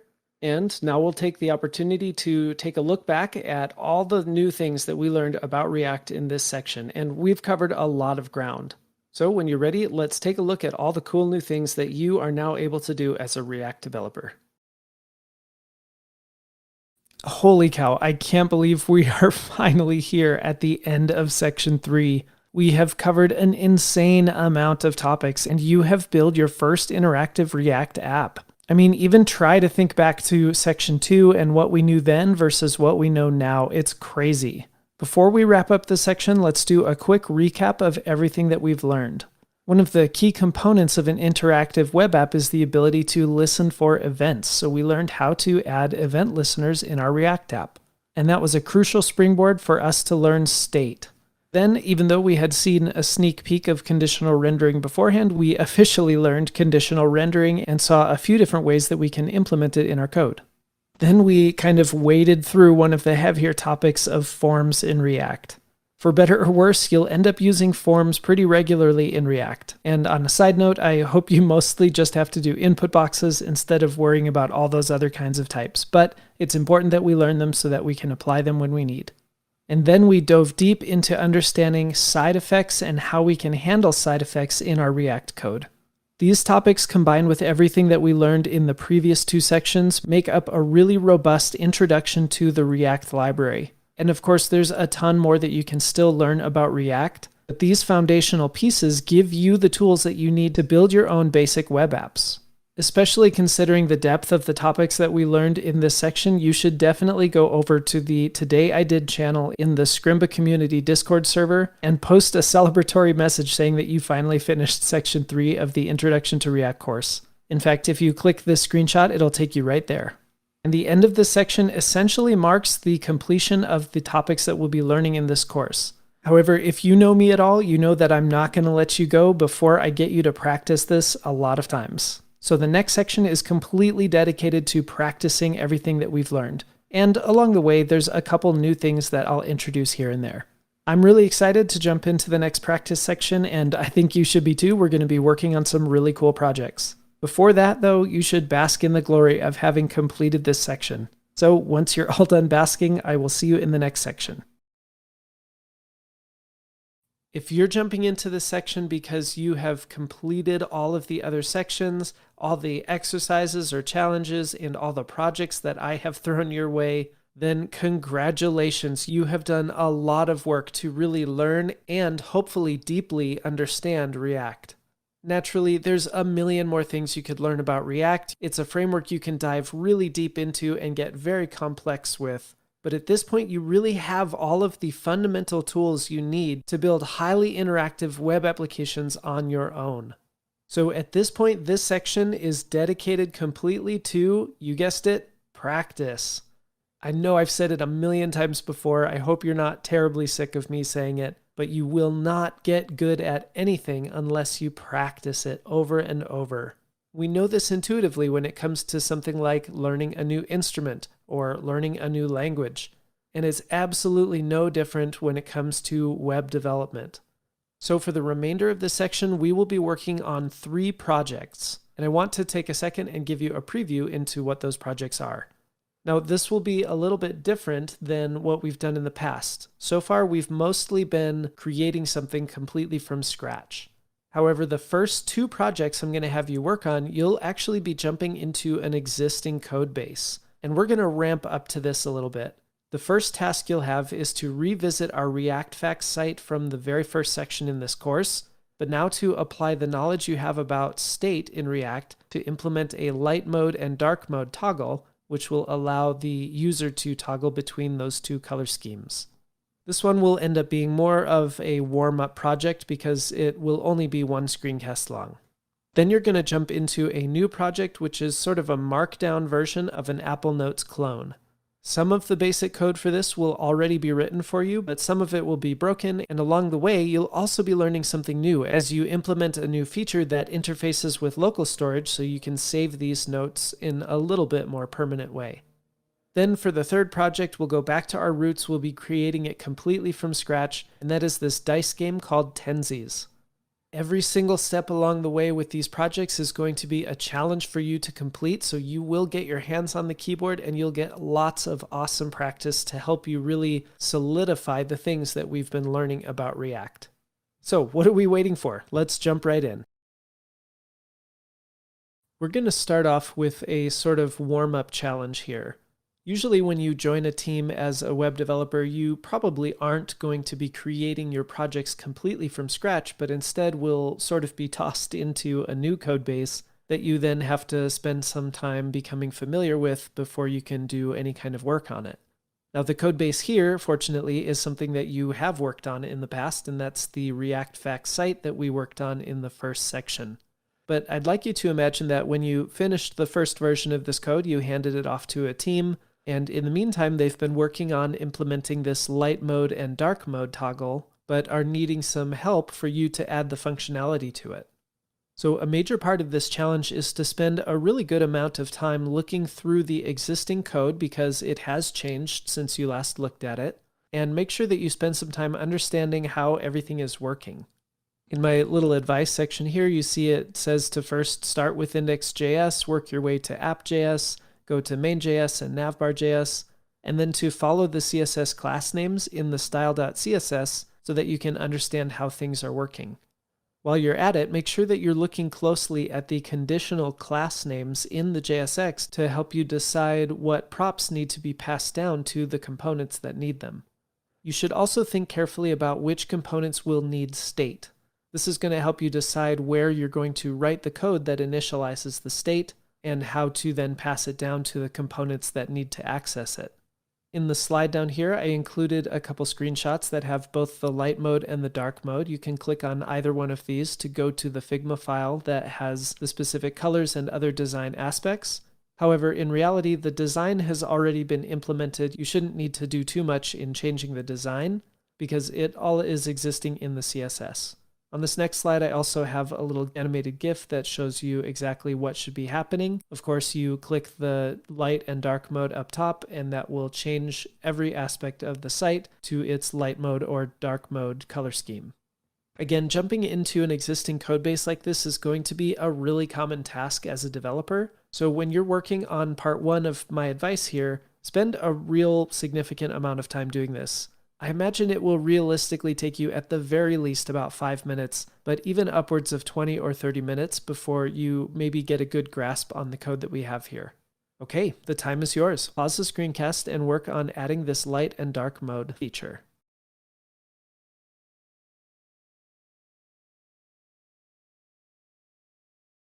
Let's start off by looking in index.js. I think we're going to find it's not that impressive here. We're really just importing app and rendering it. So let's follow that down and go to app.js. Looks like it is rendering a div with a container class name that is containing the navbar and the main elements, which we're importing up above. So let's go to navbar. Okay, this one's a little more significant.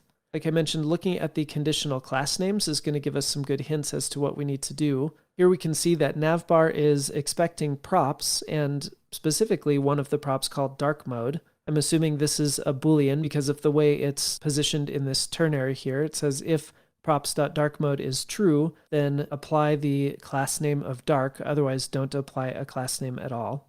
And if we look really closely, we also are expecting a prop called toggle dark mode, which makes sense because our toggle here exists inside of the navbar. So clicking this toggle should change the dark mode from true to false or false to true.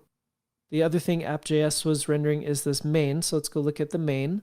It looks like main is also expecting props, again, props.darkMode, so it's going to do essentially the same thing. And I think that's it. This one is not expecting to toggle the dark mode anywhere, so we should be set up now to create the state we need to make this light and dark mode work. Now, because both the main and the navbar are expecting an incoming prop called dark mode, that means that the parent of those, this app component that contains or renders the navbar and the main, should probably be where the state is being held. So let's go ahead and create our dark mode and set dark mode, which is react.useState. Maybe since the code right now is showing that it is not in dark mode, let's set this to true so that when everything is hooked up correctly, we'll see the page update. I'll pass the dark mode prop to both of my components since we saw that they both are expecting it to come in. And then the navbar specifically is expecting something called, I think it was, well, let's just go look at it. Navbar toggle dark mode. So I'll copy that. That's the name of my incoming prop. And now I need to provide a function which will change the dark mode. I could do that inline, or my preference is to create a separate function. So we'll say toggle dark mode. And that's simply going to call set dark mode looking at the previous mode, and it'll just return the opposite since it's a Boolean. And now let's pass our actual toggle dark mode function down to the navbar. I'll create some space here. Let's hit save, and when we do that, it should switch to dark mode. Awesome. Okay, and then we can click our toggle. Great, this is working just like we'd expect. Obviously, what we have worked on here might be a bit contrived because in our case, somebody already implemented some of the major features that make this work. But that's what makes this a warm-up. We're really gearing up to work on something that's a little more in-depth. And the main takeaway I want for you in this challenge is not so much implementing the actual feature in this case, but instead taking the time required to look through the code and to understand the code. Of course, if you're working on this with a team, you'll probably have access to the developers that had written this code, and that's when you could ask them questions. Why did you write something the way that you wrote it? And that way you can get some good insight from them on how it's written and how you should proceed when you're adding new features. Okay, I feel like we're nice and warmed up, so now we're ready to jump into another existing code base, which is one of our major capstone projects for this section. As a developer, it can be really fun to start new projects from scratch, especially when that project is one of your own ideas. However, a much more common task as a developer is to be thrown into a code base that you're unfamiliar with and asked either to fix bugs or add new features. Naturally, before you're able to be productive on any code that's new to you, you need to be able to read through the code that exists to get a sort of lay of the land and make sense of what you're seeing. Only then can you start to feel confident enough in the code base that you'll be able to add new features or fix bugs without actually causing new bugs in the code or breaking an existing feature.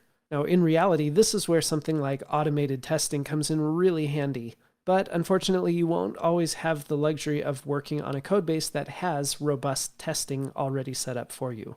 And so I'd like to introduce you to the Markdown Notes app.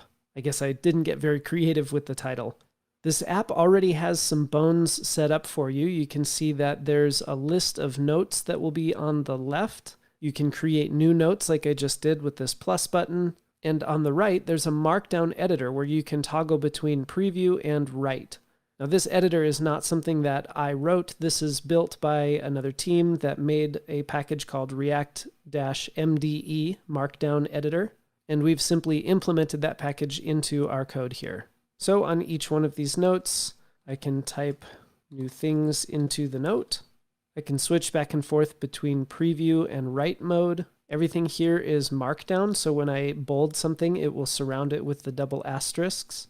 But when I go into preview mode, it will render that as HTML, and so we see a bolded paragraph. If you haven't spent much time doing Markdown, you can play with the editor here and get a general sense of how Markdown works, toggle back and forth between write and preview. But as it stands, this Notes app has some very limited features. First of all, we see that it's just calling our notes Note 1, Note 2, Note 3, Note 4. We also have no way to delete any notes. And probably worst of all, if I refresh this app, all my notes disappear. This is the screen I set up if we have no notes, and we can click the button to create one. So before we even dive in to look at what features we plan on adding to this project, I have your very first challenge, which is to understand the codebase. I'll type it out to be more specific. Your first challenge is to spend a good 10 or 20 or maybe even more minutes reading through the code and trying to understand how it's currently working. Now, I say 10 to 20 minutes as a guideline, but you really should spend as much time as you need to feel pretty confident that you understand this existing code. Although, in reality, you don't need to fully understand everything you see here just to move on. I will walk you through a high-level overview of the app, but I really urge you to actually pause, spend this time reading through the code, see if you can understand it before I get to my explanation of it. This kind of exercise is crucial when it comes time for you to actually jump into a real company's code base. So now is not the time to shrug this kind of exercise off. So pause now and spend some time to gain an understanding of this code.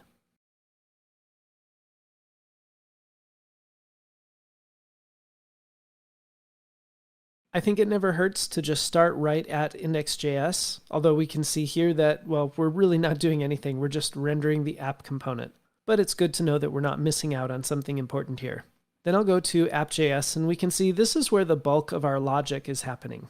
We have quite a few imports. These top ones, because the path is starting with a /, indicates that it's one of our own components. Here we've got the sidebar and the editor. If I had to guess, I would probably say that this section on the left is the sidebar, and this whole section on the right is the editor. If you looked closely, you might have seen data and gone over to data to see that, well, we have some really basic seed data, or rather it's data that could be used to create some initial notes for us for testing purposes. Although it looks in our case like this is not really being used right now. Back in app.js, we can see we're also importing something called split from React Split. If you really went above and beyond, you might have actually done a Google search for React-Split to see what it's doing. And it turns out it's a third-party library that we installed as one of our dependencies right here. And it allows us to have this split pane that is easily resized by the user. So that's pretty cool. We're also importing NanoID, which you may or may not have seen already. And it looks like we're using it right here when we're creating a new note. Hopefully this also illustrates the importance of naming your functions and variables with a meaningful name. When my function is called createNewNote, it becomes really obvious what this function is supposed to do. So then we come down to our actual app component, and it looks like we're saving all of our notes in state, initializing as an empty array, and then we're creating this state called currentNoteID, and it looks like it's initializing it either as the ID of the very first note or an empty string. Now you may have seen this first part and been a little bit confused. Honestly, that's okay. But as a side note, this is one way to essentially say, I need to make sure that notes at the index of 0, because notes is an array, exists before I try to access the ID property of that note. When we initialize state as an empty array, in other words, when I refresh this app and I have no notes, notes at the index of 0 is undefined, and trying to say undefined.id will actually throw an error in JavaScript. Again, that wasn't totally necessary for you to fully understand, but that is an error you're going to run into quite a bit.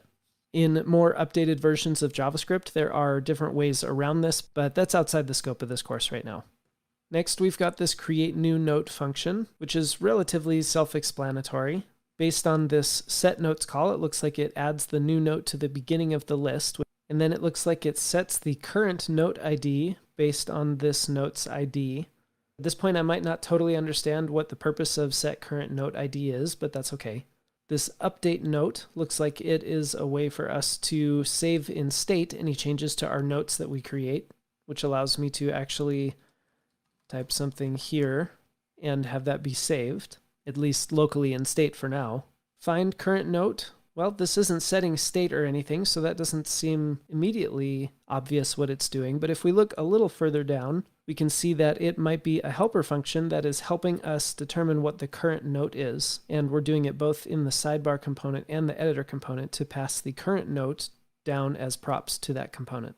Again, if I were looking through this code base for the first time and I saw this split component, I would probably end up going to the React Split documentation to try and better understand how that works. It looks like we are conditionally rendering this split component if the notes array is greater than 0 in length, but otherwise we have this section here, which is what we get when we first refresh the app, and we have our title and our button. So that's a good enough start in here. Let's go look at our sidebar.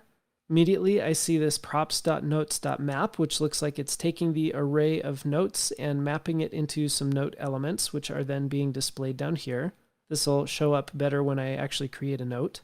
And if I create more notes, it looks like we have this class that actually changes the sidebar style when one of these notes is selected. That's this selected note dynamically rendered class name. It also looks like when we click anywhere inside of a div, we can set the current note ID, which I presume is what's helping us change this class, and also should be changing what actual text is being shown here. If I call this note 1, note 2, note 3, and then toggle between them, yep, that seems to be saving, or rather correctly displaying, the text that gets shown up in our editor. Then in our editor itself, this one seems fairly straightforward. It is maintaining its own state, and it says selected tab, although the default here is right, and so I'm guessing that has more to do with this little tab up here, write or preview. And if you did take the time to go search for React MDE, you might have seen that this React MDE component, it takes a prop called selected tab and on tab change, and that is something that's built into React MDE. Now something like this, which is creating this converter object and has something called showdown.converter, I assume unless you have done some kind of markdown to HTML conversion before, this is probably completely foreign to you. Something like this is probably not super imperative for you to fully understand in order to understand the rest of the code base. However, it certainly wouldn't hurt to go to Showdown and look at the documentation to see if you can at least gain a general understanding of what it's trying to do. Okay, now I know that was pretty long-winded, but the truth is I'm really hoping that you spent even more time than that trying to understand everything here. Fortunately, in this environment, you also could have just started clicking in here and making changes to see what kinds of things you could break. Curiosity like that is going to be really helpful for you when you're trying to understand how something works. Now, since this screencast is getting a bit long, I want to, in the next screencast, start talking about the features that we want to add to this note-taking app. Let's take just a minute to look at the features that we will be adding to our Markdown Notes app so that it's at least a marginally usable app. The first thing we're going to do is sync all of the changes that happen to our notes with local storage. We won't be saving anything to a database in this project, but at least so that we have a way to save our notes between refreshes of the app, we're going to be using the browser's local storage to save every little change that happens to those notes. Next, we're going to fix the thing that's just showing note 1, note 2, note 3, because, well, that's not very helpful in terms of trying to find our notes going forward. Essentially create a note summary and use that as the title. In reality, it's just going to take the first line of our note and put that in our summary title right there. Next, we're going to add a feature where every time we modify a note, it bumps it to the top of our list. That way we have our most relevant notes living near the top of our list instead of possibly buried way deep down on the list. And then last, but certainly not least, we're going to add the ability to delete notes. Along the way of adding these features, we are going to learn another thing or two about React, so that's going to be exciting. So assuming you've taken the time to really dive deep into the code and understand how this project is working currently, that means you're ready to jump in and start working on this first feature, which we will be working on in the next screencast. Let's start with the very first feature, and that is to sync your notes with local storage. In case it's been a minute since you've used local storage, or if this is the first time you've ever accessed local storage, I created a little slide here that should help you get started. This link up here will go to the MDN docs for reference, but essentially you'll be using localstorage.getItem and localstorage.setItem to interact with the local storage API. When you're using getItem, you provide a key, and that key is like an object, a way to access the data that you saved in local storage. In our case, I'd probably recommend calling this notes instead of key. And then when it's time to set the item in local storage, you will both access the key where you want to save this and the value that you want to save. Now, it's important to remember that value has to be a string when it's saved in local storage. So if you have something that's a little more complex, like an array or an object, you'll need to use json.stringify to turn that array or object into a stringified version, or rather a JSON version that can be saved in local storage. And when it comes time to pull that out of local storage and use it as regular JavaScript, you'll need to essentially reverse that by using json.parse. So that brings us to the written part of our challenge. Every time the notes array changes in state, you should save the array of notes to local storage. Once again, I put here that you'll need to use json.stringify to turn that array into a string in order to save it to local storage. And as a second part of this, when the app first loads, you should initialize the notes state not as only an empty array, but instead with the notes that are saved in local storage. Since at this point you'll be pulling things out of local storage, you'll want to use json.parse to turn that stringified array back into a real JavaScript array. Now, to avoid a kind of confusing bug, I'm going to add a little extra piece of information here. Your code for part 2, when you initialize the state, will go right here in place of this comment. But what I added was an or empty array. What that really does is if you are trying to get data from local storage and it doesn't exist, it's going to return undefined, but we can't set our notes array as undefined. So if that does return undefined, it will instead use a brand new empty array. So I'll put this back to indicate where you should be adding your code for part 2. The last thing I'll say is that this challenge is a little bit trickier, and it's because I'm being a little bit vague. I'm telling you the feature I want you to add, and I'm giving you a little bit of a hint onto how to actually code it. But the tricky part is that you are going to have to reach back on the knowledge that you've learned throughout this course to figure out exactly how this should work. So the time is yours. Pause the screencast and work on this challenge.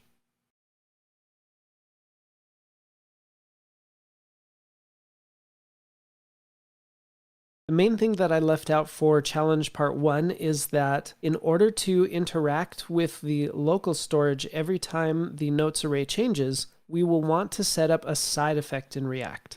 And of course, that's what we do with react.useEffect. I'll provide a function here for the first parameter, and the second parameter I can add now because I want this effect to run every time the notes array changes. Okay, so every time the notes array changes, I want to use local storage.setItem because I'll be updating the notes key inside of local storage. And I can use json.stringify to stringify the notes so that my array can essentially be turned into a string and successfully saved to local storage. And I believe that's it for part 1 of this challenge. Now that it's saved in local storage, part 2 is for us to actually access that local storage so we can, in a way, preload our app with whatever notes we've previously saved in local storage. So here I can move this onto its own line just to save a little bit of room. And we'll say I should initialize state by accessing local storage, getting the item with the key of notes. And because this will come back as a stringified value, I need to use json.parse on the value that gets pulled in from local storage. And you know what? A small correction to make. If local storage is unable to find anything at that key, it doesn't actually return undefined, it returns null. The only reason that makes a difference is because if you try to json.parse null, it will return null, which is a falsy value, and therefore it will use the empty array. But if instead it tried to json.parse undefined, you actually get a syntax error that would crash your program. So in that case, it's probably good that it returns null instead of undefined. Okay, let's test this out. I'm going to clean up this challenge. I'll hit save. And oh, I was so close. This should be get item, not get. Let's hit save again. Okay, we have no notes. I can create one. Even just creating that note should have updated the notes array, which means that if I hit refresh, awesome, we're starting with the notes that we left off on. If I make a change to the note here and hit refresh, those changes are here. Awesome. If you wanted, you also could open your developer tools, go to the application tab, and see that you have local storage that's being saved here on the Scrimba site. Now, obviously, local storage is not a perfect replica of a real database that will permanently save your data. But you can see in just a few lines of code, we were able to add a feature that made this app much more usable than it was before.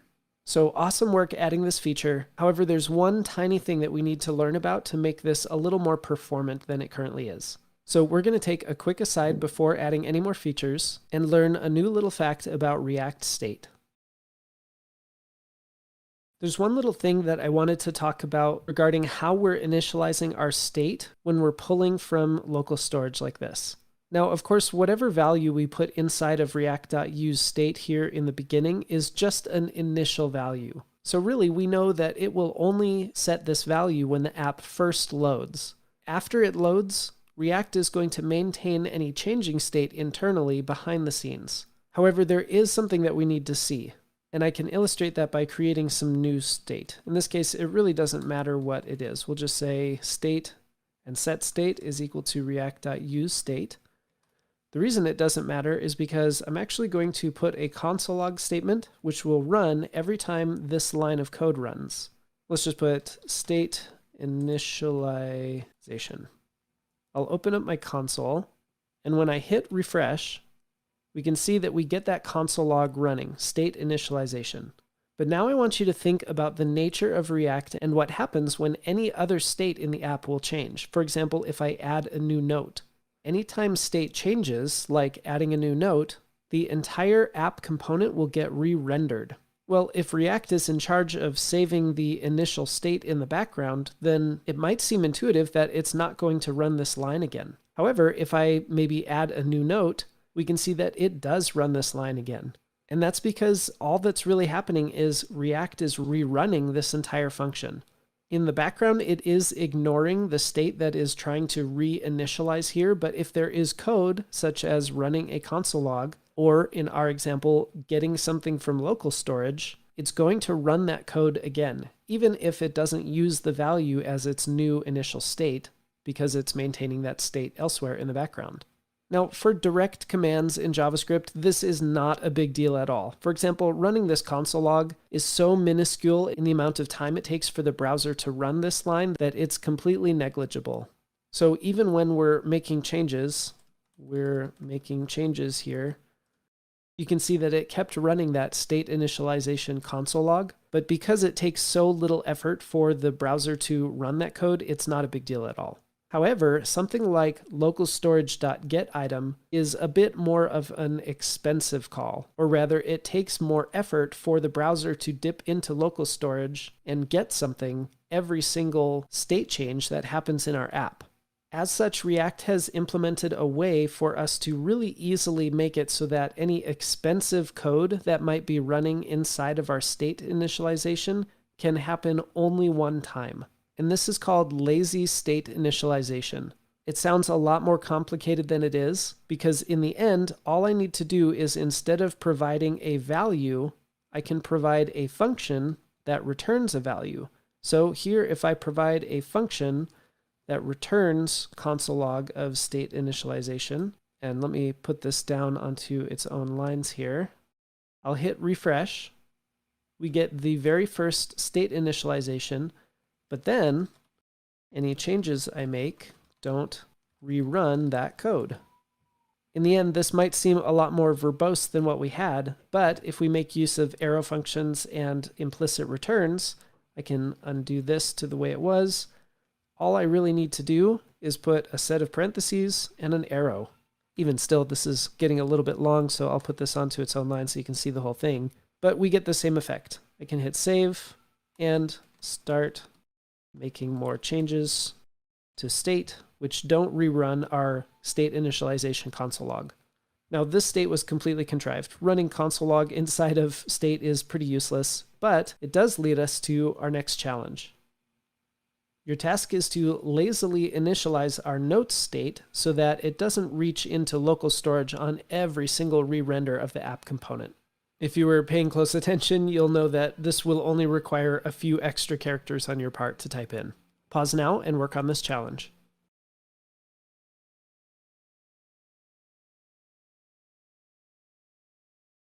All we should need to do is add a function here at the beginning of our call and have it implicitly return the value that we had before. Just adding the parentheses and the arrow should lazily initialize this state so that it will only reach into local storage the first time the app loads. In this case, we may not notice much of a difference, especially since we got rid of our console log that we had before, but we can rest assured that this is going to work the way we want. I can hit save, which refreshes our app, and it is successfully pulling in the notes from local storage. Okay, so that checks off this sync notes with local storage feature that we just added. Next, we're going to think through how we can add some more meaningful summaries here instead of note 1 and note 2. So let's do that in the next challenge.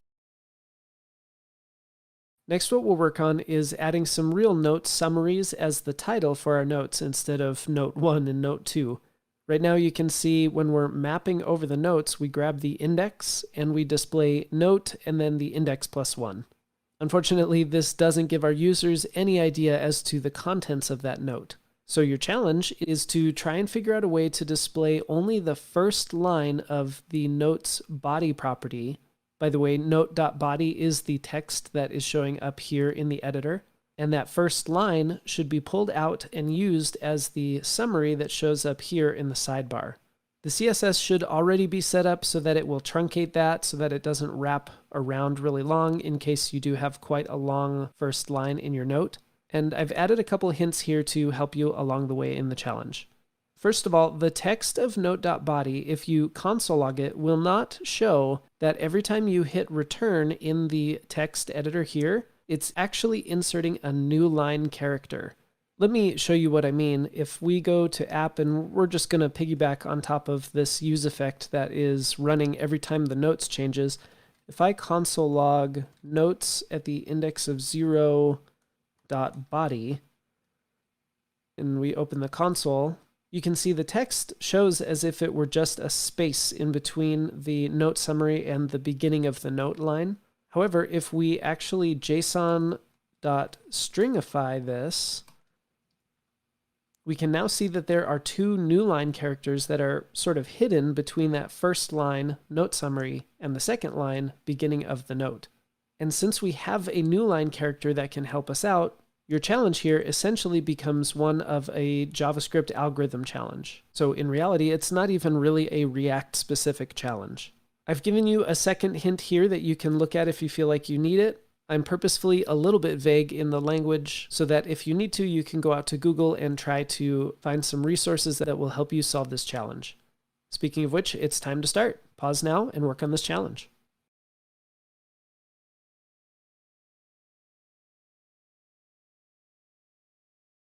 Hopefully while you were working on this, you came across the string.split method. While I'm testing things out, I can actually make use of what I have here. Let's get rid of our JSON.stringify, but we'll just access the body of the very first note in our array. That's going to be the string that we can run a split method on. And the divider we can use is the new line character, which is \n. Let's just see what this returns. I'll hit save, open my console, and awesome, it looks like we get an array that's split on the new line, or in other words, it uses the new line character to determine when a new item in that array should be created, which means that if we just want the first line of our note, we should just be able to access this array that .split returns by the 0 index.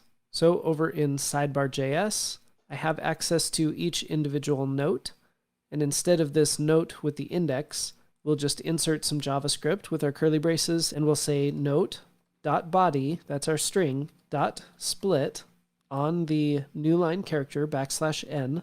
That will return an array, and we'll just say at the index of 0, which should access the very first line of our note. Let's see how we did. We'll hit save, and awesome, look at that.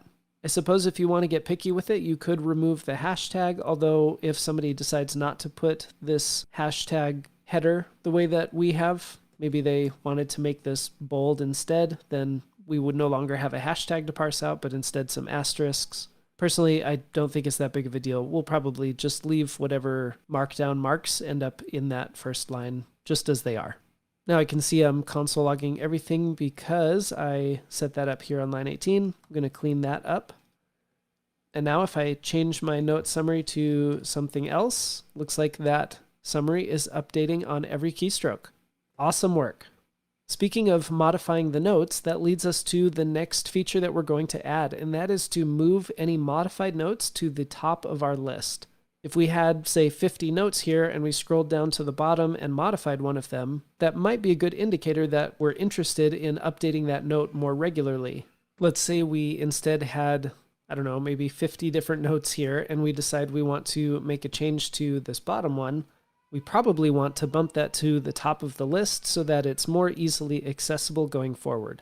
So that's the next feature we're going to add in the next screencast.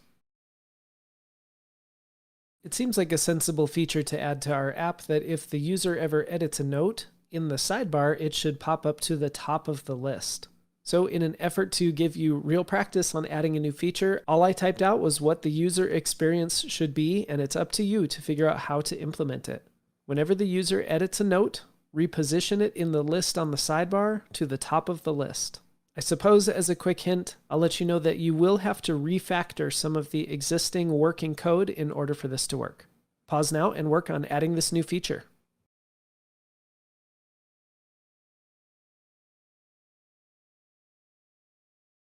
We have a function that exists that we can tap into whenever the user is editing a note, and that's our function down here, update note. Currently, we're using the map method so that the array of notes stays in place in that array. In other words, if they edit note 1, it will always stay in the third position because that's just how .map works. It returns a new array where every original item is at the same index in the new array as it was in the original array. So if we're wanting to rearrange this array, there may be a way to use .map to do that. However, off the top of my head, I can't think of it, and I'm guessing it would probably be so clever that it might be difficult to understand if we're reading our own code or another developer is reading this code in the future. So sometimes when I'm making modifications like this, what I like to do is just duplicate and comment out the code that was working, and then even make a note for myself, something like, this does not rearrange the notes, or something like that that will help me remember what I'm doing. And then up here, at least temporarily, I might say something like, try to rearrange the most recently modified note to be at the top. Okay, I'm still going to be running set notes, and I will still need access to the old notes array, but instead of immediately returning the array that comes back by calling .map, I think I'm just going to start fresh. So let's see, I think that's here, yep. And to give myself some breathing room, I'll open up this function. And honestly, I think the easiest way to do this might be a pretty imperative way. I'll type this out as pseudocode to start. So I'm going to create a new empty array, loop over the original array, and if the ID matches, in other words, if the ID of the note that we're currently looking at in our loop matches the current note ID that we're saving in state, just like we have here, note ID triple equals current note ID, then that means it's the note that we're currently editing, and that means that I want to put the updated note at the beginning of the new array. If it doesn't match, so else, push the old note to the end of the new array. And after my loop is all said and done, we will return the new array. Hopefully that pseudocode makes sense. It makes sense to me, but that's kind of the point of pseudocode. Write it so that it makes the most sense for you. And I like doing this as a way to lay the problem and the solution out and solve any issues I might see at this point before I dive deep into the syntax of the code that's required to actually solve this challenge. So let's do this. We'll create a new empty array. We'll say new array. We'll loop over the original array. I'm just going to use a good old-fashioned C-style for loop. So we'll say I equals 0.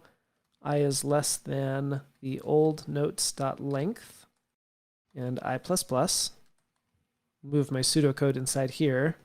So if the ID matches, in other words, if old notes at I.id equals the current note ID that we're looking at in state, then I'm going to use new array.unshift to push a new item to the beginning of the array. And I can just take my old code here because I'm accessing the old note. The one issue with copying and pasting is I have this object called old note, which I am not referencing anywhere in my code. So I'll need to change this to old notes at the index of I.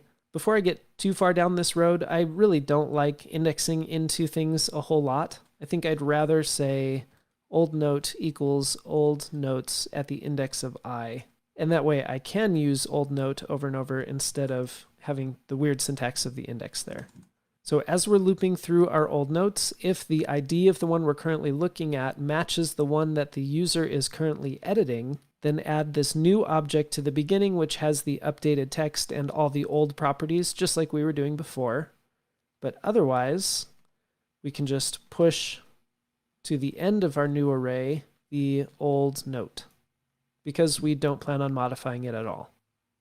We can clean up some of these comments.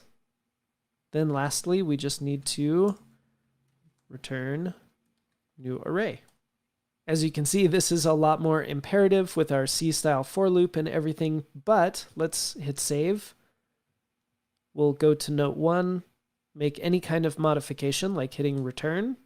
Uh-oh, it looks like we have a bug here. Oh, and you probably saw this while I was updating my old note here, but I left this as old notes instead of old note. Little things like that will get you all the time. Let's try this again. I'll hit save. Note 1, hit return. Awesome. Note 1 just popped to the top of the list.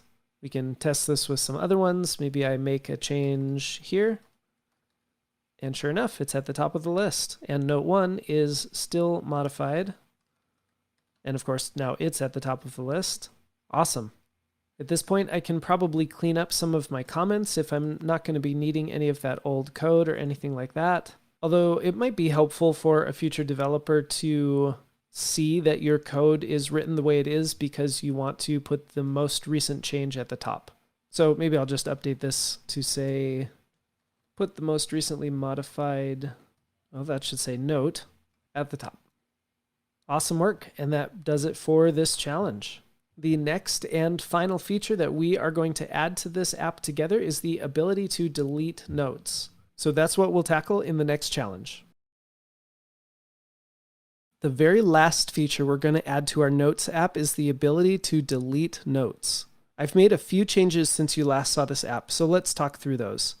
First of all, in the sidebar, I added a button that has an icon inside. And this icon has a trash icon that's a pure CSS trash icon. I didn't create this. I copied this from a site that has pure CSS icons before you think I'm some kind of genius in CSS. And I set that up so that it will only show up when you hover on one of the notes. So as I hover over the sidebar note, the little trash icon shows up. Right now, clicking it doesn't do anything. That's going to be your challenge. However, you can see that clicking the trash icon is also changing the selected note in the sidebar, and that caused me to run into a bug. And so I started some of this code for you. We've got the function delete note that will receive an event and a note ID, and I wrote this line out for you, event.stopPropagation. Without going too in-depth, what it does is it says when this trash icon handles the click event, stop propagating that click event to the parents, like the sidebar div that's holding this entire note. In other words, this trash icon is a child element of the note on the side here. And so when I click the trash, currently it's propagating that click event through to the parent, which is also handling a click event. Now, the fact that it is still propagating that should tell you that my trash icon is not correctly using this delete note click event. So that's going to be part of your challenge. Before I read through it, let's go to the sidebar. You can see I specifically indicated where you need to add your onClick event handler. So let's look at the challenge. It's to complete and to implement the delete note function. Now, I've given you a couple of hints here. The first one is to think about what array method you can use to return a new array that has filtered out one of the items, in our case, because we're just deleting one item, based on some kind of condition. Hopefully the language of that hint can give you a pretty good indication as to what array method you can use. I also want you to look closely at the parameters that we're passing to delete note. Keep in mind that normally on an event listener, we don't get to choose what parameters we're passing. So you'll have to find a little workaround, which we have talked about in the past, in order to pass both the event object and the note's ID. And this is the ID of the note that is going to be deleted. As an aside, the reason that I had to do the stop propagation isn't just because I didn't want to select that note, it's because I was getting an error. I would delete the note and then it would try to select it as the current note after it was deleted, and that was throwing an error because that note no longer existed in my array of notes. Okay, I've talked long enough. Now's your chance to complete this challenge. Pause the screencast and try to implement the delete note function.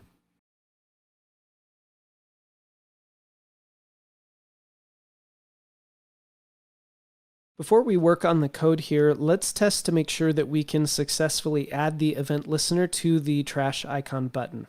I'm going to just add a console log that says deleted note, and then maybe I'll add the note ID just to make sure that I'm successfully passing down the correct note.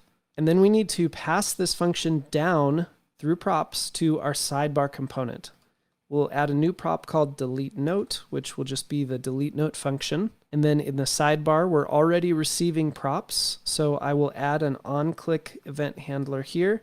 And your first inclination might have been to just pass props.delete note here. However, that's why I provided you the hint about what parameters we're passing to this function. By default, whatever function we pass to an event handler will receive the event as its parameter. And in order to pass something else along with that, I'd either need to do some kind of magic with .bind, which I'm not going to get into, or more simply, I can say this is my function that I want to call, this entire anonymous function, and the first line or only line of that function will call delete note.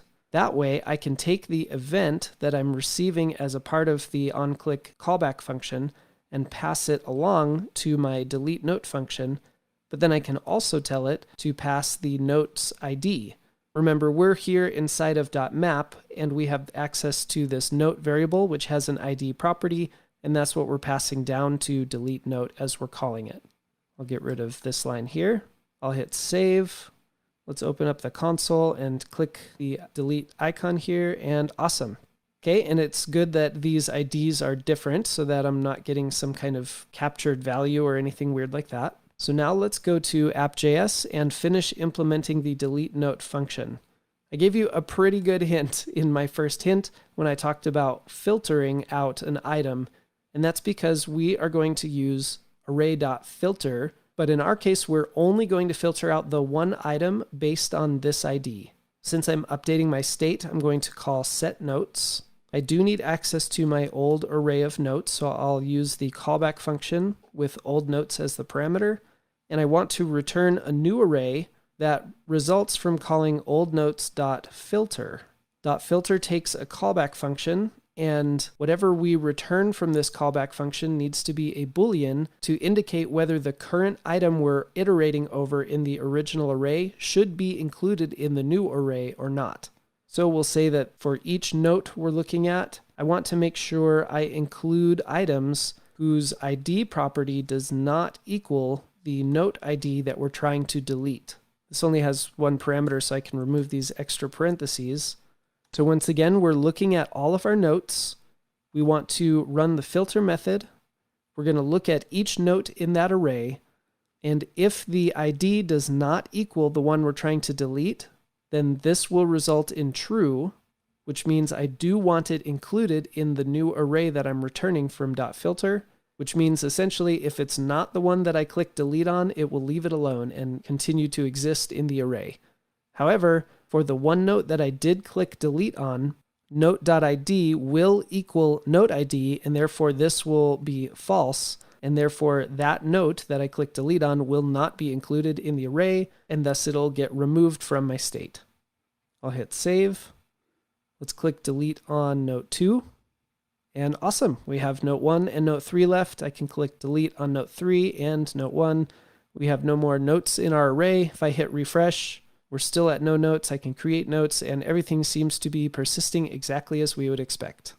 Now, I totally understand there were probably two really difficult parts in this challenge. One was understanding how to use .filter. In truth, you don't have to use .filter. You can do something a little more imperative, like what we did up here, where we just created a new array and manually iterated over with an old style for loop. If you did it that way, that's completely okay. Obviously, this .filter gives us a chance to do it in a really succinct way, but that doesn't necessarily mean it's the only or best way. And then the other tricky thing that may have tripped some people up was adding this callback function that calls props.delete note. But as a quick reminder, if you ever really need extra parameters other than just the event in your callback function, then you're probably going to pass a whole callback function here instead of just calling props.delete note, so that you can pass whatever parameters you want to your own function. And that brings us to the end of this Notes app. Hopefully you were able to complete all of these challenges that we worked on together. I know that it's difficult to jump into a new code base and try to add features, but there's almost no better practice for you as you're learning React than to jump into an existing code base and try to figure things out. We've come a super long way since we first started React. So as a final hurrah in this course, the next thing we'll be working on is the final capstone project for this course. And this will be one that we create completely from scratch. Since we're going to be jumping into a new project, I highly recommend you really soak in everything that you are able to learn from this Notes app and even go above and beyond with it. If you don't feel like you've gleaned all the information you could from this app, then stick with it. Try to add new features. Even try something small like changing the design of it to better fit your personal preference. Then once you feel like you've soaked up all the information you can from this app, we're going to jump into the final capstone project for this course. Here's the game we're going to be building as our first major capstone project. If you haven't played Tensies before, it's a dice game that's usually better suited for younger children, but because of that, the complexity is low enough that it makes for a pretty good project here. The idea is to try and roll 10 dice that are all the same, and in our game you can click on one of the dice to hold it, and when you click roll, those held dice won't change. We'll click the other 2s and we'll just kind of play this game until all of the dice that we roll are the same number. And as soon as we hold the last dice, the game is going to notice that we have all 2s. It'll play this fun confetti drop here. It'll change the button from roll to reset game. And of course, when we click reset game, it will start us all over from the beginning. The design for the game can be found here. If you click this screenshot, it'll send you to the Figma file for this game. And I included a little animated GIF just in case you forgot how this game is supposed to work, so you can reference this as well. Feel free to peruse the code that we have here. You can see it's less than 100 lines of code in the main app.js component, which contains most of our logic. So get geared up to create an awesome React project. When you're ready, let's jump right in. All right, we're starting from the very beginning. The only thing I've added is some really basic styling for you, and I've included some Google Fonts for you, but there is nothing in our React code at all. So your challenge is to create a brand new React app. I want you to create a separate app component that will live in a separate file. And then here in index.js, make sure to import that app component and render it. Inside the app component, it should render a main element. And then for now, I just want you to style everything to look like the basic outline for our game. You can click on the slide to go to the Figma file where you can find some of the design elements, well, specifically this background color. So pause the screencast and set up our Tenzies game.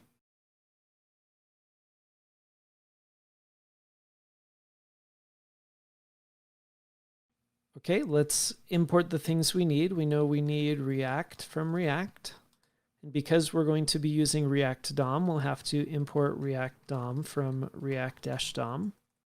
While I'm importing things, I'll import app from a non-existent app file. We'll get to that in just a second, and we'll use React DOM.render to render an app component.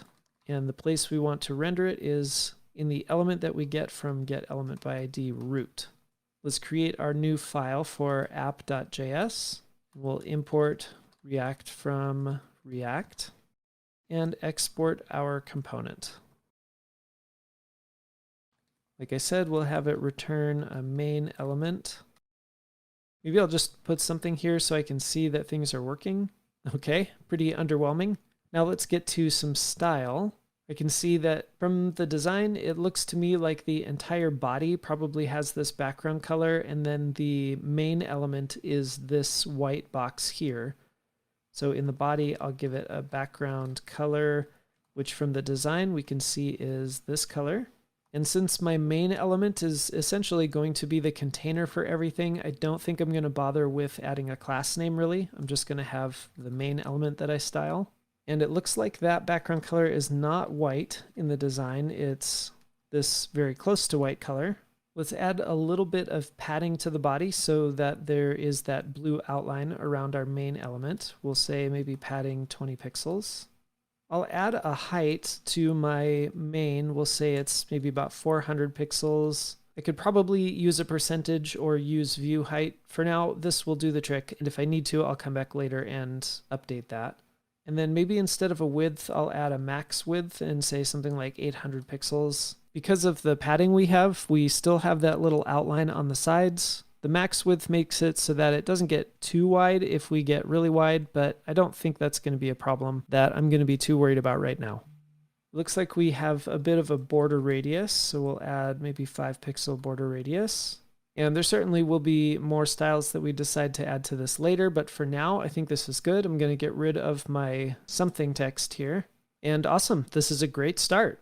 Next, let's see if we can add our little dice components onto the screen. We won't worry about any data or generating the numbers quite yet. We'll just get these components working. So when you're ready, let's move on to that. The next thing we'll do is get some die components rendered to the page. For now, we'll just manually put in 10 instances of our die component, and in the end, it should look like this. Once again, you can click this slide to go to the Figma file so you can get things like the box shadow and the font size for these and everything. The challenge is written out here. Create a die component. This will be in a separate file. And that die component should take a value prop, or a prop called value. Then inside of our main here, you'll render 10 instances of the die component just manually, and provide a number between 1 and 6 for the value prop on each one of those for now. And then make sure to style the main component and the die component that you create to look like they do in that slide.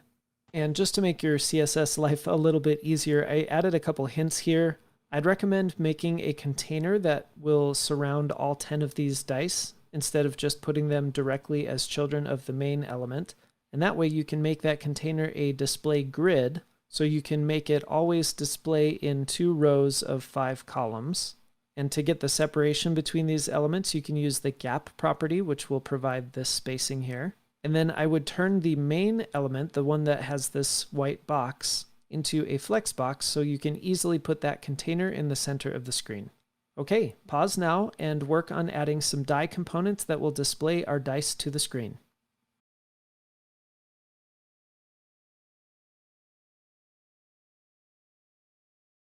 Let's start by making a new dice component. So I'll make die.js. Sounds a little violent, but that's the correct singular of dice. We'll import React from React and export our component. I know that this is going to take props because we want to display a value prop. And looking at these dice, because I see this white outline around it that is the shape of the die, I'll probably actually make this a nested element, or rather I'll return something like a div, and inside that div is where I'll put the text element itself. Let's call it an h2. And this h2 is going to display props.value. We'll get to styling this in a minute, but let's, in our app.js, import our die component. I'll create that container that I was mentioning. And let's just render 10 instances of our die component. We'll pass in a value, which will just start as 1. And I'll just duplicate this 10 times. Okay, let's see where we are. Okay, that's about where we expect to be. Now let's start adding some styling. First, let me create my grid here. So I'll give this a class name. Let's say this is the dice container. And we'll set that up to be a grid. So display grid. We'll give it a grid template. And I'm going to be specifying a height and width on each of the die components themselves. And so I think what I'll do is just say this is going to be 2 rows that are each auto-determined in their height. And then I'll use the repeat function to say each one of the columns will be 1 fraction unit wide, and we'll have 5 columns. Let me actually refresh one of these components here so I can see this applying live. Okay, that's looking not too bad. Maybe before I provide some styling here, let's go ahead and create the little dice look around it so it has the white box. I'll go to die.js and this div here. Let's give it a class name of maybe die face, since that's the face of each of the die. And I'll save that and go to style.js. Let's style up die face. And we'll give these a height of 50 pixels and a width of 50 pixels. I'm going to paste in a box shadow from the design just so we can see the surrounding area without actually giving it a border. We'll give it a border radius of 10 pixels. And then I want that number to be perfectly centered in the middle. So let's make this die itself display flex, which will allow us to justify the content to the center.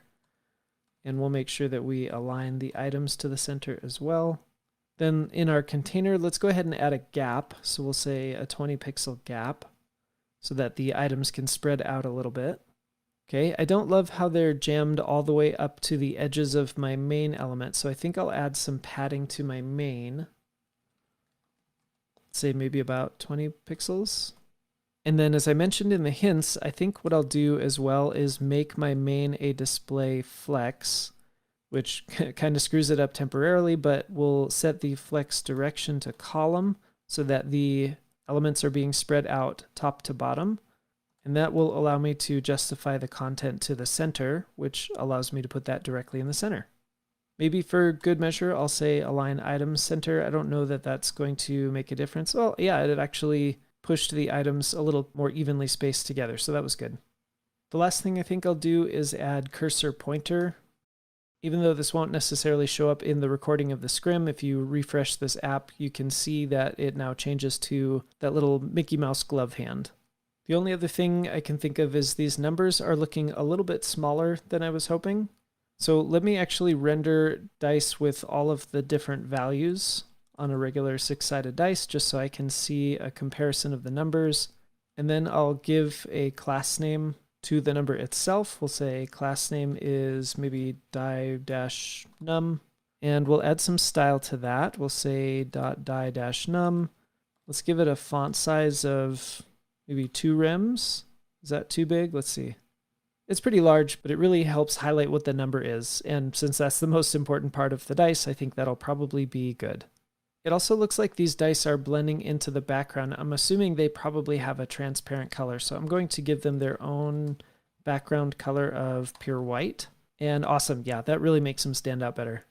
Okay, that was a lot of time being spent on CSS, but now what we can do is go in and instead of manually putting in these die components like this, we probably should be generating an array of 10 random numbers and mapping over that array to create these die components. So that's what we'll do in the next section of the project.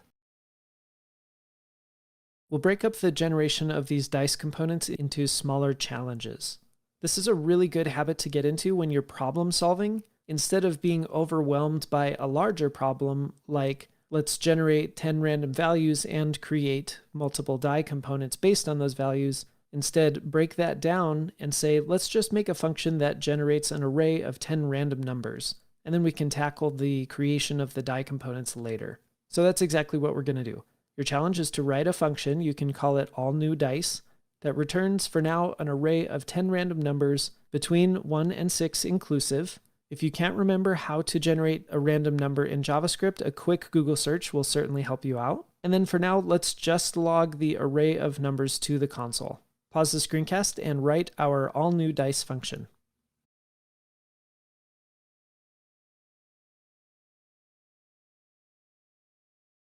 A quick side note on algorithm challenges like this, I really highly recommend that you try to come up with your own solution. I mentioned turning to Google to learn how to generate a random number in JavaScript, but for practice sake, I hope that you didn't just Google, how do I create an array of 10 random numbers in JavaScript?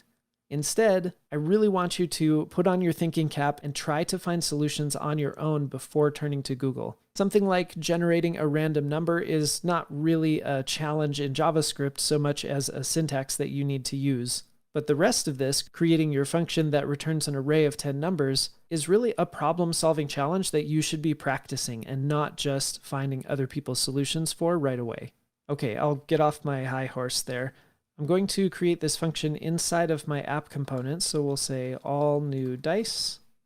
And I think I'll break this problem down into smaller parts. So first of all, I need a new array to hold my numbers.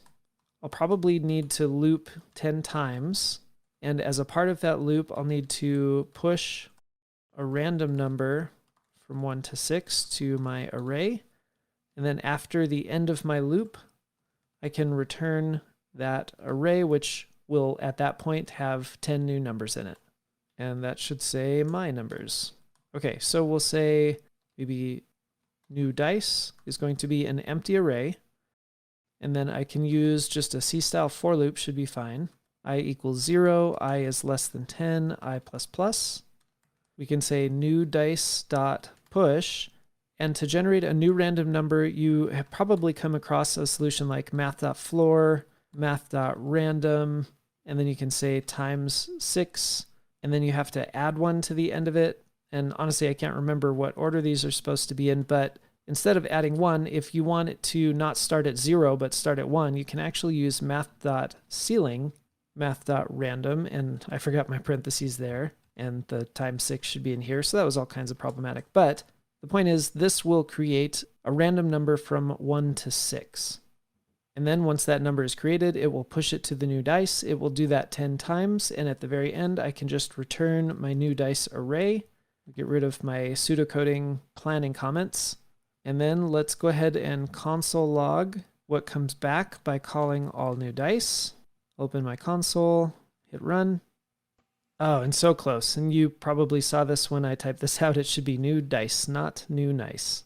Okay, cool. All of those numbers are between 1 and 6 inclusive, and there are 10 of them, so awesome. That probably does it for this challenge. In the next screencast, we will take this array and we'll turn it into actual dice components.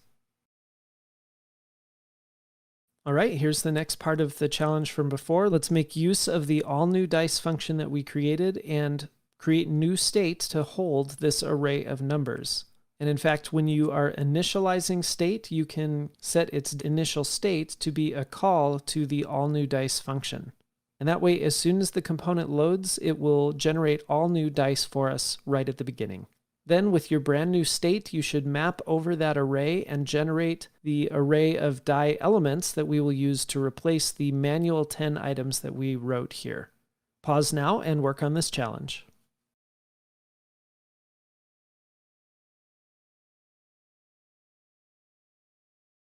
Okay, let's create some state here at the top of our component. We'll say, maybe we'll just call this our dice and set dice.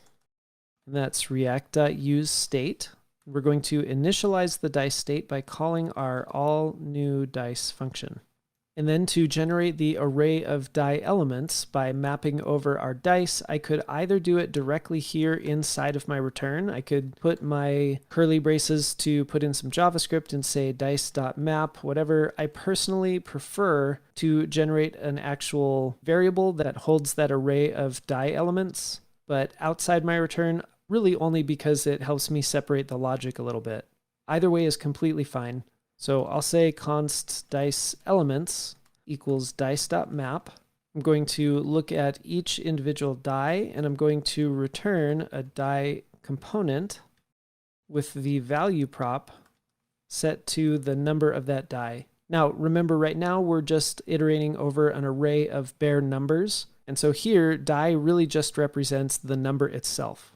And now dice elements will be an array, but instead of an array of numbers, it will be an array of die elements with the value prop set to the same number as the item at the same index in the original dice array.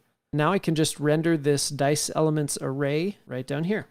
Before, these were hard-coded and we could see it went 1, 2, 3, 4, 5, 6, and then a bunch of ones. Now when I hit save, we should get a bunch of random numbers that show up here. In fact, it should be random every time I hit save. We'll get a different set of numbers.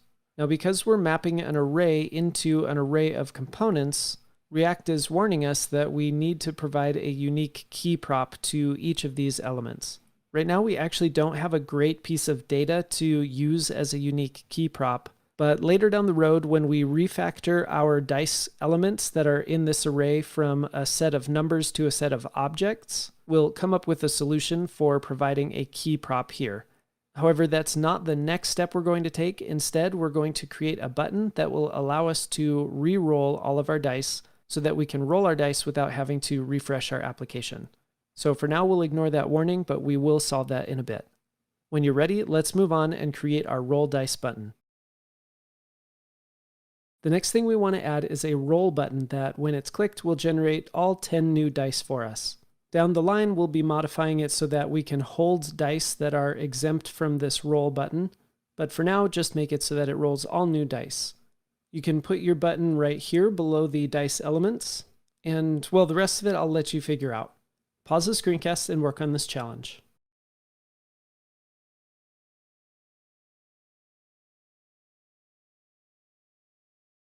First, I will create a new button, and we'll just have it say roll.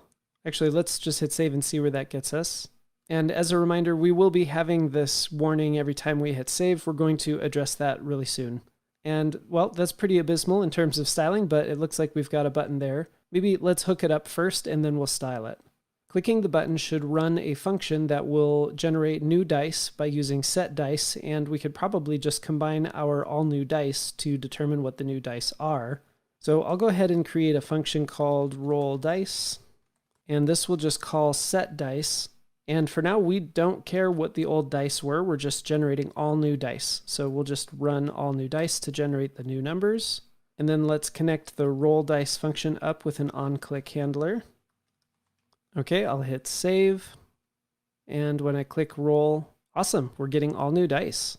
Well, that was simple enough. Now let's add some style to our dice. I'm going to add a class name to the button. Maybe let's just call it roll dice. And then we'll add some styles to the roll dice class. And I'll mostly just be following what we have here in the Figma design. I think I'll set the height to about 50 pixels, the width to about 100 pixels, and I might need to hit save so these can apply live. Yep, there we go. We'll take away the border with border none, but it does have a border radius of about maybe 6 pixels. It's got a background color that we can find in the design, and we just need to spell that right. There we go. The text color is white, so we'll change the color to white. Looks like the font size is a bit larger. Let's call it 1.2 rems. And if I remember right, buttons, I believe, don't take on the correct font family. So let's grab the font family. And oh, it looks like we never set the font family on the body. Let's go ahead and do that now. I'm using this Carla font that I'm bringing in from Google. Okay, we can see that making a difference. We're going to do the same font family on our button. Now this, I don't think, is the greatest practice for accessibility, but just for our visuals right now, I'm going to take away the outline whenever the button is focused. So we'll say outline is none. And this wasn't something in the design, but it's a nice little touch. I'm going to add an active class, which means when you're in the process of clicking the button, it's going to add this inset box shadow, and that will just make it so that it looks like it's being pressed or indented into the screen, which is kind of nice. Now, right now our spacing is a little funny. Let's go ahead and fix that. I think one way I could easily do that is to, instead of doing justify content center, I might try space around. And it puts our numbers a little bit high, especially when eventually we're going to have some text up there. But when we add the text, it might rearrange everything in a pleasing way. So for now, I think I'm okay with the way it is. And yeah, I should be able to click roll and everything is working great. Again, in the recording you won't see this, but I think I also will add the cursor pointer just to make it very clear that it's a clickable button. And awesome, great job. At this point, it's a great idea for you to do a little self-assessment and see if you were able to accomplish that challenge all by yourself. Everything we did in this challenge should almost be second nature to you now based on the amount of repetition that you've had the opportunity to do. If you did struggle with this challenge, now would probably be another great opportunity to jump back in the curriculum, rewatch some of the lessons that we've done, and more importantly, redo some of the challenges that we've assigned to you. And that way, when you come back to this roll dice button challenge, you can do it comfortably without it being overly difficult. And then, of course, whenever you're ready, the next thing we're going to work on is being able to hold the dice so that when we click roll, it does not change the dice that are held. And that's the challenge we're going to tackle next. The next thing we'll work on is the ability to hold dice in place so that when the roll button is clicked, those dice that we've held don't change. Up until now, we've been saving just bare numbers or integers in an array, but in order for each dice to also contain information about whether or not it's being held, we'll want to change those to an object. So that is your challenge here. Update the array of numbers in state to be an array of objects instead. Those objects should have a value property which contains the number of the dice, or rather the number that is being displayed on each die, and an isHeld property which we will default to false. Don't worry about styling the dice or fixing the roll button quite yet. We're going to do this over the next few challenges. But simply making this change from an array of numbers to an array of objects is going to break other parts of our code. So the next part of your challenge is to bring it back to a working state. Pause the screencast and work on this challenge.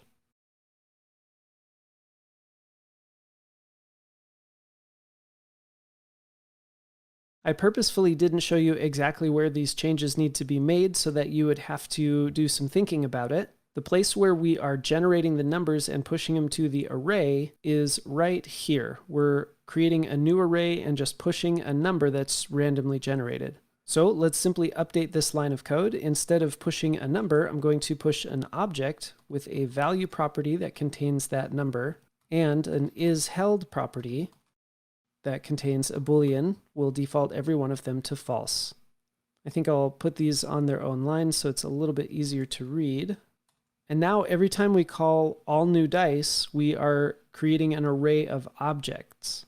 That means down here, when we're mapping over our array of objects and die is no longer a number but is an object, the value needs to be die.value.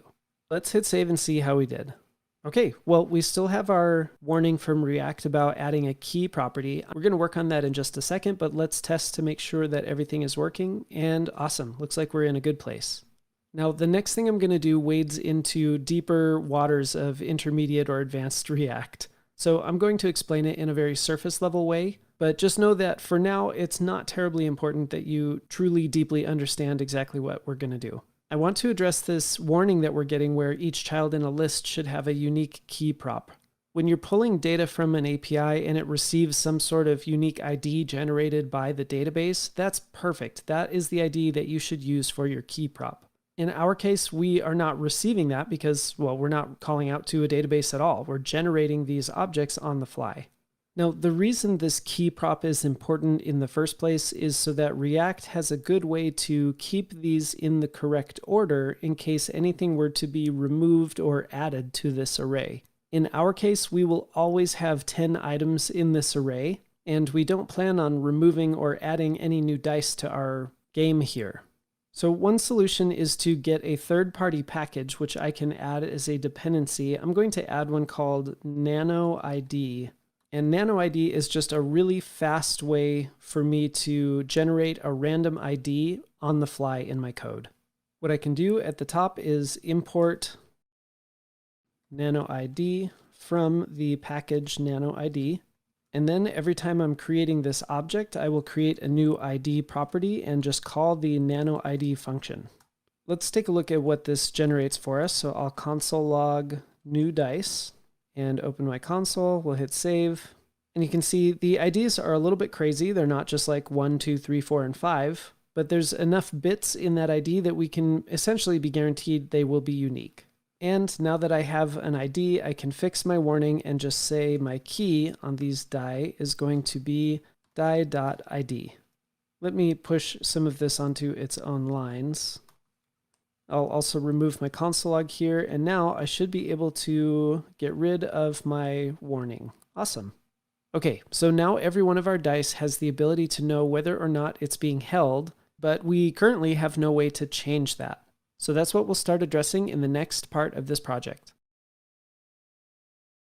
Very soon we'll be working on making it so that every die knows that when it's clicked, it should toggle its held property from true to false or false to true. But for now, let's add some styling to the die so that if it is held, it can put this green background color. That's going to make our job a lot easier to test when we add the clicking ability for holding or unholding a die. To test that, I'm going to change the dice from is held to false to be is held to true, so that when you work on your challenge, you'll be able to see all the dice turning the light green color, assuming you got everything set up correctly. So your challenge is to add some conditional styling to the die component so that if it is held, or rather if that die's is held property is true, its background color will change to that light green color, which you can reference the hex code for right here.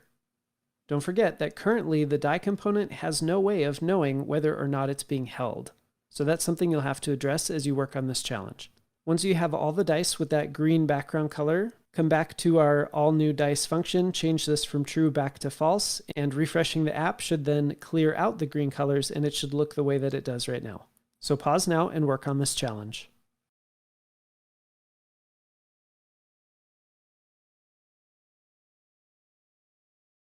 I think I might work a little backwards in this challenge because first I need to let the die component know whether or not it's being held. Down when I am mapping it, I'm passing a key prop, which isn't really usable except for internally by React, and I'm passing this value prop. I'm going to also add an isHeld prop, and that is just going to be the value of die.isHeld. So either true or false, or in our case, all of them will be true because that's how we hard-coded this. That alone shouldn't really break anything in our code, but if I go to the die component, I now have props.isHeld, and I can use that to generate my background color. To do some dynamic styles, I'm going to create a separate styles variable, although this could be something that you handle inline right here by saying style equals and then an object. I think that gets a little bit lengthy, especially if you're adding more than one style. So for now, I'm going to say style equals my styles object that is defined up here separately.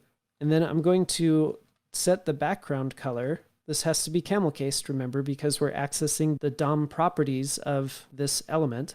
And here I can use the ternary. I'm going to say props.isHeld. If it is held, then I want to use that hex code that we saw before. But otherwise, I want the background color to be white. Let's hit save. And awesome, we get all green dice, just like we expected. For one final test, back in app.js, I'm going to change this back to false, hit save, and that has cleared out. Perfect. I suppose that technically means that my die face no longer really needs a background color that's set in the CSS because that will be handled with an inline style here in React. Maybe I'll just double check that. Refreshing gets me all white dice, and when I change this to true, all green. Perfect. Wow, that's a lot of twos on one roll. That's amazing. It's too bad we're not playing this game yet. Okay, I'll set this back to false because that's where we really want our game to be. And perfect. Now we're ready to start tackling the challenge of having each die be able to hold when it gets clicked. So we'll start working on that next. In the past, we've talked about something called derived state and how, for the most part, it's not something you'll end up using very often. As a reminder, I've brought in this diagram, which we've seen in a past lesson, and adapted it to work for this Tenzies game we're making. In this game, we have our app component, which is holding an array of dice objects, and it's mapping over that array and creating instances of our die component.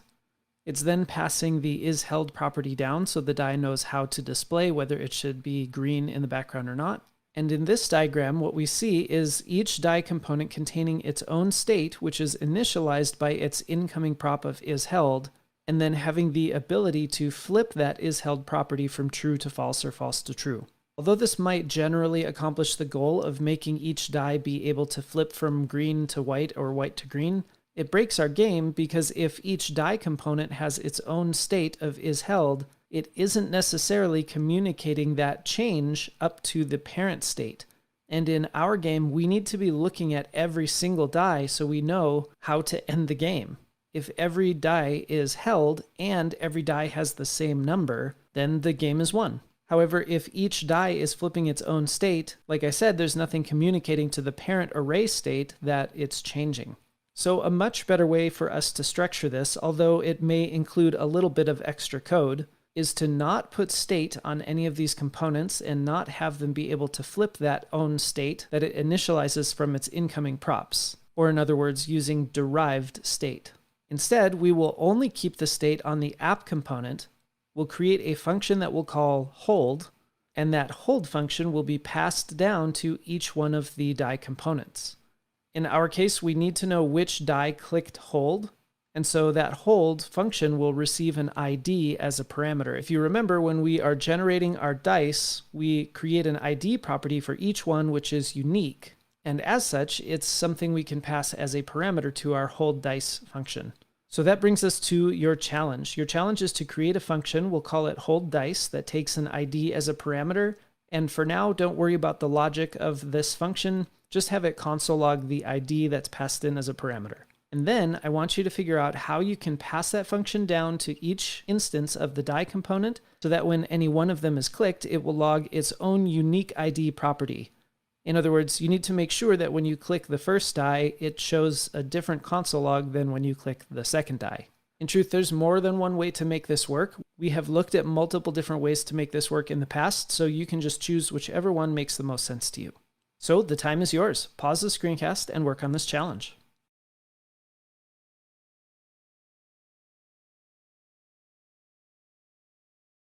Okay, let's create a new function. We'll just do it right down here. Hold dice. And let's spell function correctly. This will take an ID as a parameter, and it's just going to console log the ID. Easy enough. Now when we are mapping over our dice objects and creating our instances of the die component, I basically have two different ways I could do this. One thing I could do is pass the ID to the die. So this would be die.id, and then also pass hold dice as the function hold dice. And then inside of the die component, I could call hold dice on click and pass the ID that's passed as a prop here. However, to me, this is one additional step without really a lot of noticeable gain. And so I think I'm going to take that out. And then what I can do is just create a new function and say hold dice is going to be this anonymous function. And this anonymous function will call hold dice with die.id as its parameter. Effectively, what this is doing is embedding the ID as the parameter that will be called with the hold dice function whenever each one of these dice is clicked. So I should be able to hit refresh. And of course, at this point, clicking the die isn't going to do anything because I haven't actually accepted that prop on this side. So now I'm receiving a prop called, let's see, it was hold dice here. And I can add an onClick to my div. I'm going to separate these onto their own lines. OnClick equals props.holdDice. So let's hit refresh. I click the first one and I get this ID that starts with HG. This one starts with AYZ, YJB. Awesome. Specifically, I'm checking to make sure that these were all different from each other. If they were all the same, then something would have happened incorrectly as I was passing in the ID.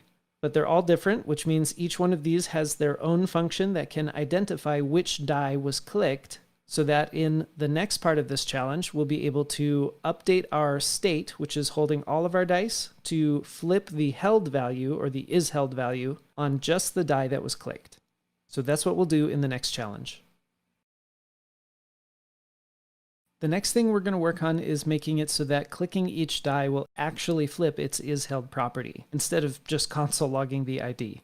Again, the goal is to make it so that I can click the die that I want to hold, have it flip its property, which therefore will change its background color, and then coming up in the future when we click roll, we will create new dice for all of those except for the ones that are held. So your challenge is to update our hold dice function to flip that isHeld property. Again, you'll want to keep your dice array almost exactly the same way as it was, except for the one item that was interacted with based on this ID. As usual, there's more than one way to accomplish this. I'm going to be using dice.map and checking for this ID while I'm looping over the dice inside of my callback function in dice.map. But honestly, if that way is confusing to you, you can just do this whichever way makes the most sense to you. Pause the screencast and work on this challenge.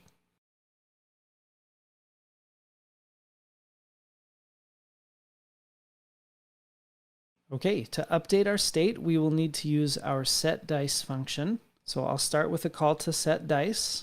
I do need access to all the old dice or the old array before we make this change so that I can determine what the new array should be. And I'm going to use the map method to create a new array or return a new array from this function. And again, almost every die object is going to be exactly the same way as it was, except for one of them, which will just have the isHeld property flipped. I remember when I first learned about this way of updating an array in state, it felt, I don't know, inefficient or something. But in truth, JavaScript does these operations so quickly that it doesn't even blink at something like this. So inside of our map, we're going to look at each die object. We'll have another function, and I think this time I'm just going to open it up so that I have some breathing room on the next line. And here I can use a ternary that says if it is the same die with the ID property that was passed in to the function, then I'll update that object, and if not, I'll just return this die.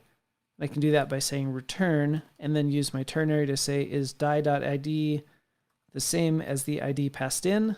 If so, then that's the one we want to change, and I'm going to take all of the properties from the original die, but update isHeld to be the opposite of die.isHeld. I'm going to move this on its own line, and then put my else with this colon, and start the next part on the next line, and I'll just say if it's not the ID that we clicked on or that we interacted with, just keep the same object that we had before. And I think this should do it. Let's hit save. And well, we have a lot of pairs here. Let's just do the twos. Awesome. I should also be able to change my mind, click off the twos and choose the sixes instead. Great. This was one of the major features that we needed to add to this game. The next thing is we need to make sure that when we click the roll button, we don't just lose all of our dice, but instead roll only the dice that we didn't hold. So that's the feature we will work on next. Other than checking if the game has been won, I think this is the last major feature that we need to add to this game. So your challenge is to update the roll dice function instead of just creating all new dice every time we click the roll button, that instead you will look through the existing dice and not re-roll any dice that have been held. As a hint, this is going to look relatively similar to what we did in the hold dice function, at least the way that I'll be solving it. Of course, if you find a different way that you prefer or makes more sense to you, then just go with that way. That'll be great. When you're creating new dice as a part of that roll, remember to use the ID that we are getting from NanoID. That way, any new dice you create will also have an ID and therefore will work when we click them to hold them. Pause the screencast and work on this challenge.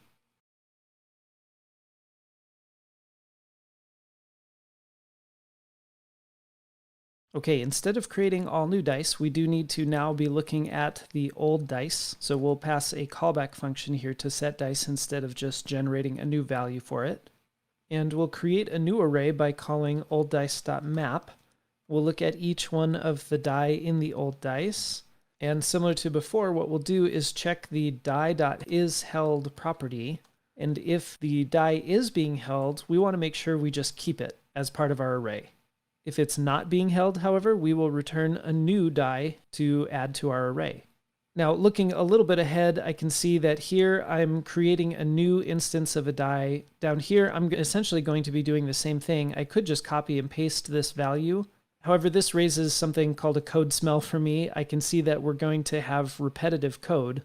So this wasn't technically part of the challenge, but I think what I'm going to do is create a separate helper function that's called maybe generate new die. And I'm just going to have it return, let's see, this object right here. And that way, anytime I need a new die, I can just call this function. I think I'll move this up above my all new dice so it's a little easier and more logical to read. Then right here, I'll probably call generate new die. And down here, I'll do the same thing. We'll just say generate new die. Again, that wasn't really part of the challenge, so if you didn't make this helper function, that's completely okay. I just thought I'd show you how I might do it if I were looking ahead and seeing how I was about to have some repetitive code. Let's cross our fingers, refresh. Looks like we have 3 2s here, so I'll probably start there. We'll hit roll, and awesome! Everything rolled except for the 3 2s that I held. I could then hold a couple more 2s. Getting a little bit unlucky with our rolls here. There we go. Get a couple more 2s in here. There's another one. We're almost done. There it is. So that brings us to the next challenge. How do we end this game?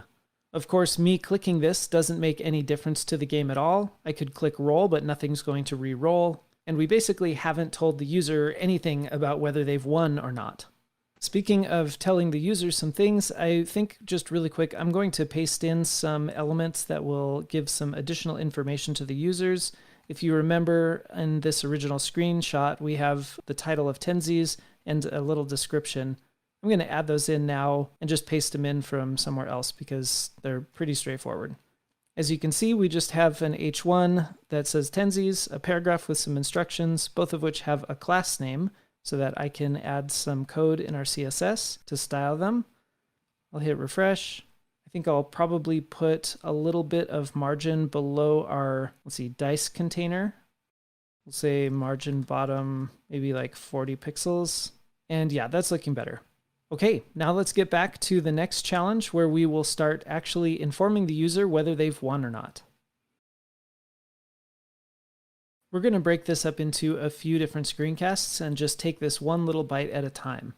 Your challenge this time is to add some new state called Tenzies, and you'll default it to false. This new state will represent whether the user has won the game yet or not. Then I want you to add an effect that will run every time the dice array in state changes. For now, you can just console log dice state changed and not worry about doing anything else. If it's been a while since you've gone through the curriculum on useEffect, this would be a great time to go back and review. And once you're ready, pause the screencast and work on this challenge.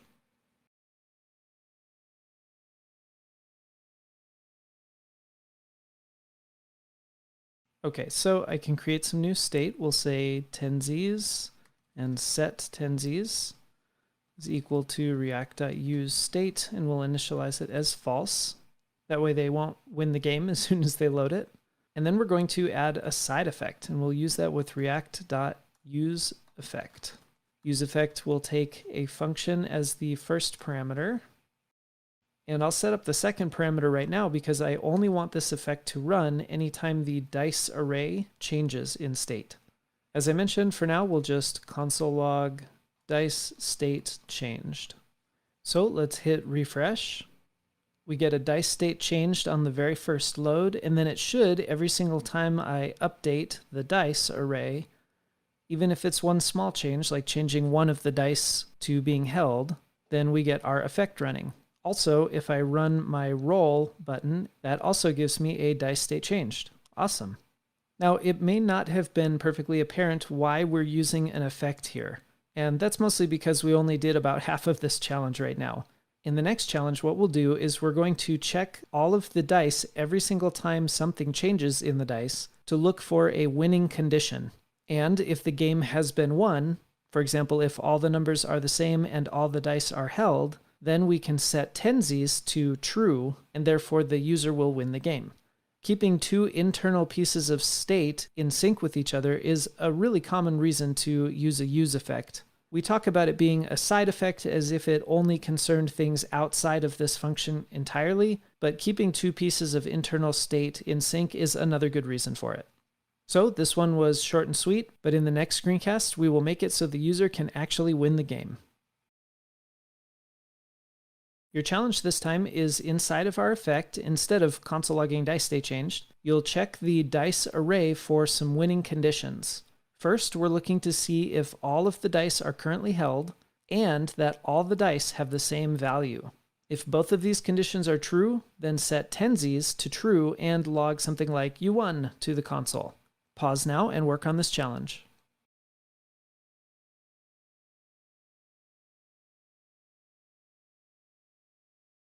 Just like before, there are a ton of different ways that you might have solved this one. Hopefully the way that I solved it will ring true to you, but if you found a different way or even a better way, then feel free to share it in Discord. I would love to see people's different solutions for this. In JavaScript, there's a really handy array method called .every.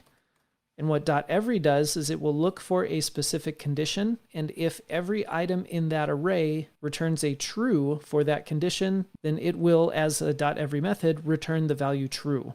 This might make more sense if I actually show you.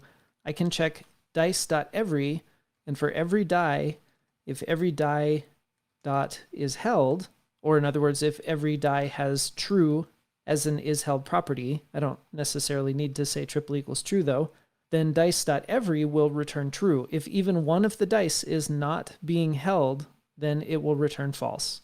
So I can save that Boolean that it returns as a variable. We'll say all dice held, or just say all held, and that's either going to be true or false. So that's a good start to help me have an if statement later that checks if they're all held and if they all have the same value. Now, how can I check to make sure that they all have the same value? Well, if they all have the same value, then I can just arbitrarily pick one of the dice and check all of them to see that they have that same value. For example, I could say maybe the first value is equal to dice at the index of 0 dot value. And now I have a reference point for me to say maybe all same value is dice.every, and I'll say every die.value is equal to the first value. And now I have some variables that I can check inside of my if statement whether or not they're all held and if they all have the same value. So we'll check if they're all being held and they all have the same value. Then I need to set tenses to true, and we were going to console log u1. I'll just reuse this console log here. All about recycling. u1. Now you may have asked, why am I going to set tenses to true? There's a few things in the user interface we're going to change if they have won. For example, we won't want the button to say roll anymore. We might want it to say reset game. And we can conditionally render that text based on the tenses value. And as you might remember from the preview, we have a fun little confetti thing that's going to pop out when the game is over. But we'll save that as a special treat at the very end. So let's hit refresh and actually play this game. And oh, well, it looks like we might have a bug here. And after a quick look, it looks like I did not put a callback function inside of my .every. Sorry for anyone who was screaming at me saying I did that wrong. Okay, let's try this again. I'll hit save. Okay, we're back up to working, and oh, look, that's a great start. We got 6 6s. That's amazing. Okay, we'll hold all those. Awesome, we're making good progress. And we should get our state updating finally whenever I finally roll another 6. As a side note, I feel like this is how every game of Tensies for me goes. It's the very last one that I never can get to be the right number. There we go. Okay, let me open the console. You won. Awesome. Keep in mind, this effect was running every single time the dice array changed, which means it ran every single time I clicked on one of the dice and every single time I clicked my roll button. Awesome. We have come a long way. The next thing we're going to do is update a couple user interface things. One is just procedural. That's where we're going to update this roll button. And the next is we're going to have a lot of fun with the confetti package. Both of those should be really simple for you at this point. As a reminder, if you were not able to create some version of this, it didn't have to be these exact methods. But if you struggled with this challenge, it's time to erase it and try it again. Make sure you understand this before we move on. The last 2 things we're going to do are more just checking boxes, but the ability to complete a challenge like this on your own without any kind of outside help will be a really good self-assessment for you to know whether or not you're ready to move on. So when you are ready, let's tie off the little loose ends of this app and call it done. Okay, it's time to tie off a few loose ends inside of our Tensies game. This challenge comes in 2 parts. First of all, if the Tensies in state is true, I want you to change the button text down here to say new game instead of roll. Secondly, and probably the more exciting of the 2 challenges, is that if Tensies in state is true, to use the React confetti package to render a confetti component. I've already included the React confetti package for you, and down here in the slides, I included a link to the documentation for React Confetti. I think you'll find it's actually a really easy package to use. In the end, you're just going to need to import confetti from React Confetti and then to render a confetti component. Now, in our case, we will only conditionally render that confetti component based on the value of Tensies. Also, in the documentation, you'll see that they provide a height and width properties. You just won't really need to worry about those in this case. In the end, once you have the confetti package conditionally rendered upon winning the game, it should look something like this, where the user completes the game and then a bunch of really fun confetti falls down. Okay, these are some fun additions. Pause the screencast and work on these challenges.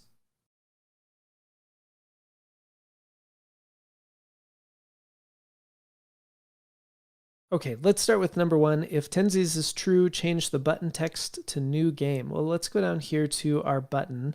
I think I'm going to put some of this on its own line so we have some extra space while we're looking at it. And instead of hard coding roll in here, I'm going to put some curly braces so I can use a JavaScript expression. And we'll use a ternary because we're choosing between one of 2 options, either the word roll or the words new game. So I'll say if Tensies is true, question mark, then we want it to say new game, and otherwise we want it to say roll. Okay, let's save that, and we need to spell Tensies correctly, of course. Okay, let's see, we've got, well, it's not a great first roll, let's go with some 1s. And I'll play through this quickly so you don't have to watch me do this whole game. Okay, so clicking the last 1 should change Tensies to true and change roll into new game. Let's see if that works. Awesome. Well, I don't love that it's stacking on top of each other. I think I'll just go into the CSS and let's find my button here. And I think it's this one. Let's try making that 150 pixels. Yeah, that looks better. Okay, and then part 2 of the challenge is to render the confetti component if Tensies is true. Like I mentioned, I already included the React confetti package, but I do need to import the confetti component from React confetti. And again, we're only conditionally rendering this, and I included a little note here that tells you exactly where to render it. I'll keep my curly braces so I can use some JavaScript, and this time I'm just going to be using the logical AND operator, because in this case I either want to render confetti or I don't want it to render at all. So we'll say if Tenses is true, then we will render confetti. I'll hit refresh. And at this point, there's something important for you to know about this recording. At the current time, Scrimba's not really able to record anything that happens on a canvas element, which is how this confetti is being played. So I'll play through this game and I'm going to see the confetti work. You'll be able to also refresh this app and see the confetti work, but in the recording, it's not going to show up. So once again, I'll speed through this gameplay so you don't have to watch the whole thing. Okay, so I will click the 2, and sure enough, I can see the confetti dropping. I assume if you completed this challenge correctly, you also were able to see the confetti dropping. Or if you struggled with it, well, first of all, I'd encourage you to go back and try it again. But second of all, you can click to refresh this app now with the code that I've written and play the game and see that the confetti is working. Now, at this point, I'm pretty sure we still have a bug in our game, and that's if I click New Game. Yep, look at that. It says that we won again, and nothing has really refreshed or anything. So we'll have one more challenge before this project is complete, and we're going to handle that in the next screencast. Here's another example of a challenge that I'm going to be a bit vague about because I want you to think through what steps are going to be necessary to complete the challenge on your own. So the task is to allow the user to play a new game when the button is clicked and they've already won. I won't necessarily play through this entire game again, but you saw that when we clicked New Game, it just console logged you won again. And I want you to think through why that is and what you can do to fix it so that it will reset the game. Pause now and work on this challenge.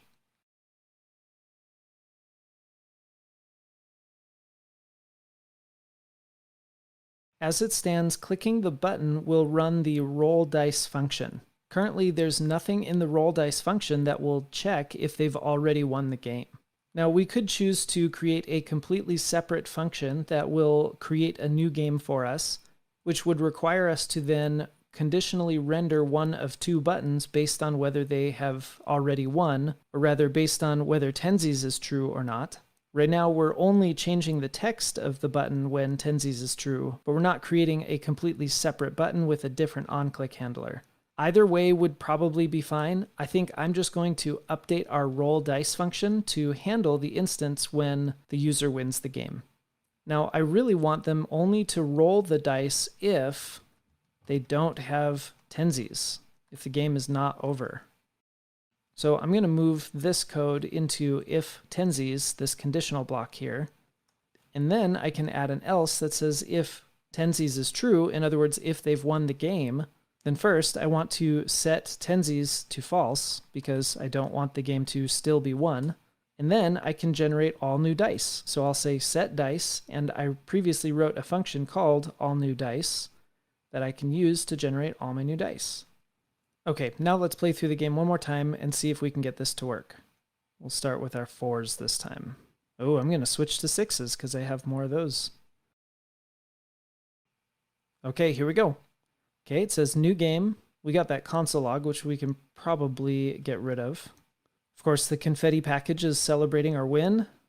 And then I click new game and everything restarts. And wow, look at that. 5 4s right off the bat. And at this point, we have reached the end of our journey together building the Tenses game. However, that doesn't mean it has to be the end. In the next screencast, I'm going to give you some ideas on how you might improve this game quite a bit more if you really want something that you can feel good about putting in your portfolio. We won't walk through how to create those features, but it could be a really excellent way for you to practice your skills instead of just moving forward. I hope you've enjoyed this Tenses game. It might not be quite as fun to play against the computer, but if you have some dice laying around, I do recommend playing Tenses. It can be really fun and high energy, especially when you're just trying to get that last dice to read the number that you need, and you're racing against other people. So on that note, let's take a look at some ways that you might be able to improve this project. Just because we have completed the Tenses project together does not mean that the fun has to stop there. Assuming you enjoyed this project even a little bit, I'd highly recommend that you spend some time adding to it. The process of adding new features to the program that we made together is going to expand your mind and really help you internalize the things that we have learned together thus far. I came up with a couple ideas. You are welcome to use them or to do something completely different. Some ideas for extra credit on this project include adding real dots on the dice. Right now we're just using numbers for simplicity in the CSS, but if you really want to challenge yourself with some CSS, figure out how to put real dots on the dice. More on the JavaScript side, you could decide to track the number of rolls that it took to win the game. Along those lines, you could track how long it took to win the game. And then you could save your best time or maybe even the lowest number of rolls to local storage so you can try to beat your record in the future. Obviously, this is not all inclusive. Be creative, add whatever you want to this project. In the end, being able to show an employer that you not only took a project that you built together in a tutorial, but also added a bunch of new features on top of it, that's going to be much more impressive on a resume and a portfolio than a project that you just sort of followed along with. Great job on the Tenzies game. You should really be proud of yourself. And assuming you were able to follow along with everything and that you would even feel comfortable if, we needed to delete everything and start from scratch, that's an excellent sign that you have really learned what you need to learn from this React course. If you look back, it's pretty insane how much ground we have covered so far. So if you think about it, this is the ultimate solo project for this course. It's going to collect all of the topics that we have learned throughout this course and put it together into a single project so you can really test yourself to see if you have been internalizing all of this new React knowledge that you've been learning. And this project is a really fun one. You're going to be creating a trivia app called Quizzical. It'll have an opening screen here where you can click to start the quiz. It will then pull some trivia questions from a database and display those as a short quiz. Once the user has made all of their selections, they'll click Check Answers, and the app will score the quiz and allow them to play again if they want. Clicking on any of these screenshots will send you to the Figma design file. You can see the 3 different screens here. Just to be clear, this first screen will actually be almost like a separate screen. It's sort of an overlay. When someone clicks Start Quiz, you'll probably want to conditionally render this next section.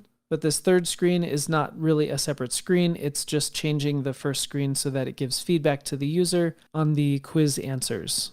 As always, make sure that you go in and duplicate this to your draft so you can avoid seeing everyone's cursors or selections. And so if you want, you can make any edits to the design. And just like before, you can click the 3 dots down in the menu to fork this screencast to its own scrim for you to do all of your coding in. So let's take a look at the requirements for this project. Like I mentioned, there will be 2 screens, the first one that asks them to start the game, and the second one which has all of the questions in it. Your app should pull 5 questions from the Open Trivia Database API, which if you click the green text here, it will send you to that API. After the Check Answers button is clicked, it should tally the number of correct answers and display it at the bottom. And as always with these projects, you should make sure that they are styled and polished. Clicking the link here on this slide will send you to the Open Trivia Database, which is a really fun API to use. You can click in the upper right where it says API, which will lead you to this page. And it has a fun little Generate API URL button that you can click after putting in some specifics about the API. If you want, you can limit it to certain categories, difficulties, and so forth. And it'll just give you a URL that when you call it from your code will give you those trivia questions.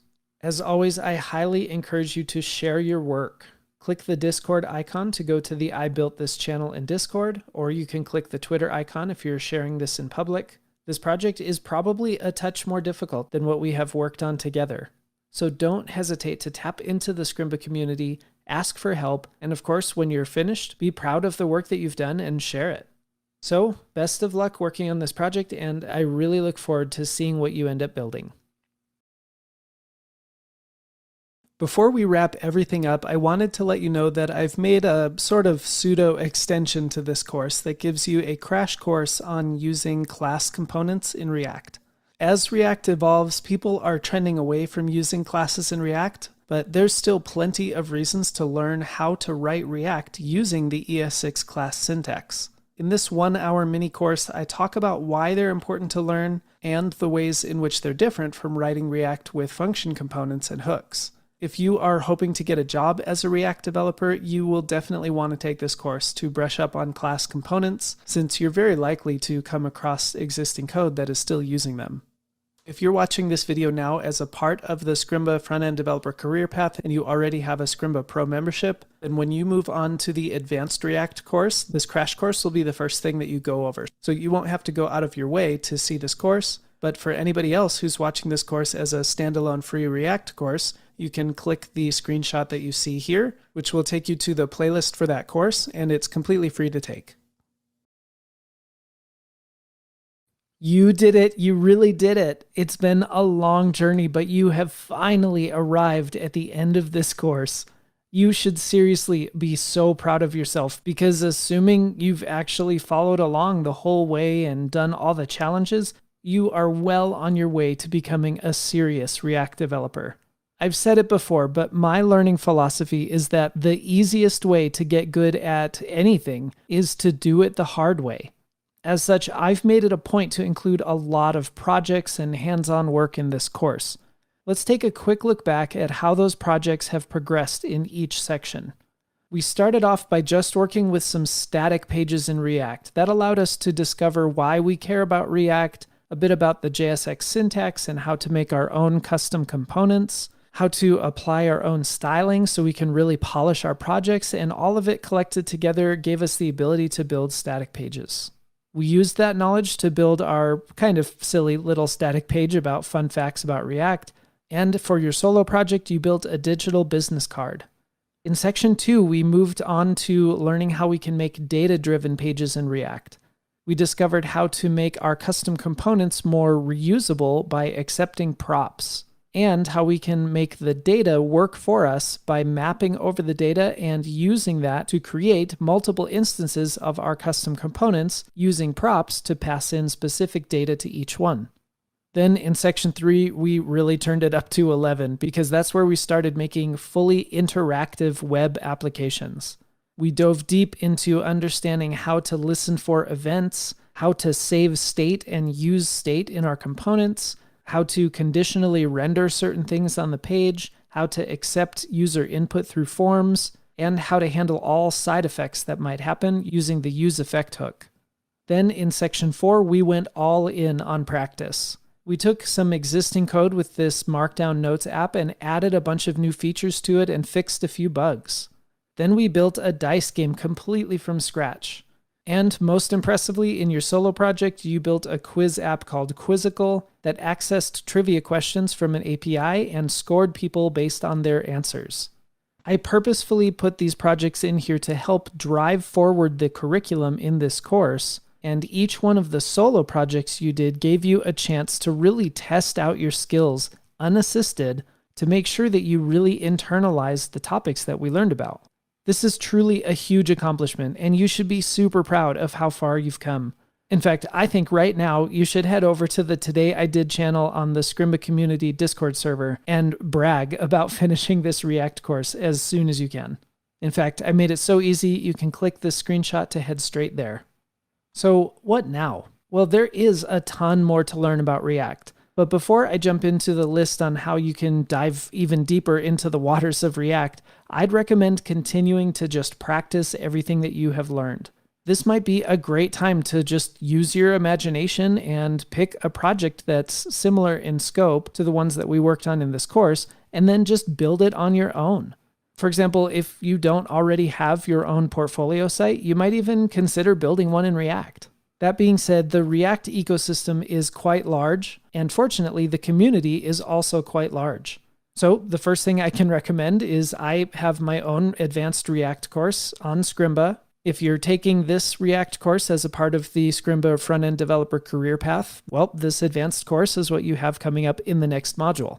One of the first things I recommend learning about is React Router. This allows you to make what's called a single-page application, which is in a way the opposite of what it sounds like. It means that you can add multiple routes to your website so that it becomes a little more like a regular website. Everything we've done so far has just lived in essentially one little page. React Router allows you to make a multi-page website. You can also learn something called CSS in JS. My personal favorite is a library called Styled Components, but there's a bunch of these out there. Essentially, they allow you to put your CSS directly inside your JavaScript so that you can co-locate the styles with your actual code. If you want to branch out a bit more, you can start looking at Next.js or Gatsby. These are both some really evolved and powerful frameworks that are built on top of React to help you build some really robust static websites or even full dynamic web applications. If you wanted to get deep in the nitty-gritty, you could also start learning about performance and optimization if your code base gets more and more complex, or you're working in an existing code base that really needs to squeeze every ounce of optimization out of it, then jumping into this realm might help you as a developer. And in this course, we only touched on 2 of the existing hooks, use state and use effect, but there are a bunch more that you can learn about as well. I'm so grateful that I've had the opportunity to prepare and to teach this React course. My name is Bob Zarol. I've been your instructor through this course. My username is Bob Zarol pretty much everywhere online, but these days I'm mostly just active on Twitter, so you're welcome to follow me there if you like. You can click the Twitter icon to go to my profile page. Once again, congratulations on completing this course. I'm excited to hear about all the ways in which you're able to apply everything that you've learned. I'm truly excited to hear from you. I love getting constructive feedback on the course. If you have any suggestions for me, I welcome them with open arms. And I'm excited to hear from you about all the ways in which you're able to apply everything that you've learned here.